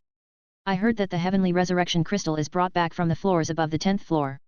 In these past 1,000 years, there had been no rankers in the Soaring Dragon Continent that had the ability to reach the 10th floor. Luohua City Mistress shook her head. In the meantime, thinking about this is useless. We must concentrate on being careful for our next battle. As they spoke, Yue Yang saw a flash of white light before being teleported to another place. His whole body tightened, it was as if there was an invisible force pressuring his body. His body felt like it was sinking, as if his weight increased by 2-fold. The feeling that his body was as quick and agile as a bird had completely disappeared. A thought flashed through Yue Yang's mind, and suddenly he seemed to have a revelation as he shouted, 2-fold gravity? This space, could it have a 2-fold gravity? Luohua City Mistress looked at Yue Yang with mirth in her eyes. It is a restriction of the ancient code. The pressure would start to get stronger and stronger from the 2nd floor of Tongtian Tower onwards. If you use the word gravity to describe this phenomenon, it could probably, with great difficulty, be called as such. However, our weight did not increase, it was only the effect of our bodies suffering the restrictions of the ancient code. You might not be used to it at first, but try to adapt to it. When we teleport to the 3rd floor in a bit, there will be even stronger penalties. Wait for a moment, I have to report to the customs to prove your identity so that you will be able to enter. Yue Yang was a little surprised as he saw Luohua City Mistress jogging lightly to the old man who was wearing a long robe and holding a walking stick. Seems like this 2-fold gravity did not have much effect on her. The transported guy's pride was pricked as he thought about how was he faring worse than a girl. Calming down his breathing, Yue Yang slowly moved his body around as he used innate qi to circulate around his whole body. He slowly increased his body's condition to his optimal level. Slowly, the uncomfortable pressuring force weakened, and finally disappeared. Seems like Tongtian Tower's 2nd floor's restrictions was actually quite trivial. As long as a ranker's body could reach their optimal standard, it wouldn't affect them at all. However, how many people on Earth would have the ability to use innate qi to adjust their body condition rapidly like he did? If Yekong or Fatty Hai came here, he reckoned that they wouldn't need to fight at all, even walking would probably tire them out so much that they would crawl on the ground. When Luohua City Mistress came back, Yue Yang was already somersaulting on the ground, his movement agile beyond compare. This really stunned her greatly. This brat's body seemed to be really impressive, he could adapt in such a short amount of time. How exactly did he train himself before? Did he only train physical skills? Even if he only trained his physical abilities, how could he adapt to that level in such a short moment? She herself had needed one whole day to adapt to the 2nd floor's restrictions, before she finally, slowly, dispelled the effects of the penalty. Who would have ever thought that this brat only needed a few minutes to dispel the effects of the penalty? He was really impressive. Right, that's it. Keep your body condition at its peak. When we reach the 3rd floor, there will be even stronger restrictions. Furthermore, as soon as we exit the human's castle, there will be a high chance of being attacked by monsters from the demon abyss. You have be at your highest caution at all times as if you are in constant battle. Luohua City Mistress further warned Yue Yang as they both entered the teleportation port to the third floor of Tongtian Tower. Yue Yang realized that this castle was even larger than the White Stone City. The teleportation gate was located right at the top of the mountain, and below, almost over 100 golden armored guards were protecting it. At a further distance, there was a tall, gigantic wall, almost 40-50 m tall, built adjacent to the mountain. Seems like a lot of the wall was built by using the mountain walls as a foundation. On top of the wall, many archer towers and guard posts were visible. Looking down, the buildings below were also the same. They were built based on the mountain, there were no bricks and tiles, it essentially looked sturdy and simple. The houses were arranged like a beehive. It looked messy from the outside, but it was actually the most reasonable arrangement. It was resource-saving as well as an arrangement that made rational use of the surrounding mountain. There were also 3 gigantic black stones with a different flag erected on each of them. Yue Yang recognized the flag on the middle as the Xia Kingdom's Iron Blood Golden Dragon's flag. The one on the left side was a silver wolf with a purple gold moon. Yue Yang reckoned that it was the Ziyijin Kingdom's Moon Howling Grey Wolf's flag. On the right, the flag was sky blue colored decorated with a stalk of red peony that was decorated with threads of gold on its core. That should be the Tian Luo's Conquering Roses' flag. It was only at this third floor of Tongtian Tower that all 3 scheming kingdoms would establish their flags side by side, because this was not the Soaring Dragon Continent. Every human ranker must come together in order to withstand the demon's madness-like attacks. No matter if it's Xia, Ziyijin, Tianluo, or any other small kingdoms, they wouldn't be able to face against the Demon Legion all on their own. Shiro, Ziyijin means purple gold, Tian means sky, let's go. In this Iron Fist City, we would probably be safe as long as there isn't any attacks by the Demon Legion. Luohua City Mistress led Yue Yang, who had quickly adjusted his body condition to resist against the 3-fold penalty of the third floor of Tongtian Tower, and walked towards a teleportation gate located under a small mountain. How often does the Demon Legion attack this place? Yue Yang observed that there was a lot of marks left as the aftermath of the battles. A potent, bloody scent was also still lingering in the air, refusing to wear off. The Demon Legion would attack at least once every 1 to 3 months for sure. The warriors defending this place didn't even have the time to gasp for breath. A battle may last for several days and nights, that was the normal occurrence. However, fortunately the 3 kingdoms' elite forces was sort of united, and smaller kingdoms sometimes came to help out as well, hence this place could still stand from the beginning to the end of the battles. When Luohua City Mistress said this, Yue Yang started to have questions in his mind. If a demon king leveled strong demon came to attack, would those guards be able to resist? Yue Yang was really doubtful. This place would definitely not be able to resist a demon king level attack. You are spouting nonsense again. Why would a strong existence such as the Demon King come to the 3rd floor to attack this city? They are mostly at the 6th or 7th floor, fighting against the higher-leveled rankers. Furthermore, there is no use in attacking this place.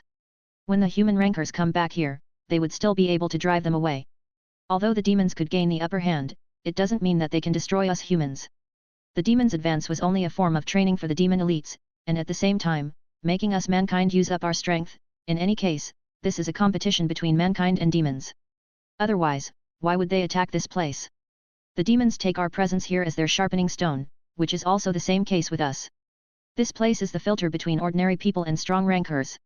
If one could come out of this place alive, then he would have hope. Luohua City Mistress said as she led Yue Yang through the streets towards the teleportation gates in a valley up front.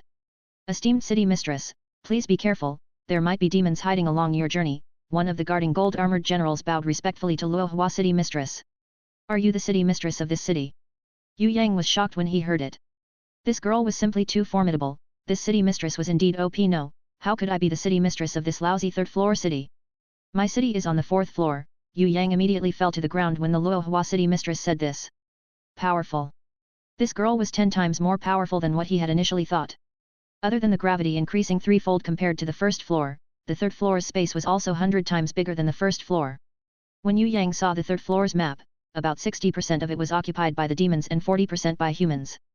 Both sides were separated by a huge river. The Iron Fist city that he had arrived at was not the only city there are 3 more similar cities.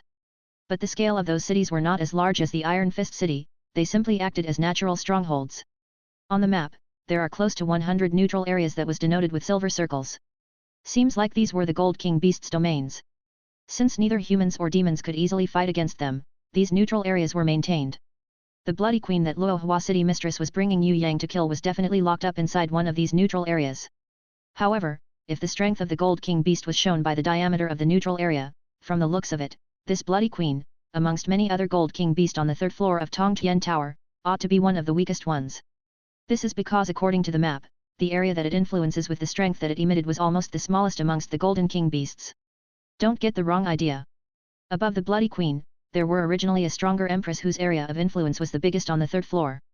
It's just that she had left the third floor and moved to the fourth floor instead. Her daughter ascended as the Bloody Queen. As she had just gone through a variant evolution, she is still weaker and smaller compared to others. Otherwise, we wouldn't be able to fight against it. Although the Bloody Queen's mother went away, she left 2 demon commanders which would be difficult to fight with. One of them is bronze-ranked level 6 Ghost-Clawed Rainbow-Winged Banshee, and the other is a bronze-ranked level 7 Blade Massacring Demoness. We must eradicate them both. Furthermore, there are also a few dozens bronze-ranked level 2 Harpies and bronze-ranked level 3 Spider Blade Demoness, which are really troublesome to deal with. When Luohua City Mistress said this, Yue Yang felt like he was going to faint. So it wasn't just a Bloody Queen. This Bloody Queen had underlings under her, both strong and great in numbers. How are we going to fight this battle? This battle. Come, let's discuss our battle tactics. Luohua City Mistress was a democratic person, so she didn't mind discussing with others. It was a pity that she didn't know Yue Yang was only interested in discussing about tactics in bed. As for true battle tactics, Yue Yang completely didn't understand a single thing. Furthermore, she was asking an otaku, who never really fought on a battlefield before, someone who never truly led an army before, to discuss battle tactics. That was even more dangerous than having no tactics at all. Actually, I have read Sun Tzu's Art of War before. Isn't the highest realm of tactics to break the enemy's resistance without fighting? However, it seems like this is not a possible option. I have also read the Red Army's guerrilla tactics. It's a pity that we won't be able to use guerrilla tactics here either. We can't use landmines or trenches, Yue Yang thought again. Amongst the 36 stratagems, which one was the most applicable to be used here? Even after thinking for a long time on ideas like besieging Wei to rescue Zhao, deceiving the heavens to cross the ocean, killing with a borrowed sword, or luring the tiger off its mountain lair, they are all inapplicable to this situation. As for the empty fort strategy, inflicting injury on oneself to win the enemy's trust and the beauty trap, Yue Yang doubted that they would work on the Bloody Queen. After pondering for quite a while, Yue Yang felt that the last stratagem of the 36 stratagems, if all else fails, retreat, was their best bet.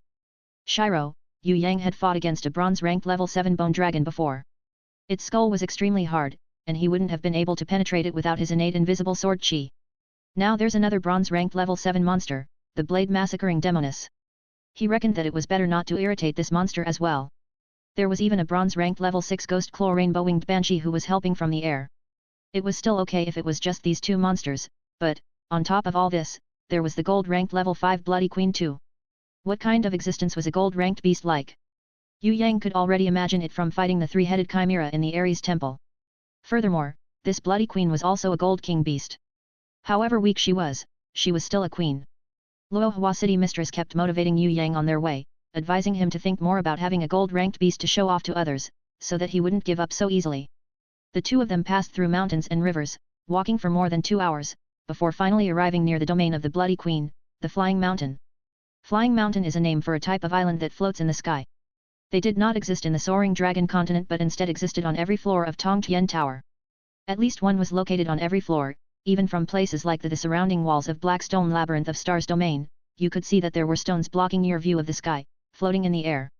Of course, those are called floating stones. If a sky island was large enough and looked like a mountain, it would be called a flying mountain.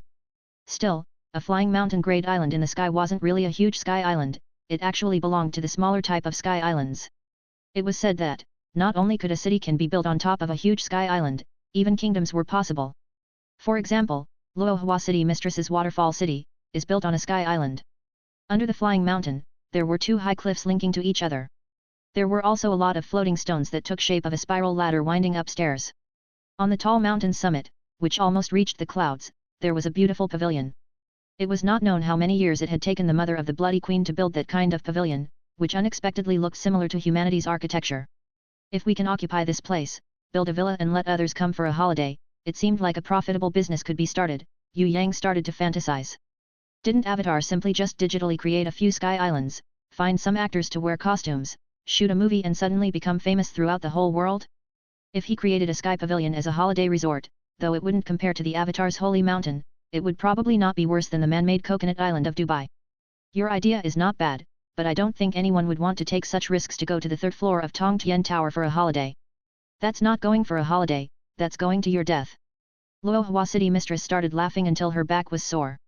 The two of them continued to chat and laugh together as they followed along the mountain cove. All the while, they were preparing to find a concealed place to climb up the mountain secretly. Suddenly, Luohua City Mistress saw that the pagoda on top of the mountain was letting out black smoke. She immediately became furious as she hurriedly ran up, saying, "Little thief, come quickly. Someone is stealing our target. I tell you, you shouldn't be soft-hearted. Kill anyone that you see. As long as it is something that I want, nobody can take it away from me. What if it is not demons from the demon abyss, but humans instead?" Yue Yang felt that since this territory was still within the humans' domain, it could be human warriors that were stealing the monster. Nonsense. In my eyes, there's only one type of enemy, and that is someone who's against me. Luohua City Mistress tapped Yue Yang with her fragrant hands before adding in a heavy tone, "No matter who they are, as long as they refuse to leave, chop their arms and legs off for me. I will take responsibility for whatever happens." Yue Yang had initially thought that Luohua City Mistress was someone who was reasonable. Who would knew that she was even more violent than a celestial crab, a tyrant beyond compare. Yue Yang immediately took out the crescent blade from his back. Bloody Queen was a summon beast that he had already put his name on, so naturally he would kill anyone who dared to snatch it from him. Anyway, the Luohua City Mistress had said that she would take responsibility. Why not kill without repercussions? There were some places in the spiral floating stone staircase where the floating stone had been destroyed, creating a big, terrifying pitfall on the path. Some floating stones were covered with blood and bird feathers, broken limbs and broken blades were scattered all over the ground. While Yue Yang and Luohua City Mistress were busy making their way to the top, they could see harpy corpses from time to time.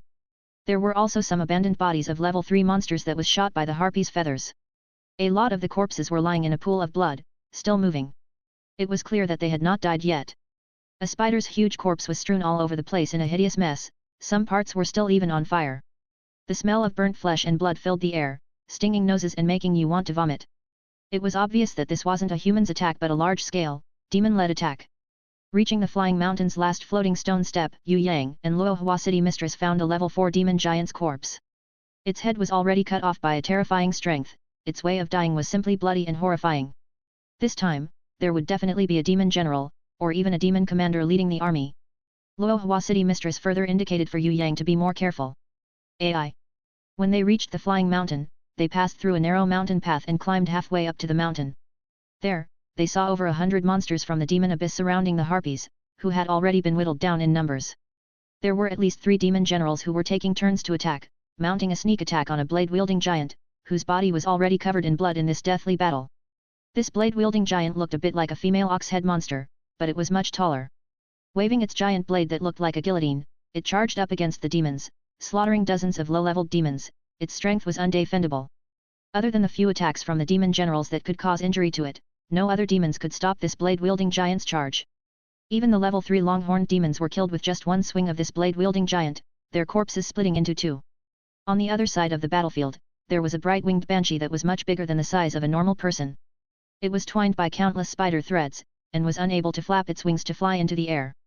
There were 2 demon generals holding large, sharp axes in their hands, violently attacking the banshee.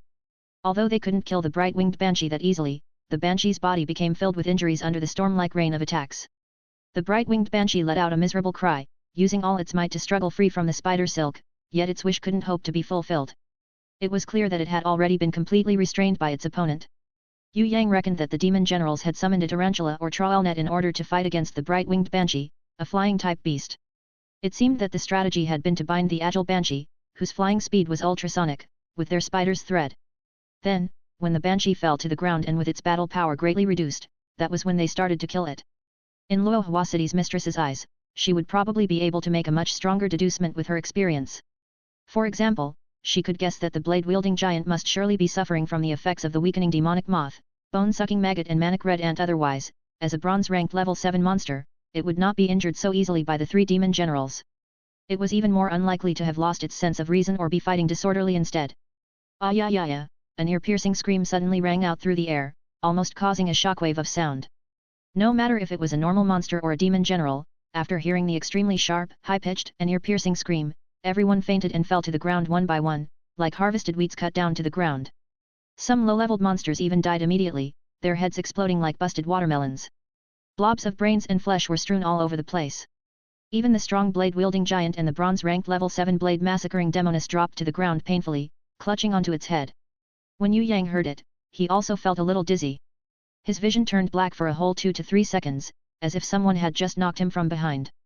However, the innate chi in his body immediately responded to the ear-piercing sound in reflex, covering his whole body, and finally forming into something like a cyclone to protect his head, slowly revolving.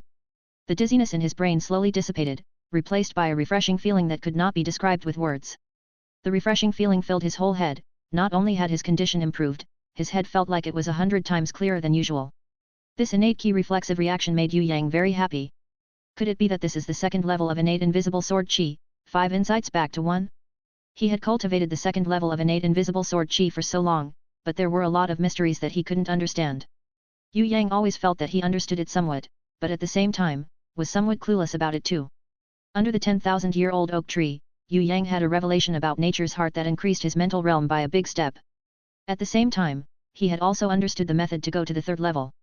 Right now, after receiving the terrifying scream attack, due to his innate ki reflex movement to protect him, he suddenly understood the eyes, ears, mouth, nose, and tongue, the 5 insights back to 1.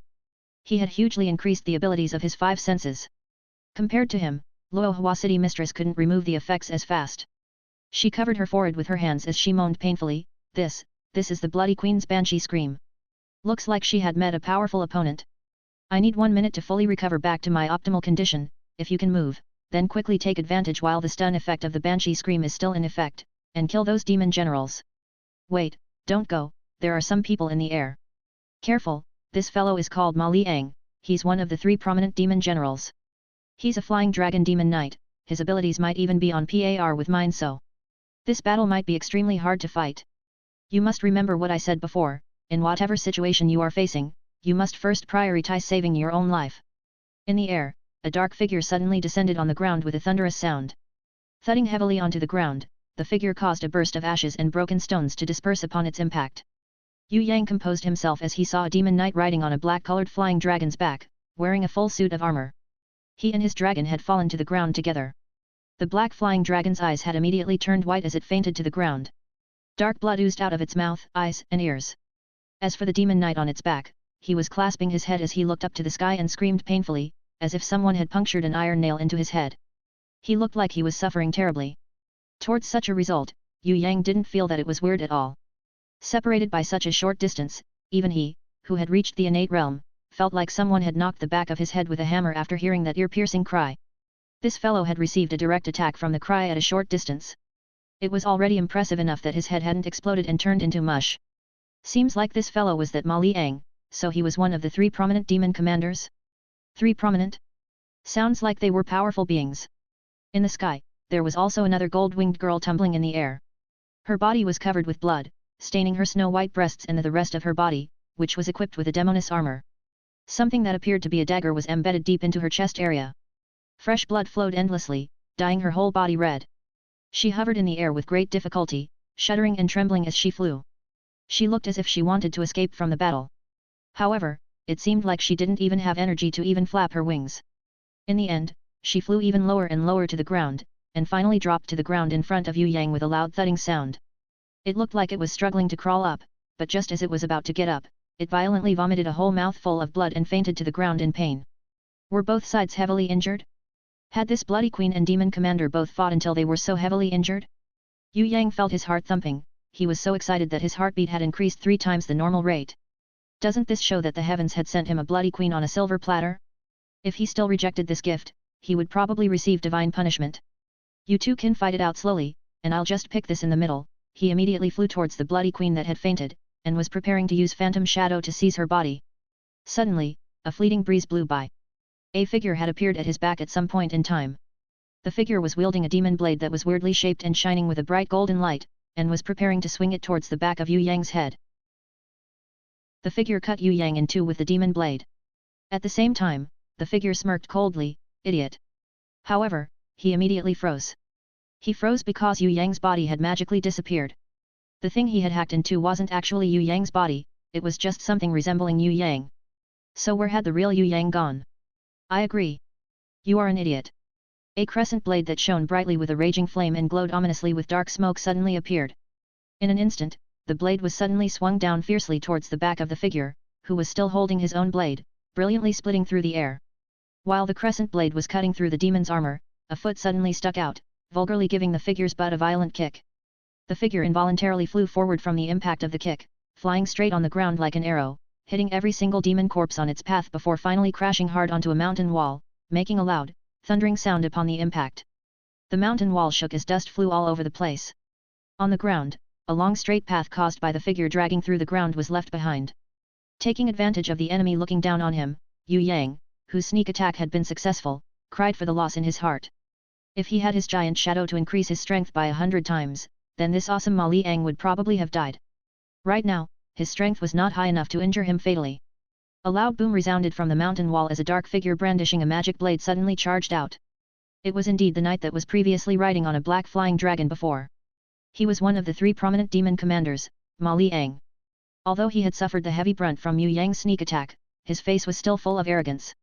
He leisurely brushed the rocks off of his shoulders and looked towards Yue Yang in disdain. "Little worm, you have speed but your strength is too weak. What's your name? Don't talk to him. He has a strange beast called Roaring Flying Dragon, which is a blind flying dragon's soul. As long as you speak to him, then you would be silenced for at least 5 minutes. He wanted to stop you from summoning your grimoire. Quickly kill the demon generals, this fellow is mine." As Luohua City Mistress finished speaking, Yue Yang could see through his divine vision that from Ma Liang's armor at his back, a dark ball of energy was coming out, transforming slowly into a flying dragon's figure, charging towards Luohua City Mistress. As for Luohua City Mistress, she was already prepared from the beginning. Raising her hands, she summoned her gold-ranked grimoire.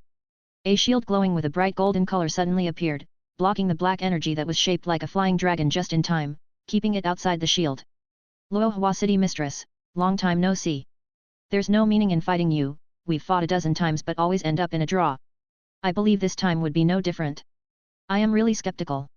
Will this subordinate of yours be able to last for more than a minute, fighting against my 5 demon generals who have joined together to attack him?" Ma Liang had also summoned a gold-ranked grimoire. As he was speaking, the 5 demon generals all started shaking their head, their expressions filled with pain as they slowly stood up one by one.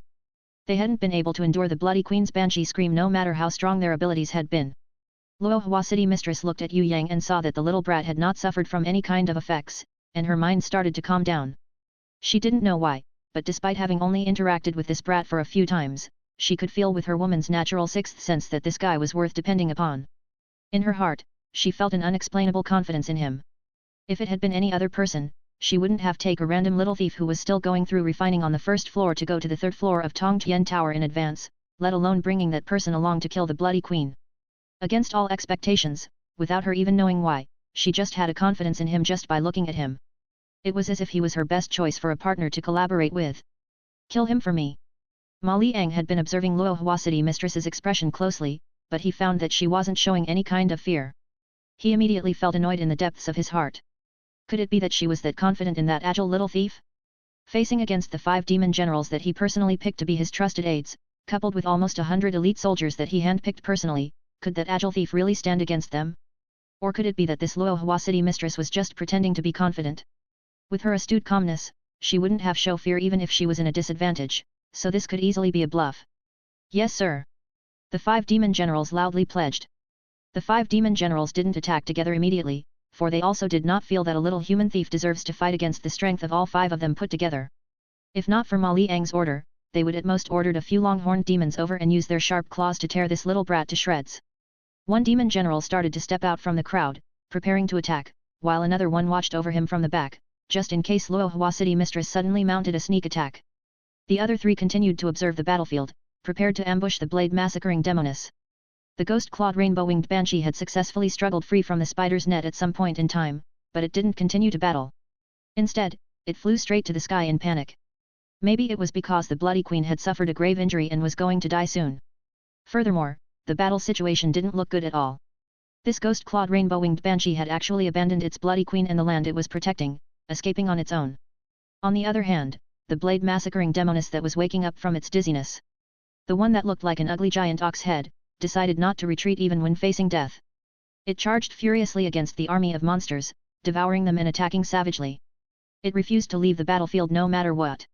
More than once, it tried to charge forward to help its gravely injured Bloody Queen, but due to its low intelligence, it received another poison-laced attack from the manic red ant.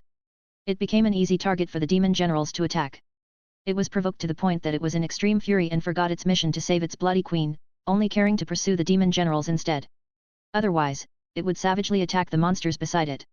Seeing that the monster army couldn't stand against this bronze-ranked level 7 blade massacring demoness at all, and had suffered great injuries, Ma Liang summoned a silver flying dragon to join the fray. It flew in the sky as it attacked. Its motive was to control the blade massacring demoness rampage. However, Ma Liang's main attention was still focused on Luo Hua City Mistress. Having fought Luo Hua City Mistress a dozen times, he knew that this human girl's beasts had formidable damage power. They could kill their opponent in the blink of an eye. If not for her needing time to charge some energy first, then he reckoned that other than himself, no other living thing would be able to survive her attacks. Corroding Flying Dragon. Ma Liang summoned another flying dragon. Yue Yang realized that this fellow was practically a mad flying dragon collector who specialized in contracting flying dragons. He rode on a black flying dragon, had a roaring flying dragon that could secretly attack his opponents, a silver flying dragon that could discharge electricity to attack the female ox head, and he still summoned a corroding flying dragon to attack Luo Hua City Mistress.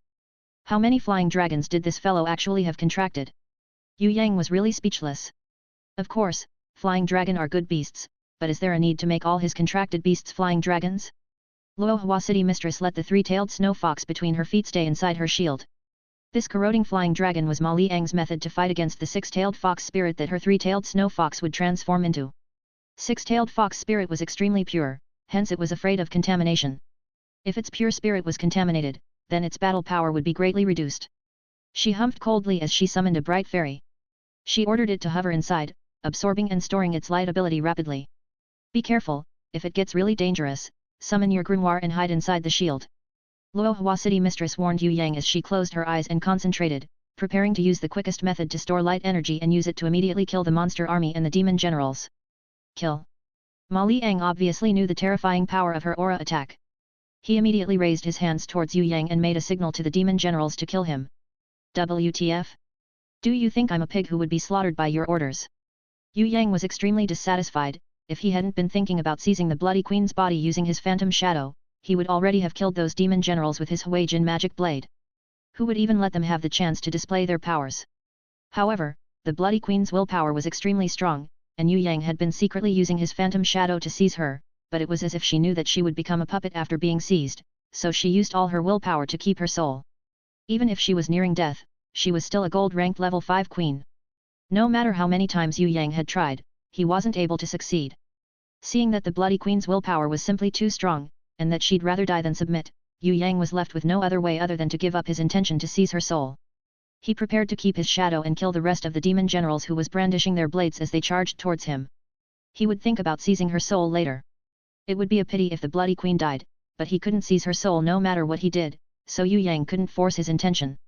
Seizing souls had a limited success rate, furthermore, his target was a gold-ranked level 5 queen beast. It was not a bronze-ranked level 5 barbarian cow, so it was perfectly normal for the phantom shadow to fail in seizing her soul.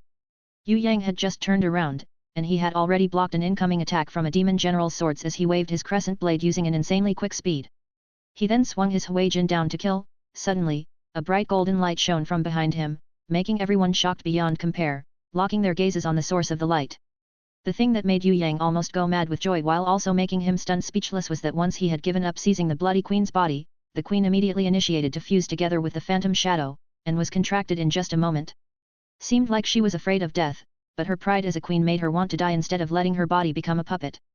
That was the reason why she resisted the seizing even on her deathbed. However, when Yue Yang gave up on trying to seize her body and prepared to keep his phantom shadow, she immediately took the phantom shadow into her embrace. Its whole body fused together with the phantom shadows, smoothly and easily, making a contract with Yue Yang in just a short moment. The phantom shadow was originally Yue Yang's guardian spirit beast, but when the blood queen fused together with it, she still had to make a contract again. This really baffled Yue Yang. Right now, does she count as his guardian spirit beast, or a normal summon beast? The thing that baffled Yue Yang the most was that he could control the bloody queen's body, and he could feel how weak her body was, but he couldn't feel her thoughts at all. This was yet another unanswerable question. Kill him, quickly. Ma Liang immediately bellowed. If the bloody queen didn't die, she would be the hardest opponent to face against once she recovered from her injuries. Previously, if it wasn't for a sneak attack that successfully plunged a gold-ranked dragon-slaying dagger into her chest, Ma Liang thought that the battle situation right now would be the other way around. Right at the moment when the 5 demon generals, whose expressions had all changed, charged towards Yue Yang altogether. Yue Yang reached out and pulled out the dragon-slaying dagger that was still stuck into the bloody queen's heart. At the same time, he smashed a healing stone to heal her injuries. Actually, even without a healing stone, the gold-ranked bloody queen would definitely not die so easily. The thing that was the most dangerous to her life was that dragon-slaying dagger that even giant dragons were afraid of. Now that the dragon-slaying dagger was already pulled out, the bloody queen's injuries were healing rapidly. Furthermore, bathed under the healing stone's recovery light, she recovered even more quickly. Although her body was still very weak, her life was not in danger. Furthermore, Yue Yang reckoned that she was still counted as his guardian spirit beast. Possibly, she wouldn't truly ever die from this moment onwards. As the 5 demon generals attacked all together, Yue Yang, who felt a large amount of energy to summon in his body, immediately summoned his bronze grimoire and the barbarian cow shadow at the same time. Could it be that after gaining the nature's heart and the 5 insights back to 1, there was an improvement in his summoning skills? The barbarian cow shadow exerted an imposing presence right at the moment it came out. Fire flared out from her mouth and nose as her eyes burned brightly with a red glow. A demon general which she had stared at suddenly cried miserably as its whole body dropped to the ground from mid-air. It lay paralyzed on the ground as its legs looked like a cockroach that had been trampled flat. Although it didn't die immediately, there was no hope to save this fellow anymore. Killing demon generals instantly? Ma Liang was dumbstruck. How could this happen? The rest of the 4 demon generals swung their weapons onto the bronze grimoire's shield, but was all reflected and pushed a few meters back. Watching their colleague's body being slowly trampled flat in panic, they were scared out of their wits. It wasn't scary if their opponents were strong, they would only need to give it their all to fight against them. But how could they fight an opponent that could kill them in an instant? The barbarian cow shadow charged towards the 4 demon generals. Her mind, conditioned not to feel any ounce of fear nor caution, was completely unaffected by external factors. Yue Yang stayed inside his shield, calmly communicating with her using his mind. It was his first time trying out physical skills using the barbarian cow shadow's body. Of course, he couldn't make her unleash something like an innate skill. But Yue Yang wouldn't use an innate skill on Ma Liang anyway, unless he had complete confidence that he would be able to kill him in one shot. It must be understood that Ma Liang owned a golden grimoire and an unknown number of flying dragons. Even if all of his flying dragon were dead, he could still use a teleportation scroll to run away. To kill a demon commander that owned a grimoire, unless they were fighting on the battlefield of certain death, was otherwise quite impossible. In order to kill Ma Liang, he had to wait for an opportunity when Ma Liang went out from his shield. Let alone innate skills, even the Yu clan's spear technique that Yue Yang tried to make the barbarian cow shadow follow, she couldn't perform it at all. With much difficulty, the only physical skills that Yue Yang could control barbarian cow shadow to attack with is the beheading iron blade technique, the world's worst physical skill, and the similarly bad physical skill, crushing stone hammer technique. However, compared to the barbarian cow shadow's attacking power previously, she had already undergone a huge improvement. At least, she wouldn't be awkwardly brandishing her weapon with both of her arms flailing wildly towards her opponent like last time. Right now, under Yue Yang's control, she had calculations on whether to advance or retreat, and her footwork always left her room to maneuver. The way she swung both of her arms was different now, she swung it with just the right amount of strength. Although the technique she used was the worst physical skill, crushing stone hammer technique, she delivered powerful blows with strength that was 100 times stronger than a normal person's. Facing against someone giving all her effort and unafraid of death, the 4 demon generals had already submitted to their fate fighting against the barbarian cow shadow. But against all of their expectations, the undefeatable monster could even perform physical skills. The 4 demon generals fought until they were depressed. The moment they were not careful, another demon general would fall into the barbarian cow shadow's attack, collapsing to the ground. One demon general with a tall and lanky build had the quickest speed. He managed to plunge his sword into the barbarian cow shadow's chest, injuring her heart. In his mind, barbarian cow shadow was a humanoid beast, so she could probably be killed by injuring her critical spots. But he never thought that she was actually a phantom shadow. She only turned that way after her body was seized. Both her body and life did not possess the weaknesses of a normal beast. Furthermore, the barbarian cow shadow was still his guardian spirit beast.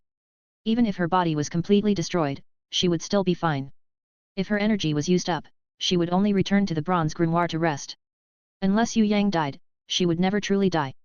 When the tall and lanky demon general succeeded in thrusting his sword into the barbarian cow's heart, he twisted the sword ruthlessly around, intending to forcefully twist the barbarian cow shadow's heart to shreds. A cruel smile appeared on his face. However, his smile was frozen immediately just after it had appeared. This was because he saw the barbarian cow Shadow, whose heart had been pierced with a sword, still looking fine as she reached out with one of her huge hands and grasped his shoulders tight in an iron-like grip. In the next moment, her other hand violently sent a heavy blow onto the tall and lanky demon general's elbow. The demon general, who had wanted to struggle free by using force, initially let out a miserable cry as his whole arm suddenly turned limp. Under the violent torrent of blind attacks from the other three demon generals, the barbarian cow Shadow ignored her gravely lacerated skin injuries, and held on tightly to the tall and lanky demon general instead. Looking down, she shook her head a little and immediately banged her forehead on the tall and lank demon general's forehead. A shocking sound of collision resounded, and the three demon generals could hear the sound of their colleague's skull being broken in. Inside the crushing stone hammer technique skill book that sells for 10 coppers each, there wasn't a skill called headbutting. Yue Yang had modified the crushing stone hammer technique a little, using the cow's head as a hammer's head instead. The resulting battle power was actually not that bad. Although crushing stone hammer technique did not have a headbutting skill, there was still one type of violent whirling technique. The initial technique was to pull the hammer's head as far back as possible, then whirl it using a great momentum to hit the opponent's head. Yue Yang had decided to modify it a little. He made the barbarian cow Shadow grab the tall and lanky demon general's body and threw his body as far back as possible, just like a hammer.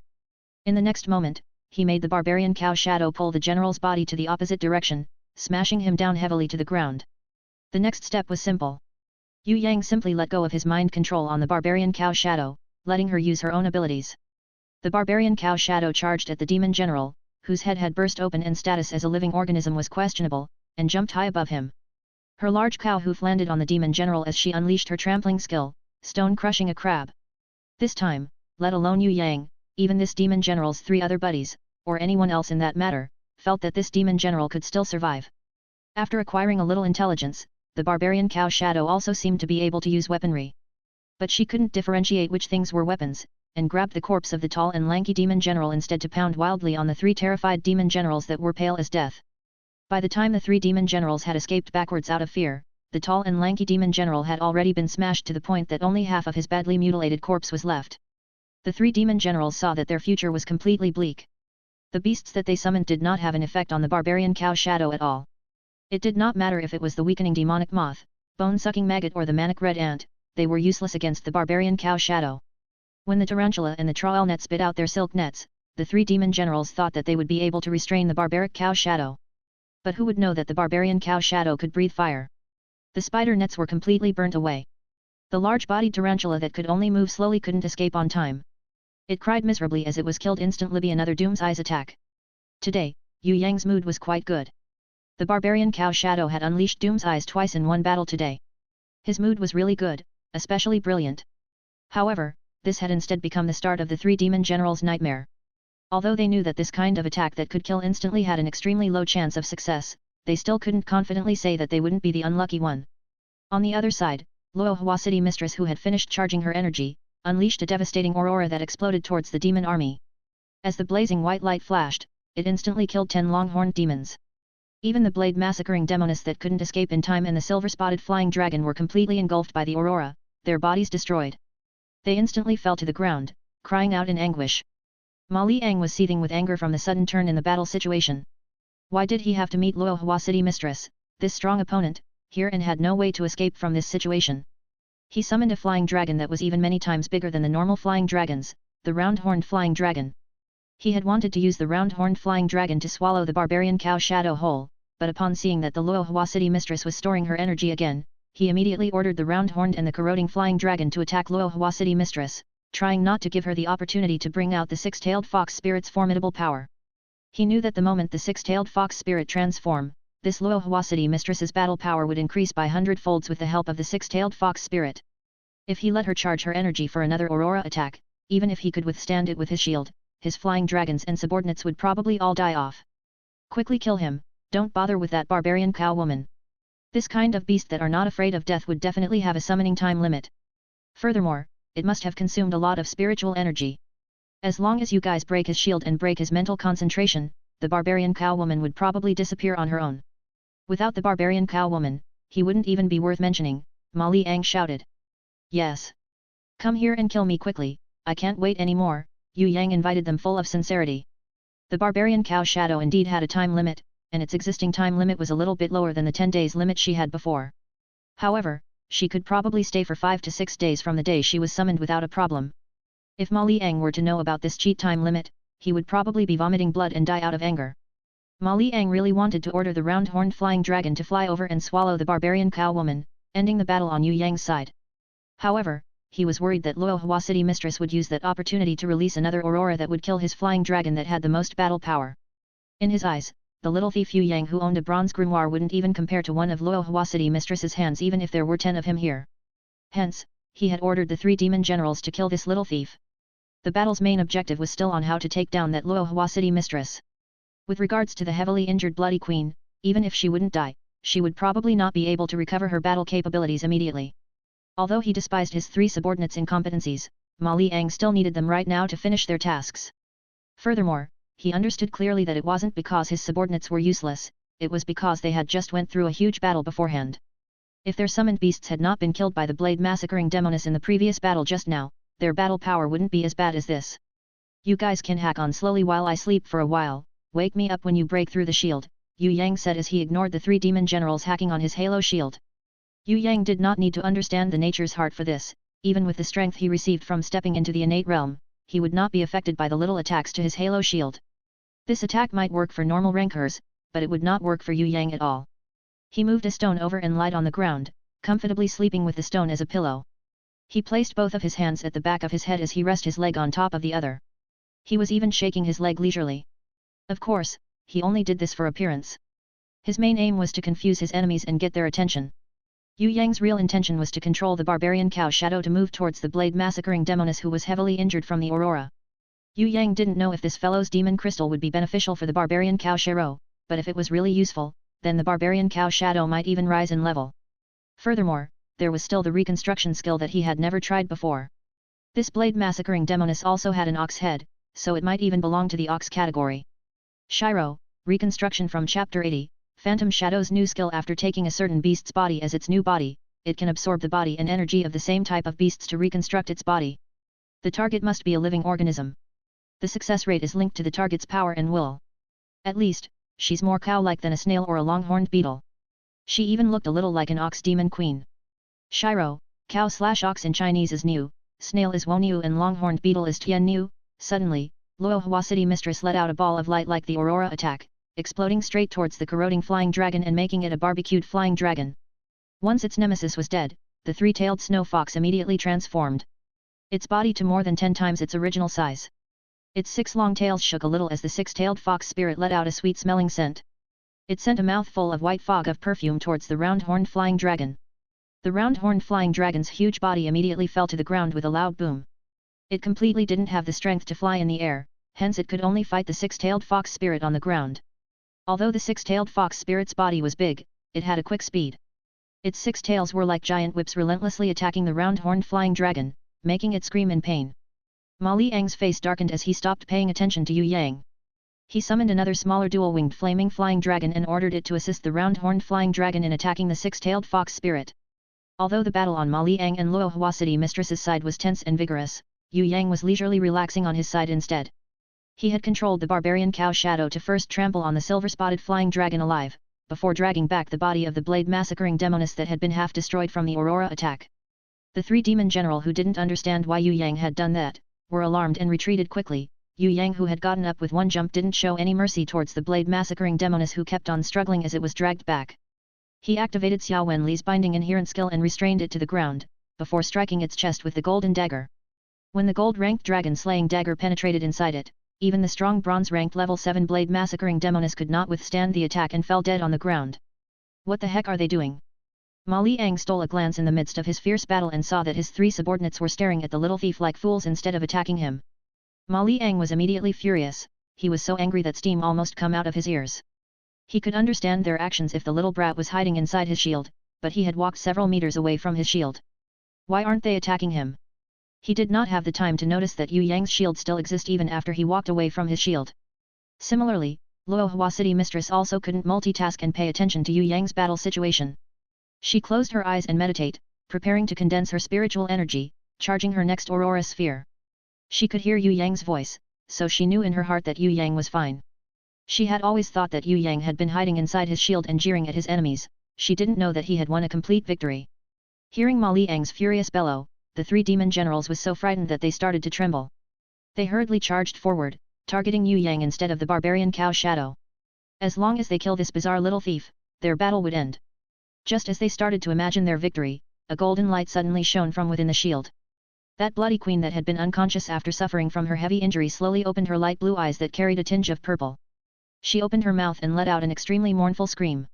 Immediately, it didn't matter if it was Luohua City Mistress, Ma Liang or the six-tailed fox spirit and the round-horned flying dragon that were fighting each other, it was as if everyone had been struck by lightning as they fell to the ground, stunned. The three demon generals that were the closest to the scream started to bleed out from their eyes, nose, mouth, and ears. They fell to the ground one by one. Yue Yang surprisedly found that although he had also heard the scream, he did not need to use his innate qi to protect his ears. He was also completely unaffected by the scream's effect. Lifting his head, he suddenly realized that Ma Liang's shield had disappeared. Yue Yang did not care about the three demon generals in front of him who had been killed instantly and flew quickly towards the unconscious Ma Liang. The Huijin magic blade in his hands drew a long line of flame and smoke as he stabbed it mercilessly right into Ma Liang's heart. Three prominent heads? Demon Commander? As long as you are not within your shield's protection, then you are just trash. The magic blade Huijin was faster than lightning, stabbing into Ma Liang's heart ferociously. As if they had life, the heart of melting fire and the demon Ifid crystal both trembled at the same time as they manically absorbed the energy from Ma Liang's demon heart. Yue Yang thought that Ma Liang was done for. But then, an unexpected turn of events made Yue Yang astonished. Ma Liang, who had a knife stabbed into his demon heart, did not fall like ordinary demon generals. Instead, he had awoken from his daze, and painfully cried out. Ma Liang's cry shocked Yue Yang and he quickly retreated back, pulling out the magic blade Huijin from Ma Liang's heart. Like a wild beast trying to escape death, Ma Liang retreated at a frantic pace as he purposely twisted his body on the ground. Before Yue Yang could react and pursue him, Ma Liang had no other choice but to roll backwards over and over again, battered and gravely injured. Yue Yang had also reacted quickly, but was just a moment too slow. When the magic blade Huijin had pursued with its second strike, on the verge of hitting him, a black teleportation pillar of light had covered Ma Liang's body. The magic blade Huijin had almost sliced Ma Liang's chest in half, but it was unable to deal the death blow to this demon commander. Ma Liang had suffered serious injuries and was almost instantly killed by Yue Yang. However, right at the final moment, the teleportation pillar soared up, allowing him to escape the death blow. When he was rolling on the ground just now, Ma Liang, who was fleeing for his life, had broken the teleportation ball which was special to the demon abyss. If he was a human warrior, he would have definitely died. Yue Yang would definitely not let him have a chance to open a teleportation scroll. But, the efficiency of the teleportation ball was far too high. More importantly, Ma Liang's speed of retreat and his body's unique structure made Yue Yang unable to predict his moves accurately. He did not manage to seize the opportunity to eliminate Ma Liang in a single strike. As for why Ma Liang could still move even though his demon heart had suffered serious injuries, Yue Yang was also extremely stunned. When he pursued him with the second strike, at the very moment when the magic blade Huijin had cut open Ma Liang's chest, he had discovered from that bloody wound that there were actually two demon hearts in him. If he had only managed to destroy one of them, he could only cause serious injuries to Ma Liang. However, he would not be able to completely kill him, one of the three great demon commanders. If he had known earlier that Ma Liang had two demon hearts, then Yue Yang would definitely not let this demon commander live. Inexperience. This was the regret of inexperience. Ma Liang, who was at death's door, had disappeared after the teleportation. His gold grimoire had also disappeared with him. It looked like the summoning grimoire would not be far from the master. However, the flying dragons that Ma Liang had summoned met with their calamity. Yue Yang, who was in a rage, had thrown his crescent blade towards the unconscious black flying dragon, killing it off with his giant crescent blade. Then, Yue Yang threw his Huijin magic blade into the heart of the flaming flying dragon. The largest round-horned flying dragon was instantly killed by Yue Yang's innate sword qi, who was coming down to the ground from up in the air. Yue Yang would definitely not let these flying dragons wake up again and escape from this place alive. It did not matter whether Ma Liang had the ability to desummon them, but he would definitely kill them all, to prevent them from becoming a nuisance in the future. On the other side, the barbaric cow shadow had already flattened the heads of the three fainted demon generals. Luohua City's mistress was still dazed, and her six-tailed fox spirit was also closing its eyes as it moaned weakly. It was evident that the banshee's scream was extremely painful for them. The Luohua City's mistress' halo shield had disappeared, but the sapphire ring on her slender finger had been emitting a faint blue light ever since she was knocked unconscious.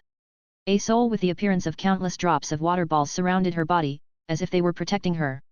Could it be that this ring was the legendary treasure with the spirit attribute? A spirit equipment? Yue Yang had not seen such a treasure who had the intention to protect its master. But, from the diary of the tragic guy, Yue Yang had read before when he mentioned about the priceless treasure, the spirit equipment. For example, the sword that the tragic guy's father possessed was a spirit equipment. Yue Yang did not understand much about matters regarding spirit equipment. According to what the tragic guy had written down, these types of equipment were formed when the summoned beast had died in battle but its soul could not bear to leave its master. Thus, it would merge into certain treasures, forming a spiritual body to continue accompanying its master, fighting with them.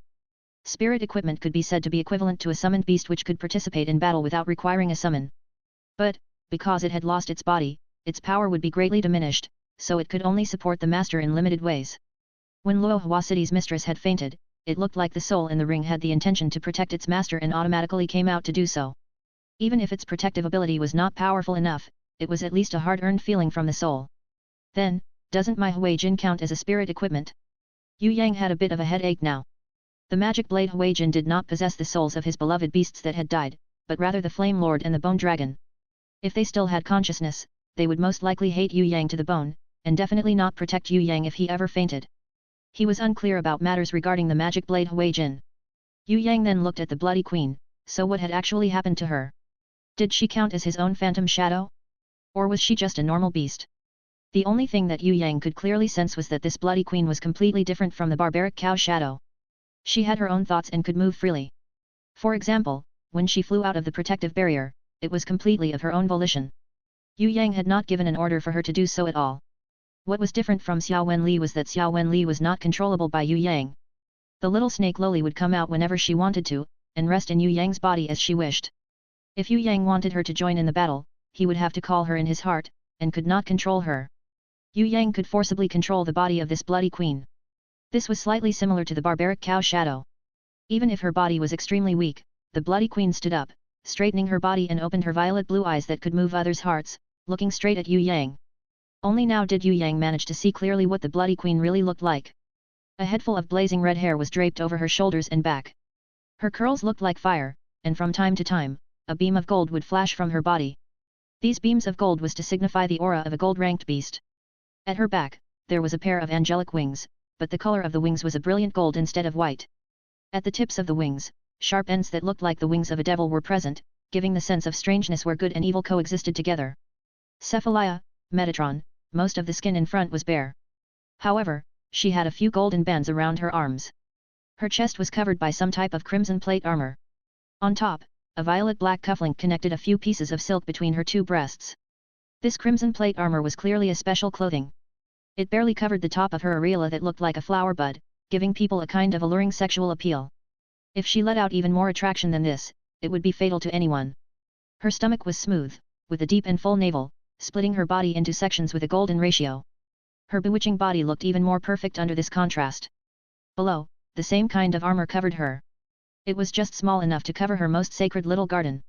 This was essentially the bikini of the other world. It was sexy yet deadly. Seeing the exquisite mounds and the flawless white skin of the Bloody Queen, Yue Yang could not help but swallow his saliva. A contracted beast. Looks like finding beautiful beasts would be better. There was no need to talk about their compatibility first. At least, they were a feast for the eyes. If he had contracted a tiger or a lion and had to feed them meat daily, then wouldn't he become a pet trainer in this other world? At the same time, Yue Yang also had a great dream. That was, aside from cultivating his physical skills, he must contract the most beautiful Bishaozhou beasts in the world. Those beasts like Hui Tai Lang could only stay in a corner. There were extremely limited spots for contracting beasts, all of them should be reserved for those Bishaozhou beasts. Petting Hui Tai Lang when he had free time? That was too disgusting, he should be pinching these Bishaozhou beasts' cheeks during his free time. The Bloody Queen probably did not know how lecherous her master was. Instead, she started spewing a long chain of sentences in the language of the demon abyss. Yue Yang could not understand a single word. There was a language barrier. No matter what the Bloody Queen said, Yue Yang could not understand it at all. He waved his hands, saving the Bloody Queen the trouble of speaking. Before finding an acceptable interpreter, all that she said would be nonsense to him. Seeing that Yue Yang had ignored her and only bothering with digging out the magic crystals from the massacre done by his blades, coupled with seeing the battlefield covered in smoke and her home burning in flames, she suddenly covered her face and cried loudly. Ah! You can still cry, et. Yue Yang did not expect the Bloody Queen to possess a rich amount of emotions. Before this, he had always thought that she was the kind of perfect puppet as if she were a female android. You, the Bloody Queen cried even more when she heard this. Actually, I understand it well. From a queen that ruled high above, you turned into my slave. The feeling will definitely not be nice, but you were the one who initiated the contract with me first. You can't blame me for this. Not only that, if you didn't contract with me just now, your life would be over. Strictly speaking, I saved your life. Yue Yang had originally wanted to console the bloody queen saying, don't cry, I'll make sure you lead a happy life, but if he said this the other side would probably cry even louder. So, he left this sentence out. Shiro, I'll make sure you lead a happy life is often said by a groom to his bride during their wedding. Towards the bloody queen who was crying bitterly, Yue Yang did not console her further.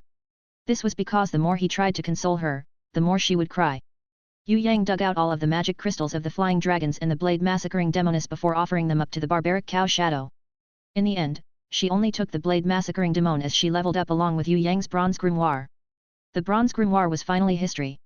This time, when the grimoire had leveled up, it turned from advanced ranked bronze to beginner ranked silver. After the summoning grimoire rose in grade, the ancient code granted the phantom shadow the third ability, shadow evasion. The extra pages that Yue Yang had been hoping for a long time still did not appear. Shadow evasion, the phantom shadow can freely blend into the darkness. The naked eye is unable to see its existence. Under special environments, the host can provide a large amount of spiritual chi to create a black fog, to forcefully blend into the darkness. This skill cannot be used in front of an enemy with strength surpassing the host. Does this mean only the phantom shadow could do it, or both the barbaric cow shadow and the bloody queen could too? Seeing that the sun was high up in the sky, Yue Yang realized he could not test it out right now. Otherwise, he would want to test this shadow evasion out. Yue Yang did not have enough time to examine the changes after his grimoire rose to a silver grimoire. Now, he hurriedly rushed over to the barbaric cow shadow's side instead, helping her who had leveled up to reconstruct her body. At first, Yue Yang had thought that he would need to do the reconstruction himself, so he had fantasized in his heart. He was prepared to turn the barbaric cow shadow into a busted Drania warrior. Alas, who would have known that the reconstruction was completely done by the barbaric cow shadow's instinct. The barbaric cow shadow frantically absorbed the energy that Yue Yang's palm was supplying.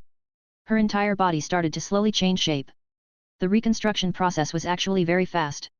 Within a minute, it had stopped. Yue Yang was extremely tired. In the end, he discovered that the barbaric cow shadow did not become a busted cow-horned beauty, she was still an ox head. However, looking closer, the barbaric cow shadow's body was much better than before. Her entire body was more subtle and slimmer. Although it was still muscular with muscles flaring outwards, her face bore much closer resemblance to a human, even to the point of starting to have the foundations of a beauty. The outline was 10 times better than just now. Of course, strictly speaking, she was still an ox head. If he wanted her to become a beautiful cowgirl, it would take at least 8 to 10 times of reconstruction when she leveled up, otherwise she would not be able to change completely into a busted cowhorn beauty. Take your time to level up, it's not like I can hurry it up anyway. The most important thing to think about right now is how to initiate the variant evolution. Yue Yang found out that after the barbaric cow shadow had eaten the bronze ranked level 7 blade massacring demoness magic crystal, she actually rose to bronze ranked level 5. He thought in his heart that he had to find a way to let her variant evolve into a silver ranked beast, otherwise once she rose to become bronze ranked level 6, there would not be much of a future for her anymore. According to the plan that Luo Hua City's mistress had talked about, the best way to go about turning that bronze ranked level 5 beast into silver ranked, was for her to swallow a gold ranked level 6 or above barbaric bull magic crystal. This was easier said than done. Where could Yue Yang get his hands on a magic crystal of a gold ranked level 6 barbaric bull? Not to mention gold ranked level 6, even silver ranked level 6 barbaric bulls could not be found anywhere. Yue Yang originally wanted to give up on his ideas, but then an inspiration struck his head. Ah, that place might have it. Yue Yang turned around and looked at Luo Hua City's mistress who was still lying on the ground. This girl had been unconscious for so long, should he take this opportunity to dally with her a little? No, should he go over and perform CPR and give her a chest massage? Just as he had walked over and was about to touch her with his wolfy paws, the six-tailed fox spirit suddenly woke up and jumped back to Luo Hua City's mistress's side.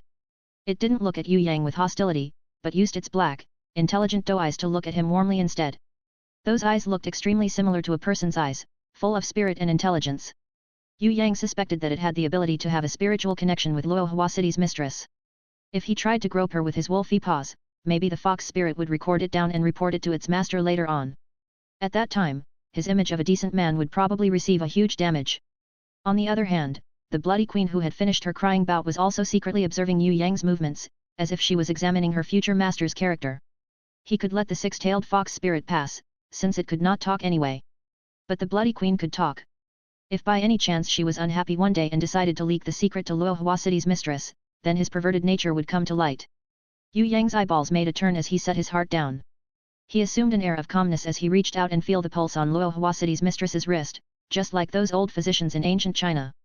He shook his head slowly, and had almost said, the pulse felt fluent like a pearl on a plate. It's a happy pulse, these kinds of shocking words. Indeed, when he reached out to feel Luo Hua City's mistress's pulse, the six-tailed fox spirit immediately lied on its stomach on the ground and wagged its long tails, as if it felt really assured with Yue Yang's presence. There wasn't an ounce of wariness in its eyes. Shiro, happy pulse, pulse of a pregnant woman. As for the bloody queen on the other side who saw that Yue Yang did not take this opportunity to take advantage of Luo Hua City's mistress, she also seemed to change her expression a little. It was unknown whether it was astonishment or delight. A golden light suddenly flashed out of Yue Yang's silver grimoire. A golden shadow flashed once and disappeared. The counterfeit inherent skill that had not responded nor risen in level before had magically leveled up. This had made Yue Yang really confused, he couldn't understand the situation. He wasn't trying to pretend at all, so how did this counterfeit inherent skill rise a level on its own? Could it be that it would rise in level if he lied to people? If that was really true, how many times would he need to lie in order to level up? And who must he lie to? Beasts? Or warriors? Yue Yang totally could not understand the usage of this counterfeit inherent skill. In reality, he also didn't know what other uses does this counterfeit inherent skill have other than modifying the pictures of the beasts on his grimoire. The divine vision, on the other hand, still had a measuring standard. There were some things that could be seen by his divine vision. But heaven knows what could this counterfeit skill be used for. Furthermore, he couldn't tell from the other's reaction whether his skill had taken an effect. Even his family, fourth mother, Yu Bing, and the little girl, did not doubt him at all. After he finished pretending to be a good person, before Yue Yang took back his hands, he rubbed Luo Hua City's mistress's hand without batting an eyelid. He felt that her skin was almost as smooth as a piece of fine jade, the feeling of her skin was amazing. If only he could rub a few other places, he believed that his heart would be melted away from the nice sensation of her skin that he was feeling from her hands. Suddenly, the bloody queen let out a cry of alarm. Turns out the pavilion that was burning had collapsed on one side. Yue Yang suddenly remembered that Luo Hua City's mistress's target was the beautiful demonic flower. She must not return with empty hands, otherwise, a woman's lamentations and nagging could be extremely scary. Beautiful demonic flower, I want a beautiful demonic flower, do you understand? Yue Yang shouted at the bloody queen. Seeing that the burning pavilion was on the verge of collapsing, Yue Yang did not care about it anymore as he carried Luo Hua City's mistress on his back, at the same time enjoying the amazing feel of her soft and sweet-smelling body. The bloody queen replied with a long strand of demon abyss language. Yue Yang couldn't understand even a word. Sweating speechless, he pulled a handful of grass from the mountain cliff and said, I want a flower, a plant, do you understand? The most precious beautiful demonic flower, can you get it for me? Rumble, in the sky, the burning pavilion slowly collapsed to the ground, causing countless stones to drop down. Yue Yang couldn't care less about any flower or plant anymore, his little life was more important. He carried Luo Hua City's mistress on his back as he retreated and ran away quickly. The six-tailed fox spirit followed closely behind him. No, the current fox spirit had already turned back into a three-tailed snow fox. The barbarian cow shadow carried the blade massacring demoness large blade in one hand and Yue Yang's crescent blade on the other. She didn't even know how to carry three weapons at the same time. Yue Yang was almost stunned speechless. Fortunately the bloody queen knew that the gold-ranked dragon-slaying dagger and the Huijin magic blade were treasures. She quickly fled across and retrieved them for Yue Yang. But she didn't quickly fly back to Yue Yang's side. Instead, she opened her wings and flew up high, flying towards the burning pavilion. Yue Yang wasn't worried that she would try to run away, because, firstly she was his guardian beast, and secondly, she was an orphan with no home to return to. Although the sky was filled with falling pieces of rocks and burning wood, Yue Yang enjoyed the romantic and dangerous situation. The soft feeling on his back was really too amazing to be described in words. When Yue Yang was avoiding the falling rocks, he tried to jump more so that he could feel the heavenly sensation on his back more. At this time, his wolfy paws had already secretly rubbed Luo Hua City's mistress's perfectly round and sweet-smelling butt, but no one had realized it. The feeling in his hands was really refreshing. If Luo Hua City's mistress did not wake up, he's willing to carry her like this on his back and take advantage of the situation. He wouldn't mind running for 100 km with her on his back if he could perform CPR or give her a chest massage during their breaks in between. Unfortunately, Luo Hua City's mistress let out a small moan as if she had started to wake up. Yue Yang had been rubbing her small butt a second ago, but he suddenly turned into a dashing hero saving a beauty in the last second, his expression decent and honorable. At the same time, he pretended not to realize that Luo Hua City's mistress had woken up. He continued to run with full strength, and did not take a longer route anymore. What happened? Luohua City's mistress was shocked. How did she end up being carried on someone's back? She was taken aback by the masculine scent on Yue Yang's body that whiffed up to her nose. Immediately, she realized that it was the mysterious little thief, and her heart calmed down big time. Luckily it's him. When she turned her head, she saw the pavilion had collapsed.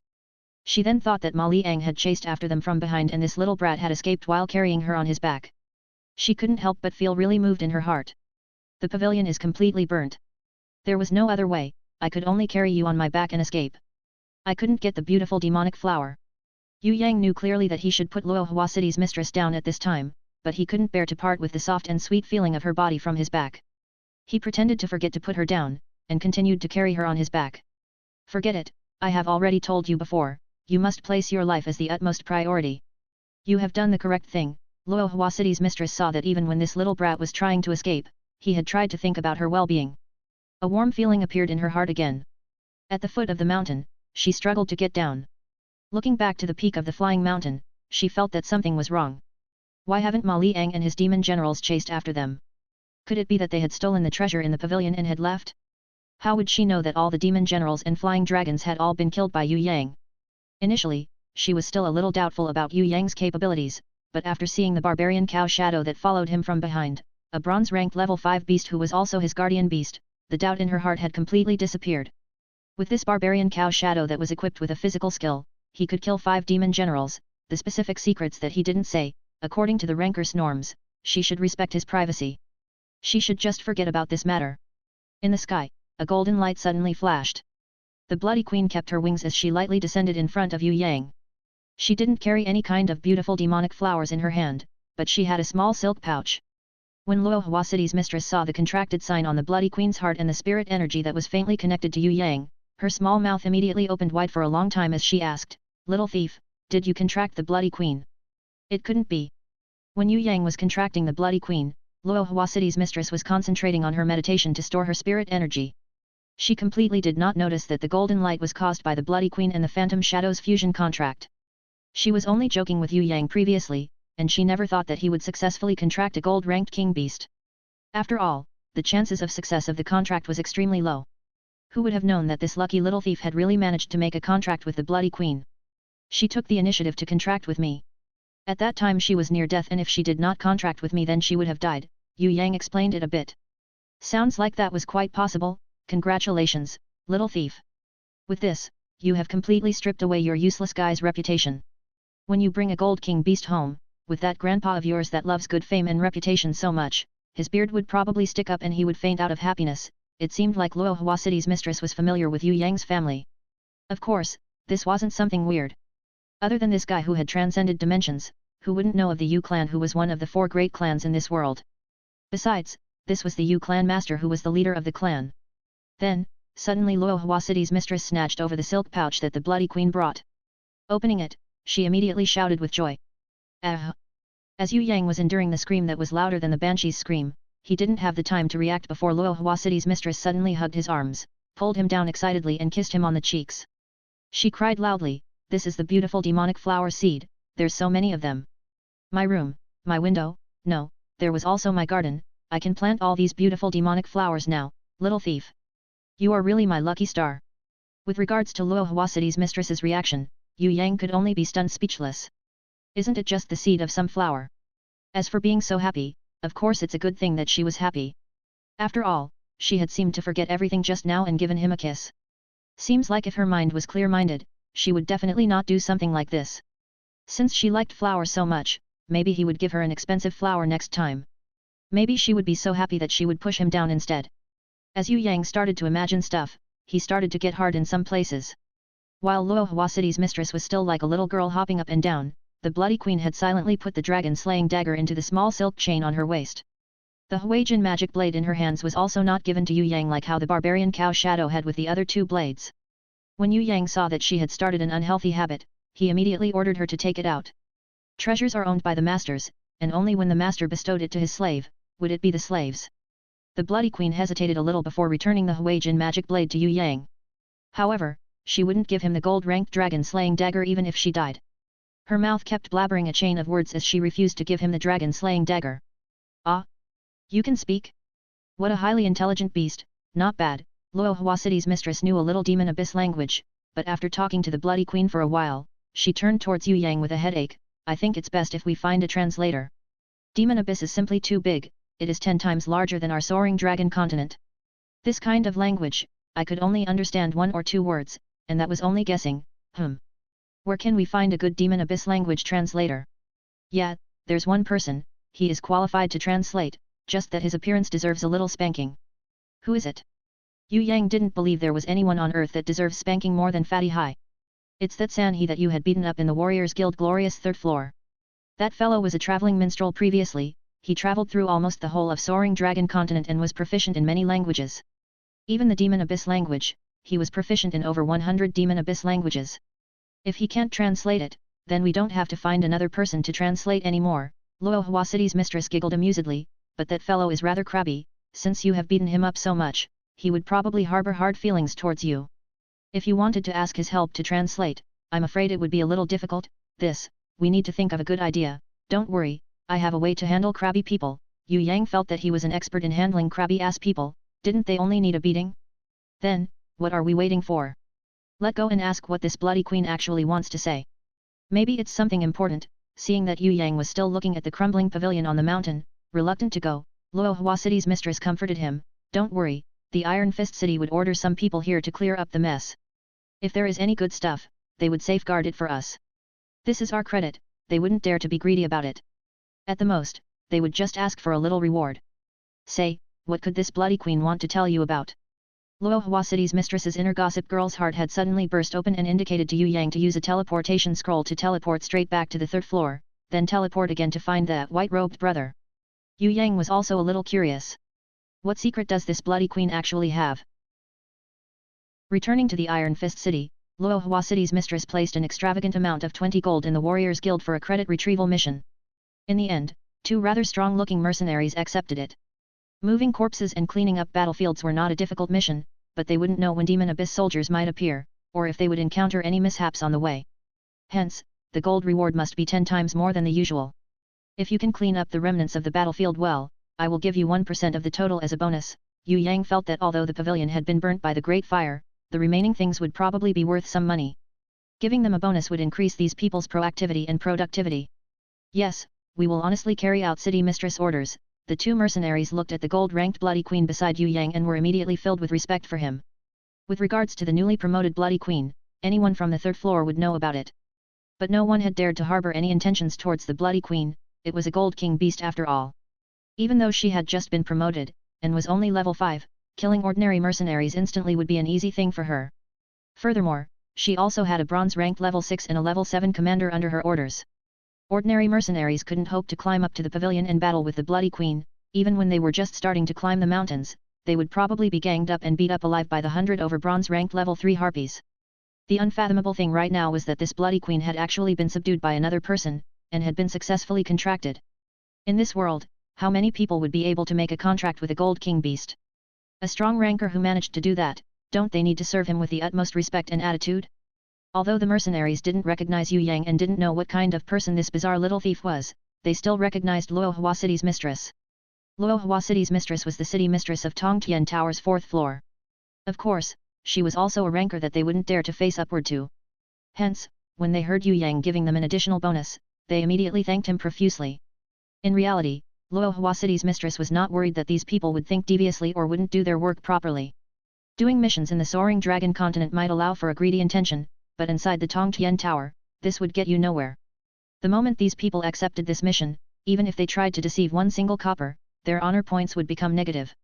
A person with a negative honor point, no matter if they were army deserters or swindlers, wouldn't be able to use the teleportation gates to get away. Furthermore, in the Warriors or Mercenaries Guild, there would be a completed mission evaluation. When they were about to report their completed mission, the crimson piercing eyes would evaluate if there was any corruption done. If it detected a dishonest act, it would immediately order the guards to arrest them and put them in jail. Seeing that Yue Yang's sexy, enchanting, fatally alluring Bloody Queen had caused a sensation, Luo Hua City's mistress quickly went to an armor shop and bought a new clean silver armor, giving it to the Bloody Queen to wear. The Bloody Queen didn't want to wear it at first, but when Yue Yang saw that, he forced her to receive and wear it. In the end, the Bloody Queen spouted a whole lot of Demon Abyss language before finally wearing the armor, feeling dissatisfied and wronged. Yue Yang reckoned that she was protesting against him bullying her, a little female slave. But after Yue Yang pretended not to hear her complaints and the bloody queen wore the silver armor, she gave off a much different feeling than the usual. The feeling she gave off right now was an innocent kind of sexual appeal, it was even more desirable than her previously sexy look. But this look was at least better than her semi-nude appearance just now, she wouldn't attract that much attention now. Luohua City's mistress couldn't think of a better idea in such a short time, so they just had to make do with this. Anyway, no one would dare to harbor any intentions towards a gold king beast. They simply couldn't stop people from drooling a waterfall when they saw the bloody queen. Returning to the first floor and going to the Warriors Guild Glorious Hall, they found that the white-robed brother called San he had just come back from the medicine hall. He didn't have the time to sit down and rest before he suddenly saw Yue Yang charge towards him looking furious like a demon from hell. Without making an explanation, Yue Yang started to beat him up again. What's the reason for this again? The white-robed brother felt that he was wronged. His teeth had been beaten to the point that they were a bit loose, but he still didn't understand the reason for being beaten up. Do you know what kind of people I hated the most? In this life, I hate a person who can speak different kinds of languages the most. When I heard that you could speak over 100 languages, I just felt really angry in my heart. Why is it that such a handsome and smart person like me couldn't even speak the Soaring Dragon Continent's language properly, yet an idiotic fellow with such a disgusting appearance like you could speak over 100 languages? Say, who do you think I should beat up if it's not you? Yue Yang violently trampled on the white-robed brother's butt as he explained his illogical reason. It was only at this moment that the white-robed brother felt that his talent in languages had brought him a calamity.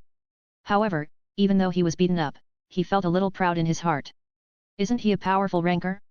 Didn't he kill 6 demon generals before? Wasn't he so awesome that beauties called out to him? But he was just an idiot who couldn't even speak the language in Soaring Dragon Continent properly. As for me, I'm different than you. Although I couldn't kill 6 demon generals, I could speak over 100 languages, no, I could even speak 100 different kinds of languages in the Demon Abyss language alone. If it wasn't for Yue Yang that was spanking his butt, the white-robed brother would stand straight and wave the fan in his hands, walking elegantly and handsomely, speaking the Demon Abyss blood prison language, the hardest language that was used 10,000 years ago. At this time, Luohua City's mistress entered and pulled at Yue Yang's hands, advising him, "Don't be angry, you only failed at a language test, as long as you study more, you will be able to pass for sure." When Yue Yang heard this, it was as if his anger rose to a whole new level as he pulled out his crescent blade with a loud clang. "Let me just kill this annoying fellow and that teacher that deserves to die. I'll chop them to pieces and feed their body to the dogs. Let's see who would dare to mention languages to me in the future." Yue Yang struck a pose as if he was about to chop the white-robed brother up, making the white-robed brother so afraid that he almost pissed his pants. He didn't have any place to avoid or hide. If he really received this little brat's blade, he would probably need to stay in the medicine hall for half a month. Why was he so unlucky? You should talk it out instead of taking action blindly. Actually, I think you have a talent in languages, it's just that you lacked a good teacher. Luohua City's mistress hurriedly pulled at Yue Yang's hands. I can teach this young master languages for free. If he still couldn't pass his exams, I am willing to be subjected to the 10,000 ant bites torture. You guys might not know, there was this mute missy before, and I was the one who taught her how to speak. You guys think about it, I could even teach a mute person to speak, so how could this master not be able to pass a language test? That's a simple task for me." The white-robed brother hurriedly crawled up and brought out his most knowledgeable and capable look, trying his very best to open his eyes that had been beaten black and blue by Yue Yang, looking straight into Yue Yang's eyes. "This young master, I understand your grievances and vexation, however, please believe me, languages are really not a difficult subject. I guarantee that you would be able to learn it well. Go away, who wants to be taught by you?" Yue Yang sent him a flying kick, and had almost sent the white-robed brother flying out of the glorious third floor's window. "Don't be angry, let's not study these troublesome stuff. Wouldn't it be fine that way?" Luohua City's mistress said nicely as she pulled Yue Yang to go down the second floor. After a while, she came up again and gave the white-robed brother 10 gold for his recovery fee. "San-he, you are called San-he, right? I remembered you. I'd like to apologize for the situation just now, that fellow's temperament wasn't that good. Furthermore, he had been stressed out because of his language test these few days. He had actually paid a high price for someone to cheat for him, but who would have known that he still couldn't pass in the end?" The white-robed brother thanked Luohua City's mistress with tears in his eyes. If he asked someone to cheat for him, why didn't he ask me instead? "No, I mean, it's the young master's bad luck. I am extremely knowledgeable about languages, and I am confident in it. If Luohua City's mistress could trust me, then please leave that young master to me. Let alone one language, I could even teach him 10 different types of languages. However, could you help me tell him that using violence to resolve a situation wouldn't solve problems? We could sit down and talk it out peacefully instead." As long as the young master don't start beating me up, then everything could be resolved with words. Luohua City's mistress gave the white-robed brother another 10 gold, counting it as a language teacher's advanced salary. I will try to advise him with all of my efforts. Don't worry, normally, he is a really good kid. For example, he was really quiet when he was a baby. The white-robed brother almost cried, who would beat people up when they were still babies? Which baby wouldn't sleep in peace? Could it be that this brat started to beat people up after his toddler years? A natural-born little bully?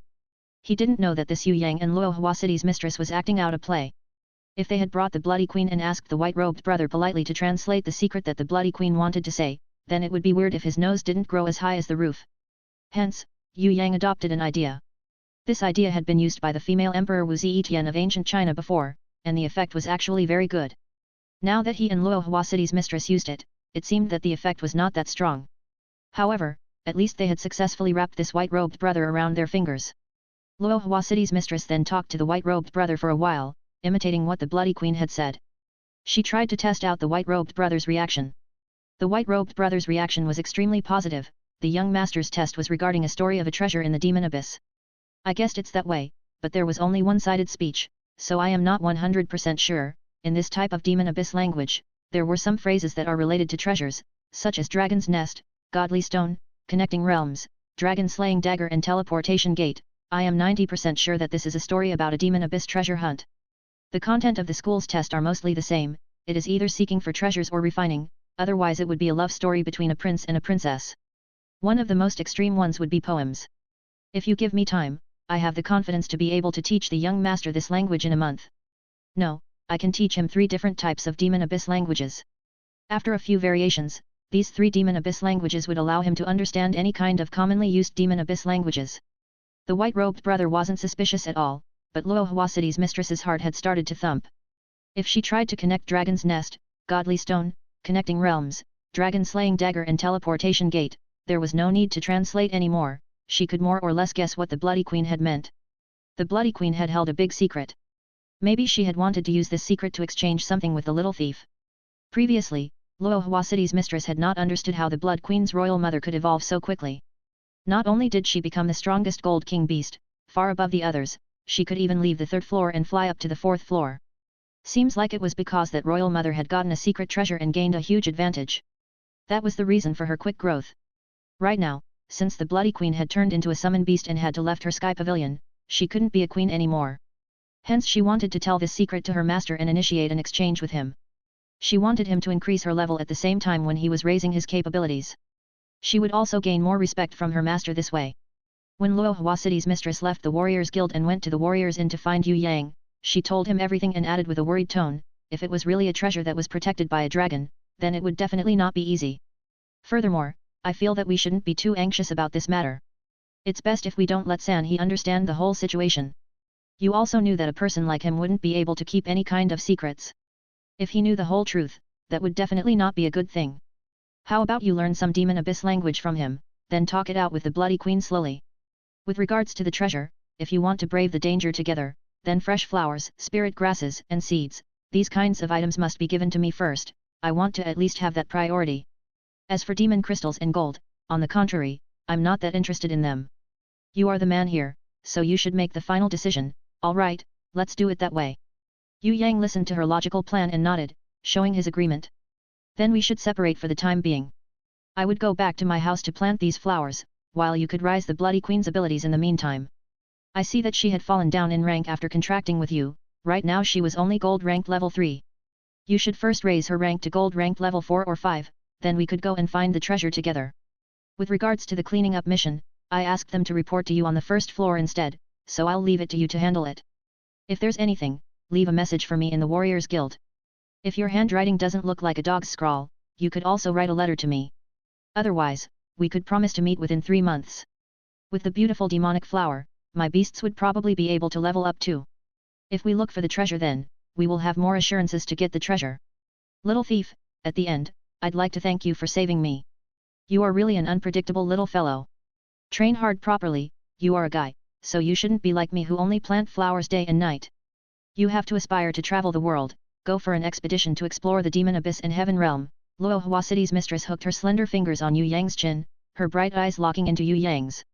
Her face was so close to Yue Yang's that he could feel her sweet, hot breath. Just as Yue Yang thought that she was going to kiss him, she suddenly loosened her hands.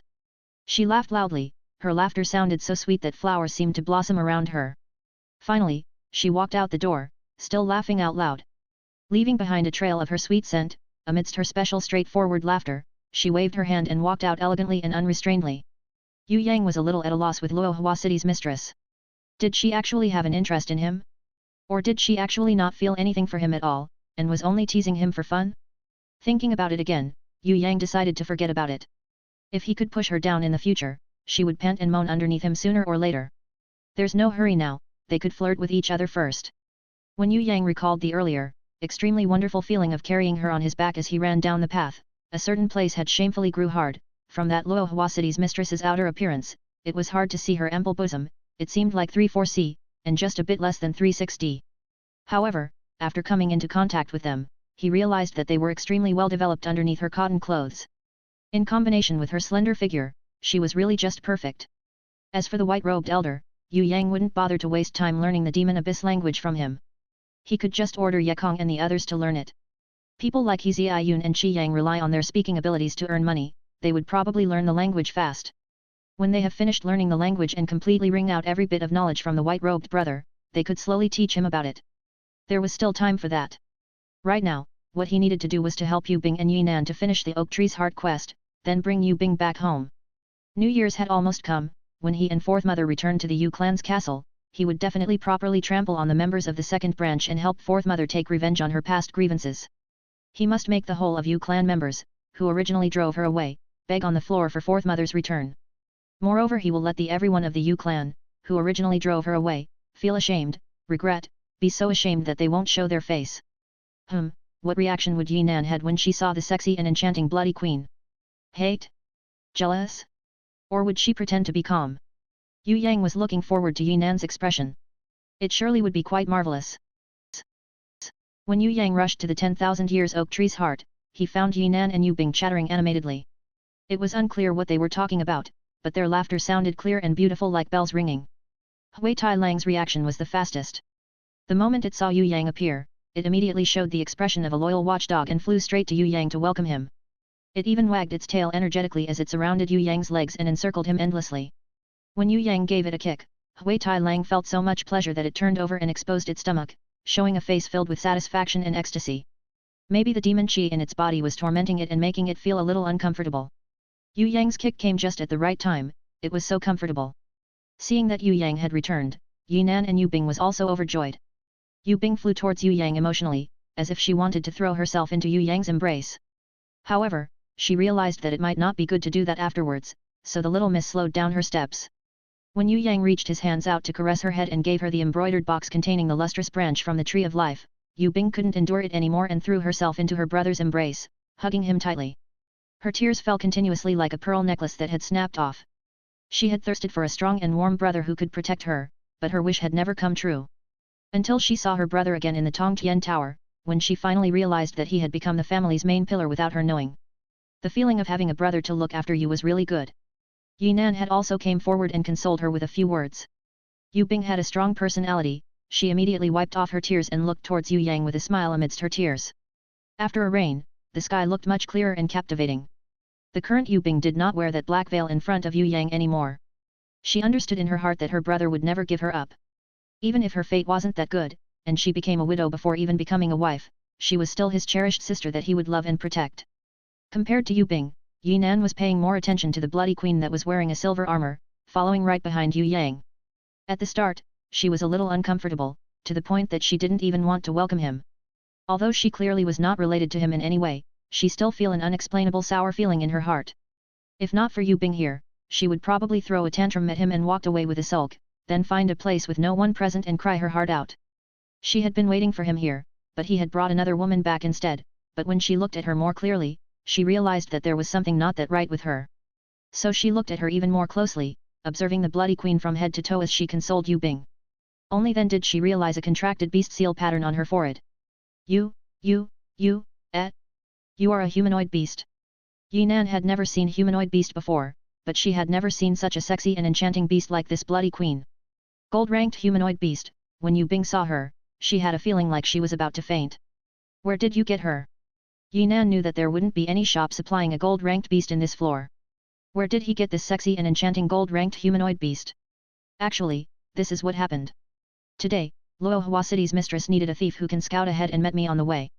So she hired me and brought me to the third floor of Tongtian Tower, because she wanted to go to a pavilion in a floating island to search for a beautiful demonic flower.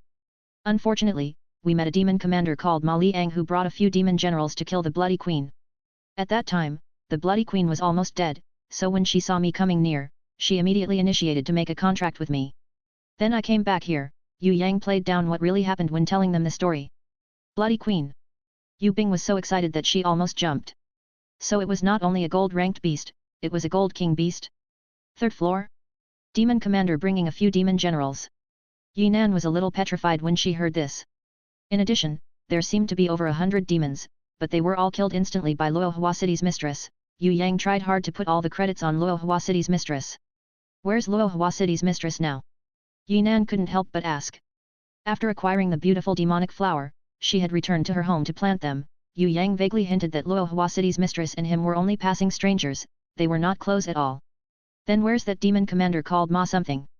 Yinan was curious, how could he come back safely without any injuries after meeting a demon commander and a few demon generals?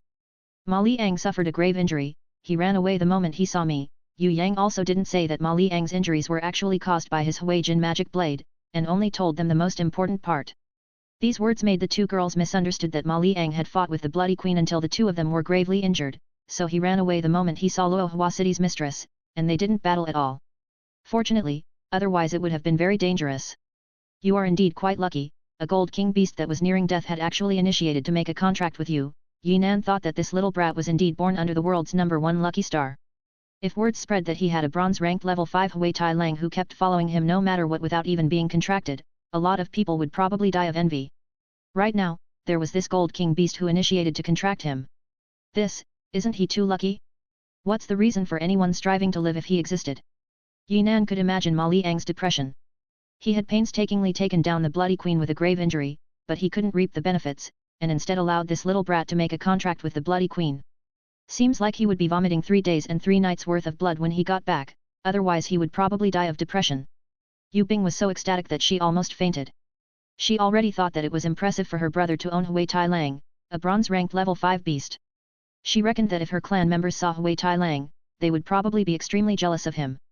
Now he had actually brought an additional gold king beast back, they would definitely faint out of shock. Furthermore, the Bloody Queen was a humanoid gold king beast with intelligence.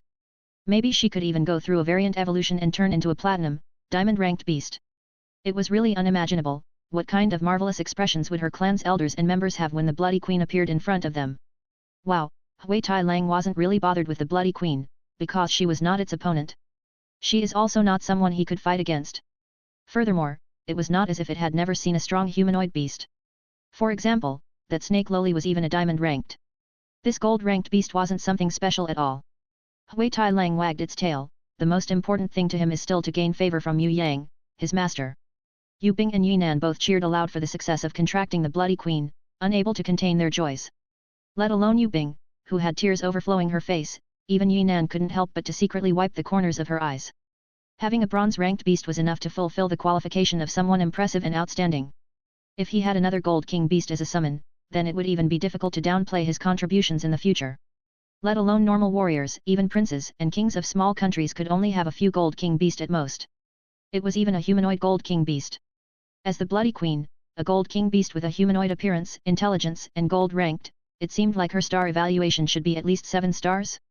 It can even be 8 stars evaluation. Apparently, this third master of the Yu clan that others had thought was trash, his future, even if he wanted to keep being trash it would be difficult to do so. 7th sister, you should first summon your Treeman warrior out. Although we don't have the wisdom fruit, there is still the lustrous branch. It should be able enough for it to level up. In reality, Yue Yang's purpose wasn't to make the Treeman warrior level up. He was preparing to use divine vision to see through the Treeman warrior's special characteristics. He was preparing to teach Yu Bing properly and help her increase her battle power. This time we have successfully completed the refining, so my Treeman warrior had risen a level. It is now bronze ranked level 4, but I'm still nothing compared to brother. Yu Bing's tone carried a little pride for her own achievements. After all, the matter of her Treeman warrior leveling signified the proof of her diligence in cultivation. With a good result to report to her brother, of course she would be proud of herself. Not bad. Seventh sister's refining was really successful this time. Yue Yang's praise made Yue Bing's face bloom with smiles. Yue Yang took this chance to conveniently praise Yinan too, praising her for her successful nurturing of her little silver Pegasus, who had improved considerably. She became very happy listening to his praises too. The only thing that made Yinan a little angry was that Yue Yang kept referring her as brother Yinan. It made her heart feel dissatisfied, as she thought about how could this idiot be so blind. When Yue Yang saw her expression, he was secretly laughing in his heart, but he pretended not to notice it. He gathered his innate chi and focused his divine vision, preparing to see through the treeman warrior that Yue Bing had summoned out. At the same time, he held the lustrous branch in his hands and channeled his innate chi to the treeman warrior with his other hand, testing the reaction to its abilities. Yue Yang handed over the lustrous branch that was shining brilliantly to the treeman warrior, who was already impatient to receive it and immediately swallowed it. When Yue Yang used this opportunity to feel with his innate chi and used his divine vision that had seen through the 10,000 years ancient oak tree on the treeman warrior, who was digesting the lustrous branch, he suddenly felt its capabilities condense. A ray of green light fell down on the treeman warrior, bathing Yue Yang, Yue Bing and Yinan all together in its light. One part of the treeman warrior had absorbed the light the most. When it had swallowed the lustrous branch, its head and the four limbs of the treeman warrior immediately grew countless leaves. Thick and young leaves sprouted out. It could be seen with naked eye that the young buds of leaves sprouted, grew, turned coarse, and turned into lush branches and leaves in the end. A pillar of green light started to shine brightly. The treeman warrior's body first crouched into a ball, its thick leaves and vines twisting around its body. It quickly underwent a transformation under the green light. The moment it stood back up again, it broke through its nest of leaves and had evolved from a 3-meter-tall treeman warrior into a 5-meter 100-year treeman defender. Its level has also increased from bronze rank level 4 to bronze rank level 5. The treeman right now had a pitch-black body, its wood looking like iron. Lush leaves grew from its head and shoulders. Its whole torso and head looked a little like a person's figure. Of course, it was still far from reaching a humanoid appearance. However, it had already evolved into something towards the humanoid direction. 100 years treeman defender, it should become 1,000 years treeman general when it levels up next time. It could even level up to become the legendary 10,000 years ancient tree king. Bronze ranked level 5, brother, my treeman warrior. It leveled up to bronze ranked level 5, Yue Bing thought that her lifetime of happiness had all been spent on this day. It had even evolved to 100-year treeman defender. If there was more lustrous branches and wisdom fruits, it could even level up to silver ranked 1,000-year treeman general, or gold ranked 10,000 years ancient tree king. Yinan was also happy for Yue Bing. This girl's future was also limitless. Most importantly, she had a brother that cherished her so much. She didn't know how much Yue Yang had to sacrifice in order to get the lustrous branch for Yue Bing. With such a brother, why would Yue Bing worry about her beasts not leveling up? Yinan also felt a little bit envious in that she couldn't compare to Yue Bing. Yue Bing had a brother that loved her so much, but she didn't. If she also had a brother that cherished her growth, how good would that be? She looked at Yue Bing, her bright pair of eyes showing an envious expression involuntarily. She then looked at Yue Yang, and felt a kind of warm, special feeling in her heart, that wasn't present when she first met him. Although this brat's eyes were as blind as a bat, he was extremely loving and attentive towards his sister and family. At least, he was a good brother. Seventh sister, do you still remember my camouflage inherent skill? Yue Yang decided to tell Yue Bing about the 100 years treeman defender's knowledge that he had seen from his divine vision. Using living people to nurture thorny flowers, Yue Yang would never tell it to Yue Bing. However, with regards to Yue Bing's guardian beast, he would definitely spend his utmost effort to help her nurture it. He hoped his sister would improve even more. Yue Bing was indeed a genius, she just lacked something valuable, which was a teacher that would teach her properly. If he could give her some hints, and secretly lend her a helping hand, her future would definitely be limitless, and her growth immeasurable. Did brother see a secret ability in the 100 years treeman defender? Yue Bing was so happy that she could sing. Today was indeed a lucky day, good things had happened continuously. Yinan listened to Yue Bing saying something about Yue Yang, and she couldn't help but to be curious. What ability could this useless third master have? The treant has quite a few abilities. Other than the passive skills take root, sprout branch, tree's heart, and seed, there are also the active skills tree's thorns and brambles, coiling roots, and ancient tree iron wood. There might be more, but my camouflage inherent skill was only level 2 at the time, so I couldn't see everything. When Yue Yang said this, the little Miss Yue Bing's jaw cutely dropped.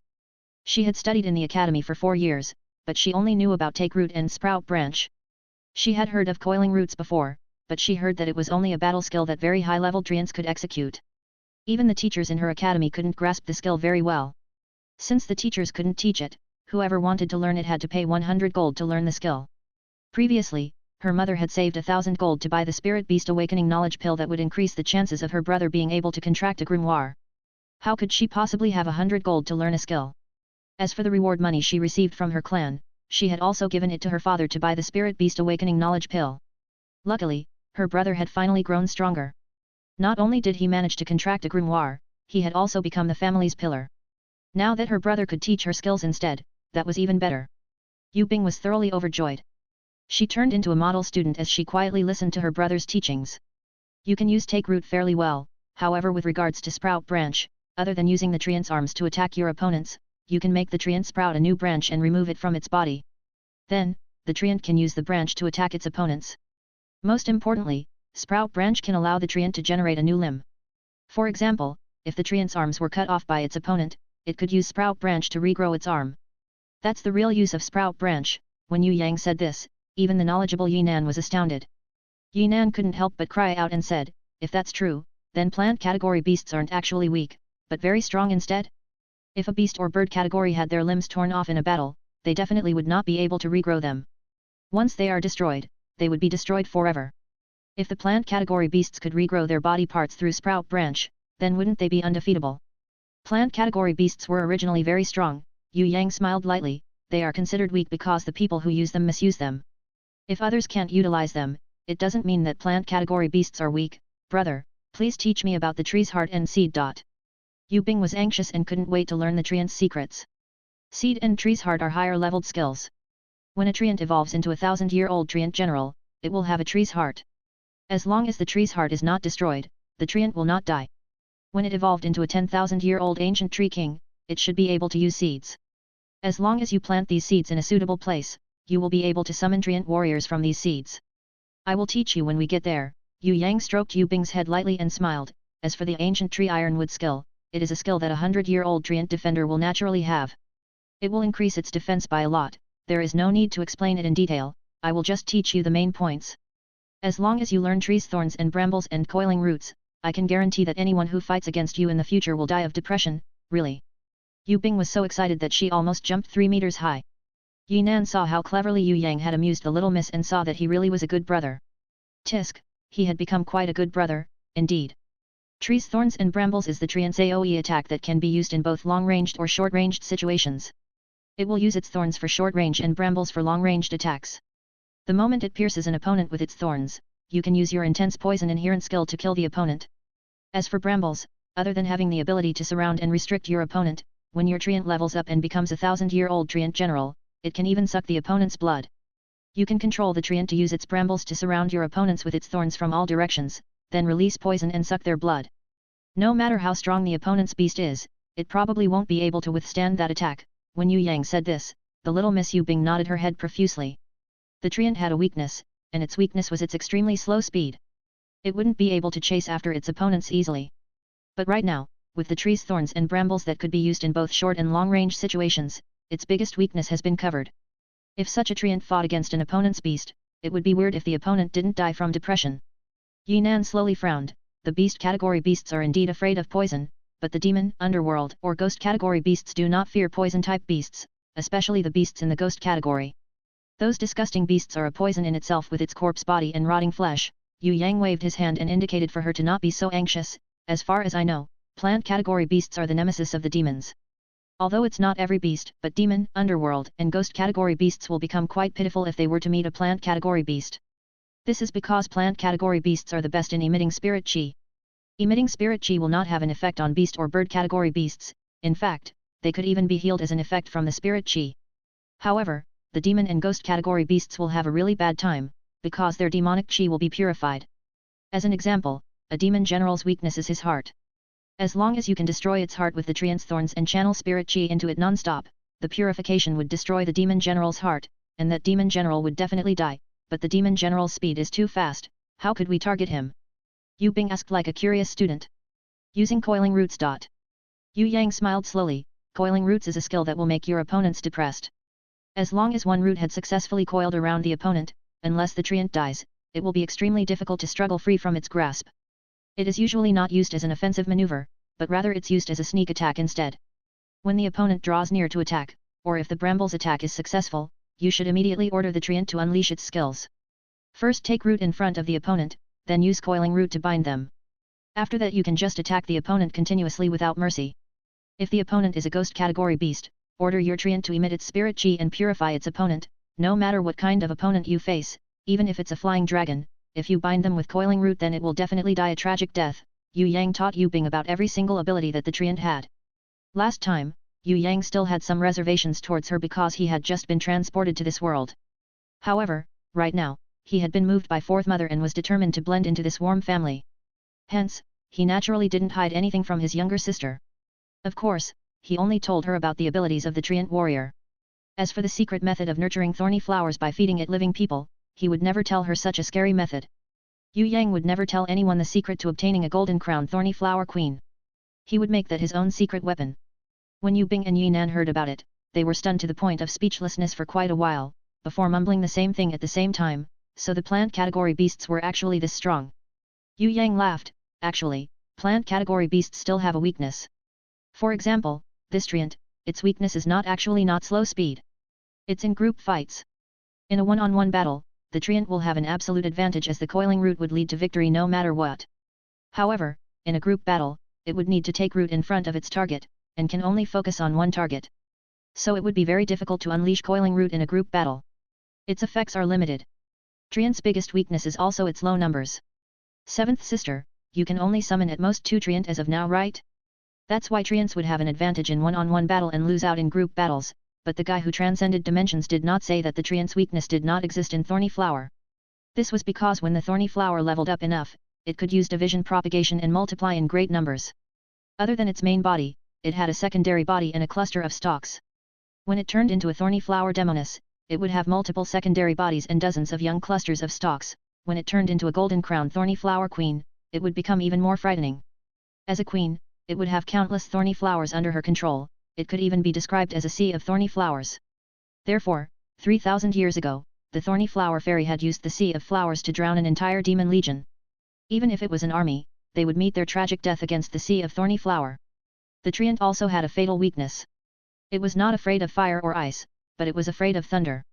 Any treant would definitely die if it suffered from a few thunder attacks. Of course, this weakness was not present in Yue Bing's treant, because her 100-years-old treant defender was a guardian beast which would never truly die. With regards to this, Yue Yang had also reminded Yue Bing a little.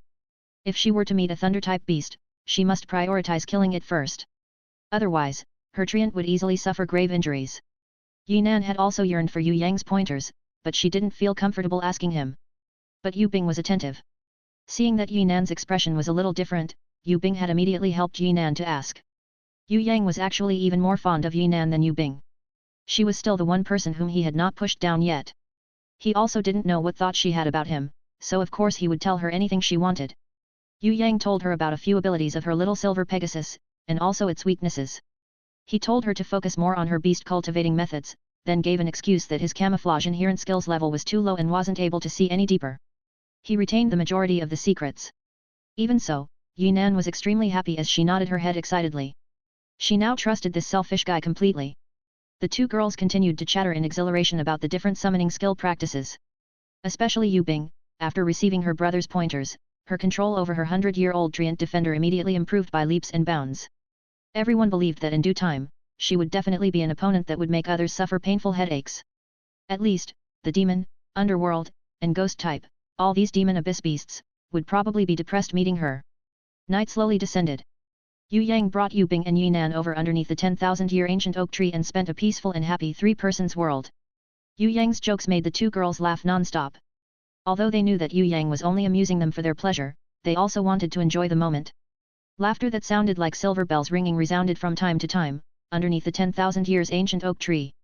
As the dark night passed and dawn started to rise from the east, Yue Yang saw that the exhausted Ye Kong, Fatty Hai and the Li brothers had arrived.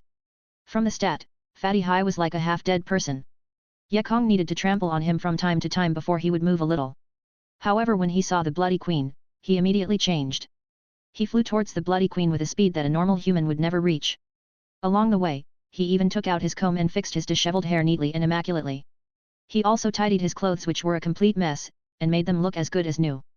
He also assumed the appearance of "I am a gentleman," and bowed to the Bloody Queen in a refined manner. He revealed a smile that he thought was his most sincere and amiable smile as he said, "This beauty over here, may I ask if you have anything you want me to help you with? For a beauty such as thou, even if thou asketh me to jump into a sea of burning oil or blades, go through fire or water, I would definitely not frown a single brow." The bloody queen looked at Yue Yang, seemingly asking him how he made such a stupid person a friend.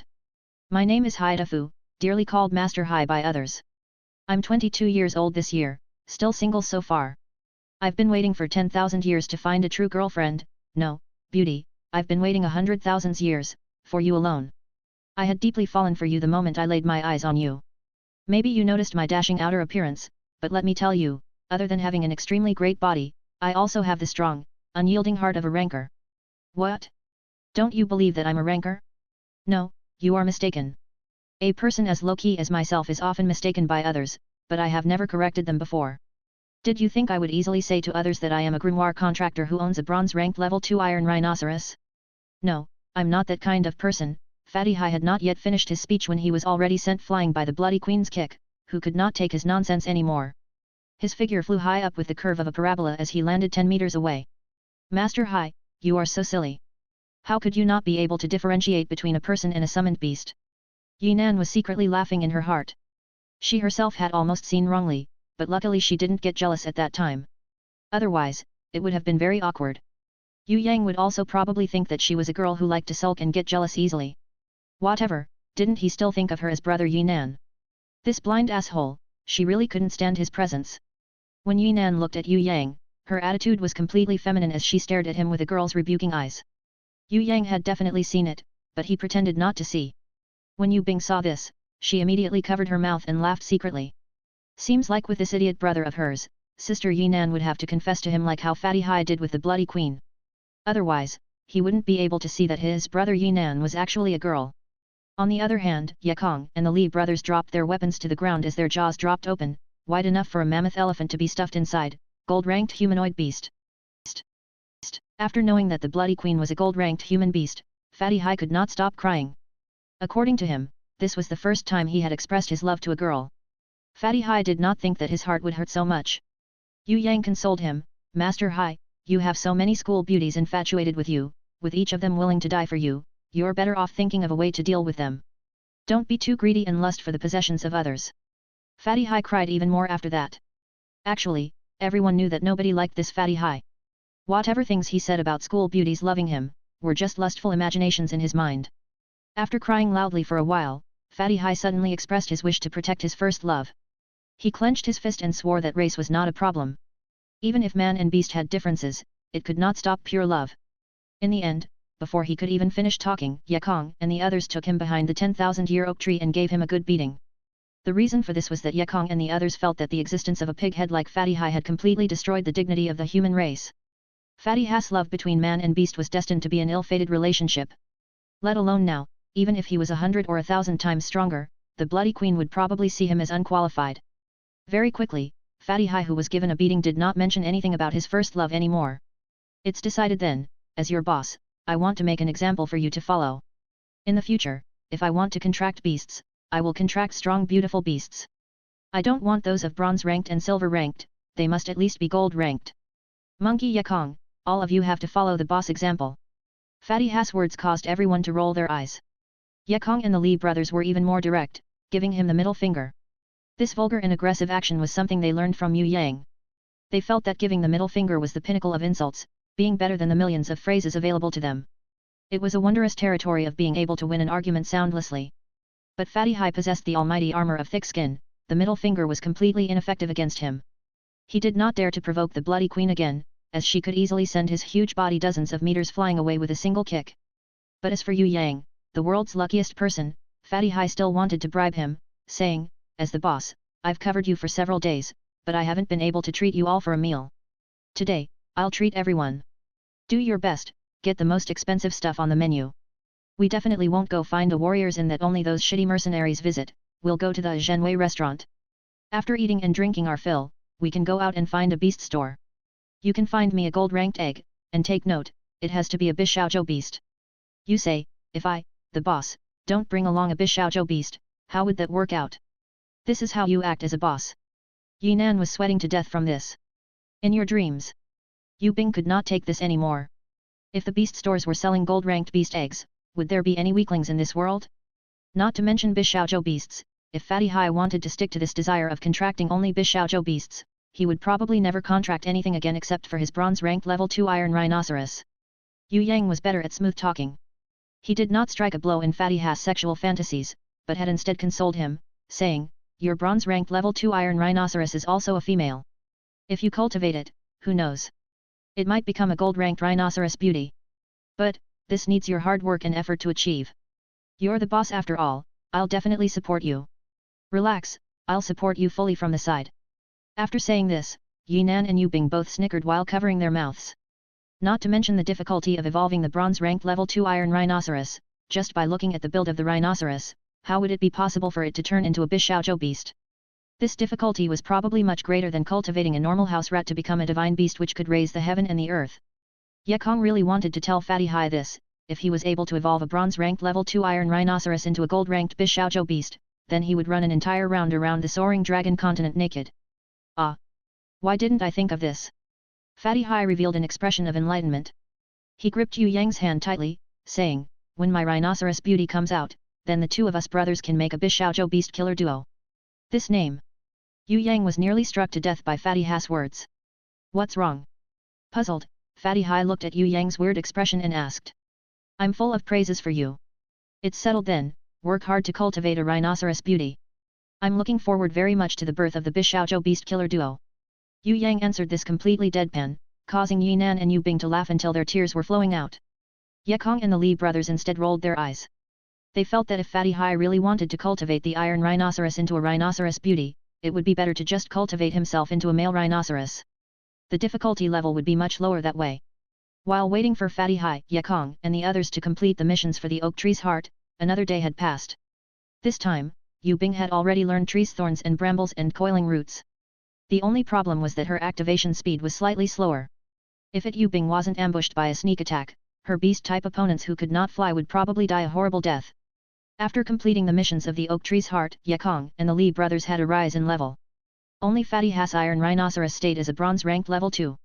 However, the green light from the oak tree's heart had still worked on it. The iron rhinoceros build had become larger. Its horns had seemed to have grown a bit too.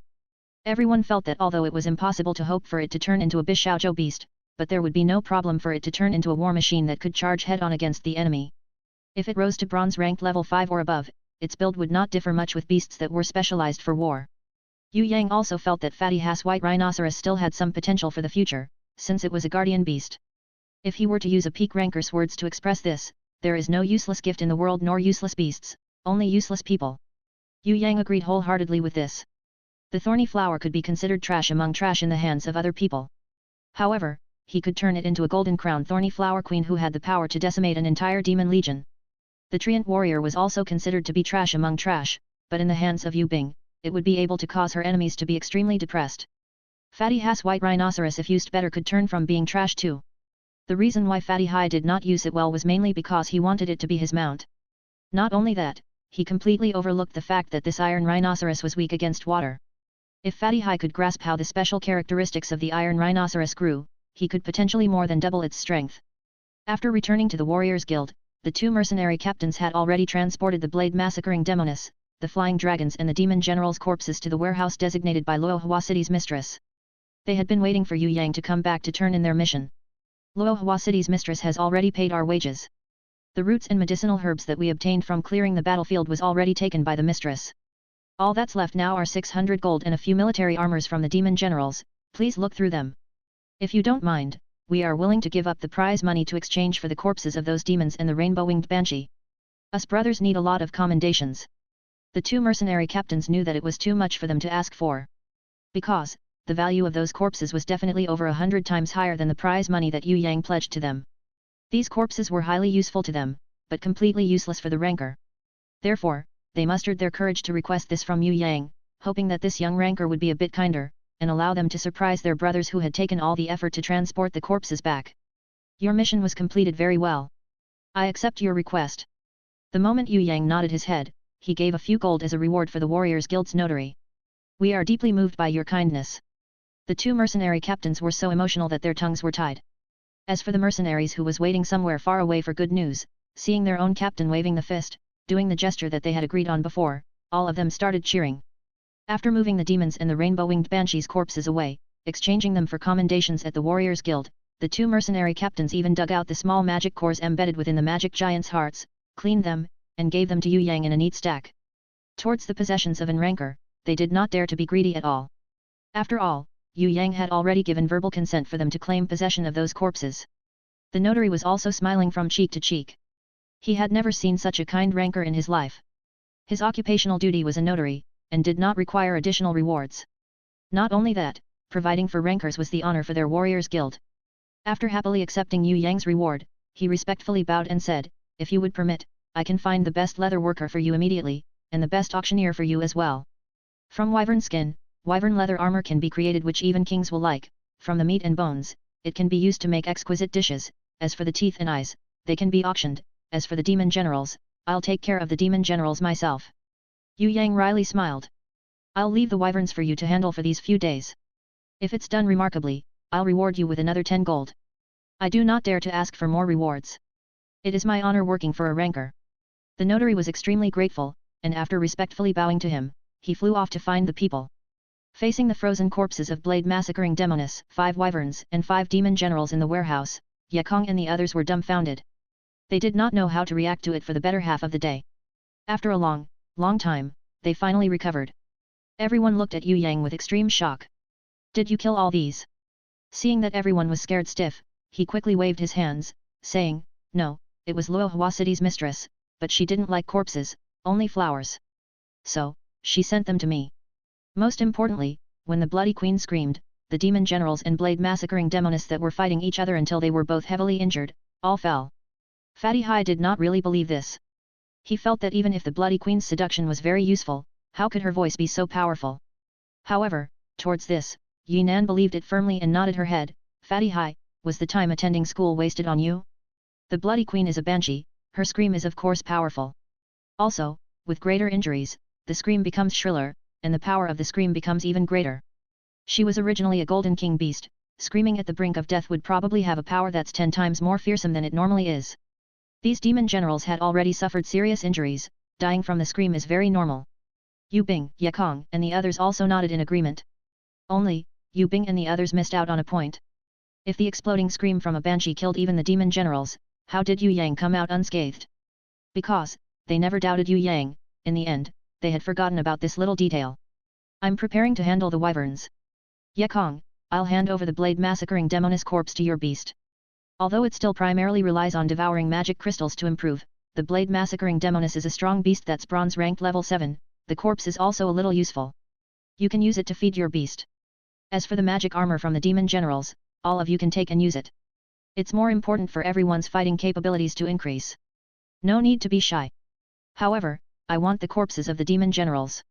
Saying this, Ye Kong and the others had thought that Yue Yang was going to exchange the corpses of the demon generals at the Warriors Guild for achievements.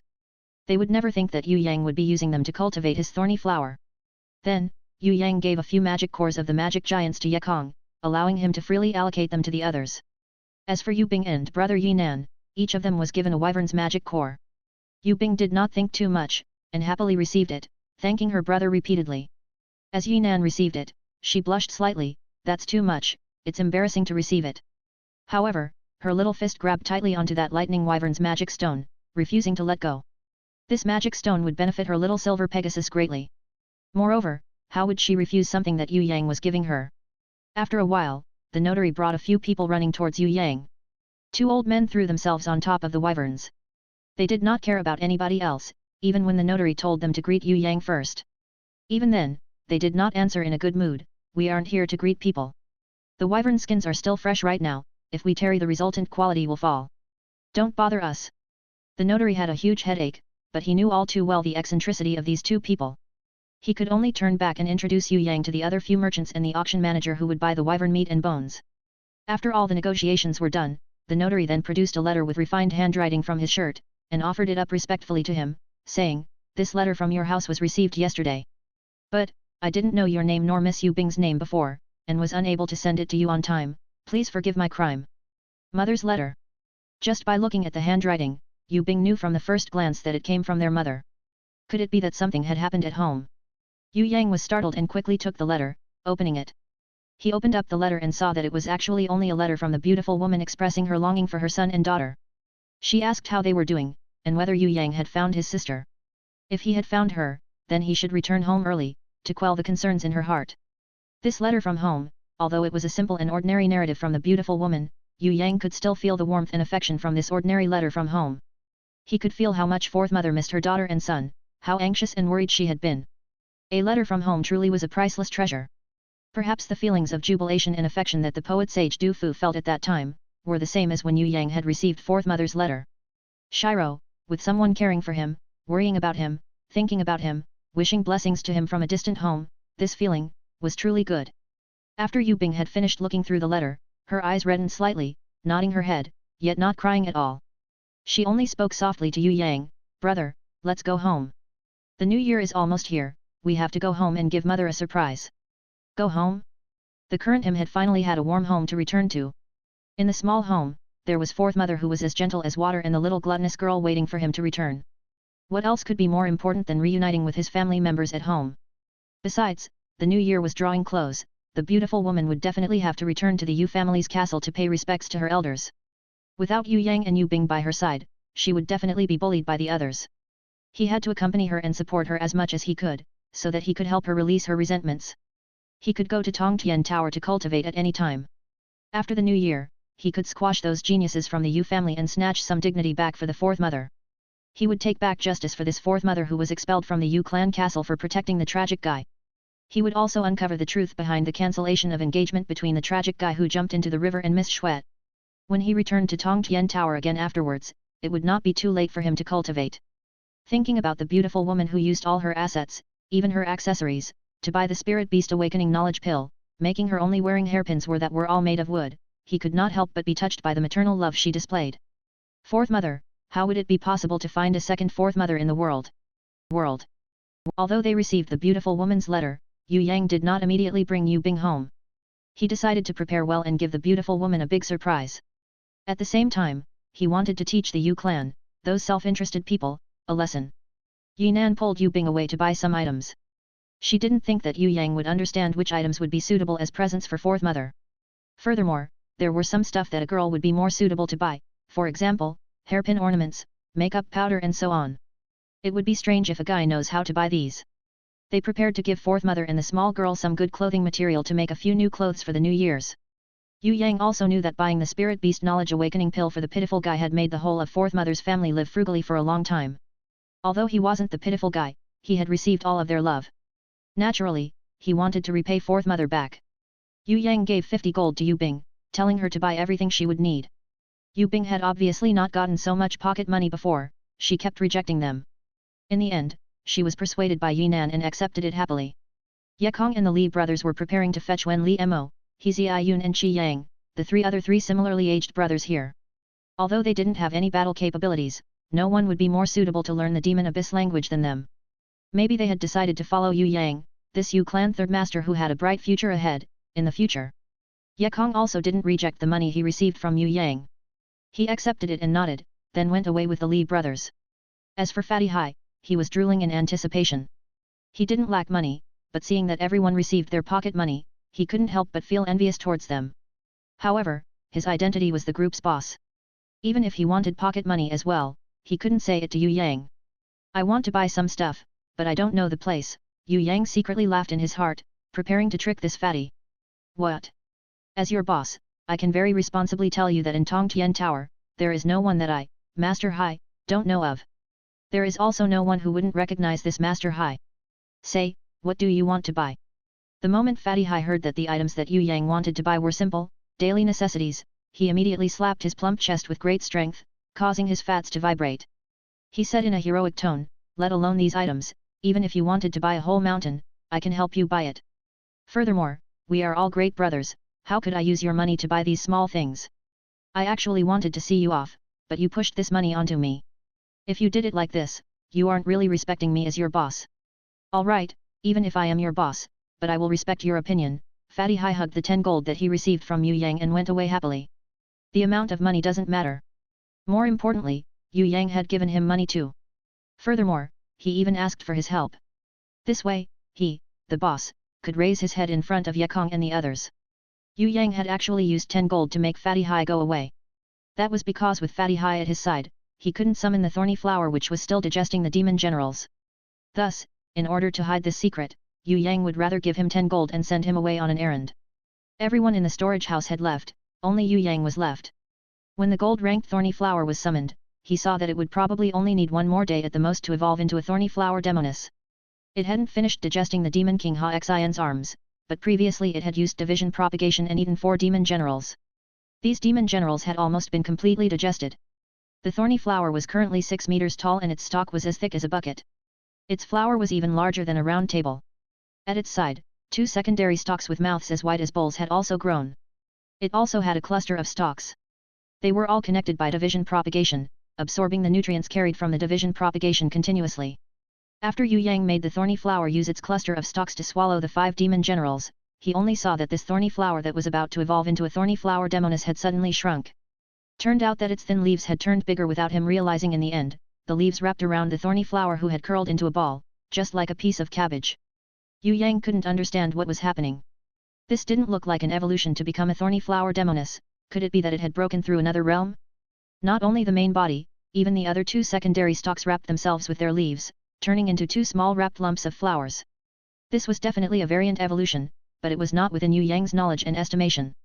After the thorny flower wrapped itself into a ball, it shone with a golden light as it voluntarily returned to the silver grimoire. Yue Yang tried to open the summoning grimoire and found that it was in the middle of a transformation. But Yue Yang couldn't predict what it would evolve into. This kind of evolution that involved the flower wrapping itself with its leaves should only happen when it was evolving into a golden crown thorny flower queen. It was still too soon for that. With its current level and growth, it would definitely not be able to go through a variant evolution into a golden crown thorny flower queen. It was not even a thorny flower demoness yet. Could it be that before the thorny flower evolved into a thorny flower demoness, there was another secret evolution path? Yue Yang thought that it might be due to swallowing too many demon generals. He made the flower eat too much fertilizer and accidentally triggered a special evolution. Now there was 1 big and 2 small wrapped balls of flowers. Does that mean that there would be 3 thorny flower demoness later on? What was actually happening? With regards to the thorny flower's special evolution, Yue Yang completely couldn't predict it at all. He also couldn't see through it with his divine vision. The only thing that he knew was that this was an extremely good and beneficial thing, that it was not a bad thing at all. In any case, nurturing a golden crown thorny flower queen was a long process. Yue Yang was not in a hurry to do so. Right now he had a lot of powerful beasts with him, so he wasn't in a hurry and there wasn't a need to make the thorny flower participate in his battles. Let alone Xia Wen Li, the golden beast and the bloody queen, the humanoid golden king beast. Even barbarian shadow cow and Hui Tai Lang, the bronze-ranked level 5 beasts could already make others give up immediately upon seeing them. This time when they returned to their clan's castle, Yue Yang was really looking forward to fighting against Yu Tian, Yu Yan and the other in the young generation tournament. He wanted to beat them up in front of the clan's members and make Fourth Mother proud of him. He also wanted to repay them for Yu Bing's grievances and make those fellows who looked down upon the 4th branch be so surprised that their eyes pop out of their sockets. At that time, he would let them see the power of the Soaring Dragon Continent's most useless trash. Another reason on why Yue Yang was not in a hurry to go home was because he was preparing to go to the summoning temple to buy a summoning grimoire for Yu Shuang the small girl, his other sister. He had already had this intention when he was still in Whitestone City, before he went out to search for Yu Bing. This time, since he had come to the Tongtian Tower, he decided to bring the small girl a summoning grimoire when he got home. Maybe Yu Shuang could make a contract with a grimoire already, but she couldn't try it out because Fourth Mother did not have the money to buy her one. The summoning temple was an isolated, pagoda-like building. It was located in a residential area, but other than grimoire contractors, it did not allow other warriors to enter. All of the members of the 4 great clans and 3 royal households would send their babies or their baby's blood the moment they were born so that it could be identified whether they were grimoire contractors under the grimoire contractor identifier. Due to their closed marriages, there hadn't been anyone from the later generations of the 4 great clans who couldn't contract a grimoire in the past 1,000 years.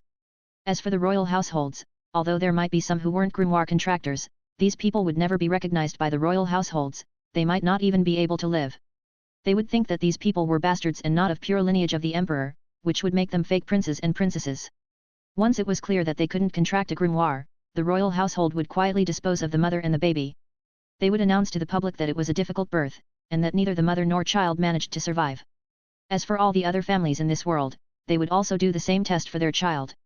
The only difference was that most of their later generations couldn't contract a grimoire. The 4 great clans' outstanding bloodlines was something that ordinary people could only be extremely jealous of. The only thing that made these ordinary people feel a little better was that there are not many people belonging to the 4 great clans. The number of descendants that the 4 great clans have is much lower than in ordinary families. For example, in the current generation of the Yue clan, there are only 9 grandchildren. That number was already large for the Yue clan, but ordinary families, on the other hand, would have given birth to 10 grandchildren at least. They could win with numbers. Although the success rate of contracting a grimoire was not high, with the addition of pills and strong medicines, every generation could ensure that there was 1 or 2 grimoire contractors in their generation. When the guard of the summoning temple saw Yue Yang coming closer, he slowly said, "Young man, please show your summoning grimoire, otherwise you can't enter." As Yue Yang summoned his silver grimoire out, the middle-aged man's expressions changed. It was not that he had never seen a silver grimoire before, but it was rare to see a young grimoire contractor like Yue Yang who owned a silver grimoire. Most importantly, he realized that he didn't recognize Yue Yang. How could he not recognize this young genius who owned a silver grimoire? As he accompanied Yue Yang to enter, he asked again, "Are you searching for information on the major events in the beginning of the summoning era, guardian spirit beasts or innate skills?" "No, I came to buy a grimoire." Yue Yang knew that he would need to show an introduction letter to search for information with regards to guardian spirit beasts and innate skills etc. Furthermore, he would need to tell them about his own knowledge so that it could be shared with others. Only then would he be able to search for information regarding innate skills and guardian spirit beasts. He would never do that. He gave 100 gold to the guard and added a small silk pouch. "There are a few strand of hairs of the person who is going to buy the grimoire, Yu Shuang. She is one of the younger generation of the Yue clan, please verify it." The middle-aged man received the gold and the silk pouch, went to the next floor and asked an elder to inspect and verify the hair. A moment later, he came out clasping a bronze grimoire. But he didn't give it to Yue Yang immediately. Instead, he stood in front of Yue Yang with a magic crystal cube that the elder had given him. Yue Yang knew that this was a compulsory procedure to check his identity. Even the emperor would not be able to avoid it. Thus, he took his crystal card and placed it on top of the cube. A golden light flashes as a line of words appeared in the magic crystal cube. Grimoire contractor's name, Titan. With regards to the matter of Yue Yang owning a crystal card, the middle-aged person and the elder could only look at each other, a little shocked. It might be possible to own a silver grimoire through hard work and intense training, but hard work alone was not enough to own a crystal card. Only the most talented, most outstanding young talents could have a crystal card. According to our usual practice, we would like to ask a question that you must reply honestly. Young man, may we ask what relation do you have with Yu Shuang? The middle-aged man indicated for Yue Yang to place his hands on top of the magic crystal cube as he asked. Yue Yang was shocked. Could it be that this thing could even detect lies? If he didn't reply honestly, what would happen? He was actually a guy from another world and did not have any blood relation to Yu Shuang at all. If he lied, was found out, and couldn't buy the grimoire, he might even stir up some trouble. Should he answer truthfully or lie? He was in a really difficult spot right now. He couldn't possibly say the truth, because he couldn't say that he was unrelated to Yu Shuang at all. Otherwise, if another Yue clan member came to investigate, everything would be revealed. He also couldn't lie. This lie detector would probably catch his lie. If he lied and was found out, he could even accidentally reveal his real identity. "I am her brother, she calls me brother Xiao San." When Yue Yang said these, he tried to maintain a calm tone with all his might. His outer appearance was unquestionable, and he used his innate qi to calm his wildly thumping heart. He was even more nervous saying these words than when he was taking part in his high school exam. His back was drenched with sweat. Of course, his face was completely calm, as if it was a matter of course and an unchangeable truth, that they were really brother and sister by blood. At Yue Yang's reply, a golden light shone from the magic crystal. The middle-aged person and the elder immediately nodded. The ancient code recognized you to be Yu Shuang's grimoire proxy. You have completed the last recognition, young man. We have to enforce the last identification in order to protect other grimoire holders from getting their grimoire stolen. Even if the emperor himself came to be a proxy, he must be first recognized by the ancient code. I have to warn you that if Yu Shuang's grimoire was lost before she managed to contract it, or if it was stolen, you must come here bearing the Yue clan master's letter to replace it. Furthermore, you must wait for at least a year before we can replace you with another grimoire. I understand. When Yue Yang heard this, he secretly thought what a close call. He was really drenched with cold sweat. However, as for the ancient code recognizing himself as Yu Shuang's brother, it could be because he was speaking the truth.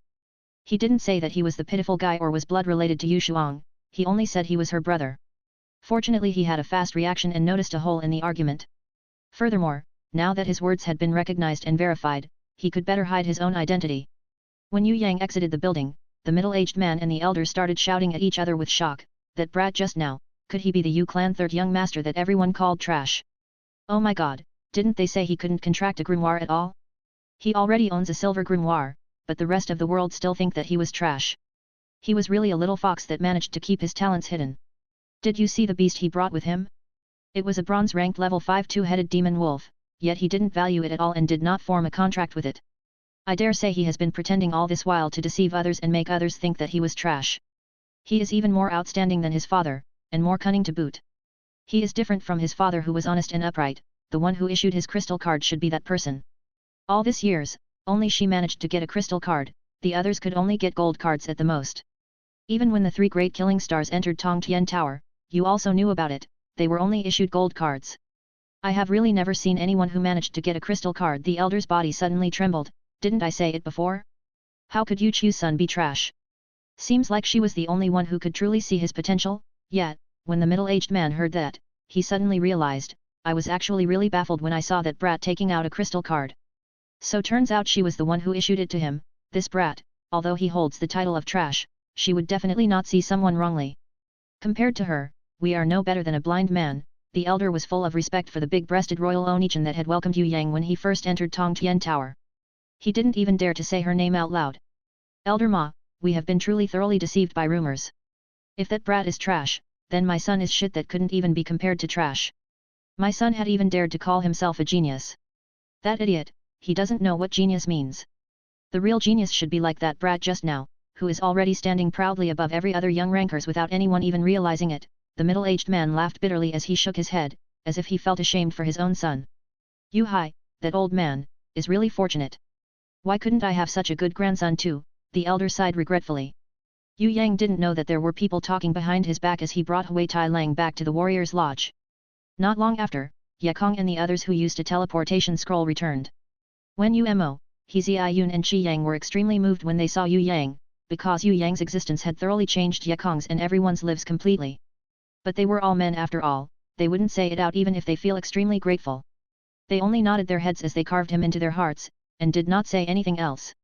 Meanwhile, Fatty Hai shouted to some mercenaries, pleased with himself, as they brought down all the things that Yue Yang had requested. In front of Ye Kong and the others, Fatty Hai had the nerve to return the surplus money to Yue Yang. He even asked if Yue Yang had enough money to go home, and said that this boss could give him 5 gold for his journey home. Ye Kong and the others rolled their eyes at this, who was the one who couldn't blink his eyes when he saw 600 gold previously. He even had the nerve to hypocritically ask Yue Yang if he needed money for his journey home. This guy was really shameless. Yinan and Yu Bing returned too, and they bought even more things than Yue Yang. New Year is almost here. Everyone, go home to your hometowns, we'll train together next year. It has also been a long time since you guys went back home. You should go back during the new year, and reunite with your families. Yue Yang divided the things that Fatty Hai had bought and gave each of them a portion, considering them as a souvenir brought by Ye Kong and the others for their parents during their visit to their homes. Sister Yinan, brother Yinan, why don't you come and stay at our place for a few days? You can return to your aunt's place when New Year's come, Yu Bing invited her excitedly. No, I still have some things to do. Yinan immediately shook her head and hands, rejecting her offer. Suddenly, she bit her lips as her face turned bright red. She bowed her head and said towards Yue Yang in an embarrassed tone, You, come out for a while. I have something to tell you. Brother Yinan, what did you want to say that can't be said inside? As Yue Yang followed Yinan out, he asked her curiously. When she heard him call her brother Yinan, she almost fainted in her mind. At times, she really wanted to give him a beating and trample him with kicks.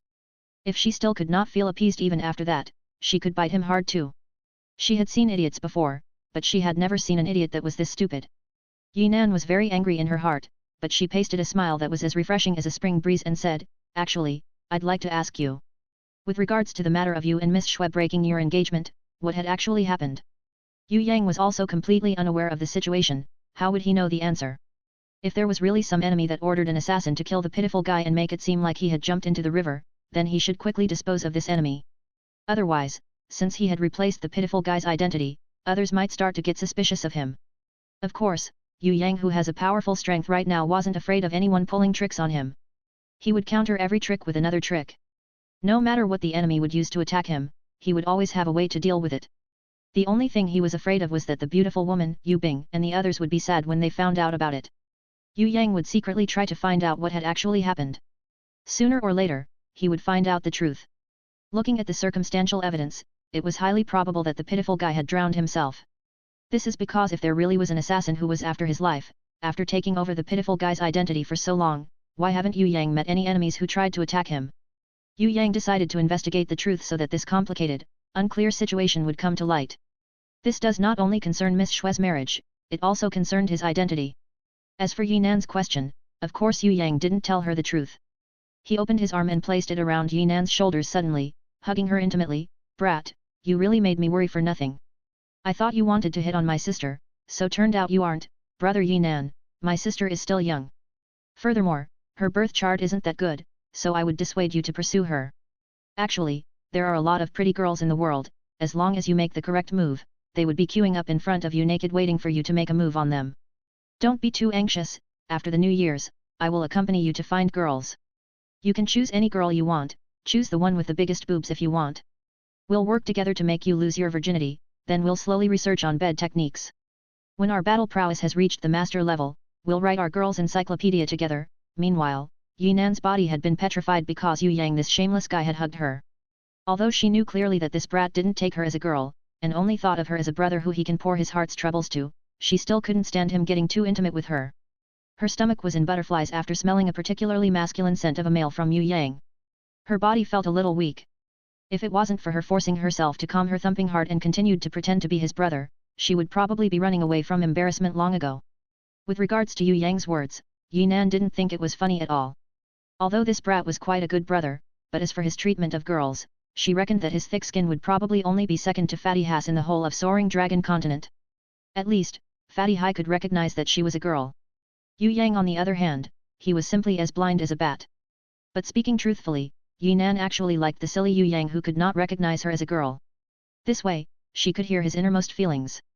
For example, he liked beauties with big breasts and butts, and always liked to check out girls whose ample breasts were shaking when they were walking. If he recognized that she was actually a girl, would he tell her about such things? That's definitely impossible. In front of Yu Bing, this brat had definitely pretended to be a good big brother. But behind Yu Bing, when he was alone with her like this for example, he would reveal his real perverted nature. Who else in this world would ask her along to get some girls, this fool? The only thing that made Yinan a little depressed was that this guy liked sexy beauties with ample breasts and bum. Her own body hadn't blossomed yet, her breasts were like apples.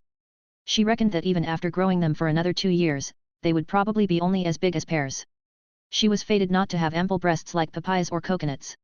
As for volleyballs and soccer balls, she probably can stop dreaming. Furthermore, they wouldn't look that good if they grew too big. Girls with enormous breasts were simply monsters. As for her buttocks, they were arched and filled with a good amount of flesh. She was very satisfied with them. But they were not that round, not full-bodied enough. Only a young woman would probably have a really full and well-rounded butt. She was still a girl, and her body had not fully developed yet. How could her butt be as full and round as a young woman's? With regards to Yue Yang's criteria for big-breasted beauties as a wife, Yinan was a little depressed in her heart. He liked big breasts so much, wasn't he afraid of being suffocated by them? Yinan really felt like strangling this big pervert to death, or at least pinch off his wandering eyes. However, on the outside, she only revealed a smile. You can write the girl's encyclopedia yourself, don't be anxious, yet, aren't you thinking of finding one? Since you have broken your engagement with Miss Shuet, when you return to your clan full of achievements, there would definitely be a lot of people who would want you as their relative. Being related to the 4th branch of Yu clan, maybe even the Xia Emperor would order someone to visit you and betroth some princesses to you. What do you think of that? Nonsense, if any girls offered themselves up to me, I'd be a fool to reject them. Yue Yang tapped hard on Yinan's shoulders, shocking her so much that she almost jumped. His wolfy paws almost touched her breast. What a thick-skinned guy. When Yinan's heart had calmed down, she misunderstood this fellow again. Could it be that other than perverted stuff in his head, there were no other things at all? He was a normal guy, so it was normal for him to want girls, but he shouldn't be thinking of perverted stuff all the time. As a ranker, why would he be afraid of having no women offering themselves up to his door? If he was going to accept every single girl that was offered to him, he wouldn't be able to keep everyone even if he lived in a castle. Suddenly, a kind of sour feeling started to bubble up in Yinan's heart. If she were to, she definitely couldn't see that kind of thing happening. Moreover, others who offered their girls to Yue Yang would probably have ulterior motives. Which fool would send their beautiful daughters for nothing? They would probably be thinking of a scheme or have an ulterior motive, that's why they had sent their girls. If he accepted everyone without question, then there would probably going to be problems in the future. Just as Yinan was thinking about how to stop this perverted guy, whose head was only filled with perverted stuff, from accepting beauties without question, Yue Yang tapped her shoulder lightly. Brother Yinan, are you jealous? Don't worry, who are we? Aren't we brothers? If I really managed to have a lot of girls, I would definitely share it with you. You also know, I treat you differently than I treat Fatty Hai, Ye Kong, and the others. If I have a lot of girls, I can give you one, but I would never do it if it was them. Did you see how differently I treat you compared to others? You don't know this, but I already liked you from the first moment I saw you. Otherwise, why would I invite you to study bed techniques and write a girl's encyclopedia together? Really? When Yinan heard that, her eyes shone brighter. She had automatically omitted the bed techniques and girl's encyclopedia from Yue Yang's speech, and only took in I already liked you from the first moment I saw you instead. At the same time, an unsuppressible feeling of joy bubbled in her heart. Although this fellow's eyes were just ornaments, his heart was good. It's just that he was a little bit of an idiot who had never thought that she was a girl. If she had returned to wearing girls' clothings, this fellow would probably drool a waterfall when he saw her. Yinan secretly laughed, thinking about how he didn't know a beauty was standing right in front of him. Furthermore, he had wanted to bring the beauty along to get some girls. He was really a silly idiot. Yue Yang's wolfy paws had slowly moved south as he pretended to be mysterious. He moved closer to Yinan's beautiful ears and blew a hot breath. Of course, if I have girls, I will definitely share them with you. His close proximity and breath made Yinan's ears tickle. She really couldn't endure it anymore, but he held her waist so tightly that she couldn't budge. Yinan, whose heart had been thumping wildly, felt a little bit frantic as she elbowed Yue Yang lightly, seemingly trying to resist him. But why did she feel like wanting to act like a spoiled child towards him? Who would want your scraps? Keep them to yourself. Yinan felt the place that this fellow touched was burning, so she hurriedly pushed him away. Like an alarmed deer, she jumped 2 steps away. She then gathered her courage and tried to think about how to say the load on her mind that she had hidden for so long. Actually, I have a sister. Of course, you have now become strong, so maybe you wouldn't want to have any relation with a girl from an ordinary family. I mean, if you really wanted to find a girl that was really serious towards you and did not have an ulterior motive, I can introduce you to my sister next time. It's okay if you don't like her when you meet her, she's far from the big-breasted type of girl that you liked anyway. But just tell me something, would you be willing to take a look at her? That's really moving, brother Yinan. Yue Yang pretended to be extremely moved as he pulled Yinan's whole body into his tight embrace. Actually, I am more or less the same as Fatty Hai, no girls has liked us before. Living a life without a girl's love is so miserable, Yinan thought she almost suffocated. This fellow hugged her with simply too much strength. Furthermore, she felt kind of lightheaded. Could it be that this is the legendary fainting from happiness? Yue Yang took great advantage of the opportunity and hugged her for quite a while. When he felt that it was about time, just long enough so that he didn't blow his cover, he immediately released her. He wouldn't let her know that he was actually taking advantage of her. However, he immediately held Yinan's small hands tightly. I didn't know you were actually Zhu Yingtai, I'm simply overjoyed. Yinan struggled a little, but seeing that she couldn't free herself from Yue Yang's large hands, she could only pretended not to care and tried her best to reply naturally, who is Zhu Yingtai? Shiro, lol, this joke requires you to understand this Chinese classic. Basically, long story short, Zhu Yingtai is a girl, she's the 9th kid in her family, who disguised herself as a guy to attend school. This was during the ancient China period, so girls can't go to school. Read the short synopsis on Wiki to know more, you won't regret it. Wink with tongue sticking out. Yue Yang's reaction was obviously an expression of utter shock. He patted Yinan's shoulders as he hugged her sweet-smelling shoulders once again, laughing heartily. I can tell with one look that you are just a fool who never read books. Haven't you heard of the story of Liang Sanbo and Zhu Yingtai in your school before? I'm really skeptical whether you really paid attention in class or simply just ogled at girls. How could you not hear about their beautiful love story before, the love story about Liang Sanbo and Zhu Yingtai? Yinan tried to search her memories for a long time, but she still didn't know about these two main characters' names. Wrong, it's the love story between Liang Sanbo and Zhu Yingtai's sister, Yue Yang replied, full of realism and drama. In an academy, there was an outstanding student called Liang Sanbo. He had a good brother called Zhu Yingtai. Both of them felt like old friends since the first time they met, so they decided to become sworn brothers. It's more or less the same with our promise to research bed techniques, we have similar interest and like each other's company. After they graduate, when Liang Sanbo sent Zhu Yingtai home, Zhu Yingtai magnanimously introduced his 9th sister to Liang Sanbo. Just like how you are going to introduce me to your sister, that's why, I'm really very moved. What happened afterwards? Yinan thought that the story between Liang Sanbo's and Zhu Yingtai's sister would not finish that quickly. The story is a tragic one. Afterwards, when Liang Sanbo went to the Zhu residence, he couldn't meet with Zhu Yingtai's ninth sister because he didn't have a token to prove his identity. In the end, the Zhu family ended up marrying the ninth sister to a fellow called Ma Wencai. Afterwards, when Liang Sanbo's engagement was cancelled, he was really depressed, and like I did when Miss Shui broke off our engagement, he jumped into the river. No, he didn't jump into the river, but he got sick and died in the end. When Yue Yang said this, Yinan felt like lightning had suddenly struck in a clear blue sky. Then what happened to Zhu Yingtai? Yinan held Yue Yang's large hands tightly as she asked. It was said that when Zhu Yingtai heard about the news, he was extremely saddened and filled with regret. In the end, on the day when his ninth sister was getting married, he went to Liang Sanbo's grave and cried. His crying moved the heavens and made the Liang Sanbo's grave open. Zhu Yingtai immediately jumped into the grave and died together with Liang Sanbo. In the end, their souls fused together with the beasts, and they turned into butterflies. Have you ever seen butterflies that fly in a pair? Those are the spirits of Liang Sanbo and Zhu Yingtai that had transformed. You, why are you crying now? When Yue Yang saw that Yinan had been shocked by his story to the point that her eyes started to redden, he felt a little guilty. He reached out his hands intending to wipe the tears in her eyes, consoling her. It's nothing, some dust just flew into my eye. Yinan was afraid that Yue Yang would find out that she was a girl, so she immediately blocked his large hands and wiped away the tears herself in a hurry. For the sake of getting girls, I have prepared a lot of stories. I can tell you about them next time. Getting girls is a profound and deep field of study. For the sake of our happiness, we have to understand them well. Yue Yang patted Yinan's shoulders lightly.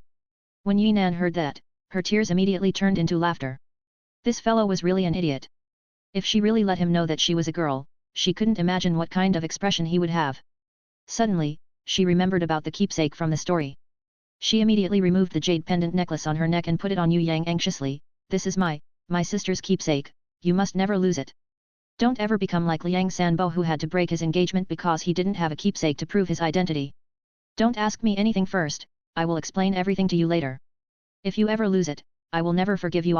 I mean, my sister will never forgive you. That's only a story. Did you think it was real? Where on earth would there be a guy who followed another guy to the grave? Those who believed that are idiots. Yue Yang could only laugh out loud. You are the idiot. Yinan gave her a pouty, supercilious look. If Zhu Yingtai was a guy, she was also a guy. Yinan was worried that Yue Yang would see through her real identity, so she quickly put on her black mask again. But she sneaked a peek at Yue Yang again, and upon seeing that this brat was still acting like the idiot who still had not recognized her, she involuntarily felt a little bitter in her heart. I'm going now, aren't you going to say anything to me? Right, what did Liang Sanbo said to Zhu Yingtai when they part? Yue Yang assumed the air of a hero. He accompanied Zhu Yingtai for 18 miles when he saw him off, so he said many things when they parted. How would I remember everything? But all these parting words are included in the famous 18 miles away song about the Liangzhu. I think you have really been ogling girls at school. How could you not know about all these? There are many classical musical pieces about Liangzhu, wandering sworn brothers, schoolmates, 18 miles away, engagement cancellation and forced marriage, meeting in the balcony, Yingtai's weep, butterflies from the grave, these are all very famous, don't you know that? Listening to his speech, Yinan thought that it was unbelievable that this brat could even understand music. She was a little curious about it, but she decided to put the matters regarding music down first and raised her request instead. Since Liang Sanbo had sent Zhu Yingtai off, you should also send me off. Yue Yang rejected it in one breath. Nonsense. Liang Sanbo accompanied Zhu Yingtai for 18 miles when he saw him off. I would be an idiot if I accompanied you for 18 miles, but I can accompany you for 18 meters if you want. Yinan was a breadth away from fainting due to annoyance. Who asked him to send her off for 18 miles? She only wanted him to make her feel the feeling of a romantic parting. Who knew that he actually had no intention to do so at all? He was really a big idiot. Yinan sent a hard kick towards Yue Yang's shin, intending to send him flying 100 meters away with a kick. But alas, Yue Yang managed to avoid it, causing her to kick empty air and almost fell to the ground instead. Immediately, Yinan used her nails to grab on Yue Yang's arms and bite him hard. Then, she screamed loudly at him, "You are going to be the death of me." She didn't wait for Yue Yang's reaction and left quickly, fuming with anger. In just a blink of an eye, she had disappeared from Yue Yang's line of sight. Ye Kong and the others who had hidden behind the door to watch the lively scene were looking at each other in confusion. What had actually happened? They were talking nicely just a few moments ago, laughing as they talked, and they suddenly fought in the next second? Yue Yang turned around and shrugged his shoulders very innocently. There was a little problem at that brat's, Yinan's, hometown. I was kind enough to send him off, but who would know that Yinan would bite me before he left? You fool, why can't you grasp hold of the chance to be with a girl? You wasted a great opportunity. Oh, I'll be better off if I die, Fatty Hai cried as he threw a tantrum on the ground, rolling here and there. Please die and be reborn quickly, that's Yekong's opinion towards Fatty Hai. After Yue Yang saw Yinan off, he bid farewell to Yekong, Fatty Hai and the others. Yue Yang brought Yu Bing out of the Tongtian Tower and returned to the island outside of Tongtian Tower. After going through the teleportation gate to return to the Shangwu military camp, they teleport to Whitestone City. When they returned, before they even got a bearing of themselves, the guard in charge of the teleportation gate suddenly came forward to congratulate Yu Bing, aren't you 7th Miss from the Yu clan? Previously, Old Man Nan had even asked me to find people to inform you. I didn't expect that you already knew on your own. Congratulations, your Yu clan is going to have a happy occasion soon. Even the Whitestone City Lord had said that he would personally come to congratulate your family, happy occasion. Yu Yang and Yu Bing were at a complete loss when they heard it. This was really unbelievable, what happy occasion are they holding now? Yu Yang and Yu Bing hurried home. Along the way, Yu Yang thought about the happy occasion and thought that maybe the Yu clan had organized another marriage for him. Or perhaps it was Yu Bing. Did someone ask for her hand? Otherwise, could it be Yu Shuang, the little girl? Did someone actually ask for her hand? Never would Yu Yang thought that, he had completely guessed wrongly. Back at home, as they entered the main hall, he saw 5 to 6 female servants surrounding the beautiful woman. They were all telling her something, every single one of them talking at once. There were also some Yu clan's guards that had tall and sturdy bodies, and a middle-aged man with white flawless skin, who was sitting arrogantly in front of a table, drinking his tea. The old servant Uncle Nan and the others were waiting upon him very carefully. Yu Yang saw that the beautiful woman's eyes were red with tears. She hugged the little girl tightly, shaking her head continuously as if she was opposing something. However, she didn't vocally dispute the other women out loud. The little girl, who was usually extremely mischievous, was shrinking her body inside the beautiful woman's embrace instead. A look of terror filled her eyes. The moment they saw Yu Bing and Yu Yang charging inside, those female servants quieted down one by one. The beautiful woman's expression slightly changed, looking a little emotional, but it seemed like she was suppressing her feelings down, unwilling to reveal her emotions. Her body trembled as she slowly stood up, her eyes showing an indescribable glow of happiness. There was also a look of relief, as if she had put down a huge burden in her mind. Her son and daughter had come home. They had finally returned home, safe and sound. If it was a normal day, she would definitely hug her son and daughter, who had returned from far away, as tightly as she could. But right now, the beautiful woman could only nod and reveal a smile as much as she could. Her voice was a little choked with emotion as she said, "It's great that you guys have returned, it's really great." The moment the little girl saw that Yu Yang was back, she shouted "Aya," and wriggled out of her mother's embrace. Her little feet dashed forward with an amazing speed across the main hall and she jumped straight into Yu Yang's embrace. Her small hands hugged his neck tightly as she then started crying out loud. It was as if she was an orphan who had no one to depend on and had suddenly found her relative. The old servant Uncle Nan and the others also welcomed them emotionally, quickly taking Yu Yang's backpack from his back. Only the middle-aged man with the flawless skin did not show any reaction towards Yu Yang's arrival. He didn't even stand, he simply sat leisurely on his chair as he held the teacup in his hand and slowly drank his tea. When Yu Yang walked closer, carrying the little girl in his arms, the middle-aged man glanced at Yu Yang with the corner of his eye, but continued to drink his tea leisurely. After a long time, he finally said in an arrogant tone, "So, the third young master has returned. You came home just in time. I came by the orders of the clan master to inform you in advance, third young master. In 2 days, you have to bring your whole family and return to the Yu clan's castle. Other than paying respects to the clan master and other clan elders, you also have to pay respect to the newly wedded wife of the fourth master. This fourth mistress that is about to join your family is an extremely wealthy miss from He Yangfeng's family. However, this marriage will not be a simple matter of taking an ordinary concubine. In the future, the fourth branch legal mistress, wife, would be this woman. When you pay respects to her later, you'll have to call her fourth mother, or fourth mistress. Shiro, fourth master Yu Bing's dad, Yu Yang's dad's brother/adoptive father. Yu Yang's dad was third master, my father is going to remarry." Yu Bing almost fainted when she heard this. How could this have happened? When Yu Yang heard it, he was also extremely shocked. Faintly, he could sense that this wasn't simply an ordinary marriage affair, this was a plot. It must be a plot against the fourth branch. Although the beautiful woman and fourth uncle seldom lived together, they had mutual respects for each other. They also lived harmoniously and did not quarrel with each other. Furthermore, according to the pitiful guy's diary, his fourth uncle wasn't the kind of man who was fickle-minded. On the contrary, he was a good man who was filial to his parents and loving to his children. He was a good husband that had never quarreled with his wife for more than 10 years. Although he wasn't very strong and couldn't compare to his 3 older brothers, his morals, character and attitude was definitely not short of a true nobleman's. A person like him, how could he abandon his current wife and take in another lover? This matter was absolutely strange. The clan master has already decided to celebrate the wedding on the auspicious date of the 28th. When the white-skinned man continued, Yue Yang was even more astounded. Marrying on the 28th? Today was already the 26th. There was no teleportation gate from Whitestone City to the Yue clan's castle. They might be able to make it if they ride fast horses, but the beautiful woman and the little girl couldn't ride a horse. They would need to ride on a horse carriage or a sedan chair. They would definitely not be able to make it. Seems like the Yue clan was not even going to give a chance for the beautiful woman to oppose the marriage. If not for him hurrying home with Yue Bing, it seemed like this matter would have been completed without them even being able to do anything about it. Why did the Yue clan oppose the 4th branch so much? Was it the 1st and 2nd branch who were playing these tricks, or was there another reason? Yue Yang couldn't understand it at all, but he was furious.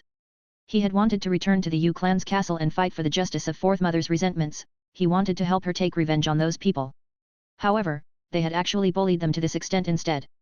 If he still didn't retaliate, then he was truly a trash among trashes.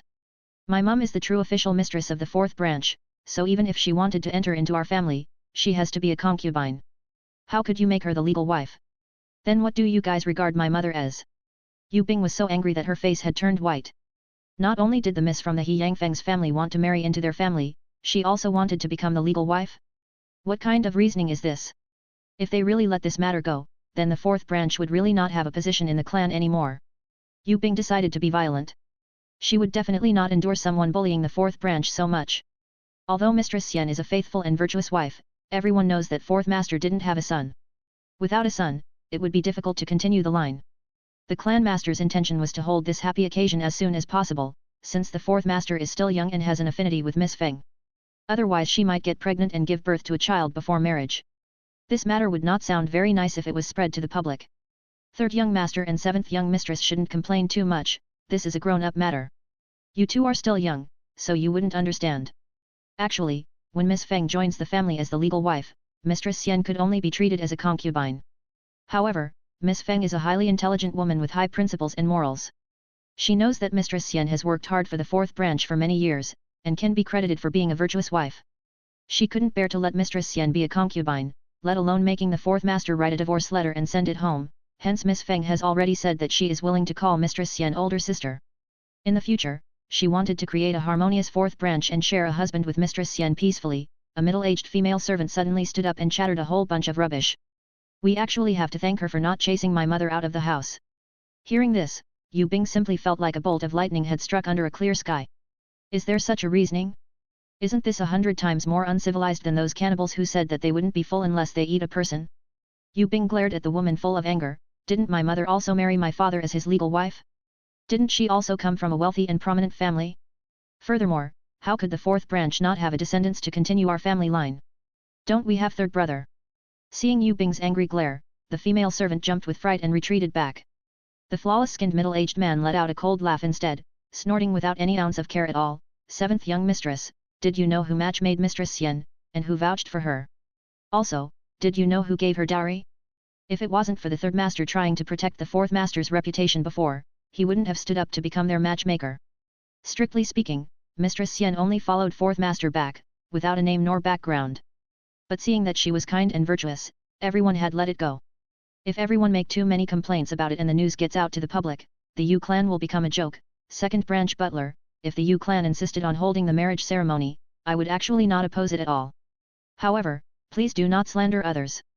Although it was true that at that time 3rd brother and sister became our matchmaker, the old man song he became our witness, and the 100 Flower Valley Lord bestowed me with 7-colored flower basket and red sands jade as my dowry, we, the 2 Hua sisters, married 2 Yue clan's brothers in front of over 100 strong warriors. We were congratulated and watched by all these people. How could you say that I am a woman that had an illicit sexual relation with the 4th master? Didn't the Yue clan, be it the old or the young, welcome us with smiling faces at that time? The clan mistress, Shiro, Yue Yang's grandmother, even told me personally that she viewed us sisters as her most precious treasures, just like her own daughters. I would never thought that just because the old clan mistress, 3rd brother and my sister had left us early, the clan's member would turn so hostile towards me, who has been the daughter-in-law of Yue clan for decades. When did I ever do something wrong towards the Yue clan? Wifely virtue, speech, appearance, and services, when did I ever let the clan down? Ever since I married into the Yue clan, I have supported my husband and educated my children. I have always obeyed my husband. Other than not having a son, what have I done wrong to the Yue clan? When my sister asked me to take care of Sanyar, I have also considered him to be my own. All of the members of the Yue clan also agreed to change Sanyar's status to the descendant of the fourth branch. Why did the clan break their words now? Previously you said that my son was useless, but he has already succeeded in contracting a grimoire now, so his future is immeasurable. How could you belittle our Sanyar so much? The beautiful woman, for her reputation, tried to justify herself emotionally. In the end, she became even more emotional as she spoke, pouring all of the grievances and pain that she had held inside for many years. Mistress Xian, it's not that this servant belittles third young master. This servant was only fulfilling the clan master's orders. If Mistress Xian has some complaints to discuss, please say it to the clan master directly. How could you throw a tantrum to us lowly servants? The white-skinned man laughed coldly, full of contempt. I can understand the situation more or less already. Yue Yang had been trying to contain his anger, and listen to the whole situation first. He finally understood everything now. Weren't they simply, obviously bullying the fourth branch? Did they think that he was still the old pitiful guy, who was easy to bully? Yue Yang passed the little girl over to Yu Bing, who was so angry that she couldn't even speak anymore, and strode forward. The white-skinned middle-aged man didn't even glance at him, he simply drank his tea leisurely. His arrogant look seemed to dare Yue Yang to try and hit him. Furthermore, the surrounding Yue clan's guards had also stood on guard, standing right behind the middle-aged man, showing the same exact arrogant and condescending expression like their master. Aren't you only a butler? Why are you pretending to be so high and mighty? Yue Yang suddenly slapped the middle-aged man hard, right on his face, sending him flying through the air. Fresh blood and broken teeth scattered all over the ground. The middle-aged man fell onto a table with a loud boom, breaking the table to pieces. He cried painfully, but before he had the time to struggle, Yue Yang had raised a chair and crashed it down to his body mercilessly. The Yue clan guards started to attack, but Yue Yang's movements was faster than them 1,000 times over. His hands rotated, and as if he had grown another 10 arms, he showered endless attacks to the surrounding guards. Every guard's face was at least violently slapped by Yue Yang 100 times. 2 guard captains who had the best capabilities had summoned a strong beast-type beasts in secret before they came here, as a precaution. They immediately charged forward. A glare as cold as a death god's flashed across Yue Yang's eyes as he caught their fists with his palms, then crushing them with his powerful grip. Immediately, the 2 guard captains let out an extremely loud scream as their bones, flesh and skin were crushed into mush. Before the 2 guard captains' miserable cry had ended, Yue Yang had already sent hard kicks right towards their family jewels. A person with good hearing would probably hear some kind of a solemn cracking sound like an egg breaking from Yue Yang's attack. The 2 guard captains couldn't even let out a squeak as they fainted to the ground. Their large physiques collapsed and landed on the ground with a loud boom. Seeing that the matter had turned in a bad direction, the middle-aged man hurriedly ran outside, trying to run away. But Yu Bing, who was carrying her sister, immediately kicked at his heels. If it wasn't because she saw her brother preparing to kill this fellow, and tried to save the middle-aged man's life by stopping him from running away, she would have already summoned her 100-year Treant defender, and trampled on this fellow. You want to kill me? I was sent directly by the clan master, the middle-aged man violently cried out in an indiscernible speech as his face had been beaten black and blue by Yue Yang, and most of his teeth had fallen out. Isn't this our second branch butler? Who has beaten you up so badly? So pitiful, who was it actually that had so much guts, who dared to beat up our second branch butler black and blue? Who is it? Who has beaten up our family's dog? Are our Yue clan's dogs something that can be beaten up as one pleases? Even if they were beaten up, only us, the masters, have the authority to beat them up. Yue Yang laughed coldly as he started kicking the middle-aged man's body madly. With each kick that Yue Yang gave, the middle-aged man let out a cry that sounded like a pig in slaughter. The middle-aged man was in so much pain that he'd rather die. He knew that if this continues, he would really die. Seeing that the beautiful woman was right in front of him, he immediately struggled to crawl towards her, wanting to beg her to spare his life. Who would know that before he even reached the beautiful woman, Yue Yang had jumped high and landed right on his back, shouting angrily, "What a brazen bastard of a slave! You dared to try and harm your mistress. You actually dared to make a move and try to assassinate my fourth mother under everyone's onlooking eyes? You, ungrateful bastard of a dog, how would you pay for your sins? Servants, drag him out and beat him to death. Then chop him up and feed him to the dogs." Uncle Nan and the others were so shocked that they could only stare blindly. But seeing their young master's impressive, general-like bearing and power, they immediately felt a bubble of anger burst from within them. They became pumped up and daring. Upon hearing Yue Yang's orders, they immediately charged forward in an uproar, dragging the bloodied, fainted Yu clan guards outside one by one. Meanwhile, Yue Yang broke off a table's leg, and swung it down hard few times. In just a moment, a few of the guards' arms and legs had been broken by him. The female servant who spoke out just now was so scared right now that she was paralyzed on the ground, so frightened that she started to wet herself. There were some who had already fainted immediately out of fear, their eyes white as they lost their consciousness. When the beautiful woman saw Yue Yang brandishing that table leg that had been drenched by blood and was preparing to kill that female servant, she immediately held him tightly. Enough, Sanyar, stop. These people are all vicious servants, there's no advantage for you at all if you kill them all. They were sent here by someone else's orders. Fourth Mother knows that you are a good boy who wants to help me vent my anger and teach these vicious servants a lesson, but you shouldn't overdo it. You should just let her slap her mouth, you must never kill her. When she heard this, that female servant who was half unconscious started to slap herself with all of her strength without even waiting for Yue Yang's orders. What a joke, if she let this third young master, who was called useless but was extremely ruthless, beat her up, how would she still be alive? Yue Yang who was held by the beautiful woman couldn't beat the female servant up, so he could only stretch his foot and kick two of the closest servants. This made the female servant so scared that her soul almost flew away, and she started to beg him to spare her life. The beautiful woman held onto her son tightly and refused to let go, stopping him from using the bloody table leg to beat the female servant up. She was a little scared in her mind, but she was also extremely touched that her son had vented her anger for her sake. The tears that she had held inside all these years started falling down continuously, and she started to sob uncontrollably. Seeing this, Yu Bing and the little girl immediately jumped forward. The two daughters and their mother, 3 people, hugged each other as they cried. Don't cry, I will bring you all to the Yu clan castle immediately and will ask fourth uncle what really happened. Fourth mother, don't be afraid, don't cry. With me here, no one would be able to bully you. When Yue Yang said this, his words moved the beautiful woman even more and she started to cry even louder than before. In such a time where she didn't have anyone to rely upon, her own son had stood up on her behalf, bravely becoming the family's supporting pillar. If he wasn't around, she wouldn't have known what to do. In Whitestone City, the official in charge of the teleportation gate was preparing to close it before heading to the Eastern Tavern for a drink. Suddenly, he heard a rumble and saw more than 10 men rushing over, surrounding him. What are you guys doing? I am. The official in charge of the teleportation circle had not finished speaking before the tallest man already grabbed him, asking him in a stern voice at the same time, where are the members of the Yu clan's 4th branch? Ah, just now the 3rd young master and the 7th young mistress came back, and took 4th madam away. There was also a group of servants with them, they teleported to Black Clay City. Before the official in charge of the teleportation circle had even finished speaking, the leader of the group gave a shout, shit.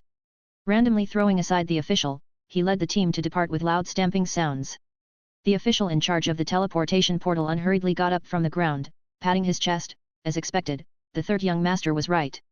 There really are a few blind, wretched fellows who are causing troubles for the Yu clan. Did they actually think that with just a dozen or so of fools like them they would be sufficient to confront the Yu clan of the 4 major clans? But anyway, since there's money to keep, I'll follow the instructions that the 3rd young master left behind.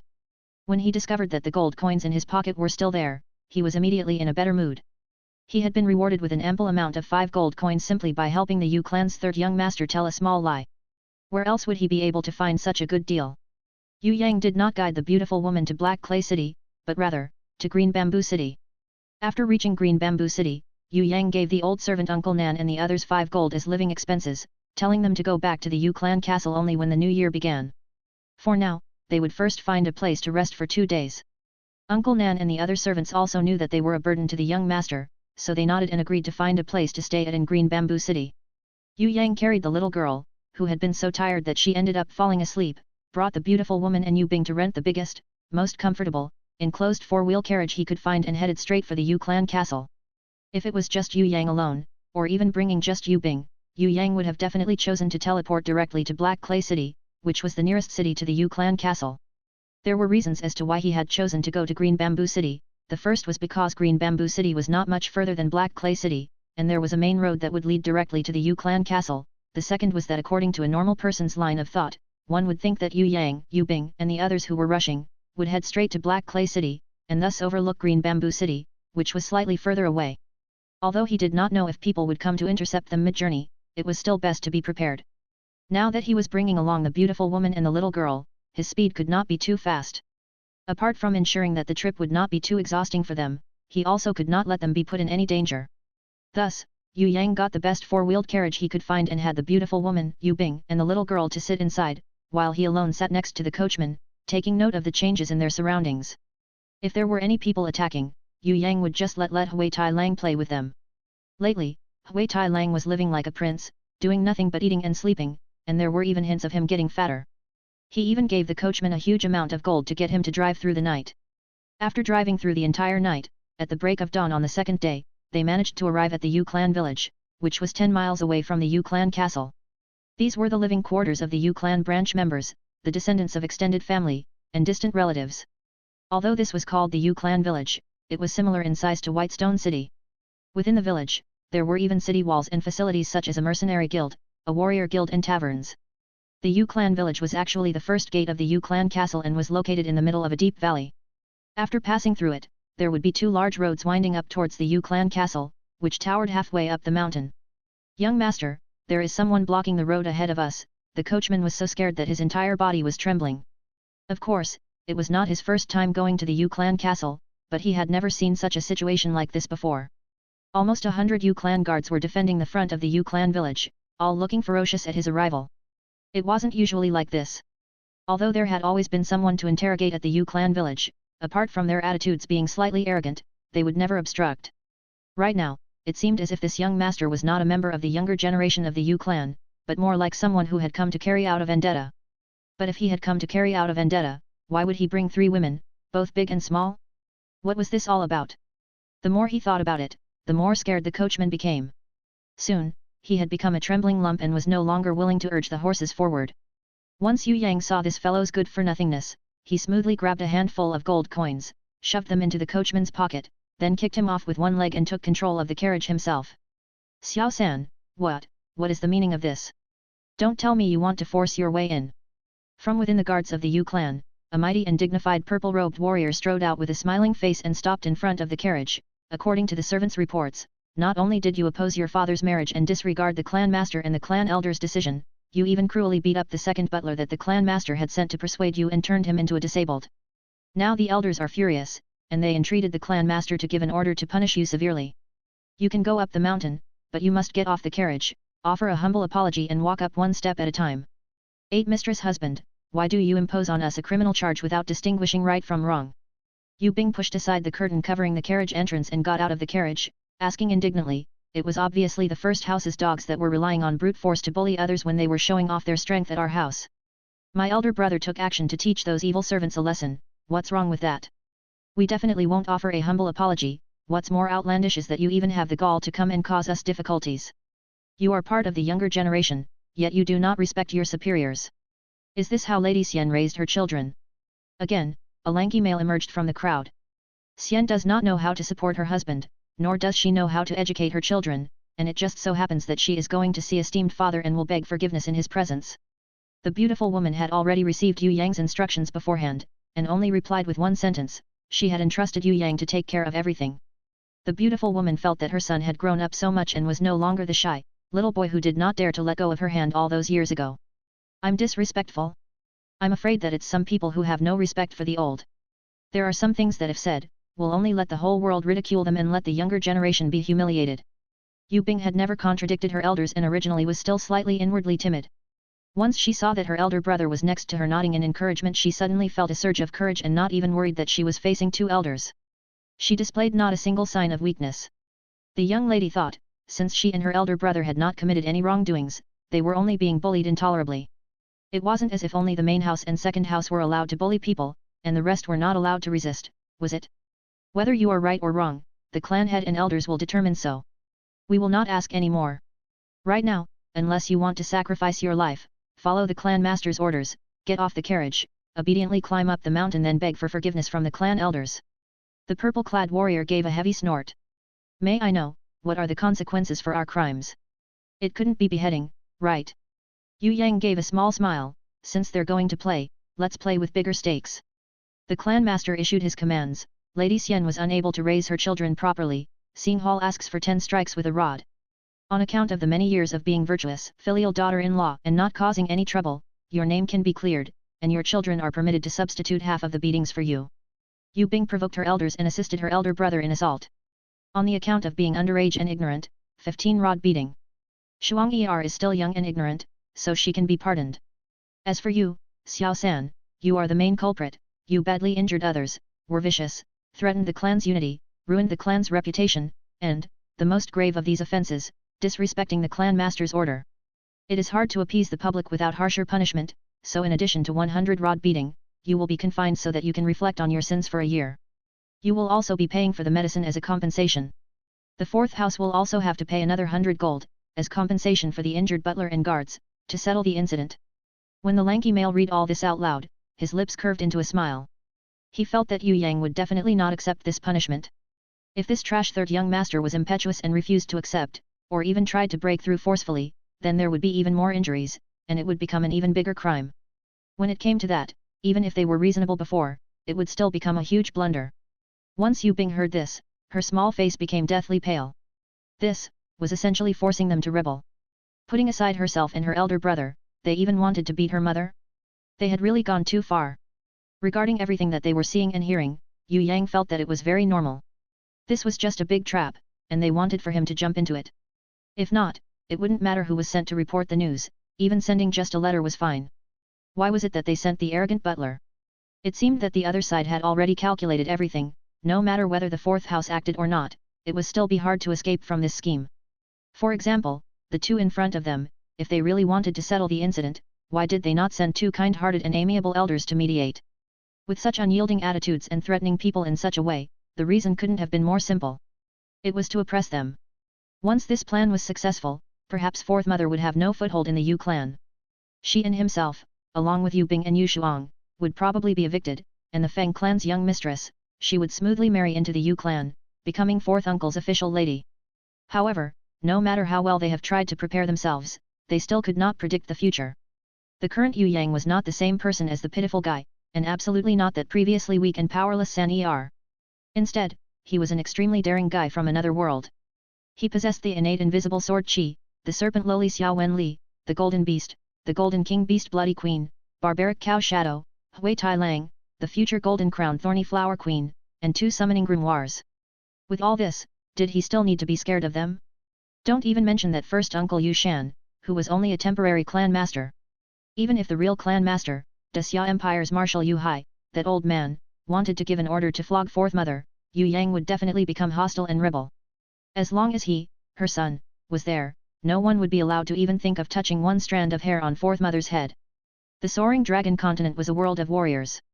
Whoever's fist was bigger, whoever's strength was mightier, that person's word was law. Yue Yang now wanted to use fists to tell the Yu clan's clansmen, now it's this trash's turn to speak, if you don't like it, come and ask my fist. In the carriage, Yu Shuang and the beautiful woman's bodies were trembling slightly. She was used to resigning herself to adversity, but she was not a stupid woman. She had been well aware of all that the main house and second house had been doing, but she had kept exercising patience, hoping for the safety of her sons and daughters, waiting for them to grow up quickly. Never once did she think that even though she had made concessions, and exercised patience, there would come a day where she would be forced to a point where she could no longer be patient and accommodating. San Er, Bing Er, why don't we just return to Whitestone City? The Yu clan's matters, we will not care about it anymore, we also can't take care of it. The beautiful lady was willing to let herself suffer all kinds of grievances, but was not willing to see her son and daughter take risks for her. Although her children had worked hard, they were still too young. Fourth Mother, don't be scared, with your son here, you can go anywhere below the sky. Unless I'm dead, there will be no one who can touch even one hair on you or my 2 younger sisters. Yue Yang shouted resolutely. Immediately after this, he stood up from the carriage, and shouted loudly, Hui Tai Lang, you lowly dog, what are you still waiting for? Forward! Who dares to block my path, kill without hesitation. I am the Yu clan's third young master, returning to the Yu clan castle, whoever dares to block me, sacrifice your life. This is my last warning, all of you get out of my way, or I will kill all of you. Hui Tai Lang had been hiding behind the carriage all along. This was because once it appeared, it would cause the 2 horses to be so afraid that their entire bodies shuddered, and would be unstable when traveling. Just now when it was hiding and resting behind the carriage with its eyes shut, it heard Yue Yang's thundering voice, and immediately shot out like an arrow, throwing itself in front of the carriage, giving a long howl towards the sky, and roaring at the Yu clan guards opposite of it. Both of its heads spat out black magical smoke, its body was alight with flames, which intimidated the Yu clan guards' low-leveled beasts. They were so opposed to the idea of fighting it, that they were scared witless. The weakest might as well have fainted from fright. Besides the low-leveled beasts, even the purple-clad warrior and lanky male's beasts were so scared, that their entire bodies were trembling, bowing their heads and flattening their ears, not daring to look at the majestic Hui Tai Lang directly. You dare to disobey the clan master's order. The lanky male was inwardly hoping for Yue Yang to act rashly and had looked forward to seeing him rebel. Originally, he was very happy, but once he saw that the summoned beast was a two-headed demonic wolf, and it was even a level 5 bronze beast, he got a big shock, and immediately felt remorse as his entire being nervously swallowed its own slavish words. Then add on the crime of being a bloody slaughterer of clansmen. Yue Yang shouted loudly, Hui Tai Lang, kill all of the trash that are blocking this carriage. Upon hearing Yue Yang's orders, Hui Tai Lang immediately shot out like an arrow and charged straight towards the purple-robed warrior. The purple-robed warrior had actually hoped that this Yue clan's third young master was only a useless trash that was pretending to be strong. He thought that this brat would probably not have the guts to go against the whole clan even if he wanted to. He didn't expect that Yue Yang didn't even say anything further and immediately ordered to kill. The purple-robed warrior was extremely worried in his heart. He jumped and soared in the air, avoiding Hui Tai Lang's attack. The beasts that he left behind, that ordinary level 4 tusked wild boar, had instead met an unfortunate end. The ordinary level 4 tusked wild boar didn't dare to fight against a bronze-ranked level 5 Hui Tai Lang, but under its master's orders, it forced itself to charge towards Hui Tai Lang. Hui Tai Lang didn't bother with the tusked wild boar's attack and tried to end the battle quickly instead. It leapt up agilely and slashed its claws in the air. Multiple claw marks immediately appeared on the tusked wild boar's face, one of its small eyeballs had even been clawed out. Although the tusked wild boar had thick skin and tough flesh, its eyes were actually the weakest part of its body. Hui Tai Lang didn't wait for the tusked wild boar to even let out a cry of pain, it immediately slashed his claws once again and clawed out the tusked wild boar's other eye. Ah, no, the purple-robed warrior was extremely distressed as he watched his beast suffer a grave injury. Suddenly, a dark figure flashed. In the air, a fist had suddenly punched him ruthlessly. You should be 8th mistress husband, right? At such an age, you should be resting in old folks' home and wait for your death. Why are you even flying in the air? Immediately after Yue Yang threw his punch, he made a turn in the air and kicked the purple-robed warrior's lower abdomen. As the purple-robed warrior was thrown up into the air from the impact of the kick, Yue Yang lifted both of his hands up high and jumped up to him. He then clapped his hands together and smashed them down towards the purple-robed warrior's chest. When the purple-robed warrior received Yue Yang's heavy blow, he immediately shot towards the ground like a meteor. Below, Hui Tai Lang was also matching its tempo with Yue Yang. When the purple-robed warrior almost crashed to the ground, it immediately charged towards him. It used its strength and body, that was even more powerful than a bison's, and knocked heavily against the purple-robed warrior's body. The purple-robed warrior's body was sent flying from the impact of the collision. He flew right towards the horse carriage. Meanwhile, Yue Yang turned in the air and had already been waiting right at the spot where the purple-robed warrior was sent flying to, with a long rod ready in his hands. In the next moment, he sent the purple-robed warrior flying through the sky as if he were playing baseball. You had actually dared to disrespect your superiors, and even tried to kill your elders. The tall, lanky man was so scared that his soul almost flew away. He never thought that the 8th mistress husband, who was a level 3 hero, couldn't even react when this useless third young master attacked and was defeated instantly. Even the battle wolf at his heels had already fled the battle when it saw Hui Tai Lang. He immediately summoned a level 3 armored puppet in order to protect himself. 8th mistress husband didn't care about the relationship between brothers, and repeatedly tried to kill my family's 4th mother and 2 sisters. He had committed extremely atrocious deeds that would even anger the heavens above. I, as the younger generation, could not stand his actions anymore. I had to clean up this filth. Since you have spoken on his behalf, then you must be his accomplice. Hui Tai Lang, what are you waiting for? Kill him. Yue Yang's unyielding attitude terrified the tall and lanky man to death. He didn't dare to face Yue Yang as his opponent anymore and immediately ran towards the crowd of people behind him. He intended to seek protection from the Yue clan's guards and abandon the battle. Hui Tai Lang did not foolishly attack the armored puppet that the tall, lanky man had left behind. Instead, it chased straight after the tall and lanky guy, refusing to let him off. It chased after him and followed him into the crowd of people that was immediately thrown into chaos, as if a tiger had entered into a crowd of sheep. Hui Tai Lang's 2 heads devoured blindly as its claws slashed the air, sweeping everything that was blocking its path away. Pools of blood immediately started to appear underneath the crowd of people. All of the Yue clan's guards that could not run away in time were cut down like wheat being harvested immediately, falling down one by one. Meanwhile, the other low-leveled beasts were so terrified that they started to scatter about. There were even some who felt so cornered that they started to bite people that restricted their escape, even their own masters. Hui Tai Lang realized that these people in front of it could not even withstand its single blow, they were so much weaker than those sheep-headed monsters in the Ares temple. It became even more excited and pleased with itself that it began to give its all in the massacre.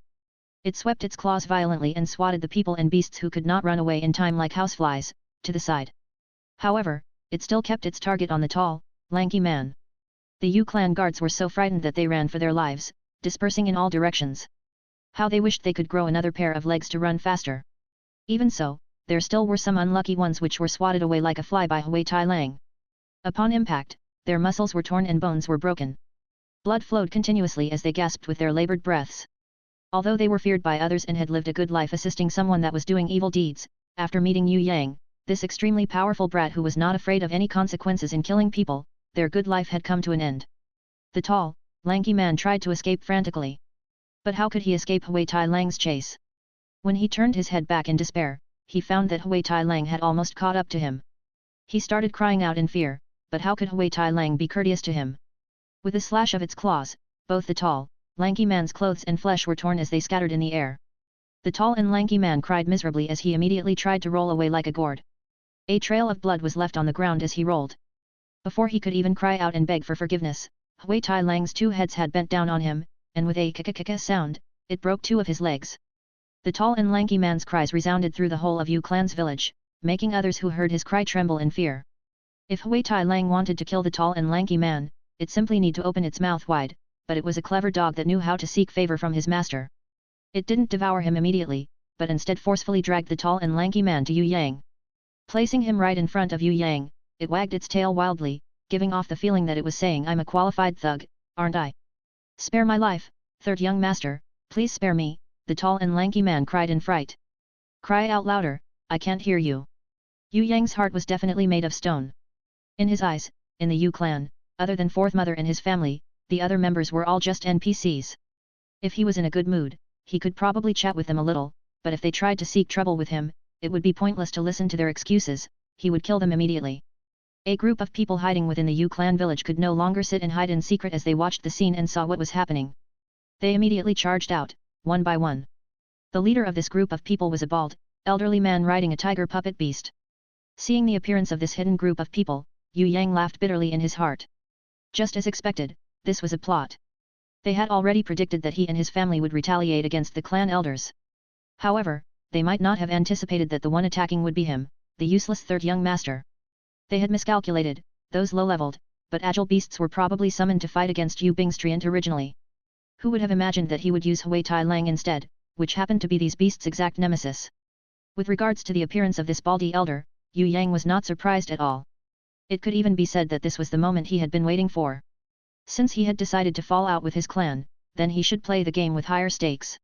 He would kill his way to the Yue clan castle and use his fists to talk with the people living in the Yue clan castle. He thought, right now, my fists are the strongest and my strength is the mightiest. Try to bully us if you want, let's see who will end up bullying whom. The baldy elder's face darkened as he ordered the elite soldiers behind him to summon their puppet beasts with a wave of his hands. Ordinary beasts would not have any effect against Hui Tai Lang. Their level difference was too big. Any living beast would immediately run away and flee from the battle with one look from Hui Tai Lang, a bronze-ranked level 5 beast. Only puppet beasts, who were not living organisms and did not possess fear, would be a little bit more useful. Xiao San, you really have guts. You actually dared to commit murder in the Yue clan village? I order you to release Lin Yao, otherwise don't blame me for punishing you severely by law.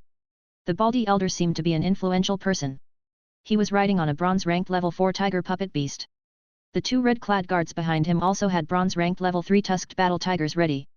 Behind them, amongst the elite guards who had summoned their puppet beasts, although there were not many bronze-ranked beasts, most of them had summoned level 3 or level 4 battle wolves puppets or battle leopard puppets.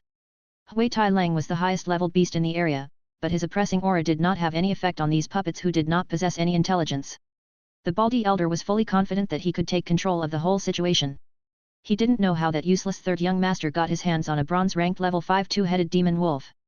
However, he felt that although the situation had changed a little, challenging the whole of Yue clan, one of the 4 great clans, with just one two-headed demon wolf was simply a big joke.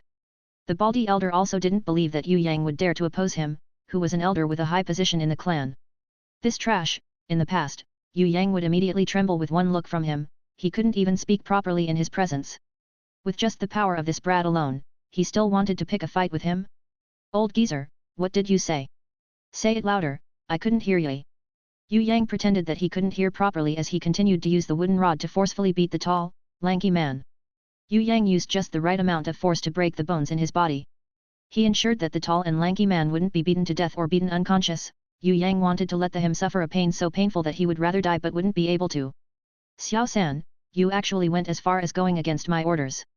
Xian, Shiro, fourth mother, if you don't stop Xiao San immediately, I will take him down by our clan's law. Seeing that Yue Yang had ignored him, the baldy elder bellowed towards the beautiful woman who was sitting right inside the horse carriage, flustered and exasperated. Xian believes in the Confucianism teaching, and had vowed to strictly adhere to the 3 obediences and 4 virtues. I will obey my father as a daughter, my husband as a wife, and my son when my husband isn't present. Since my father and my husband are both not here, I would naturally listen to my son. Whatever my son desires, I will follow his will. My son is the Honorable Yu clan's 3rd young master, it is a matter of course if he wants to return to the Yu clan castle. However, a vicious servant had blocked his path and prohibited him from returning back. Where would there be logic in that? My son has already grown up to become a successful adult, a strong and capable man with an indomitable spirit. He has his own will and opinions, and I will not interfere with them.